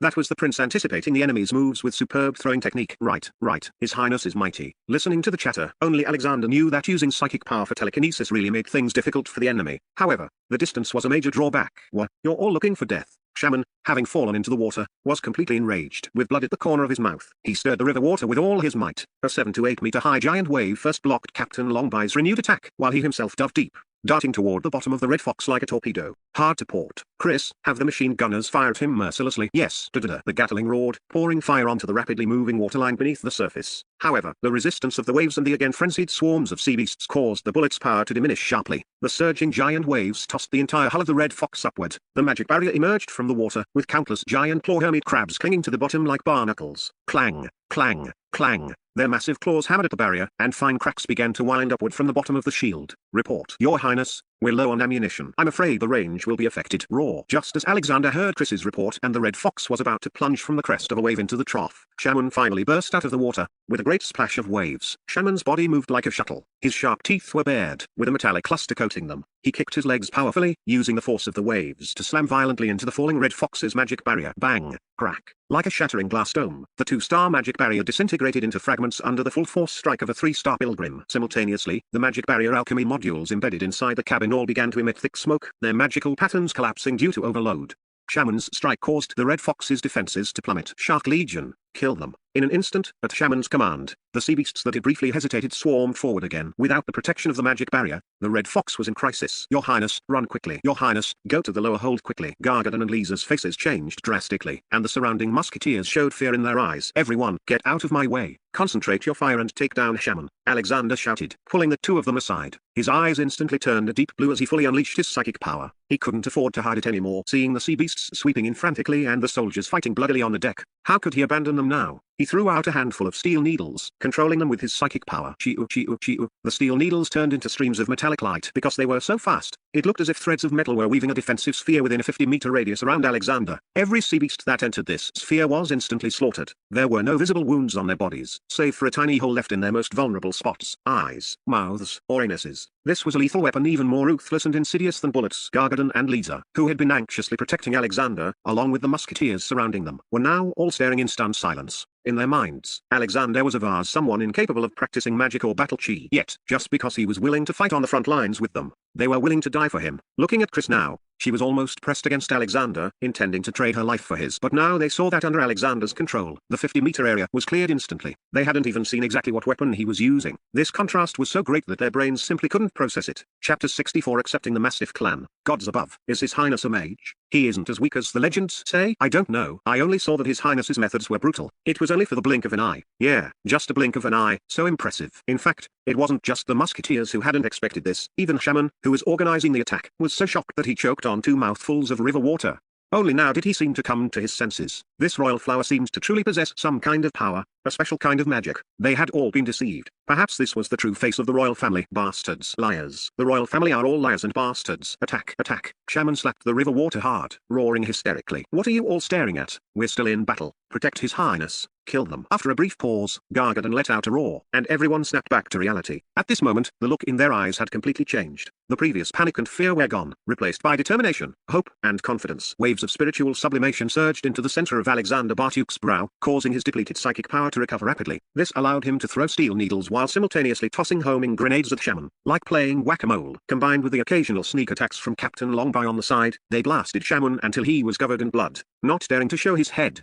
However, as a 3-star pilgrim, Shaman was quite intelligent. He quickly noticed the limitations of this attack range and, with a spiteful look in his eyes, submerged back into the water. He no longer ventured within 50 meters of the Red Fox, instead commanding his army of sea beasts to manipulate massive waves for long-range attacks. For a time, the battle became a stalemate again, and the Red Fox gradually began to shake off the encirclement of the sea beast army. Your Highness, the wind and waves are too strong. Please take shelter in the cabin. Your Highness, my Mastiff clan has almost entered the rolling Dragon River. I, Captain Longby, Thank you here for your grace in saving us. Seeing that Shaman was no longer surfacing to approach, Captain Longby leapt onto the deck and bowed to Alexander Bartuk. Alexander Bartuk panted slightly, sizing up the elderly Mastiff clan member who was about the same age as Vaughn. He was powerfully built, with arms that reached past his knees, disheveled golden hair, a square face, a lion-like nose, and thick, arched eyebrows. His eyes were reserved, but a sharp light flickered in their depths, giving him an imposing aura that commanded respect without anger. Old hero, I have long heard Stuart Vaughn speak of you, but now is not the time for small talk. We can talk in detail after we evacuate from here. As he spoke, Alexander Bartuk invited Captain Longby to return to the captain's cabin together. Everyone was practically old acquaintances, so they greeted each other, and Roy finally shifted into high gear again. Your Highness, we are currently heading to the Rolling Dragon River. Given the speed of Shaman's army, we may not be able to shake them off. I wonder how many of those shells you had earlier are left. After briefing Vaughn on the situation of his kin, Captain Longby returned to Alexander Bartuk's side to ask, it should be enough. Does the old hero have any strategy? Watching the 10-meter high waves rolling in from the stern, filled with densely packed sea beasts baring their fangs and claws in a relentless pursuit, Alexander Bartuk was also calculating how to escape as quickly as possible. Your Highness, if we take the Rolling Dragon River, I suggest breaking through in the direction of Golden Spike City. There is a dangerous mountain ridge there. If we want to stop the sea beasts, we can destroy that ridge. But I don't know if your weapons can accomplish that. Destroy the mountain ridge? Alexander Bartuk narrowed his eyes. Destroying the ridge to block the river channel would indeed effectively block the sea beasts' pursuit. However, given the sea beasts' power to control the river water, once the channel was blocked, the waterway would overflow. At that time, the nearby Golden Spike City would likely suffer as collateral damage and could very well become the second Crystal City. He had heard Vaughn say before that the Mastiff clan had been expelled by the Golden Spike City garrison, so it was likely that this old Captain Longby's plan had some desire for revenge in it. Ahem, I need to consider the old hero's strategy. But for now, let's hurry to rescue the members of the Mastiff clan onto the ship and arrange for them to rest. Oh, right, and your little granddaughter, her name is Amy, right? Hurry and arrange for her and the injured warriors to go to the infirmary. Vaughn, go and arrange it as soon as possible. After finishing, Alexander Bartuk ignored Captain Longby and walked over to Roy, unfolding the river map of the Rolling Dragon River. Captain Longby was suddenly left aside. His eyes flickered, but a smile appeared at the corner of his mouth. He bowed slightly and then accompanied Vaughn to the deck to rescue the converging Mastiff clan kin. Old Doghead, were you testing His Highness just now? Do you know how dangerous that is? As soon as the two stepped onto the deck, huge waves crashed down on them. Vaughn grabbed Captain Longby's arm tightly and shouted a reprimand in his ear. He, I wasn't testing him. I just wanted to take revenge on those high and mighty Golden Spike City garrison troops. Captain Longby chuckled and walked step by step toward the railing, looking at the Mastiff clan lifeboats bobbing and struggling in the waves. He grabbed the cable on the railing and threw it out. Of course, in order for my family to have a good life in the future, one needs to be careful when choosing a good master. Splash, kill, bang bang bang. Another wave of sea beasts washed onto the deck by the water, only to be wiped out by the musketeers. You old bastard. I advise you not to play mind games in front of His Highness. His Highness's character is not the same as those nobles. If you want to secure a good position, give me more constructive advice. Don't play the old tricks. Vaughn roared. He had now found his footing, and while resisting the wind and waves, he helped Captain Longby pull the cable with all his might. His gaze also fell upon the group of foxkin on the escape boat, especially one middle-aged fox noblewoman holding a 5 or 6-year-old girl. She had long, fiery red hair piled up, phoenix eyes, sharp, sword-like eyebrows, and a dignified demeanor. A red mole the size of a soybean between her brows gave her an imposing air without the need for anger. Rest assured, I know my limits. Captain Longby's gaze also landed on the noblewoman, and he pursed his lips, saying, Look, old fox, your sister is here. Your good days are probably about to end. Vaughn rolled his eyes and retorted, Old doghead, that's your wife. As if she could sense the situation here, Natalia Bird on the lifeboat raised her phoenix eyes slightly, instantly looking over. She looked at the two with a smile that was not quite a smile. Immediately, the two shrank their necks. Captain Longby chuckled dryly, and Vaughn turned his head and started whistling. Shark Legion, flank from left and right. Have the Swordfish Squad coordinate with the throwing. We must slow them down. They must not be allowed to escape into Golden Spike City. Shaman followed closely behind with the main force, his heart filled with extreme malice. These bastards, how can their ship be so fast? Pursue and kill them with all your might. Even if they escape into Golden Spike City, I will strangle the third prince. I want to raise Golden Spike City to the ground. Report, my lord. The Red Fox seems to have changed course. What? Shaman was stunned, then immediately asked, Does anyone know what place that is? My lord. Without a guide, none of us know. Damn it, if I had known, I should have kept a few human captives. Shaman gritted his teeth, but finally waved his hand and said, Don't worry, as long as they don't abandon the ship. The water is our domain. Pass on my order. Pursue them relentlessly. Yes. Chapter 65 Seafood Feast. Your Highness, the reed marshes are just ahead. Although the reeds are lush here, I'm afraid it's impossible to use them for concealment against so many sea beasts. Roy carefully controlled the ship's hull while maintaining contact with the flying shark ahead. Currently, driven by a dozen mages, the flying shark could barely keep up with the speed. Your Highness, are we not heading towards Golden Spike City? Captain Longby and Vaughn, who had returned after rescuing their kin, were veterans familiar with this waterway and couldn't help but look at Alexander in confusion. We're not going there anymore. I'm changing the plan. I intend to annihilate the enemy's main force. What? Captain Longby thought his ears were playing tricks on him when he heard this. Everyone could see the sheer size of the sea beast army. Even escaping was difficult, yet he actually entertained the idea of annihilation. He couldn't help but glance back at Vaughn, implying that the third prince's thinking was indeed different from that of ordinary nobles. Was this just a pipe dream? Vaughn was also quite embarrassed. According to his knowledge, the ammunition on board was already running low, and a third of the magic crystals had been consumed. Continuing like this while hoping to annihilate the main force of the sea beasts was simply overestimating their own strength. However, seeing Alexander's determined gaze, he knew the third prince had made up his mind and it could not be changed. He could only brace himself and ask, "Your Highness, do you have a good method?" Alexander neither confirmed nor denied it, but instead turned to the signalman and ordered, "Notify Chris to start dumping the reserve supplies from the cargo hold into the river along the way, covering the entire route. Today, I am forced to have a seafood feast." "Yes, reserve supplies, what are those?" Watching the soldier depart with orders, Captain Longby looked at Vaughn in confusion, but Vaughn also shook his head. Although he had been managing various resources and funds lately,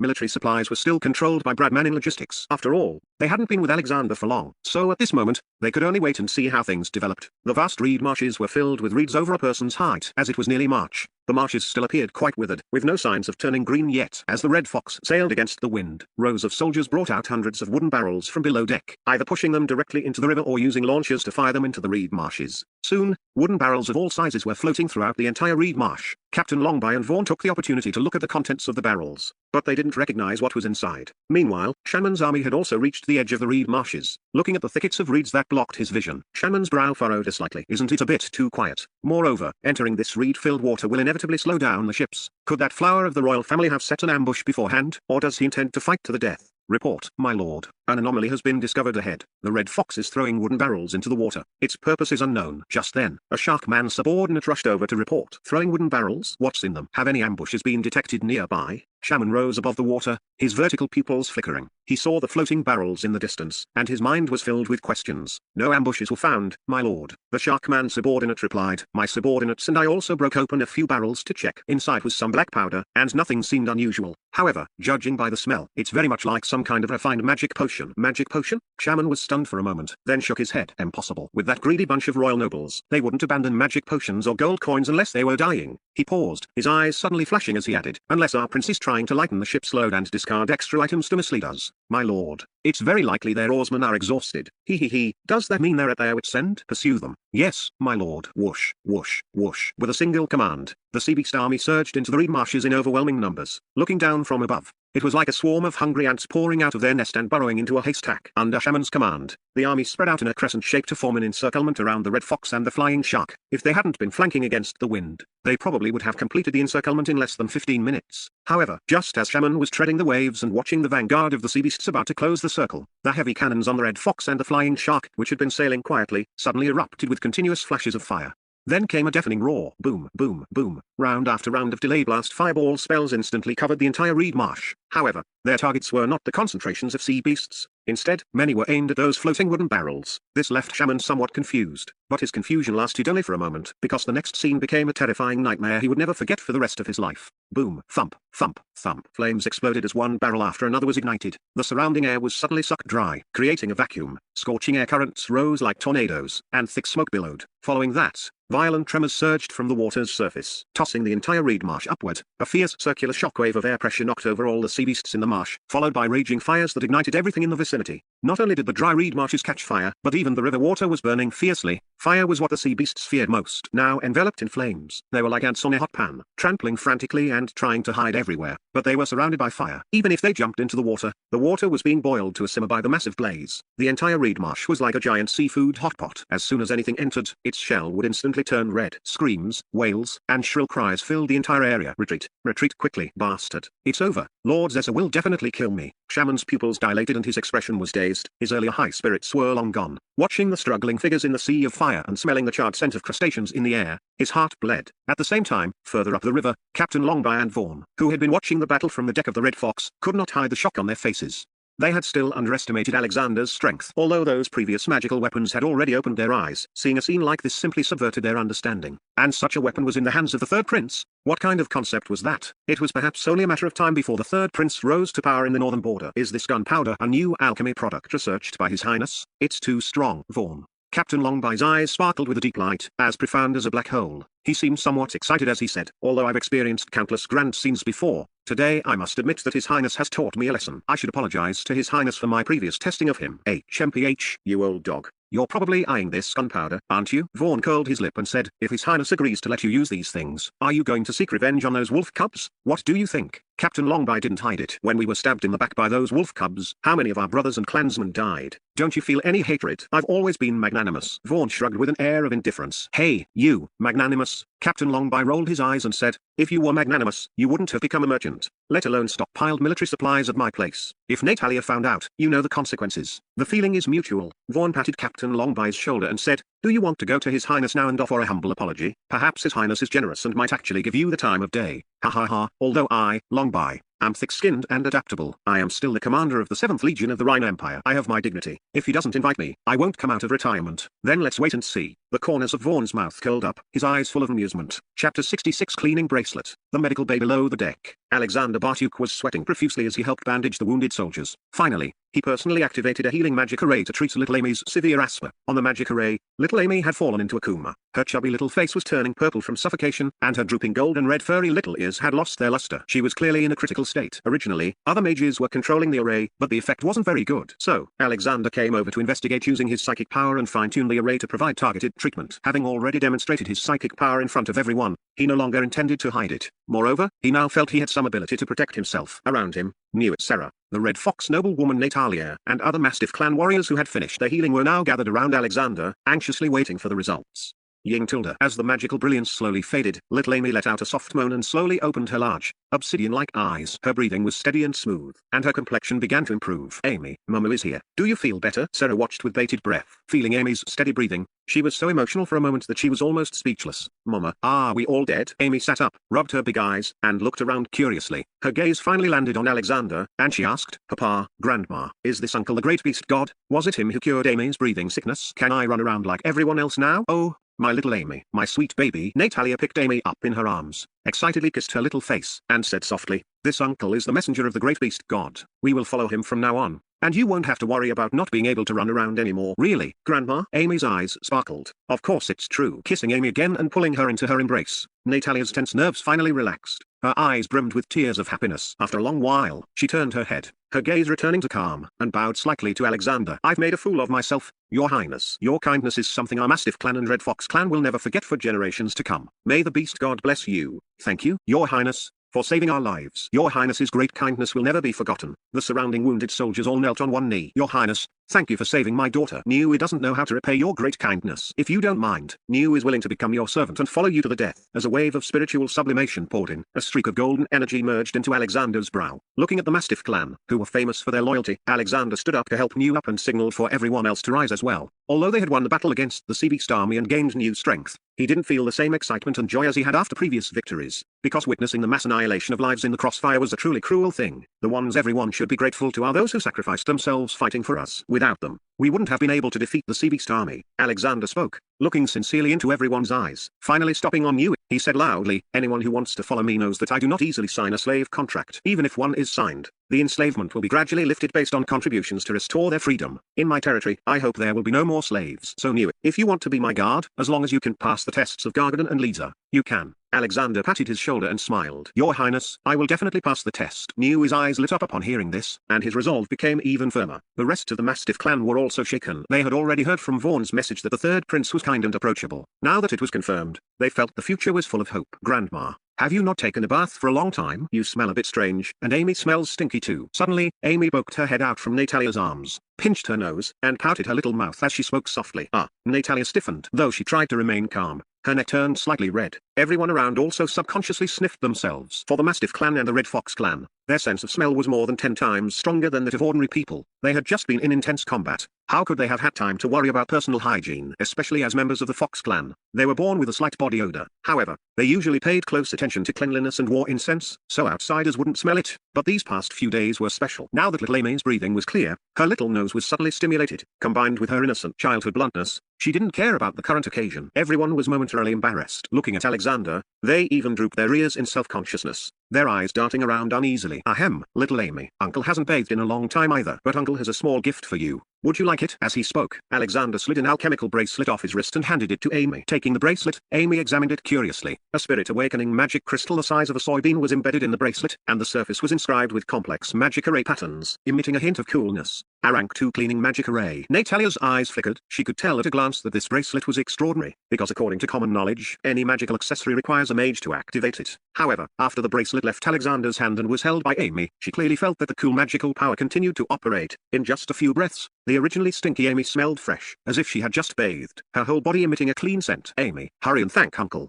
Come, Grandma will help you put it on. Natalia said this, but her hand had already grabbed the bracelet. Sure enough, a cleaning force instantly acted upon her body, like bathing in holy light. Not only was the grime and dust cleaned away, but even that faint scent unique to the Fox clan was perfectly cleansed. This caused a stir in her heart. Grandma, you seem to smell much better. Amy's words made everyone's eyes crinkle. But no one exposed Natalia's little scheme. But seeing the transformation in Natalia and Amy, that contrasting sense of rejuvenation and radiance, envy sparked in their eyes, especially the Fox clan members, who subconsciously looked at Alexander with faint expectation. Ahem. Everyone will be citizens of my territory from now on. Things like these cleaning bracelets are not rare. Everyone can exchange for them through contributions or labor, just like ordinary goods. It's nothing special. Being stared at by countless resentful gazes at the same time, Alexander also felt embarrassed and quickly explained. Really? That's wonderful. Your Highness is mighty. Grandma, this bracelet seems a bit too big. Why don't you wear it instead? Shaking the oversized bracelet, Amy wrinkled her little nose, then took it off and slipped it onto Natalia's wrist. Under everyone's eager gazes, Natalia rarely didn't stop her. She even pretended not to see the looks around her, allowing the cleaning bracelet to be placed on her right wrist. The cool sensation washed over her heart again, cleansing her from head to toe over and over. It was simply too refreshing. Although she had no intention of taking it off, she still had to keep up appearances. She dotedly tapped Amy's forehead and said,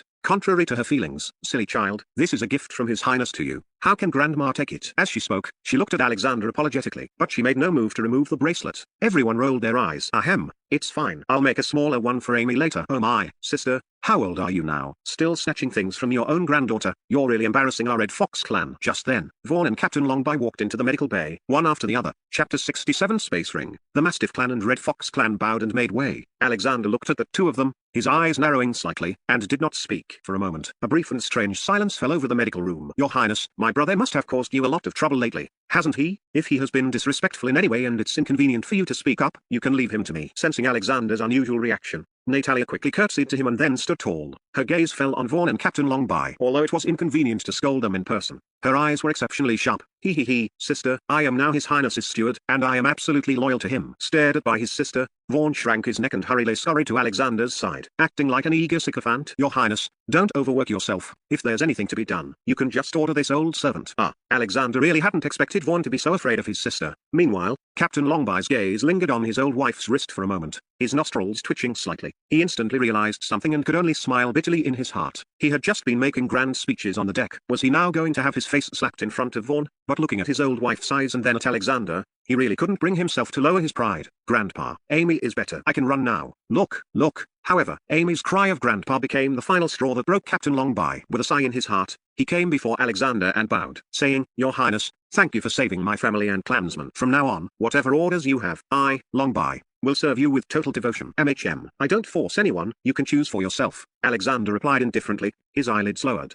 Captain Longby met a soft rebuff. Your Highness. Seeing Longby's embarrassment, Vaughn quickly tried to smooth things over. Your Highness, Longby was indeed in the wrong before. He shouldn't have tested you. He's just a blunt old dog. Your Highness's benevolence has long been obvious to everyone. Please don't hold it against him. And look at the admiration these Mastiff clan and Red Fox clan warriors have for you. They truly wish to pledge their loyalty to you. Your Highness, we are willing to pledge our loyalty to you. We are willing to pledge our loyalty to you. In the medical room, pairs of eager eyes looked over. Simultaneously, waves of spiritual sublimation, many of which were even golden energy, merged into the space between Alexander's brows. They had never received such favorable treatment before. A lord personally bandaging their wounds and activating formations was simply unthinkable. Moreover, the lord before them was the benefactor who had saved their families' lives. Thinking back to how they were driven away by the Golden Spike City defenders and nearly died at the hands of the Sea Beast army, it was the third prince who had risked his life to save them and successfully defeated the Sea Beasts. Beyond admiration and gratitude, they felt a deep sense of awe. If not for Captain Longby's authority holding them back, they would have pledged loyalty long ago. Now that even Natalia had spoken, they no longer had any hesitation. Old man, little Amy and I have already decided to follow His Highness. As for whether you go to Kessulai or not,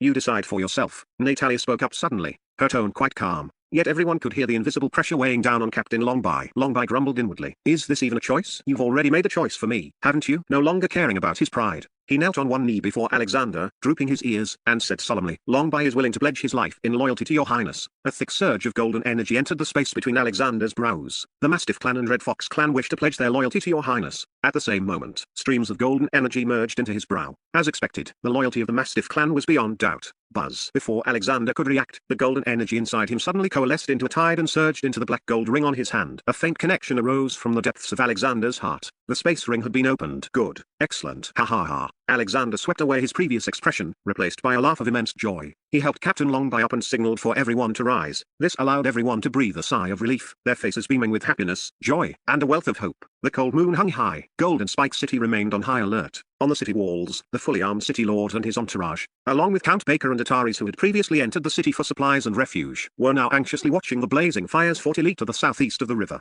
The smoky smell lingering in the air refused to dissipate. Report. Lord City Lord, the third prince set an ambush in the reed marshes of Little Gold Lake, 40 li to the southeast, and wiped out the sea beast army in one fell swoop. Now the third prince has detoured from a Little Gold Lake to Sahar town, and will pass through Dragonfallen City. It is expected he will re-enter the rolling Dragon River tomorrow morning to head for Kesulai. He won. What about the sea beast army? Are they coming this way? The city lord's words made everyone's hearts tighten as they broke into a cold sweat, all fearing retaliation from the sea beast army. Reporting to the city lord, the sea beast army suffered heavy losses this time and has retreated. Retreated? Are you sure? Absolutely. Over a dozen scouts, including myself, saw it with our own eyes. Ha, ha ha, it's good they retreated. It's good. Ha ha ha ha, we're safe now. The city lord's whole body relaxed, his legs going so soft he nearly collapsed. Fortunately, he gripped the city wall with both hands to remain standing. Lord Count, it seems our worries were unnecessary. Ataris leaned closer to Bernard, her eyes gazing toward Sahar town like stars in the night sky. Yes, the third prince is becoming more and more inscrutable, and seemingly more powerful. I hope he can maintain this once he reaches Kesulai. Duke Andrew is a ravenous wolf who swallows people whole. Rising up right under his nose won't be easy. Linshantown. What? You say Alexander defeated Shaman's Shark Legion? How is that possible? In the clairvoyance mirror, the first Prince Huosi Baratuk's hand shook, and for the first time, red wine splashed out of his glass. His eyes were wide as eggs. Not just the Shark Legion, but also tens of thousands of sea beasts, plus the 3-star pilgrim shaman. Our dear brother had a team of barely over 500 people, including the elderly, weak, and disabled, yet he still won. Guinevere looked at Prince Huos's shocked expression with a sense of gratification, as she too had been beyond shocked when she first heard the news. Are you sure your brother did that? Or rather, that there was no outside help? Prince Huosi took a deep breath. A servant nearby took away the wine glass and he gently wiped his hand with a handkerchief. But the shock, doubt, and confusion in his eyes still wouldn't subside. Then who do you think would choose to help him in that situation? The Mage Tower? Ah, Prince Huosi rolled his eyes at that. It would be lucky if the Mage Tower didn't kick him while he was down. In other words, Alexander really did defeat the sea beast army with his own strength. This was somewhat terrifying. Perhaps Father's decision. No, perhaps even Father didn't anticipate this outcome. Ha ha ha, ha ha ha, our brother is truly impressive. Ha ha ha, I'm so happy. Suddenly, Prince Huosi began to laugh uproariously. Contrary to his usual self, it was as if emotions long suppressed in his heart had finally found an outlet, startling everyone around him into thinking he had gone mad. Don't get happy too soon. A flash of relief crossed Guinevere's eyes as she interrupted. In another month, he will reach his territory, which is Duke Andrew's domain. He'll likely have a hard time then. True. After a long while, Prince Huosi stopped laughing and nodded, saying, Andrew has long harbored rebellious intentions. I've always been worried about that. I sent people to investigate him several times, but they all vanished without a trace. Now, Andrew has likely already gained the support of the Mage Tower. His strength cannot be underestimated. I hope Alexander will be cautious. After all, the Empire's reach is limited. The Northland has been slipping from the Empire's control these past few years, and there are too many uncertainties. Chapter 68 Dragon Emperor. The top floor hall of the royal capital's Major Tower. Sakritha and Bellum stood respectfully below the steps, not daring to breathe loudly, cautiously waiting for the person above to speak. A long time passed. Notify Andrew, let our prince go to the gods to repent. Yes. Sakritha felt the pressure from above ease slightly. He hesitated for a moment and tested the waters. Branch President, Alexander's wings are growing fuller now. I wonder if Andrew's side can. A wave of pressure descended, and a sinister voice said with displeasure, didn't the Mage Tower allocate 5 3-star Grand Mages to him? If that still doesn't solve the problem, then Sakritha, have you truly been paying attention to the royal family all these years? My lord, I have absolutely not neglected my duties. Sakritha was startled and nearly knelt on the ground, explaining hurriedly, Alexander must have just been lucky for a moment. I will go notify Andrew immediately. If it really doesn't work, I can go there personally. HMPH, you two had better bring me back good news. Yes, The two felt as if a heavy burden had been lifted. They didn't dare to stay for a second, bowing and walking away quickly, fearing the person above might change their mind. Outside the hall, Lord Secrether, what do we do now? Are we really going to the north to kill the prince? Bellum appeared somewhat troubled, having seen Alexander's methods. It would be a lie to say he wasn't nervous. Don't want to go? Then go explain it to the branch president yourself. Secrether gave a cold laugh and ignored him, walking away quickly. Sigh. It seems this is a fight to the death. Bellum sighed, looked back at the hall entrance, and then gritted his teeth, turning to catch up with Secrether. Below the deck of the Red Fox, Captain Longby followed Vaughan on a routine inspection, tallying the wounded, supplies, and equipment wear and tear to handle rewards, punishments, and replenishment. Old Fox, according to your previous description, the materials and equipment the prince lost this time are quite significant. Captain Longby glanced at the statistics sheet in Vaughan's hand and, comparing it to the amount of supplies he saw during this round, couldn't help but feel a bit worried. The amount of food was currently sufficient, even with the 100 or so newcomers from the Mastiff clan. They could eat for half a year without issue. However, in a month's time, when they reached Kessilai, that godforsaken place, this bit of food would likely not be enough. Even more importantly, there were only about 300 magic crystals left, which was what worried Captain Longby the most. After this battle, he also understood the source of Alexander's powerful military force: magic crystals. Without magic crystals, those so-called powerful weapons were just a pile of scrap metal. And for the upcoming journey in the matters after arriving in Kessilai, without military force, it would likely be very difficult to gain a foothold. Wasn't it all to save you? You're alive and haven't lost any limbs, and you're still not satisfied. Vaughan rolled his eyes at him. Regarding the severely shrunken data, he felt worse than anyone. That was all hard-earned money. What was once a mountain of magic crystals was now just a small pile. This kind of consumption felt like cutting off his own flesh. What kind of position do you think the prince will arrange for me? Has he said anything about his plans for the future? Captain Longby followed Vaughan back onto the deck. The cold wind instantly dispersed the oppression of the cabin, and the cold moon hung high in the sky. I don't know. Vaughan looked toward the light of the magic torch in Alexander's cabin, hesitated, and said, however, I believe the prince is destined for great things in the future. Captain Longby's deep gaze flickered, and only after a long while did he say, kindness alone won't be enough. Just kindness? Hey, Vaughan sneered. Have you ever seen anyone dare to kill a mage in public just for a few demi-human followers? That, Captain Longby choked, then said, in that case, the prince will surely need an absolutely loyal army? You plan to show your fangs again? Vaughan turned his head, his expression showing he had guessed it long ago. The Mastiff clan currently has no way out. I have no other choice. If the prince truly wants to rise in Kessilai, I can gather some old subordinates to serve him. Then what are you still hesitating for? Vaughan patted the other's shoulder. Captain Longby looked at Vaughan, the two of them staring at each other for a long time. Then he took a deep breath and strode toward Alexander's cabin. Vaughan narrowed his eyes from behind, a faint smile appearing on his lips as he followed. Inside the cabin, the magic torchlight was bright but not dazzling. Alexander sat at the desk, seriously studying the 3 items he had taken from the black gold ring earlier. By channeling the golden energy in his body to activate a hidden formation on the ring, he had opened a space 10 square meters in diameter within it. Inside were only 3 things: an ancient, yellowed sea chart, a snow-white conch horn, and a crystal recording stone the size of a pigeon's egg.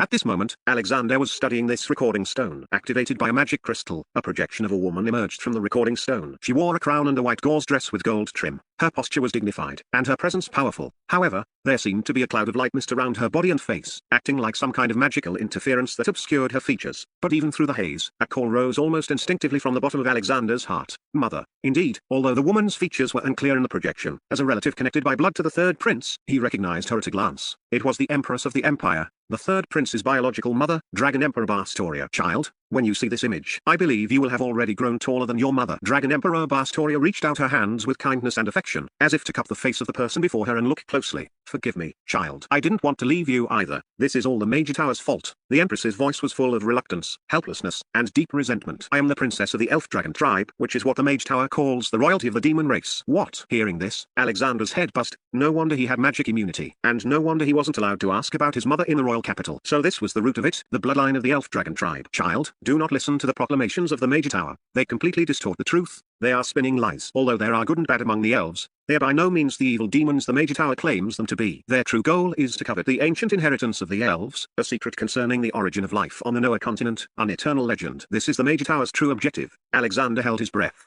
It was just like reading transmigration novels in his past life where the protagonist encounters a tense and exciting suspenseful plot. He hadn't expected to run into such a melodramatic storyline himself. Child, I cannot tell you the secret for the time being. However, since you can open the spatial ring, you must have already gathered enough power of faith, which means you have passed the test of the god of nature. I can pass on the secret techniques of the elf tribe to you. They will allow you to use the power of faith to communicate with nature spirits and make them your partners. They can help you do things you cannot even imagine. So the golden energy was actually power of faith. Alexander's eyes flickered as he carefully watched the Empress's subsequent demonstration. He saw the Empress mobilize the golden power of faith, condensing it at her fingertip, and then trace a profound formation in the air. Unlike magic arrays, There were almost no formation runes in this array, but rather characters similar to the Elvish language. With a hum, the golden formation vibrated with light, and a golden dragon nearly 1,000 meters long emerged from the center. It bared its claws and fangs, surrounded by rainbow-colored clouds, its head and tail appearing and disappearing intermittently. Child, the nature spirit summoned by each member of the elf tribe is different. My spirit is this golden giant dragon. Hurry and try it. If you succeed,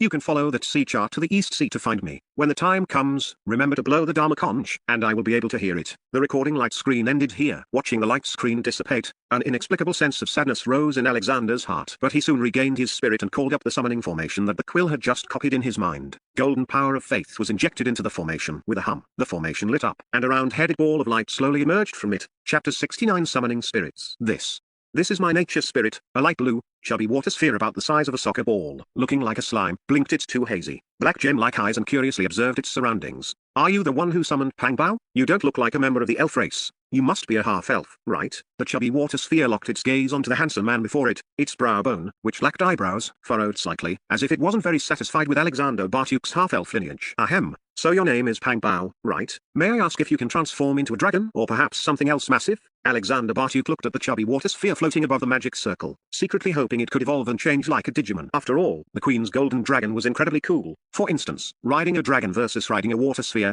there was simply no comparison. Why would I turn into a dragon? They look so ugly. The chubby water sphere blinked. Alexander Bartuk choked for a moment and gave a dry laugh. What I mean isn't becoming a dragon very powerful? How is that possible? They are all Pang Bao's little brothers. The chubby water sphere bounced through the air, leaving the range of the magic circle to take a lap around the cabin. Little brothers? Yours? This time it was Alexander Bartuk's turn to blink in surprise. That's right. Finding nothing new or interesting, the chubby water sphere returned to Alexander Bartuk and said as if it were common sense, as the source of life for all things, they are all my little brothers. Is there something wrong with that? Haha, of course not. Alexander Bartuk shook his head subconsciously. I've just heard that nature spirits are extremely powerful and can do many things we humans cannot. I wonder, what are you capable of? Oh, Pang Bao can do a lot. Hearing this, the chubby water sphere seems to perk up. It bounced twice and said proudly, I can't even count them all in a short time. However, my specialty is nourishing all things. Pang Bao can regulate the growth of everything. What? Regulate the growth of all things? Images of grain, fruits, and vegetables immediately flashed through his mind. If this chubby water sphere could truly regulate the growth of all things, it would solve the most significant problem for his future territory. With food in hand, one's heart does not panic. However, if you want Pang Bao to help you, you must provide Pang Bao with enough power of faith. Pang Bao has a very big appetite. You should be mentally prepared. No problem. Alexander Bartuk thought to himself that as long as it could provide abundant, high-quality food, the power of faith would surely flow in a steady stream. After all, the power of the people was like a vast ocean, limitless and inexhaustible. Knock, knock, knock. Your Highness, Manager Vaughn Bird and clan lead along by request an audience. At that moment, Gargadon's voice sounded from outside the door. Understood. Tell them to wait a moment. Alexander Bartuk looked at the nautical chart and the conch on the table. He activated the magic circle with the ring on his hand, storing both items into the ring's space. Then he looked at the chubby water sphere. After a moment's thought, he reversed the summoning circle to pull it back inside. Only then did he straighten his clothes and say, let them in. Creak. The door opened, and Vaughn Bird and Captain Longby walked slowly into the room, approaching him respectfully. Your Highness, we apologize for disturbing your rest. Your Highness, the tallies for all personnel, equipment, and supplies have been completed. They are all here. Sit. Is there something on your minds? Alexander Bartuk looked at the expressions on Captain Longby and Vaughn Bird's faces, knowing they must have something to discuss. He gestured toward the chairs opposite the desk, signaling them to sit and talk. Thank you, Your Highness. The two of them took their seats. Your Highness, I'll get straight to the point. Captain Longby pondered for a moment before speaking. Your Highness, if I may be so bold as to ask, what are your plans for the future? For instance, do you have any thoughts regarding Kessulai? Thoughts? Looking into Captain Longby's deep eyes, Alexander Bartuk fell silent. If these were his thoughts from when he had first transmigrated, he would certainly have talked about sweeping through all opposition, creating a peaceful and prosperous era, and achieving hegemony over the Noah continent. But after nearly 2 months of adjustment, especially the shock brought by the third prince's background, he suddenly realized that his previous ideas were too naive. What he knew of this world was just the tip of the iceberg. Perhaps not even that. If he just acted recklessly based on theoretical strategies, he might end up in a place beyond redemption. Therefore, his current thoughts for the future were more grounded in reality. I don't have many grand thoughts for the future, but for now, I only want my subjects to be able to eat their fill and wear warm clothes, and to have a stable living environment. That is all. Captain Longby was stunned upon hearing this. His eyes flickered repeatedly, and he remained silent for a long while. Instead, Vaughn Bird, who was beside him, suddenly stood up and bowed. Your Highness is benevolent. Vaughn Bird is willing to assist Your Highness in fulfilling this wish. When that time comes, the people of the world will surely view Your Highness as a divine and merciful ruler, with the people's aspirations and hearts aligned. All under heaven shall shall be the king's land, and all the people under heaven shall be your subjects. Your Highness, the Mastiff clan is also willing to assist you, to be fed and clothed. Your Highness is pragmatic and cares for the people. Longby is deeply impressed. Awakened by Vaughnbird's words, Captain Longby reacted instantly. If Alexander Bartuk truly governed the territory as he described, where everyone could eat their fill and stay warm, then the hearts of the world would inevitably gravitate toward him. In other words, although Alexander Bartuk currently had no desire for expansion, his pragmatic actions would inevitably drive changes in the surrounding environment. Given the current state of constant warfare and miserable lives, it was only a matter of time before he attracted the loyalty of the world's people. And at that time, the established old aristocrats and even the imperial elites would find their class interests in conflict with Alexander Bartuk's philosophy. Faced with such conflict, the territory would need an extraordinary force to resolve them. You two certainly think far ahead. Alexander Bartuk gave a slight smile, neither agreeing nor disagreeing. He suddenly changed the subject. Old hero, I heard manager Vaughnbird mention earlier that you once lived in the region around Kesuli for a time. I wonder if you could explain the situation there in detail? Alexander Bartuk once again gestured for the two of them to sit. Your Highness, Longby will tell you everything I know. Captain Longby had now cleared his doubts, and his eyes brightened. He said clearly, Kesuli's geographical location is quite unique. It is backed by the Eternal Winter Mountains, bordered by the Rolling Dragon River to the west, facing the Ulku Empire across the water, and to the east, across Cat Claw Ridge, lies the East Sea Bay. It is truly the northeastern gateway of the Lance Empire. He paused before continuing. However, although Kesuli is a blessed land and a strategic location with mountains behind and the sea in front, it has suffered from a lack of governance for years. The Eternal Winter Mountains it leans against are home to magical beasts year-round. Especially in winter, large magical beasts descend to Kesuli town to establish nests, making the town's life miserable and making it impossible for people to live there. Furthermore, there is an even more important point. Man-made disasters. The region of the Ulku Empire across the river from Kesuli is called Urakyuk, because the Ulku Empire itself is a confederation of many faiths and races. This region is a melting pot of various species. Public security is extremely poor. It's essentially a lawless enclave where riots frequently occur. It is mostly populated by sand people and barbarian, making it fertile ground for bandit groups. Being neighbors with such a region, you can imagine the situation Kesuli faces. Chapter 70 Cement. Cross-border harassment? Doesn't Duke Andrew of the Giant Axe Fortress do anything about it? Alexander could have expected harassment from magical beasts, but he hadn't anticipated human troubles as well. Hey, Duke Andrew taking action? Captain Longby sneered. Your Highness, he probably wishes the bandits would come more often. How so? Alexander raised an eyebrow. Captain Longby looked at Alexander and hesitated slightly before saying, Your Highness, forgive my bluntness, but Andrew has long harbored disloyal thoughts. As long as the bandits of Urakyuk aren't eliminated, Duke Andrew has an excuse to ask the Empire for more aid every single day. Moreover, the other side knows the Giant Axe Fortress is not to be trifled with, so they only target Kesuli. It has almost reached a tacit understanding. This kills two birds with one stone for Duke Andrew. It satisfies his greed and prevents the Empire from planting personnel by his side. So why would he put any effort into wiping them out? In that case, isn't Kesuli town completely worthless? Your Highness, by conventional standards, Kesuli is indeed a desolate place. Building a territory there means having almost nothing, from security to population and food. However, there is one thing we need. Cat Claw Ridge has a magic crystal mine. A magic crystal mine? Alexander immediately perked up. Yes, Captain Longby nodded but then shook his head, saying, however, that magic crystal mine is located right on the border between Kesuli and Andrew's territory, so the mining area is currently occupied by Duke Andrew. If your Highness wants to establish a foothold in Kesuli, I believe the first thing to deal with is the Giant Axe Fortress, because that magic crystal mine is something we must obtain. Alexander agreed. No matter what industry was developed, magic crystals were the source of power. However, he didn't know much about this Andrew. In the Third Prince's memory, he only knew this man was not simple. As a 3-star Silver Temple Knight, he had many knights under him and even a formidable mage regiment. How much do you know about Duke Andrew? Alexander looked up and asked. Well, I'm not entirely sure, but from the intelligence I've gathered, his strength should be quite formidable. Captain Longby looked at Alexander's expression, which didn't seem to change, and then continued. Although your Highness's muskets are very powerful,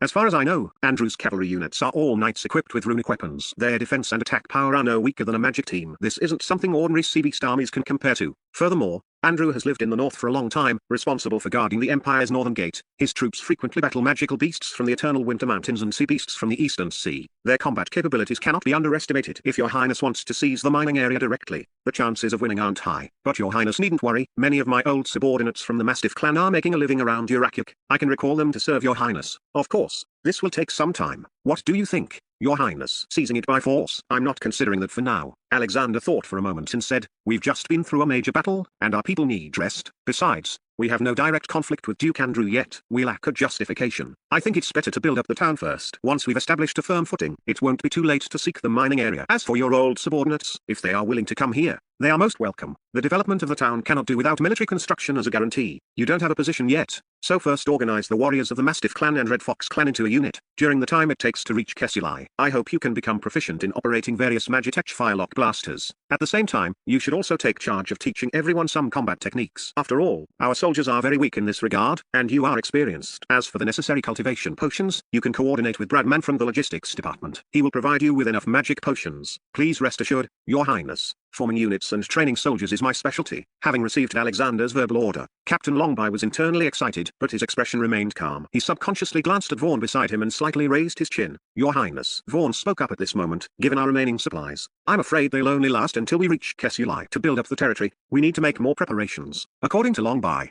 Kesuli has nothing. I wonder what your plan is, Your Highness. Alexander nodded and said, I was just about to discuss this with you. Territory construction involves food, clothing, housing, and transportation. Our priority is to solve the housing issue. Although the mages can help build some temporary houses, it's not a long-term solution. Come, follow me to Urxiu's place to see something. It's my primary plan. With that, he stood up and led the two of them toward Urxiu's alchemy cabin. These past few days, besides providing ammunition supplies for the musket squad and decomposing medicinal herbs, Urxiu also took on a special task of decomposing limestone. According to Alexander, once they reached Kesuli, the task he was completing would be the cornerstone for the safety of the residents' lives and property.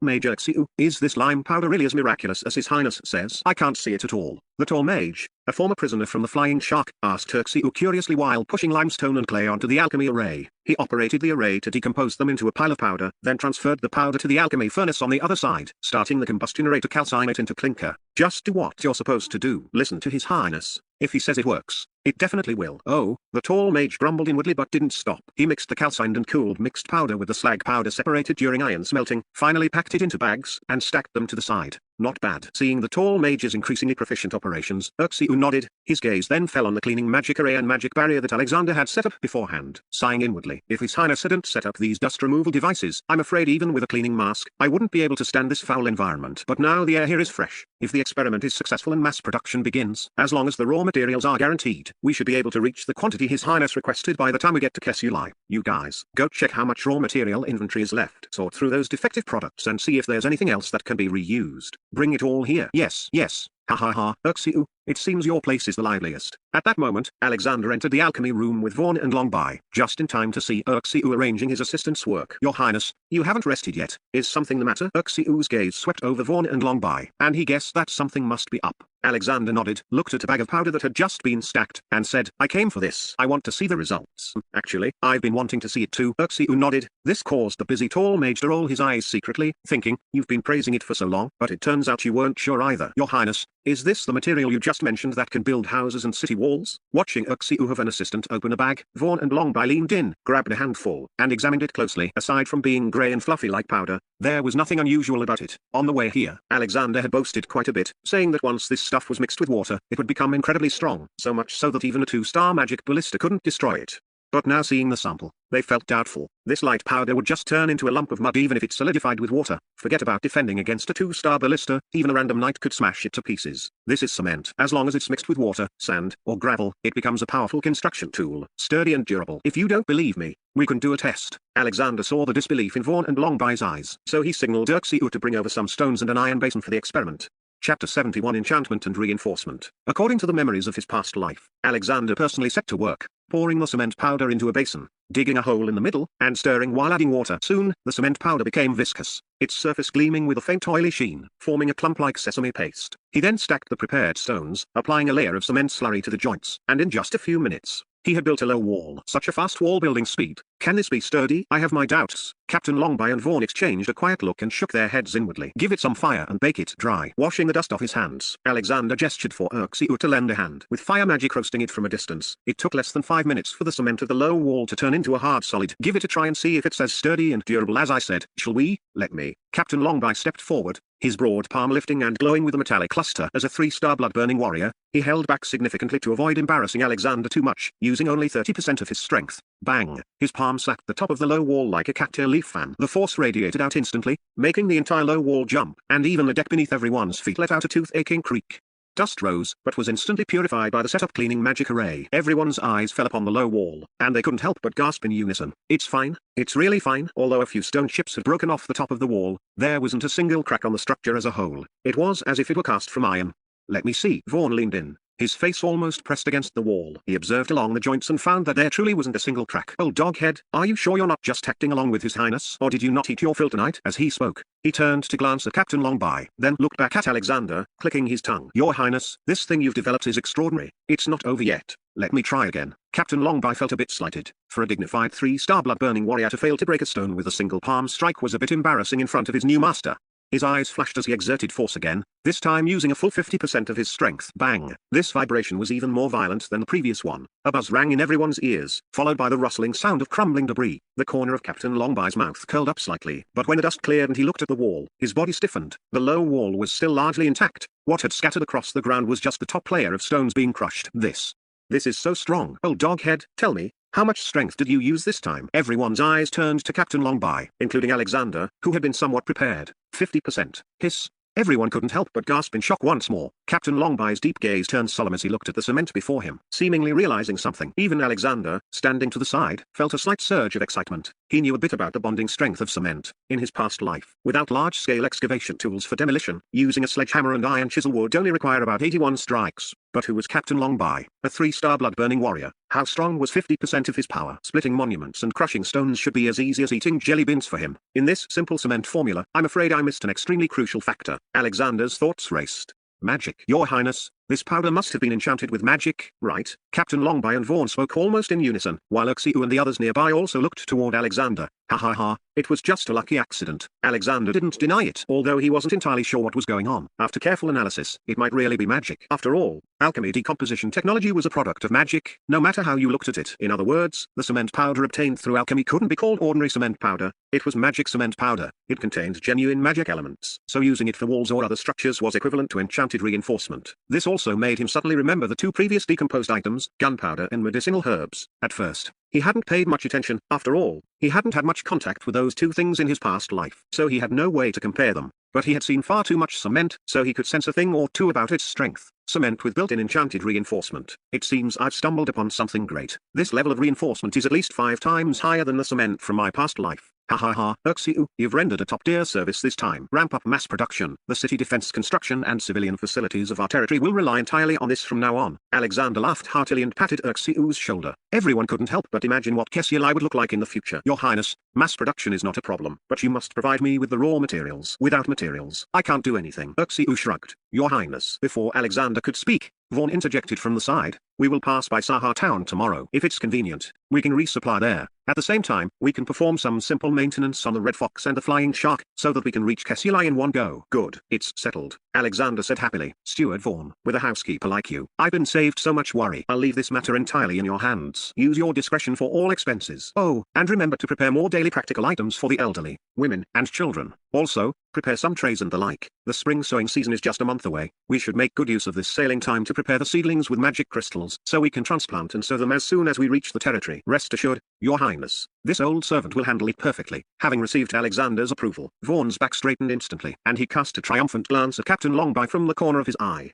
The vast northern lands, the red sun rises, the thin mist swirling around the eternal winter mountains, which stretched out like a dragon's spine, gradually dissipated. The entire northern land awoke from its slumber on the hunting grounds east of the giant axe fortress. Hooves thundered and beacon smoke billowed. Flame beasts, clad in runic constructs, galloped under the command of black armored knights radiating battle chi. Yo ho ho ho. First squad. Second squad. Maintain speed and distance, and drive the unicorn wild boars to the edge of the woods. Understood. Giddy up. Giddy up. Iron hooves flew as giant wild boars, each 5 meters long, kicked up their heels. The 1-foot-long horns on their heads, like halberds piercing the sky, charged frantically in all directions. At this time, 2 squads of black armored knights wielding runic greatswords slowly closed their formation. Brilliant battle chi barriers lit up, forcing the unicorn wild boars to gather in the center. Roar, roar, roar, bang, bang, bang. No matter how the unicorn wild boars roared or how their sharp horns struck the battle chi barriers, even with earth magic condensed on their horns, they still couldn't break through the defenses on either side and were obediently driven toward the edge of the woods.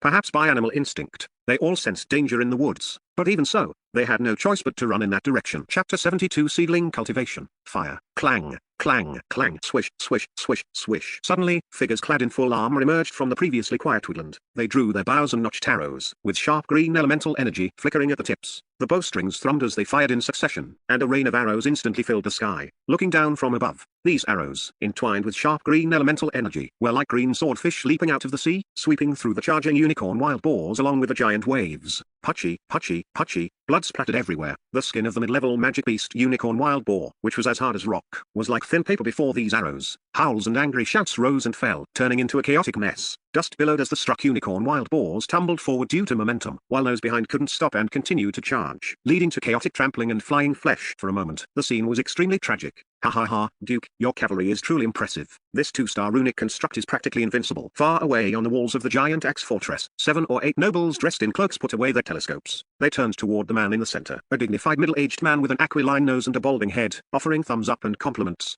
Indeed, the Duke is truly formidable. In our Northlands, no, in the entire Lance Empire, there is no one who can match him. Exactly. There were rumors before about how powerful the Third Prince's musketeers were, but after seeing the Duke's cavalry, I realized how short-sighted we were. Magitech firelock blasters, magic cannons, I see them as nothing more than the Third Prince creating hype for himself. Duke Andrew waved his hand dismissively, his gaze sweeping coolly over the minor lords who relied on him for a living. He was proud inside, but on the surface, he acted as if it were nothing. It's nothing. Just a bit of amusement. Yes, yes. To the Duke, this is indeed nothing at all. Of course, the Duke has seen all sorts of grand battles. Back when he guarded the Northlands, he struck terror into the hearts of all the small-time crooks around, especially the barbarians in the Urakiak region. They would tremble at the mere mention of the Duke's name. Duke, everything has been arranged. At this moment, the Duke's chief butler, Belcully, leaned in close to Andrew and reported in a low voice, just as you predicted. The Third Prince's fleet is resting in Sahar town. If nothing goes wrong, they should be entering Kessilai by this time next month.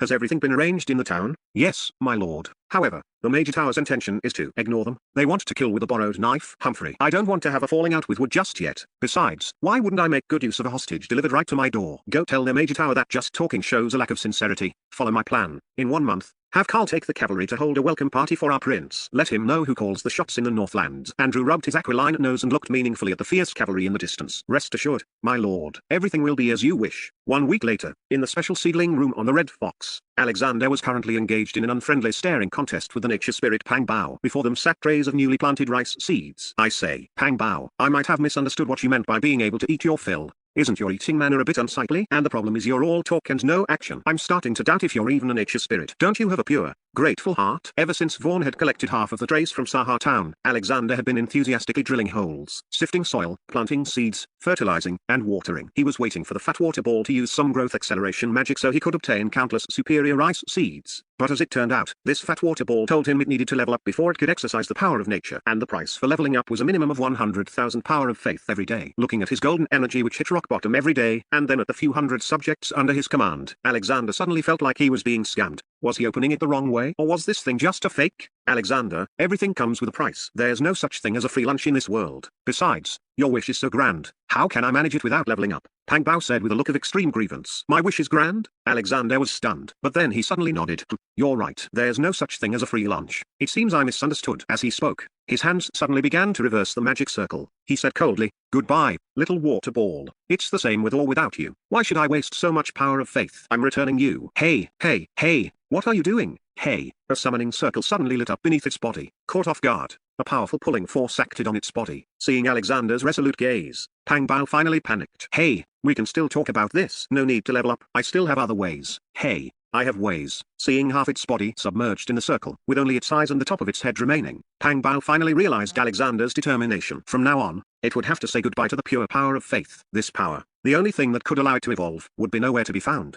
It was forced to let out a final cry. What way? Tell me first. If I'm not satisfied, we'll never see each other again. Fertilizer, fertilizer, Pang Bao said urgently. Although I can't directly help you accelerate the seed's growth right now, I can help accelerate the activity of the fertilizer. This can also indirectly help the seeds germinate and grow. Although the effect will be slower, the quality after growth will be absolutely superior. Hey, fertilizer, didn't I already add artificial fertilizer? Alexander sneered and shook his head. That's not the same. Pang Bao shouted. Human waste won't work. It has to be magic beast fertilizer, something with magical properties. Do you understand this? Alexander was taken aback, then his mind brightened, and the magic circle in his hand stopped involuntarily. Although he hadn't tested it yet, after the incident with the magic cement, he believed Pang Bao's words to some extent. You have to swear to the god of nature that you aren't lying to me, otherwise, Fine, I swear to the god of nature that I will never lie to you. Whether it was due to an extreme thirst for the power of faith, Pang Bao agreed almost without hesitation. After a while, Alexander instructed Captain Longbai to catch some river magic beasts and collect their droppings. After drying, they were sent to the seedling room. After closing the door, only one person and one water ball remained in the room. Come on, show me your ability. Looking at the large basin of dry river beast droppings, Pang Bao frowned slightly. Although there was no smell, as a nature spirit with a cleanliness obsession,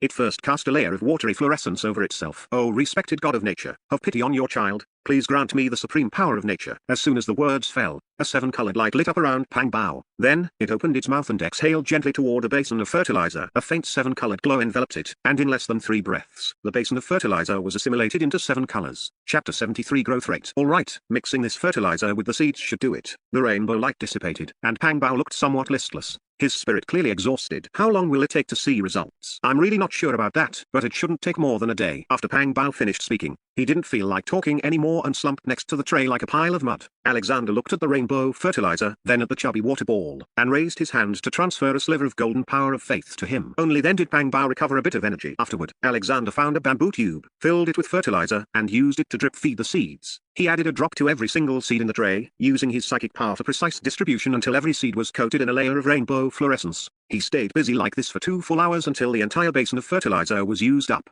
The rest was to patiently observe the changes in the seeds. Garden, go get me some paper and a pen, then tell the kitchen to just deliver the meals here. Taking advantage of the waiting time, Alexander wanted to design some machinery in advance, not just agricultural machinery, but also machine tool equipment. Now that he had a 2-star wind spin power engine, there were many directions he could expand into. Although he didn't have magic crystals to manufacture precision machine tools, ordinary machine tools were no problem. He even wanted to build some simple transport vehicles and engineering machinery. After all, without engineering machinery, the progress of developing the territory would definitely be several times slower. So, he would design the blueprints first and give them to Uncle Barnum, letting him lead men to rush the work. It would be best if they could start production immediately upon arriving at the settlement. Among them, there was one thing he wanted to design most, a plan he had decided on after studying the layout of the Cat Claw Ridge magic crystal mine over the past few days. Wind pickaxes. Although he had no intention of a direct conflict with Duke Andrew for the time being, he was still very eager for the magic crystal mine. The location of Cat Claw Ridge, half in the Duke's territory and half in Kessilai, gave him a perfect excuse. You dig yours, and I'll dig mine. I'm not asking you to give it to me, but I just need to dig faster than you. Writing rapidly, the designs for these machines had been brewing in Alexander's mind for a long time. Now, he was simply transcribing them onto the blueprints.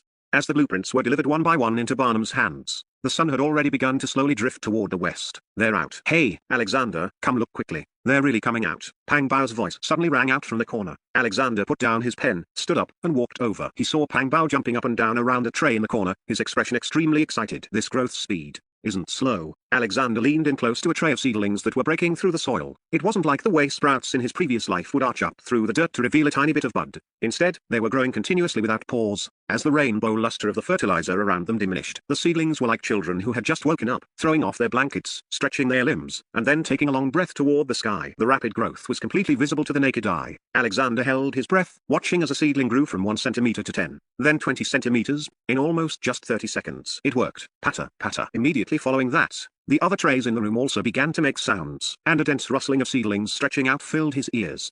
Alexander turned and looked around. It was truly a scene of vibrant green life. Ha ha ha, it worked. It really worked. Pang Bao, if these seedlings regularly use the fertilizer you enchant, will it greatly shorten the maturity cycle? And with excellent quality? That's no problem. You have to believe in the power of the god of nature. Pang Bao hopped over to him, his face full of an expression that said, hurry up and praise me. Not bad. You really are amazing. From now on, you'll provide 1 basin of fertilizer every day. This way, when we reach the territory, I can recruit a large number of subjects with food in hand. Why fear that no one will come to join us? 1 basin a day? Pang Bao's face stiffened. Ahem, you know, if we have food, I can recruit subjects without limit. And the more subjects there are, the more power of faith they will provide. Think about it, this is definitely a virtuous cycle. Alexander patted the little guy's bouncy head with earnest sincerity. A virtuous cycle? Pang Bao blinked, and then his eyes brightened. He nodded and said, good, everything for the faith. The royal city, a secret residence. Sakritha had just finished praying to a skeletal statue wearing a black cloak and walked out the door. Belam had already been waiting there for a long time. Lord Sakritha, we just received news from Duke Andrew. He doesn't want to fall out with the Empire by killing the prince yet. So what do we do? Do we have to do it ourselves? Are you going to do it? Seeing Belam's frowning face, Sakritha retorted, the third prince has magic immunity. A mage's methods have no effect on him at all. Besides, the Dragon Mountain battlefield has drawn away 80% of the Mage Tower's main forces, and now he has powerful weapons in his hands. If you want to do it, I won't stop you. Belam choked. Everyone knew that the current Alexander was a mage killer. Whoever went after him would be the unlucky one. Don't worry, without Andrew, we still have others. Sakritha walked into the residence's main hall, clapped his hands, and instructed a servant. Someone, bring George Angel here. Yes, George Angel, isn't he already? Bellum, following behind, was shocked to hear the name. Already dead, right? Sakritha turned around and sneered. Grand Mage Bellum, I wonder if you have heard of the Eternal Legend? The Eternal Legend? You mean the demons? It seems you know something. Sakritha looked at Bellum's flickering eyes and didn't elaborate, merely nodding. Teacher, you called for me. At that moment, a figure holding a long whip walked in from outside the hall. It was indeed the deceased George Angel. However, the current George's head and shoulders were made of welded metal, clearly an alchemical product. His previously bewitching gaze had now become sharp and venomous. His body showed no minor fluctuations, yet he gave off a very dangerous feeling, especially at the center of his brow, which seems to be faintly shrouded in a pale green light.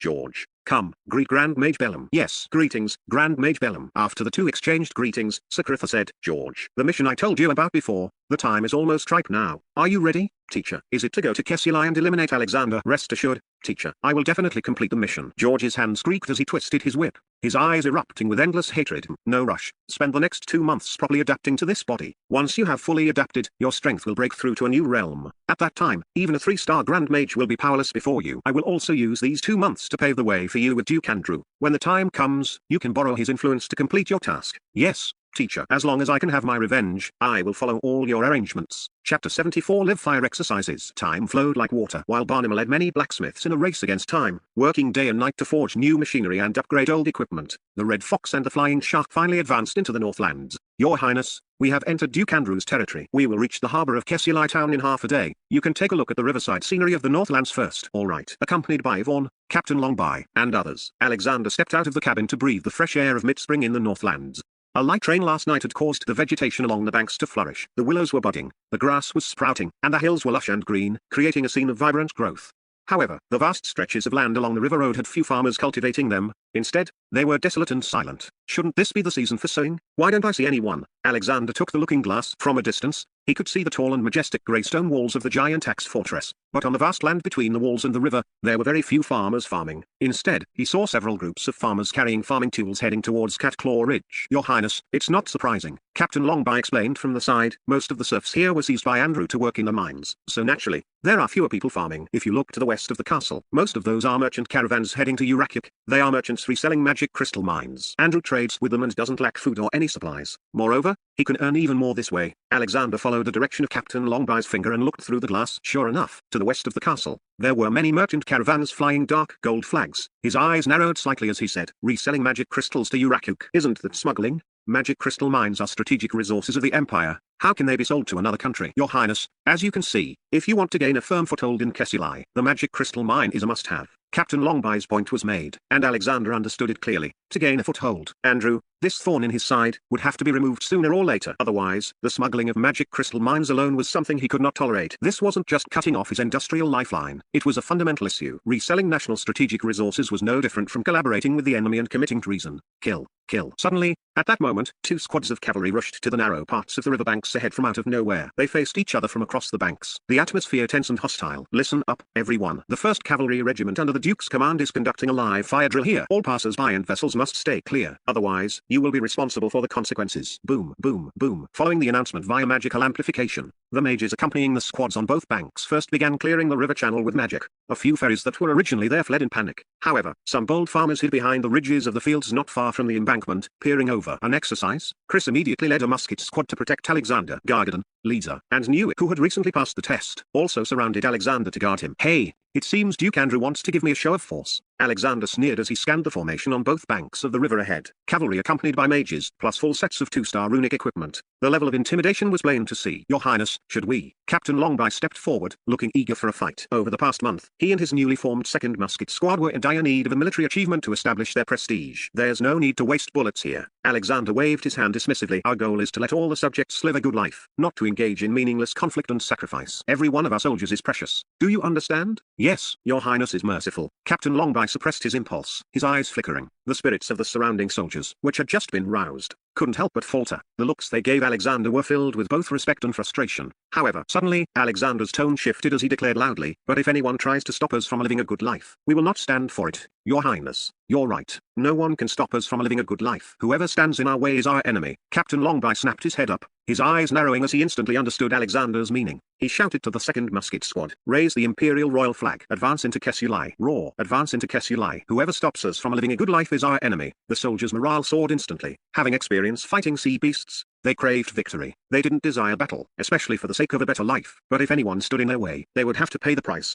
Ha ha ha, it seems some people just won't listen. Then we'll just have to set an example for them. On the riverbank, Carl, who had narrow eyes and thin eyebrows and was mounted on a flame beast, had been watching the Red Fox's movements. Seeing the other party raise the royal flag and insist on advancing, he sneered. He looked at the cavalry squad behind him and then glanced at the serfs hiding in the distance, ordering with a wave of his hand without the slightest hesitation. He wanted to establish his authority. Archers, use enchanted arrows. Mages, deploy the protective barriers. Loose, clang, whoosh. As the Red Fox and the Flying Shark advanced, a rain of arrows simultaneously shot across the front of the river, almost completely blocking the entire channel. Thud, clang. The flying arrows pierced through the magical defensive shield of the opposing cavalry formation. Although their power was weakened, many arrows still landed within the cavalry square. Battle Chi shield. Activate at the command. Every soldier in the two cavalry formations took down the light round shields from their saddles and channeled their battle chi into the runic constructs on the shields. In an instant, air currents swirled around them, and battle chi light shields, as large as door panels, appeared in front of them, merging into an iron wall. Clang, clatter. The arrows struck them with metallic clangs and fell away, leaving the cavalry formation completely unharmed. Ha ha ha, Captain Carl, your attacks are no better than a tickle. Bring something stronger, or else people will laugh at us. A yellow-bearded officer in the cavalry formation on the opposite bank pointed his long blade at Carl, while simultaneously directing his mages to gather energy for a mass spell to launch an attack. Rumble. The sky darkened instantly as countless magic elements gathered energy into three massive magic circles appearing in the sky. Terrifying pressure, like a devil's hand, enveloped Carl's team. Exploding fireball spell, hurricane spell, falling stone spell. Captain, isn't Captain Kendall making too much noise? Could this kill the third prince? Henry, a mustached guard next to Carl, stepped forward to remind him. Humphrey, don't worry, Kendall knows what he's doing. At most, we'll sink the prince's ship and leave him in a sorry state so he knows that the Duke is the one in charge in the Northlands. We won't actually kill him. Hee. Captain, with those words, we can go all out. Boys, let's give the third prince a good cold bath to sober him up. Ha ha ha, right. Let's wake our little prince up. In the Northlands, the royal flag is useless. It's the Duke's flag of Giant Axe Fortress that matters. Lads, raise the shields and gather battle chi slashes. A massive shield-shaped protective barrier was held up in front. Simultaneously, the cavalry squad led by Carl drew their long swords and gathered battle chi. The runes on all the cavalrymen lit up at once, achieving synchronized breathing, and their battle chi slash postures were identical. A massive, 100-meter-long crescent battle chi slash slowly condensed above the cavalry squad. When the opposing magical attack fell, Carl let out a roar at the same time, and the 100-meter-long battle chi slash instantly swung out to intercept it. Sizzle, boom, flames exploded, hurricanes raged, and even the clouds in the sky were churned into a mess. The battle chi slash and the magical attack collided above the river channel. A massive vortex of air currents exploded and roused. The river waves surged, and some water was even sucked into the sky by the vacuum force. The fish, shrimp, and river beasts originally hidden at the bottom were instantly pulled up by an invisible hand and tossed into the air. Their eyes turned white, some were stunned, some were cooked through, and some were directly torn apart by the battle chi. The river channel instantly became a mess of scarlet. Excellent, Captain Carl, that's more like it. Impressive. Now our little prince should know to back down. Of course. Kendall, get ready for the second wave of attacks. This time, we'll target the ships. Let's let our little prince drink some of our Northland River water. Good. Ha ha ha. Chapter 75 One round instant kill. Behind a field ridge not far from the riverbank, several middle-aged men dressed as serfs were lying on the ground, peering at the scene in the river channel, all showing expressions of terror. Ed, why aren't you running yet? It looks like a real fight is about to start. A man with disheveled brown hair pulled at the man with a scarred face beside him while moving backward. Don't move, Neil. If the Duke's cavalry squad sees us, none of us will survive. The scarred man pressed the other down with a large hand, like an eagle catching a chick. It's all your fault, insisting on seeing the third prince's fleet. Now look at us. We're definitely finished. If the cavalry squad sees us, they'll surely drag us off to the mining area for covey labor. Neil struggled a few times but couldn't move, so he gave up resisting and complained. I don't think so. Look at the imposing style of the third prince's fleet. The Duke might not necessarily win. Ed's eyes flickered with the light of wisdom. I also hope the third prince can win. I heard that the third prince loves his people like his own children and is approachable toward orcs and subhumans. If he can really take root in our Kesuli, that would be wonderful. The other serfs also began to discuss in low voices. Yeah? This Andrew treats people like animals, especially toward us serfs. He's a vampire. If His Highness the Prince is really like the rumors say, I'd be willing to follow such a master. I hope the third prince can win. Your Highness, we are about to enter the enemy's attack range. Please give instructions. The Red Fox rocked with the waves, and some startled river beasts attacked the people on deck like crazy. Captain Longby rubbed his hands together, golden flames faintly flickering on his body. His gaze deep and cold. Order the activation of the defense barrier. Heavy cannons clear the way. Full speed ahead. Yes, received. Cruising speed has been shifted into high gear. Defense barrier activated. Heavy cannons ready. Report. The enemy's engagement zone has entered effective range. Fire. Fire. Boom. Boom. Boom. Boom. With the command given, the newly modified heavy bow cannons of the Red Fox and Flying Shark adjusted their angles and fired together. special explosive shells with delay effects traced a perfect parabola and landed over the river channel in the engagement zone. Ha ha ha, and here I thought they were some kind of magic firearms. They're just simple shells. Rumors are just rumors after all. Cavalry squad, prepare to overturn them for me. With Carl and Kendall's eyesight, they could capture a bit of the shell's trajectory. The impact point was still dozens of meters away from the banks, and the type of shell was simple, so they didn't care at all, even showing some disdain. Boys, attack. As the two gave the order, the cavalry squad's mass battle chi slashes, the mage core of fireballs, and the overwhelming enchanted arrows all swarmed toward the shells, intending to drown the shells and the enemy ships together. Let them know that the Lord Duke is invincible. Roar. Our cavalry squad is matchless. Ha ha ha. However, just at that moment, a flash of fire suddenly lit up, followed by a second and a third in succession. In an instant, the sky over the river channel suddenly darkened, as if a god had pressed the pause button, followed by deafening chain explosions.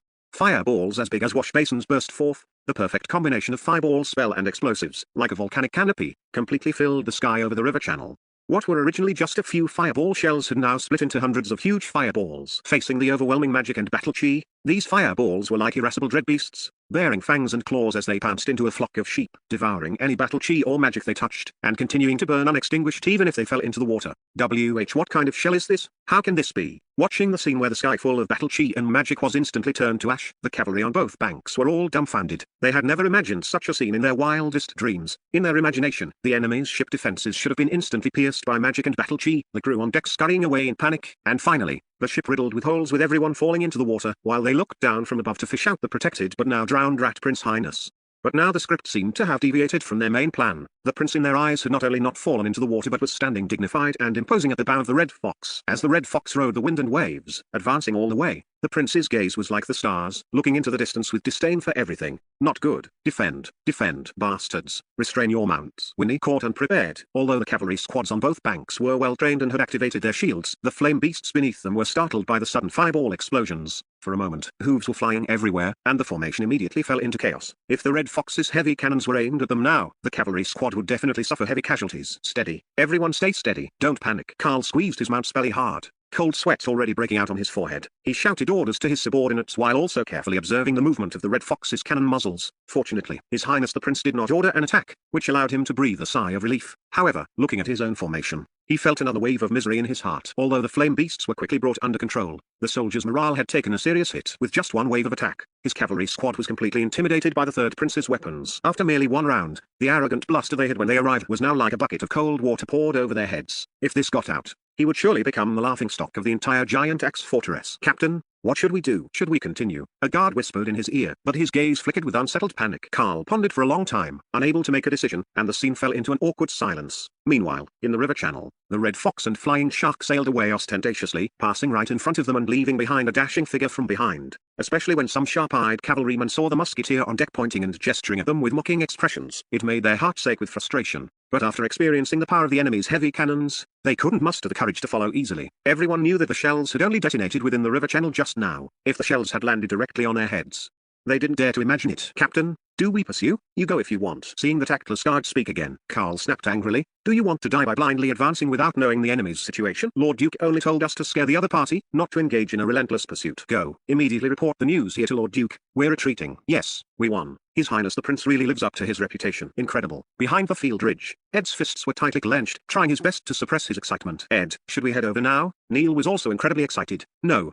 let's wait a bit longer and see what the prince does when he gets to the town. If it's really like the rumors say, we'll go to the settlement, gather everyone, and join him. Right. We can't be hasty. Let's wait a bit longer. I'm really looking forward to it. Chapter 76 The One-Eyed Barbarian. Yo-ho, victory. Ha ha ha. These fools who don't know the height of the sky or the depth of the earth. Now they know what fear is, don't they? On the Red Fox, a scene of jubilation unfolded. Everyone gathered around Alexander, contributing waves of spiritual sublimation and threads of golden power of faith. Your Highness, we'll reach our destination in a little while. Are you looking forward to it? Captain Longby pointed into the distance at a bend in the river's mountain range and said, that is the first ridge of Cat Claw Ridge. It's also the boundary line separating the Duke's territory from yours. Once we pass that ridge, it will be your domain. Oh? Alexander looked ahead. Along the riverbank, an elliptical mountain ridge, about 100 meters high and over 10 miles long, was embedded from west to east on the eastern bank.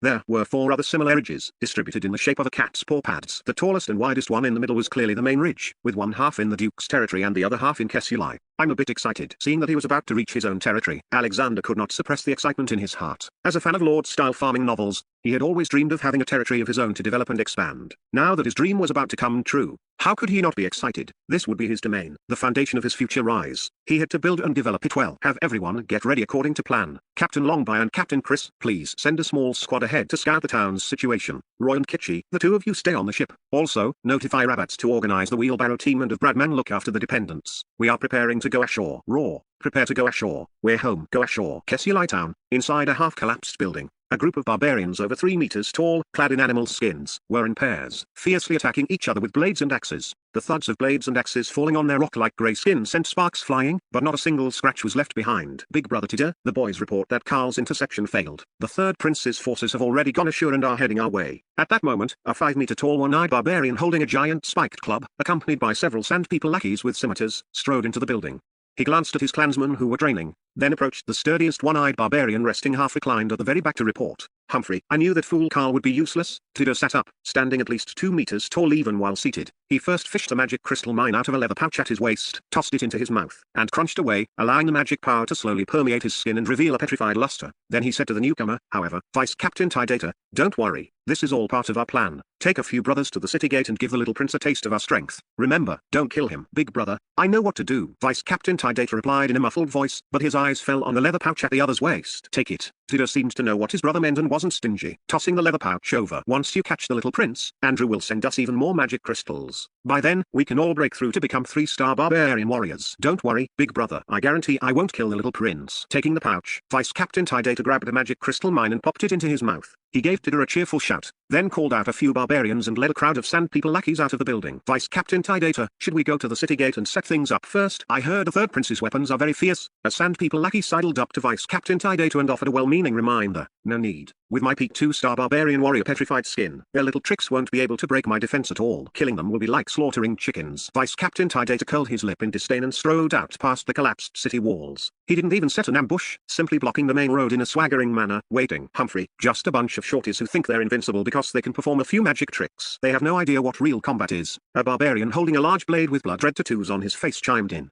Exactly. Once they arrive, I can take care of them all by myself. Another barbarian holding a large axe and wearing a big earring in his right ear brandished his door-sized great axe arrogantly. Ha ha ha, Nadley. Is your big axe already thirsting for blood? Just don't get too excited and accidentally chop the little prince in half. The blade-wielding barbarian raised a large hand and slapped his companion's shoulder, making a thumping sound like a drum. Don't worry. Once I show my power, they'll be kneeling and begging for mercy. I won't even need to lift a finger. It's not like you guys haven't seen that kind of scene before. Nadley raised his chin, looking completely confident. Exactly. These shorties are all the same. Their legs go weak the moment they see us barbarian warriors. How would they dare to fight? Just like that Carl before. He started shouting when he saw us, but as soon as we fought, they all became useless. Attacks of that level are just like scratching an itch for us. Exactly. Ha ha ha. Everyone burst into laughter. Sarah was the captain of the first squad in the newly formed team under Captain Longby, because he was quite familiar with the local environment. He was the first choice for scouting Kessie. Along the way, the 12-man squad advanced cautiously from west to east. Having had the live fire exercise with Carl earlier, they were now being exceptionally careful. Captain, a few rats have been tailing us for a long time. There's a woodland up ahead. Should we capture them? A mastiff warrior with small braids trotted from the back to the front and whispered a report to Sarah. Good. Keep them alive. It's a good chance to gather some intel while we're at it. Sarah nodded, then led the team toward the woodland ahead. Everyone, let's take a rest up ahead. Stay alert. Yes, sir. They exchanged glances and secretly flicked the safeties off their repeating muskets. Upon entering the woodland, the team members quickly split into 3-man combat groups, seeking cover and forming a pocket formation to wait for those following them. Sarah gently drew his long and short blades from his back and checked the pistol at his waist. His gaze was fixed on the path they came from. Before long, several men dressed as serfs poked their heads into the woodland. Ed, how did they disappear? What's going on? Neil, with his messy brown hair, seemed to sense something was wrong as soon as he stepped into the woodland. He brushed the hair away from his forehead with both hands, his small eyes scanning the surroundings warily. I don't know. They clearly just entered, and we, look out, they're above. Suddenly, one of his companions looked up and cried out in alarm. But before they could react, a figure dove down like a bolt of lightning. Flashes of long and short blades flickered, followed by a series of rapid leg sweeps. Before the men could even see who it was, they were knocked to the ground. They clutched their severed belts with both hands, not daring to move. Chapter 77. My meaning is to change course. Don't move. I'll shoot anyone who dares to move. Figures descended from the sky one after another, their dark muzzles pressed against the foreheads of Ed and the others. The group didn't even dare to breathe heavily, repeatedly crying out that they wouldn't dare move. At this moment, Sarah sheathed her long and short blades and walked over. She sized them up from head to toe, and after confirming there were no fluctuations of battle chi or magic, she waved her hand at her subordinates. Who are you? Why are you tailing us? Lord, please spare our lives. Neil fell to his knees with a thud, kowtowing like a pestle grinding garlic. He said with a trembling voice, "We are all subjects of Kesuli. We heard news that the third prince was coming to govern Kesuli, and we've been looking forward to it day and night. Today, our wait is finally over. We just wanted to see if the third prince is as he is in the legends. Nothing more." "Oh? Is that so?" The corners of Sarah's mouth curled slightly as she exchanged a glance with her subordinates, then turned her gaze toward the other serfs. "Lord, it's the absolute truth. Please don't kill us. We have important intelligence." Ed remained relatively calm, seeing that the other party had no intention of killing them. "What intelligence? Let's hear it." Sarah raised an eyebrow, her finger inadvertently resting on the pistol at her waist. "Lord, you must be heading to the town to scout, right? I advise you not to go. It's long been occupied by one-eyed barbarians and sand people. They are very powerful. Even Duke Andrew's cavalry regiment was no match for them." One-eyed barbarians? Since when? Sarah hadn't cared much at first, but when she heard one-eyed barbarians, her expression couldn't help but change. The Mastiff clan soldiers with her also looked solemn. "Lord, about 2 months ago, these one-eyed barbarians suddenly crossed the border and attacked the town. At that time, the town had no ability to resist. Actually, there weren't many households left in town anyway, and then it was occupied. Andrew's border guards didn't react." As Sarah asked this, she felt it was redundant. This matter was clearly arranged by Andrew. According to the timeline, 2 months ago was exactly when the third prince received the decree to govern Kesuli. For one-eyed barbarians to cross the border and occupy the town at that critical juncture was clearly a nail planted in advance to give the prince a hard time. "Come, follow me quickly to see if it's really the one-eyed barbarians. I'm afraid we're in real trouble this time. The combat power of these one-eyed barbarians is truly not to be underestimated." Sarah had Ed and the others get up and dress properly before following them quickly toward the town. Alexander sat inside the alchemy carriage, dripping another basin of 7-colored fertilizer into the seedling trays. This was already the 4th wave of experimental samples. The overall effect was excellent. According to his statistics, if 7-colored fertilizer was used for catalysis every day, these rice crops could mature a harvest in almost a month. Moreover, the quality was superior and the grains were full. A single stalk of rice could produce about 100 grains. Although still much worse than the high-quality rice of his previous life, it was absolutely a high yield of 2 to 3 times or more in this world. 1 mu of land could yield about 8 to 900 catties of grain. It seems the goal of accumulating grain widely will soon be achieved. Next is building high walls. Alexander channeled a wisp of golden power of faith to Pang Bao, then drew back the curtains to look at the new mechanical parts loaded on the wheelbarrows behind. Those were simple components for machine tools, agricultural machinery, and engineering equipment. The most important among them were a 2-star high-temperature furnace and a 2-star lathe mother machine fitted with a transmission device. These 2 items were the foundation of metallurgy and mechanical processing. Once assembled, they could melt and process all metal materials below the level of 2-star black steel. They were fully capable of handling the town's basic construction. Of course, what Alexander was most satisfied with was the design of the wind pickaxe. He figured that with wind pickaxes plus the innate ore-finding ability of the Ratgindami humans, he would dominate the mineral resources of this world in the future. "Your Highness, Sarah is back." She also brought back a few town residents. "They have important news to report to you." At this time, Captain Longby hurried to the front of the carriage, followed by Sarah's squad, who looked none too pleased, and Ed's group. "Stop the carriage." Seeing Captain Longby's expression, Alexander realized things might be a bit troublesome. After stopping the vehicle, he walked out of the carriage. "Your Highness." Sarah stepped forward and saluted, saying, "On our way to the town just now, we encountered these locals. They led us through a small path into Kesuli town. The bad news is that it has been occupied by one-eyed barbarians and sand people. There are about 500 of them, with about 100 one-eyed barbarians and roughly 200 sand people. The rest are enslaved residents." One-eyed barbarians? Alexander frowned slightly. Although he had heard of the barbarian race before, he didn't know much about them. However, seeing the expressions of Captain Longby, Sarah, and the others, these one-eyed fellows were likely quite a handful. What is their equipment? What are their abilities and weaknesses? Do you have a detailed map of the town? As Alexander spoke, his gaze fell on Ed and the others. He deliberately lowered his posture and showed an approachable smile. "Your Highness, their equipment consists of only ordinary weapons, but their defense is very strong. I estimate our cannons might not even be able to wound them. As for a map, we don't have one, but these few should be able to draw it." After Sarah finished speaking, she signaled for Ed, Neil, and the others to come forward.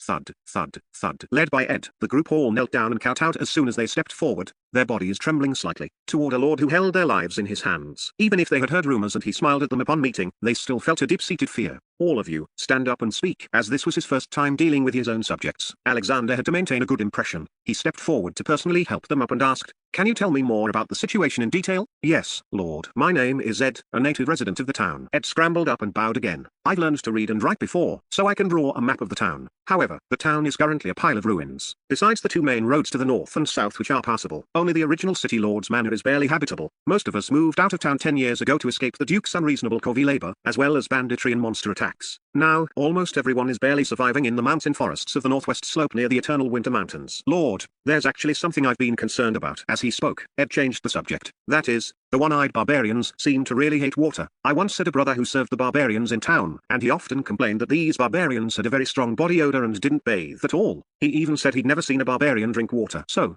I wonder if these guys are afraid of water. Oh, Alexander turned to look at Captain Longby. Your Highness, the one-eyed barbarians belong to a desert race of the Ulco Empire and prefer to eat minerals, especially magic crystals. They do have a natural aversion to water, but it's not exactly fear. It's because after they petrify, if they are drenched in water in desert regions, it evaporates rapidly and carries away their body heat, making them uncomfortable. Captain Longby answered after some consideration. I see. Alexander rubbed his chin and nodded. In that case, we will change course to the northwest slope. Go to the northwest slope. Everyone looked at each other, all somewhat confused. Your Highness, are we not going to attack those barbarians? Captain Longby asked. Go to war now? Alexander's eyes, bright as stars, swept over everyone before landing on Captain Longby. He said coldly, you mean we should take the elderly, weak, women, and children with us now to attack a group of brutal one-eyed barbarians? The enemy is waiting at their ease while we are exhausted, and they have superior numbers. What do you think our chances of winning are? This I wouldn't dare to speculate. Captain Longby's face turned red. He had been a bit too eager for achievement and had overlooked a fundamental issue. Alexander snorted and said, what I want is for my subjects to be well fed and warmly clothed, living good lives. It's not that we must always be fighting and killing. That is a means of last resort. Pass down the order. We are changing course to camp at the northwest slope. If the barbarians attack, our primary task is to ensure the safety of our people. Understood? Yes, understood. We understand. Everyone shouted in unison, their respect for Alexander deepening by another notch. Even Ed and the others only just snapped out of it. Originally, they thought the third prince would charge in with a hot head, but now they saw that the first thing the prince thought of was the safety of his subjects and their families. This made them feel a bit unaccustomed for a moment, but immediately, a flame ignited in their hearts, a flame of hope. The third prince was just as the rumors said, benevolent and loving toward his people. Following such a lord, they could see hope. Chapter 78 Night Trade Plan. Under the shade of a tree by the town's main road, Vice Captain Tydato and his group had been waiting for a long time without seeing Alexander Bartuk's convoy. Some of them grew impatient and sprawled out in the shade to chat, seeing that the sun was almost past noon and still no one had arrived. This shouldn't be happening. According to the schedule, we should at least be able to see their silhouettes by now. Why hasn't any of the scouts sent word back? Vice Captain Tydato blinked his single eye, peering down the road ahead as he muttered to himself. Report, Vice Captain. The third prince's party has changed course and headed for the northwest slope. At that moment, a scout suddenly came running from the northwest path, reporting breathlessly. What? They went to the northwest slope? They aren't coming to the town? Vice Captain Tydato was stunned, his spiked mace thudding heavily onto the ground, smashing a large crater into the earth. Your subordinate is not clear on that. However, I saw Captain Longby of the Mastiff clan among the convoy. Captain Longby? Vice Captain Tydato's pupils constricted slightly, and the bored, idle expressions on the faces of the people around him vanished. Are you certain it's Captain Longby and the Mastiff clan?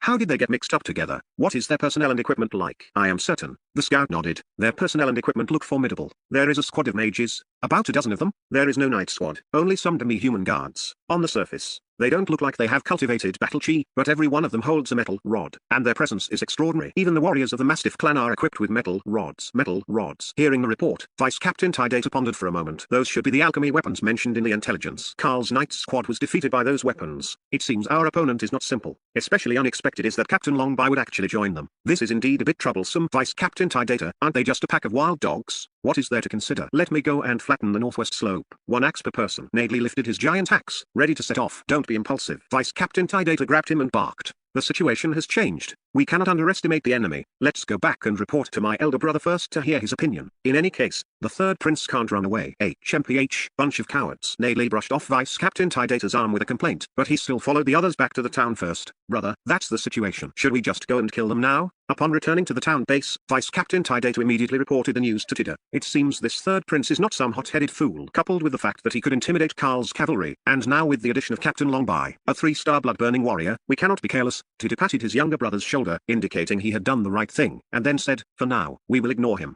Send more people to prepare wine and meat. Let them think we don't care about them to make them lower their guard, and then tonight, we will launch a surprise attack on them. Brother, will that work? Vice Captain Tydato was somewhat worried. Rest assured, no matter how useful their weapons are, they arrived here in a hurry after all. Without the cover of defensive walls, they are useless against us. Do you understand? Tida smiled slightly, his gaze sweeping over the robust physiques of his fellow barbarians who stood an average of 3 to 4 meters tall. His meaning was very clear. That's right, brother. They can't withstand our speed and strength. Vice Captain Tydato clenched his fist tightly, his eyes brightening. Indeed, the situation was as such. The other side had set up camp on the northwest slope, where there was no cover at all when they launched their surprise attack. Even if the enemy had powerful alchemy weapons, they wouldn't be able to stop their lightning-fast impact. Once they broke into the camp, it would be like tigers among a flock of sheep. Very well, it's decided. Go down and prepare. Yes, the northwest slope of Kesialai is a long, gentle slope at the foot of the eternal winter mountains. It looks like a dragon's claw extended by a giant dragon. To the west is the channel of the rolling Dragon River, and to the east is a large forest. Aside from many fallen rocks, the gentle slope is relatively flat. Alexander Bartuk and the convoy,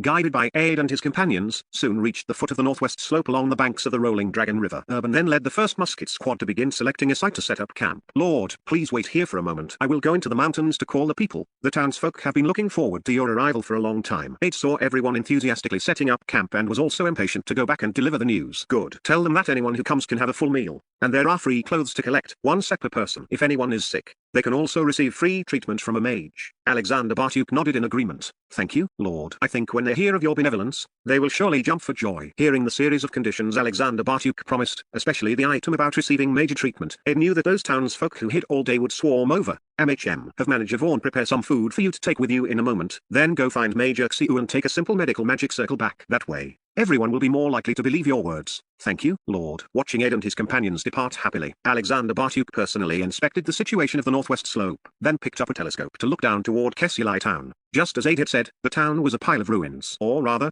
there wasn't even a single complete earthen wall. The only thing that could be called a man-made structure was a collapsed 2-story stone building in the center of the town, and even that had no roof. A group of giant one-eyed barbarians were loitering around that building. Along with sand people, they were driving some serfs who looked like beggars to collect firewood and other kindling everywhere. Captain Longby, do you think those one-eyed barbarians will launch a surprise attack on us tonight? Putting down the telescope, Alexander Bartuk suddenly turned to ask Captain Longby. Your Highness, I was actually just about to discuss this with you. Captain Longby focused his vision, pointing his finger at the personnel busy around the town. Based on my experience with one-eyed barbarians, it's clearly abnormal for them not to attack immediately knowing we've arrived. Moreover, this isn't the time for them to start cooking. Such deliberate behavior is definitely meant to hide something. So, Your Highness's guess that they will raid tonight is, I believe, 9 times out of 10 correct. Are you prepared? Alexander Bartuk nodded. Your Highness, in the past, even if I knew the barbarians would raid at night, I could only choose to temporarily avoid them or find a cave, valley, or similar place easy to hide in to set up defensive camp. After all, the speed and strength of the barbarians are almost invincible in open ground. Captain Longby said with a slightly serious expression, but now with the muskets provided by Your Highness and another item, I can completely wait for them at my leisure and lure them into a trap. If they don't raid, fine, but once they do, I will ensure they have no way back. Ha ha ha, it seems you are full of confidence. Alexander Bartuk looked into Captain Longby's deep gaze and nodded. However, I think if they really come to raid, I hope you will still lead your squad to raid their home base. It's only polite to return the favor. I imagine since they love eating minerals and magic crystals so much, there must be things we need in their base. This, Your Highness, is brilliant. Ha ha ha. Captain Longby was stunned for a moment, then repeatedly gave a thumbs up in admiration. Alexander Bartuk waved his hand with a smile. When Aid returns, have him find a way to contact the residents in the town to gather information. Once there is action, try to get the residents to hide. Then you can coordinate from the inside and outside. Yes, Your Highness has thought of everything. To be absolutely safe, I also need to go find Uncle Barnum to manufacture a few more pieces of handy equipment. Chapter 79 Simple Healing Array. Ed, Neil, and the others pushed wheelbarrows laden with grain, jogging swiftly through the mountain forests and thickets. At this moment, their hearts were filled with nothing but excitement, joy, and a profound sense of hope. Ed, these wheelbarrows are simply amazing. I wonder how the Lord invented them. Neil pushed his wheelbarrow, unable to put it down, utterly enamored with it. I don't know, but I care more about the fact that we are finally seeing better days. The Lord really is as benevolent as the rumors say. We need to tell Uncle Ib and the others this news quickly. Ed was also pushing a fully loaded wheelbarrow, his eyes sparkling. Right, that's the most important thing. If we follow the Lord from now on, we'll have a good life. The others accompanying them also spoke up excitedly. Soon, they entered a valley and stopped beneath the cliff at the valley floor. After observing their surroundings for a while to ensure no one was following, they picked up a stone from the ground and tapped it rhythmically against the mountain face 10 times. About 10 minutes later, a huge hanging basket was lowered from the cliff. 2 young hunters holding spears peered around for a moment before looking down. When they clearly saw it was Ed and the others, they frowned and scolded. You guys still dare to come back? Uncle Ib is sending people everywhere to catch you. Hearing this, Ed and the others shrunk their necks. They had snuck out, and as the great elder of the settlement, Uncle Eldri Bichalin would definitely give them trouble. However, looking back at the supplies they had brought, their hearts steadied. We didn't go out to play. Look, we went to find food. So much grain? Did you actually meet the prince? The basket stopped on the ground, and the 2 young hunters were astonished to see the carts full of grain. Ha ha ha, that's right. This was all given by the Lord. Quick, take us to see Uncle Ib. We have good news. All right, come on up. Behind the cliff lay a secluded valley surrounded by mountains on all sides. There was no scenery of eternal spring, nor were there exotic flowers or rare herbs. There were only jagged rocks and the skeletal remains of magical beasts. Ed, Neil, and the others jogged into the depths of the valley with their wheelbarrows, drawing out the people living in the cliffside caves. When they saw the carts of food, they all gathered toward the small square in the center of the valley. On the square, a hale and hearty old man in his 70s, wearing a linen robe and a monocle while holding a book, stood on a stone platform giving a lecture to some children below. Perhaps someone had informed him of Ed's return in advance, as the old man had stopped his lecture and was staring down a path with a face as grim as still water. Leaving the settlement without permission was a major taboo, as it could easily lead to an enemy invasion. Teacher, Uncle Ib, we're back, Ed shouted from afar. Uncle Ib, we met the Lord. We can go home now. Neil also shouted excitedly. You still remember to come back? HMPH. Ivy had originally intended to order them to be seized, but when he saw the wheelbarrows full of grain, he swallowed his words. Ed and the others pushed the wheelbarrows to the stone platform. Everyone crowded around, asking questions all at once. Ed, without even pausing to wipe his sweat, approached Elder Ivy Chalin with an excited face and recounted everything Alexander had said. You're saying the third prince promised we'll have enough to eat and wear, and that we can receive free medical care from a mage? Ivy pondered for a long time after hearing Ed's words. Although he felt some excitement, a hint of skepticism still flickered in his eyes. Teacher, the Lord said this to us personally, and they were all given to us by the Lord. As he spoke, Ed pointed to the food and clothing on the wheelbarrows and signaled Neil to distribute them to the crowd. Wow, this bread is so delicious. These clothes are so beautiful. And this, it's actually frostbite ointment. I really need this. Soon,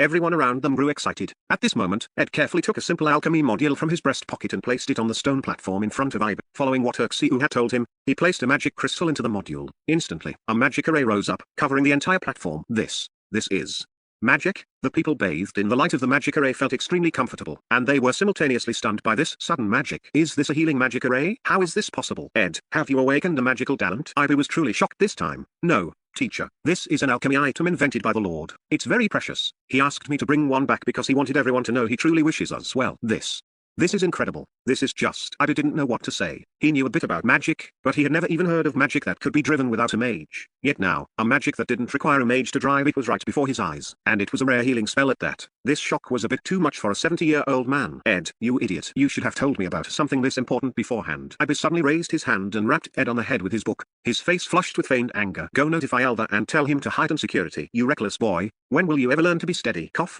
Teacher, take it easy. Wasn't I just so happy I wanted to show off a bit? Go. After scolding Ed away, Elder Ivy Chalin immediately turned to the healing magic array module. He first bathed in the light for a while, feeling his old ailments instantly lighten, and then began to maintain order, shouting for the injured to come over one by one for healing.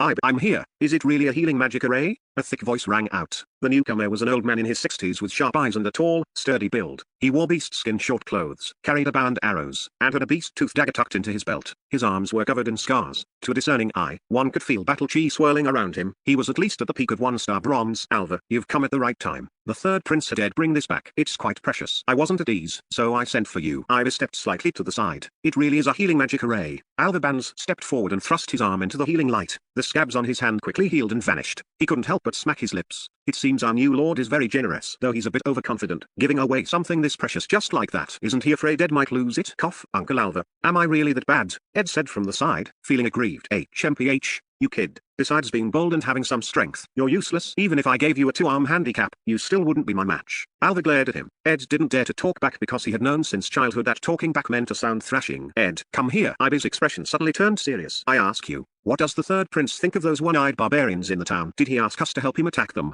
And did you tell him where our settlement is? No. Ed shook his head. The Lord didn't ask about our settlement, nor did he send anyone to follow us. The Lord is truly benevolent. You haven't seen how happy the demi-humans and beastmen are under his leadership. Furthermore, the Lord originally wanted to go to the town, but when he heard the barbarians were there, he diverted to the northwest slope. He said he couldn't take the elderly, women, and children into battle. He wants his subjects to live good lives. War is only a last resort. I've instinctively exchanged a look with Alva. Alva's fist clenched, and the look behind Ivy's monocle shifted repeatedly. After a long pause, he took a deep breath. It seems our new lord really is, as the rumors say, different from other nobles, a benevolent lord. Teacher, should we go join him now, or should we invite the lord to come here? Seeing that he had convinced them, Ed asked urgently. No, we can't rush. Alva and I, along with Uncle Harvey, will go pay our respects to the new lord first. This way, the etiquette is proper, and we can also see what arrangements the Lord has for us. Ivy felt it was better to act cautiously. After all, this concerned the lives and futures of everyone in the settlement. Agreed. Let us 3 old fellows go take a look first before making plans. If the Lord is truly benevolent, then there is hope for us. Alva nodded in agreement. Then we shall prepare to set out now. The earlier we go, the more sincere we will appear. Good. I'll go get Uncle Harvey. Chapter 80 The People's Submission. Line up, everyone, one by one. There are plenty of bread and wheat cakes, so don't push. The elderly go first. You few who aren't feeling well, Go over there and find Major Xiu. Everyone can receive free treatment. Vaughn and Bradman were both busy and dripping with sweat. Ed had brought back nearly 300 or 400 people from this single trip. This kept the chief steward and the logistics team busy settling the townsfolk who had emerged from the woods and mountains. First, they proclaimed the prince's benevolence, then they moved on to various personnel statistics and distributing supplies, or what Alexander called a census. However, as Alexander watched this, he was both surprised and delighted. Although these people were all dressed in rags, emaciated, and acted somewhat timidly, there was a glimmer of hope in their eyes. Clearly, his good reputation had been vigorously promoted by Ed and the others, sparking a longing in the crowd. Barnum and Captain Longby had said before that Kessilai was a barren land, so he hadn't expected there to be any subjects left. Not to mention, he had seen many serfs heading for the mines on his way here, but now that so many people had arrived at once, and hearing that this was only a small portion, how could he not be happy? He wasn't afraid that there was no infrastructure in the town. He wasn't afraid that the territory was all wasteland. He wasn't even afraid that the surroundings were full of magical beasts and bandits. His biggest concern had been the population. Now that so many had come, combined with those he brought, there were at least 700 or 800 people. If the subjects from the settlement they mentioned were added, that would be nearly 2,000. With this, there was so much more he could do. My lord, these are the 3 elders from the town settlement. As I mentioned before, they all wish to meet you. At this moment, Ed arrived with 2 wheat cakes in his hand and a loaf of bread tucked under his arm, leading Uncle Ibe Alva and an elderly beast Gindami human.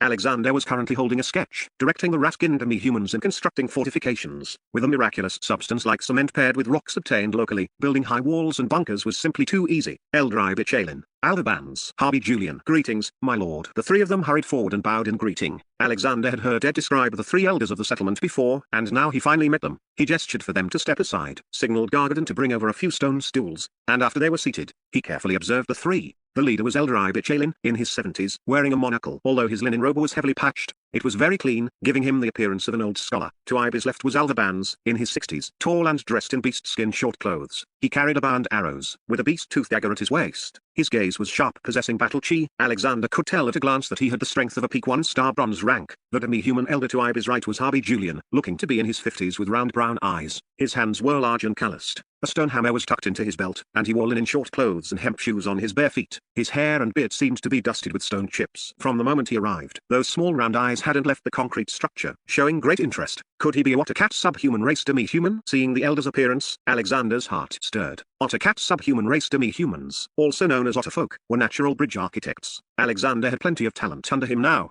For instance, the Ratkin demi-humans were competent in construction, but when it came to bridge building, they paled in comparison to the Ottercat subhuman race. Your Highness, although Harvey is an Ottercat subhuman race demi-human, he is the best stonemason in our settlement. Our settlement has been able to survive until now thanks to the hard work and dedication of his tribe. Seeing Alexander's gaze fall on Harvey without speaking for a moment, Ibe subconsciously thought that Alexander might not be very fond of demi-humans. Even though he had noticed the presence of Urxiu, Gargadon, and Lizu upon arrival, he had heard that these people were Alexander's 6 great retainers from childhood. He was worried Harvey might offend the other party. Ha ha ha, as expected. A Ottercat subhuman race, a natural master stonemason. Uncle Harvey, I'll be leaving my water conservancy department to you from now on. It was currently spring, the season for leveling land and digging irrigation canals. If the Ottercat subhuman race joined, it would truly be like adding wings to a tiger. Alexander hurriedly stood up and warmly grasped Harvey's rough, large hand, his joy beyond words.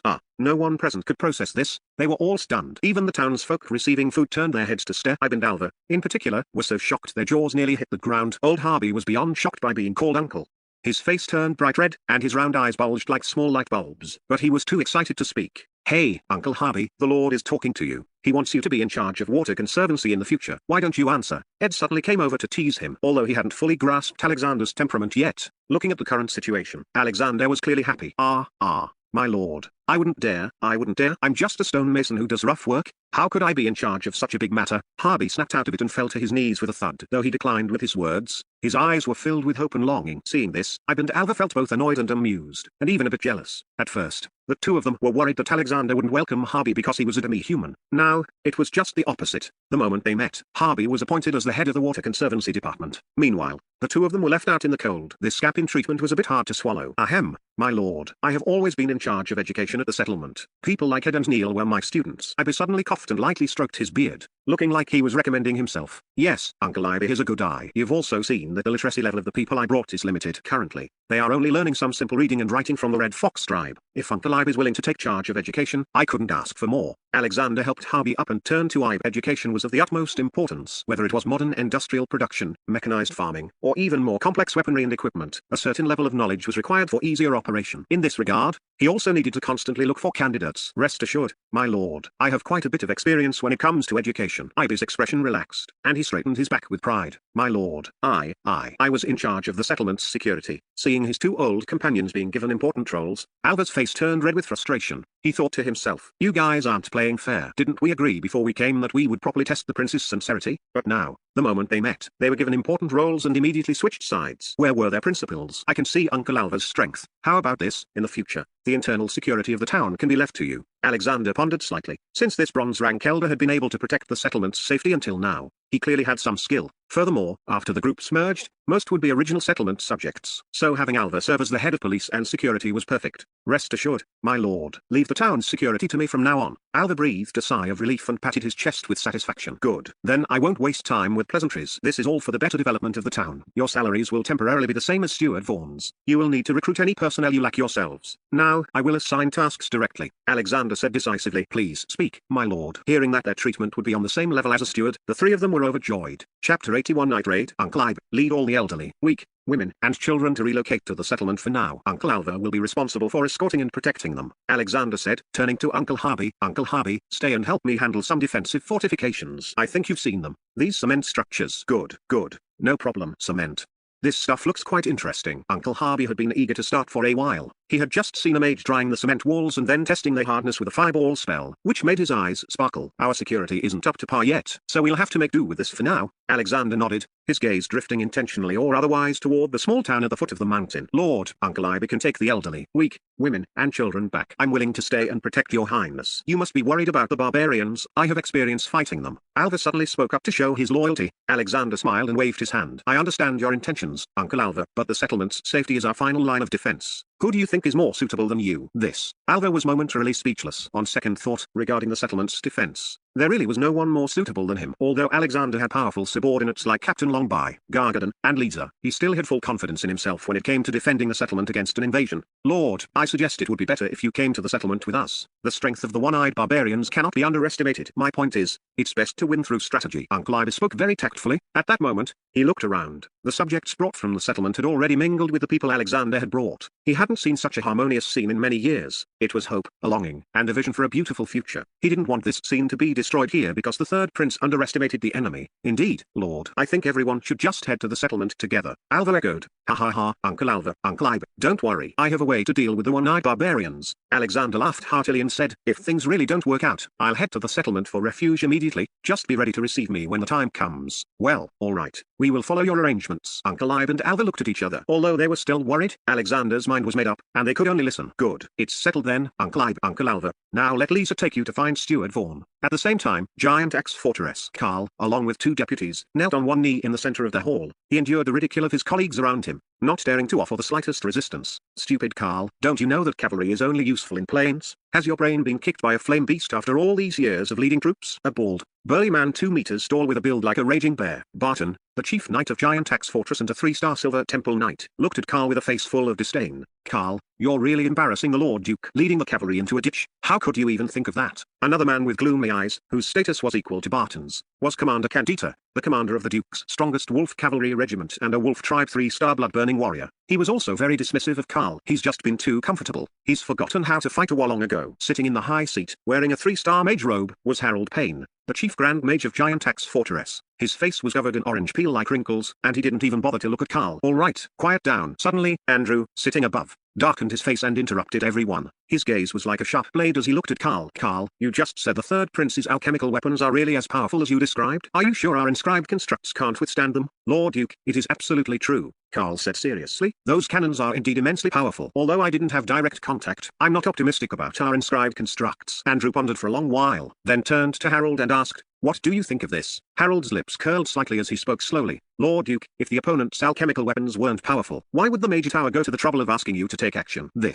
It seems we still don't know enough about this little prince. Andrew's eyes flashed. He said to Carl below, This failure at the start warrants your dismissal, but considering your past merits, I'll give you a chance to make up for it. I've received word that the one-eyed barbarians will attack the prince's camp tonight. Go and receive the prince at that time, and use the opportunity to investigate the third prince's background. You must uncover the secrets of the enemy's weapons. Do you understand? Lord Duke, I don't understand. Since we know the one-eyed barbarians are launching a sneak attack tonight, why don't we take the opportunity to? Stupid. Before Carl could finish, Andrew waved his hand and interrupted. We just need to watch from the sidelines. No matter the outcome, we will benefit. Carl blinked, still looking completely confused. Stupid fellow. Chief Mage Harold shook his head and said, if the third prince is defeated, he will inevitably seek protection. At that time, the closest person will be the Lord Duke. This is why the Lord Duke sent you ahead to receive him. Not only will we have a hostage in hand to negotiate with the Empire, but we can also negotiate terms with the Major Tower. Do you understand? So that's how it is. Carl realized, but then suddenly asked, what if the third prince wins? HMPH, Carl, is there something wrong with your brain? Can that little prince defeat the one-eyed barbarians? Barton snorted heavily, wishing he could step forward and slack Carl awake. The combat power of the one-eyed barbarians is almost unrivaled on land. Moreover,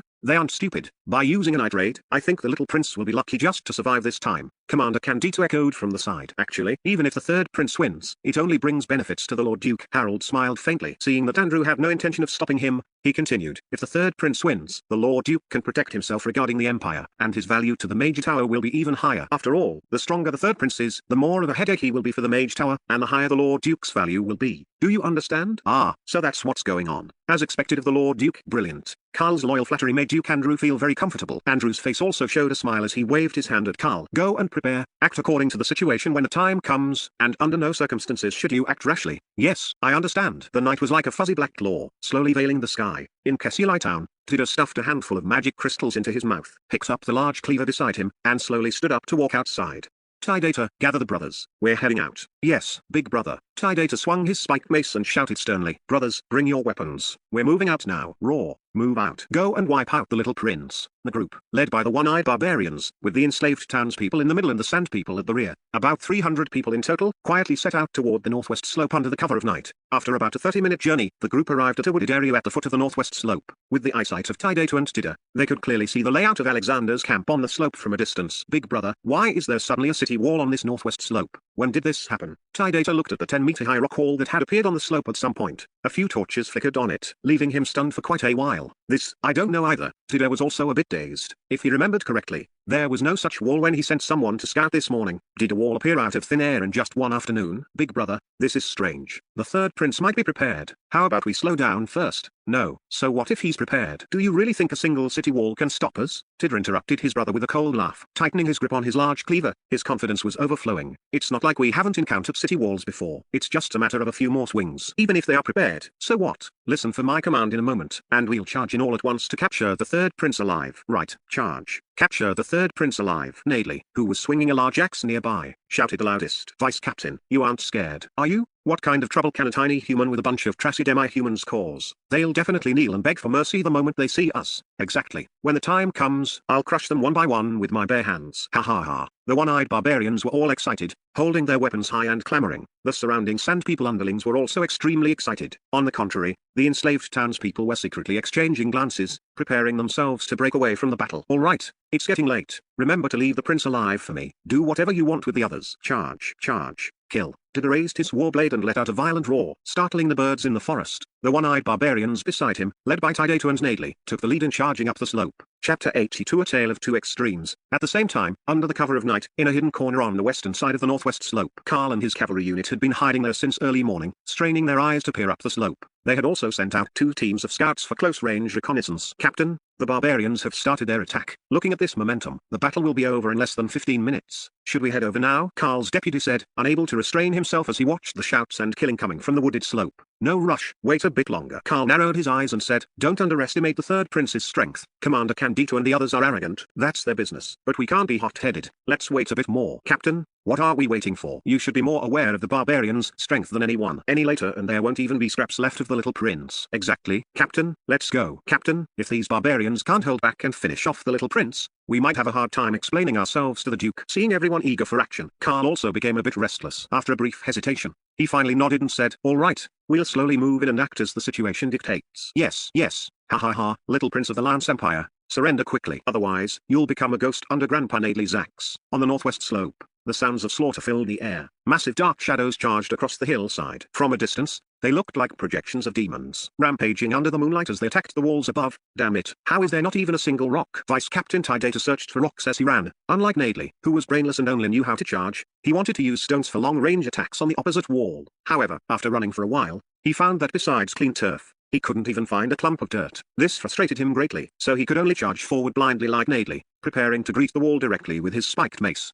At this moment, Alexander and the others stationed behind the wall had already received news from the town's residents. They had set up their formations, extinguished their torches, and through the wall's embrasures, they could see every move of the one-eyed barbarians clearly. Your Highness, everything is ready. Chris ran over to report. Good. Once they get within 100 meters, open fire at will according to the plan. After Alexander gave the order, he turned to the 3 guardians equipped with new weapons and said, Lisa, go with New In now to the back to assist Vance's squad in protecting the elderly and children. Having Gargadon here is enough. Remember, you must be careful. Captain Longby isn't here right now, so we can't let these big guys flank us. Yes, I understand. As New and Lisa departed, Alexander looked back, his gaze falling on the large grenade launcher held by Gargadon. The corners of his mouth curled slightly. These barbarians were in for a show tonight. Swish, swish, swish. Suddenly, uprooted trees flew through the night sky like battering rams, tracing parabolas from the bottom of the slope. They crashed heavily onto the walls, and some even flew over the walls toward the camp. Not good. Activate the defensive barriers. The lack of rocks didn't mean the one-eyed barbarians were all simple-minded. Their combat experience instinctively told them that anything around them could be a weapon. The woods at the bottom of the slope were their best armory. Boom, boom, boom. Enchantment arrays lit up on the wall,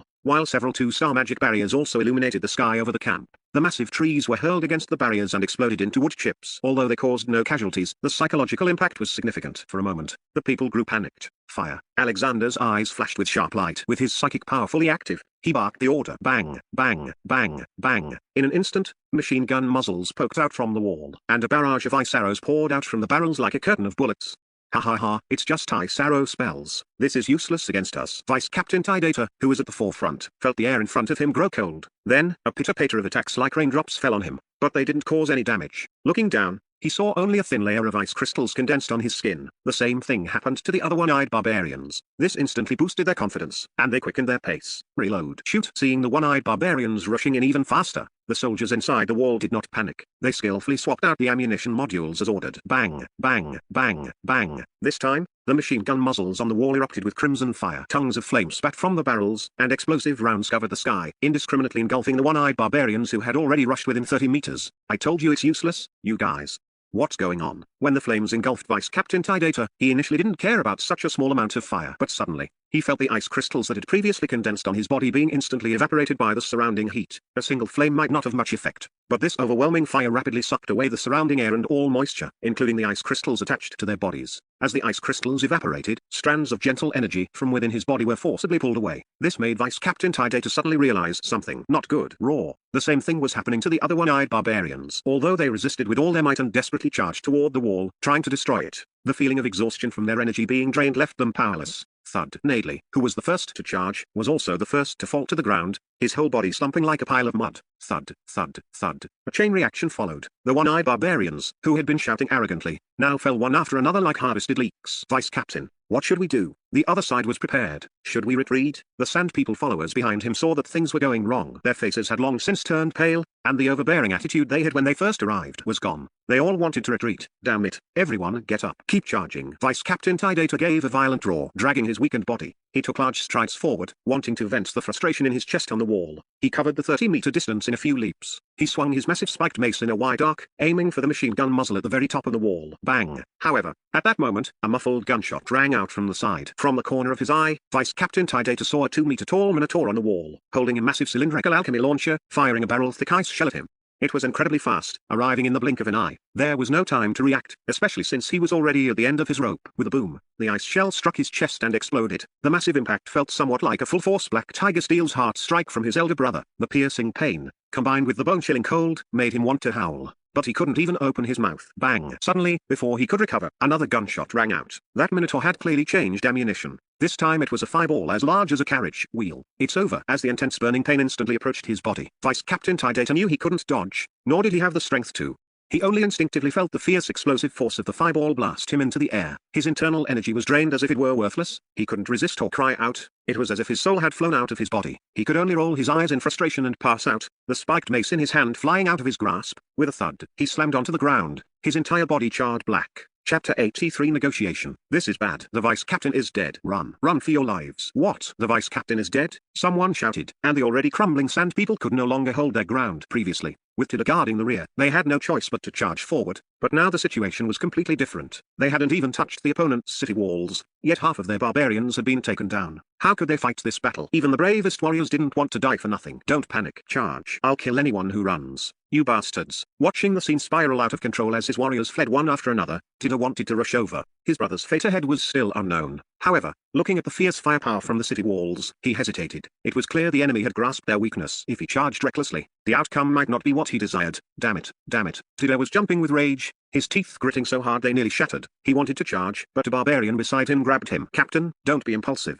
This is a trap, bastard. His arm held back. Tida swung his greatsword with his other hand, slamming it into the hillside and carving out a large crater. It took a long while for his heavy breathing to subside. Gritting his teeth, he roared, retreat. He cast a lingering, resentful glare at the Minotaur Sork on the city wall before being pulled away by his subordinates. We'll return to the town first, and then, report. Captain, disaster has struck. Captain Longby of the Mastiff clan led a sneak attack on our base. The townspeople we enslaved have also revolted. The town has fallen. What? Blood rushed to Tida's head. If not for his great sword propping him up against the ground, he might have blacked out and collapsed. What did you say? The town has fallen? The other barbarians nearby gathered around, staring at the messenger. It's absolutely true. I only escaped the clutches of those dogs because I ran fast. The messenger showed his back to the crowd. Sure enough, 3 large gashes were torn into his leather armor, with blood still seeping out. Captain, this must be a plot by the human little prince. Let's fight our way back and tear him to pieces. Yes, fight back.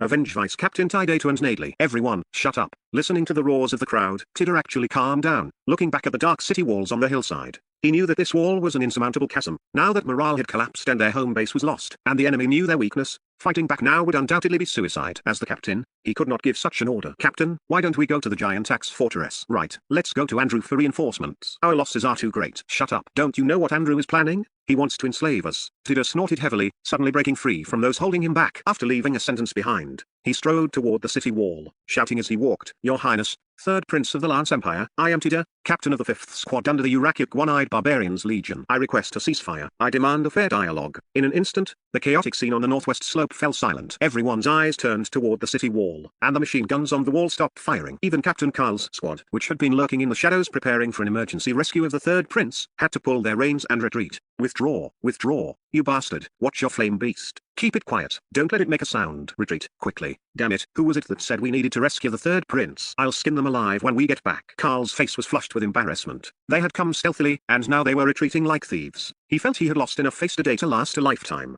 Captain, we didn't expect the 3rd Prince to be so formidable. He wiped out half the barbarians in just one round. You, shut up. Carl glared at his deputy and said crossly, I told you long ago that the 3rd Prince's strength shouldn't be underestimated, but you wouldn't listen. Now look at us. We can't advance or retreat. Haven't you been mocked enough by Commander Candido and the others? Hee, Captain. What do we do now? The deputy gave a dry laugh. What else can we do? Endure it. Stay quiet and don't let either side find us. Otherwise, we won't even need the 3rd Prince's Magitech Firelock Blaster. Those one-eyed barbarians are already fuming. If you don't want to die, watch yourselves. Yes, yes. This time, no one argued, knowing their lives were at stake. However, they still looked toward the hillside curiously, wondering what Tida wanted to say to the 3rd Prince. Your Highness, we just received word. Captain Longby has occupied the town. Should we strike while the iron is hot and take them all down in one go? Chris ran over, a hint of excitement on her face. No, Alexander had been watching Tida's movements through the observation hole. At this moment, the opponent had clearly received the news that their base was lost. As the saying goes, do not press a cornered foe. Although he was certain of victory, a desperate enemy might do something drastic. It wouldn't be worth losing his own men. Light the lamps. Give him a chance. Alexander waved his hand, and 2 millstone-sized Dharma torch lamps immediately lit up on the city wall.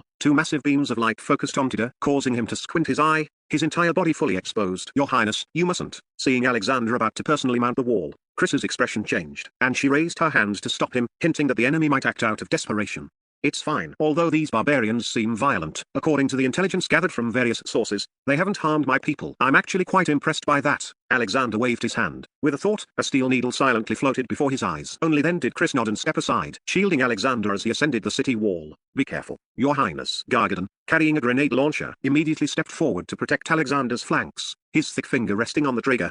Alexander nodded and stood on the wall, looking down at the mountain like Tida. Although the opponent had been defeated, one had to admit that facing a 5-meter-tall barbarian head-on was indeed quite oppressive. Even someone with Gargan's physique looked like a child in front of him. That's Captain Tida down there, I presume? I am Alexander Bartuk, third prince of the Lance Empire and the new lord of Kessulai. What do you have to say? Alexander's voice was calm, yet it carried an innate authority. Your Highness, I believe there has been a misunderstanding. Tida's single eye flickered as he adjusted to the beams from the Dharma torch lamps. He spoke. I came to Kessulai at the invitation of Duke Andrew. My conflict with you was also due to his instigation. Now that I have failed, I have no complaints. I only wish to take back my soldiers and leave this place. But I need to return to the town to retrieve some of my belongings. I hope you can grant me this convenience. Chapter 84 Victory. Ha ha ha, convenient indeed. Alexander sneered at the words, handing back your soldiers. I can agree to that. But you must understand one thing, Kessulai is my territory. You occupied it before, enslaved my people, and even launched an attack against me despite knowing I am the lord and an imperial prince. Now that you've failed, shouldn't you pay a price? Do you even have the right to negotiate with me? Tida was speechless, not knowing how to respond. Take your troops and get out of here back to your Urakik immediately. From now on, do not set foot in Kessulai without my permission, or suffer the consequences. Alexander continued,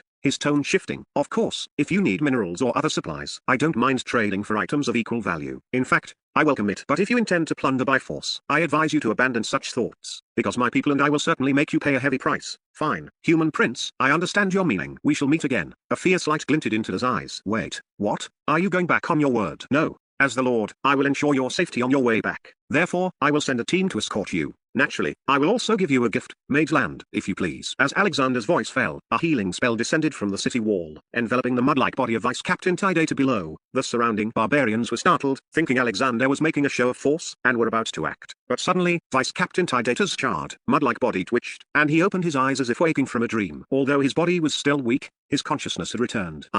I'm not dead, brother. Vice Captain, he's not dead. The Vice Captain isn't dead. What about the others? Tida rushed to Vice Captain Tidata's side, helped him up, and checked him over. He breathed a sigh of relief before turning his gaze to the other one-eyed barbarians slumped on the ground. Then, he looked up at Prince Liming on the city wall, his tone significantly more respectful. Prince Liming, I, Tida, will carefully consider your proposal. Moreover, I accept this defeat wholeheartedly. Good. Alexander nodded. I hope the next time we meet, it won't be like this, but rather feasting together at a dining table. Hearing this, the ferocity in Tida's single eye vanished. He nodded heavily, picked up his brother, ordered his subordinates to carry the other soldiers, and turned to leave. On the wall, Rand led a small squad out of the city to escort them. Following Alexander's instructions, they would only provide further treatment once they had crossed the border, to prevent a sudden betrayal. Roar. Victory. We won. Notify everyone to prepare to move into Kessulai. Roar. At the same time, in a grassy hollow in the woods. Captain, what do we do now? Yeah, Captain Carl, those barbarians seem to have gone home. Should we also? Friends in the woods, you've been watching for so long, why not come out and say hello? Is it that you look down on me? Alexander, this casual question made the entire woods feel hostile. Carl and his squad felt their hair stand on end. Their hands gripping the reins were drenched in sweat, but none of them could muster the courage to charge out. If you don't come out now, I'll order my men to fire. Don't fire. Cough, cough. Your Highness, we're coming out. After some pushing and shoving, Carl and his squad members led their flame beasts out on foot. Each of them looked as bashful as a new bride, lacking any will to fight as they awkwardly approached the city wall like they were on a runway. Hey, isn't this the group from the Riverside military exercise? What's the matter? Didn't you get enough practice during the day that you had to add a night session? Ha ha ha, Carl, stop pretending. Our Highness already knew you were lying in ambush at the corner of the west bank of Northwest Slope. It's just that since you didn't participate in the attack, our second squad didn't fire. Well, they knew everything. Carl's face flushed red. He gave a couple of dry laughs and bowed slightly toward the city wall. Carl greets the third prince. I am the captain of the first squad of Duke Andrew's 1st Night Regiment. My subordinates and I were originally just out walking our horses. We didn't expect to encounter barbarians attacking your Highness. We originally wanted to come to the rescue, but we didn't expect your Highness to be so mighty. I hope your Highness doesn't misunderstand. He. Yes, your Highness is mighty. Truly mighty. Carl's subordinates chimed in. Walking your horses all the way here? Alexander said, stifling a laugh. Cough, cough. A chance encounter. A total chance encounter. Ha ha ha. Your Highness, we truly are destined to meet. Carl was becoming somewhat incoherent, just talking to himself with a thick-skinned face. Yes. Destined. The subordinates all nodded in agreement. Go back and tell your duke. Alexander's expression suddenly darkened. I have just arrived, so it's best if we mind our own business. Otherwise, I wouldn't mind taking my troops to his giant tax fortress for some practice.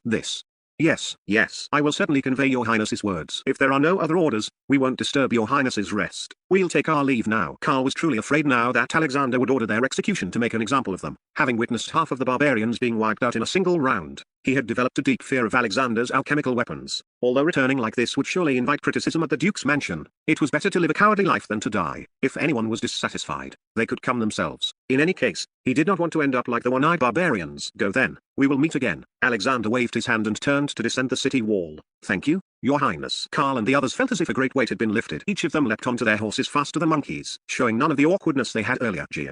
The flame beasts, having been whipped, bolted as if venting their frustration. At the same time, in the camp at the cliff valley of northwest slope, Alva and Uncle Ibe were pacing back and forth on the cliff top, looking toward the northwest slope from time to time like ants on a hot pan. Sigh. This is nerve-wracking. The shouting just now must have been the one-eyed barbarians charging, but then the sound suddenly stopped. I wonder if the Lord can hold out? Alva leaned over the cliff edge, straining his eyes to look toward northwest slope, but because of the forest, he could only vaguely see a few flickers of firelight. Enough. Stop pacing. I'm worried too. Uncle Ibe also leaned against the cliff wall, his brow furrowed. That kid dead. I sent him to get news, and he's still not back. Should I go and provide support now? Alva was becoming restless. Teacher Ibe. Uncle Alva. Victory. We've won. The Lord is amazing. He sent their one-eyed barbarians fleeing in panic in just one round. Just then, Ed's voice drifted in from afar. We won. Uncle Ibe froze for a moment, then excitedly clenched his fists. He looked up and let out a long breath, a tear glistening in the corner of his eye as he sighed. We can finally go home. Ha ha ha. Ha ha ha. We can go home. We can finally go home. Alva also slapped the cliff edge hard and laughed toward the sky, unable to suppress his joy. Quick, notify everyone to pack their things. We're going home. Yes,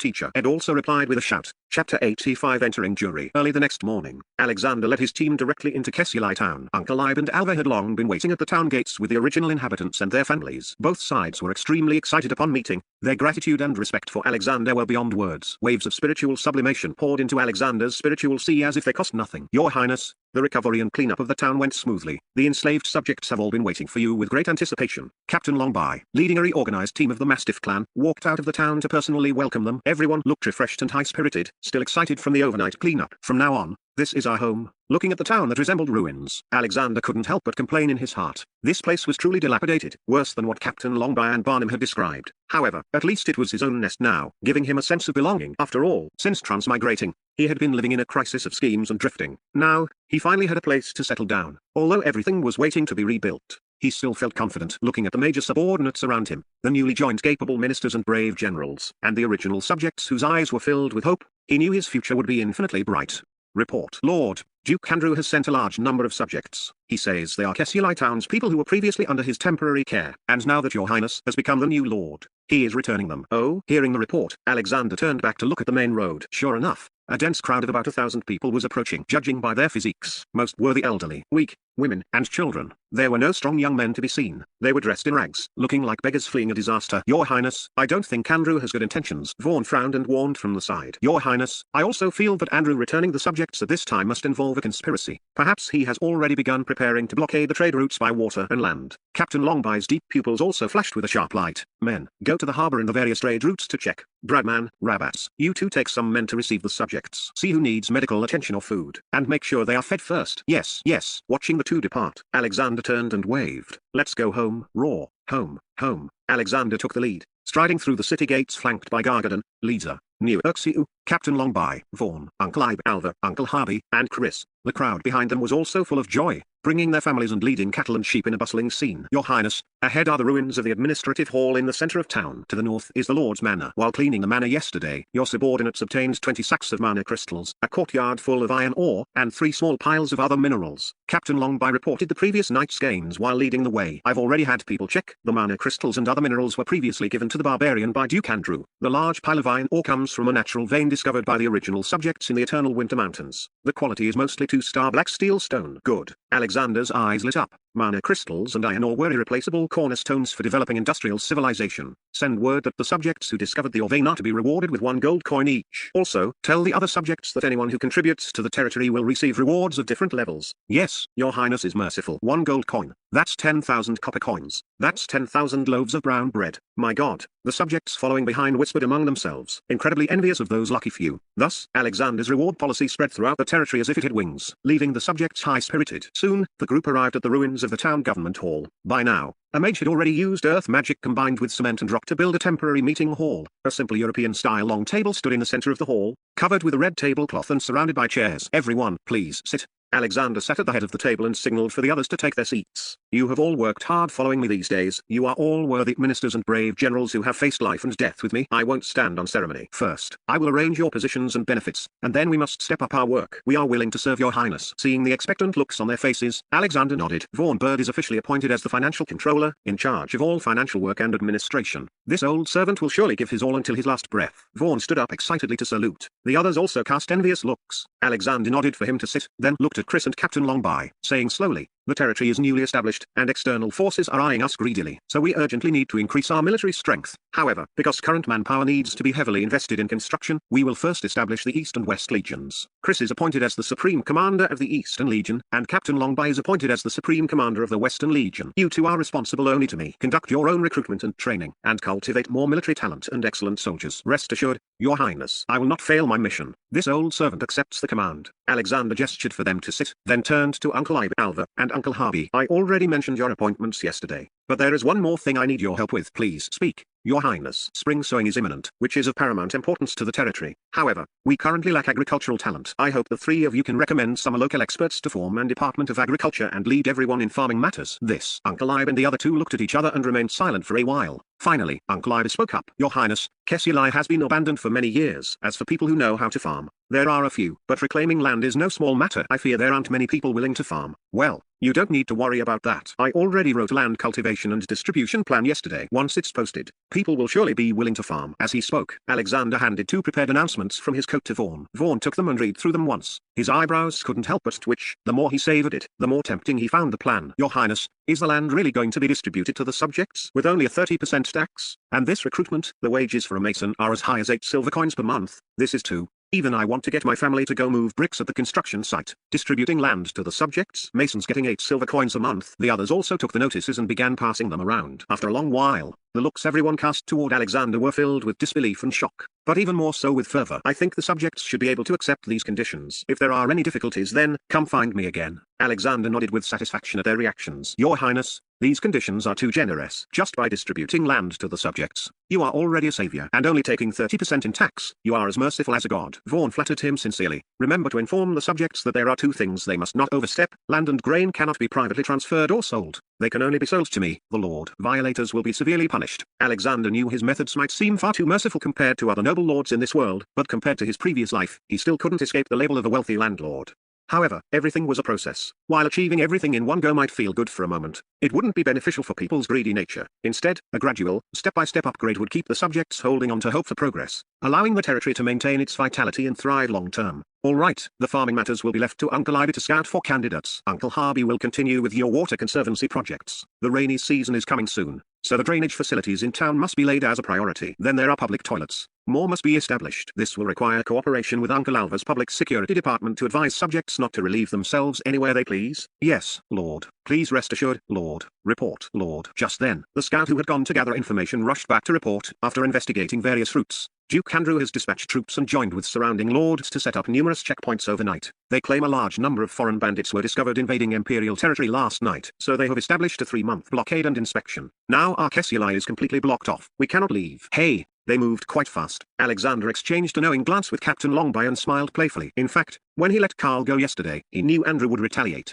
He just hadn't expected the other party to use the barbarian as a pretext. First sending subjects, then blockading the trade routes. Andrew was guessing he lacked provisions and wanted to starve him out in one go. If he really had no food, the sudden influx of an excessive population would surely cause internal chaos. At that point, he would either have to seek help from Giant Axe Fortress or dismiss the subjects and lose the people's hearts. Chapter 86 Land Distribution. Steward Vaughn. How much grain do we have left now? Your Highness, originally it wouldn't have been a problem to last for 3 months. But with the sudden addition of 1,000 people, I'm afraid it will be hard to sustain us for even a month. Vaughn deliberated for a moment before giving a rough answer. Then can we open up the 2 trade routes to Urakyuk and the 3 treasure islands of the East Sea? Alexander recalled the map and tapped his finger on the table. Your Highness, your suggestion is very good. We can indeed open these 2 trade routes, but we need time. Vaughn replied tactfully. Alexander nodded, his gaze involuntarily shifting to Alva beside him. He suddenly said, it seems we only have one way left. What way? Everyone looked over to live off the mountains and the water. Alexander smiled and said, Kessilai is backed by the eternal winter mountains, enjoying boundless forest resources, and the source of the rolling dragon river is also in the eternal winter mountains. Perhaps in the past, because of the rampant magic beasts in the mountains, no amount of treasure could be obtained. But now we have advanced weapons and handy tools. The various food ingredients in the mountains, as well as the various fish and shrimp in the rolling dragon river, are inexhaustible sources of food. Haha, that's right. Why didn't we think of that? The Lord is wise. I am quite familiar with these eternal winter mountains. As long as you give me a team, I can lead people into the mountains. Alva patted his chest and said, good. Then Uncle Alva, you and Captain Longby, go recruit a hunting team this afternoon to enter the woodlands, search for food, and collect magic beast fertilizer. Steward Vaughn can also inform Roy and Captain Kitchi to cast nets in the rolling dragon river. Remember to keep the large ones and release the small ones. Do not destroy the surrounding ecology. Yes, Your Highness.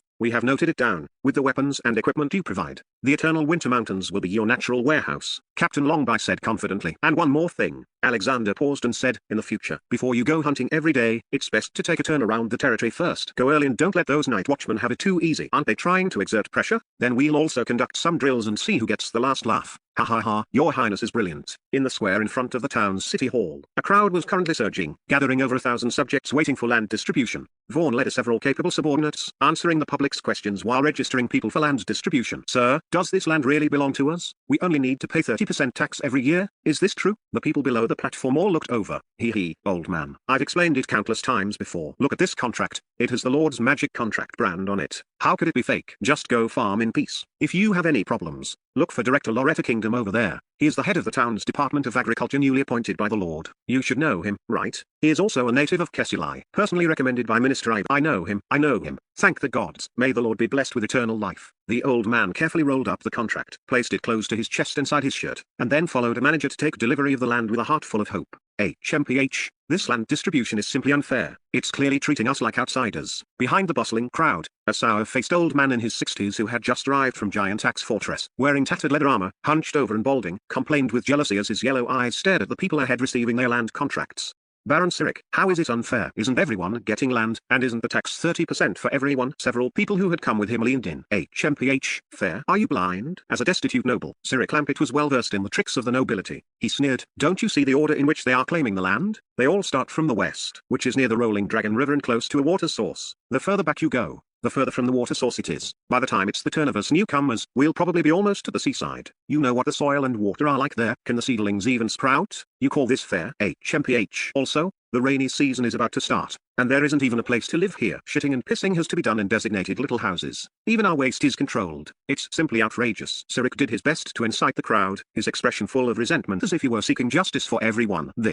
It really is like that. Yesterday when I took a dump, I even got a lecture from Alva. I have to go to that public little house over there to piss and shit. Me too. Simply overbearing. Even more overbearing than Giant Axe Fortress. But didn't the Lord say this is for the common environment? Also, the territory will dig a canal running from east to west, so all the fields will be able to use it by then. Idiot. The soil in Kessilai is all stony hard ground. Digging a canal. Are you going to dig it with your mouth? Sirik rolled his eyes at the speaker and snapped. Even if they dig a canal, it's not something that can be done in a day or two. Now is the spring sowing season. If you miss this window, it's gone. What use is it if he digs it out in half a year? Everyone fell silent upon hearing this. Their originally excited mood was cast with a layer of gloom, and looking at those ahead who had received land, their eyes now held traces of jealousy and resentment. Time passed slowly. Sirik Lampet, come up and register. Hearing his name called from above, Sirik walked up with a dark face, picked up the contract, looked at it carefully, and pressed his handprint. The manager on the side prepared to lead him to take delivery of the land. Sirik, however, suddenly spoke up and asked, Steward, I want to ask if this piece of land of mine is that saline alkali land below Cat Claw Ridge on the east side of town. I remember there doesn't seem to be a water source over there. The people waiting in line behind him all fell silent at this moment and pricked up their ears. Vaughan also seemed to realize something. He couldn't help but size up this yellow-eyed, balding old man again,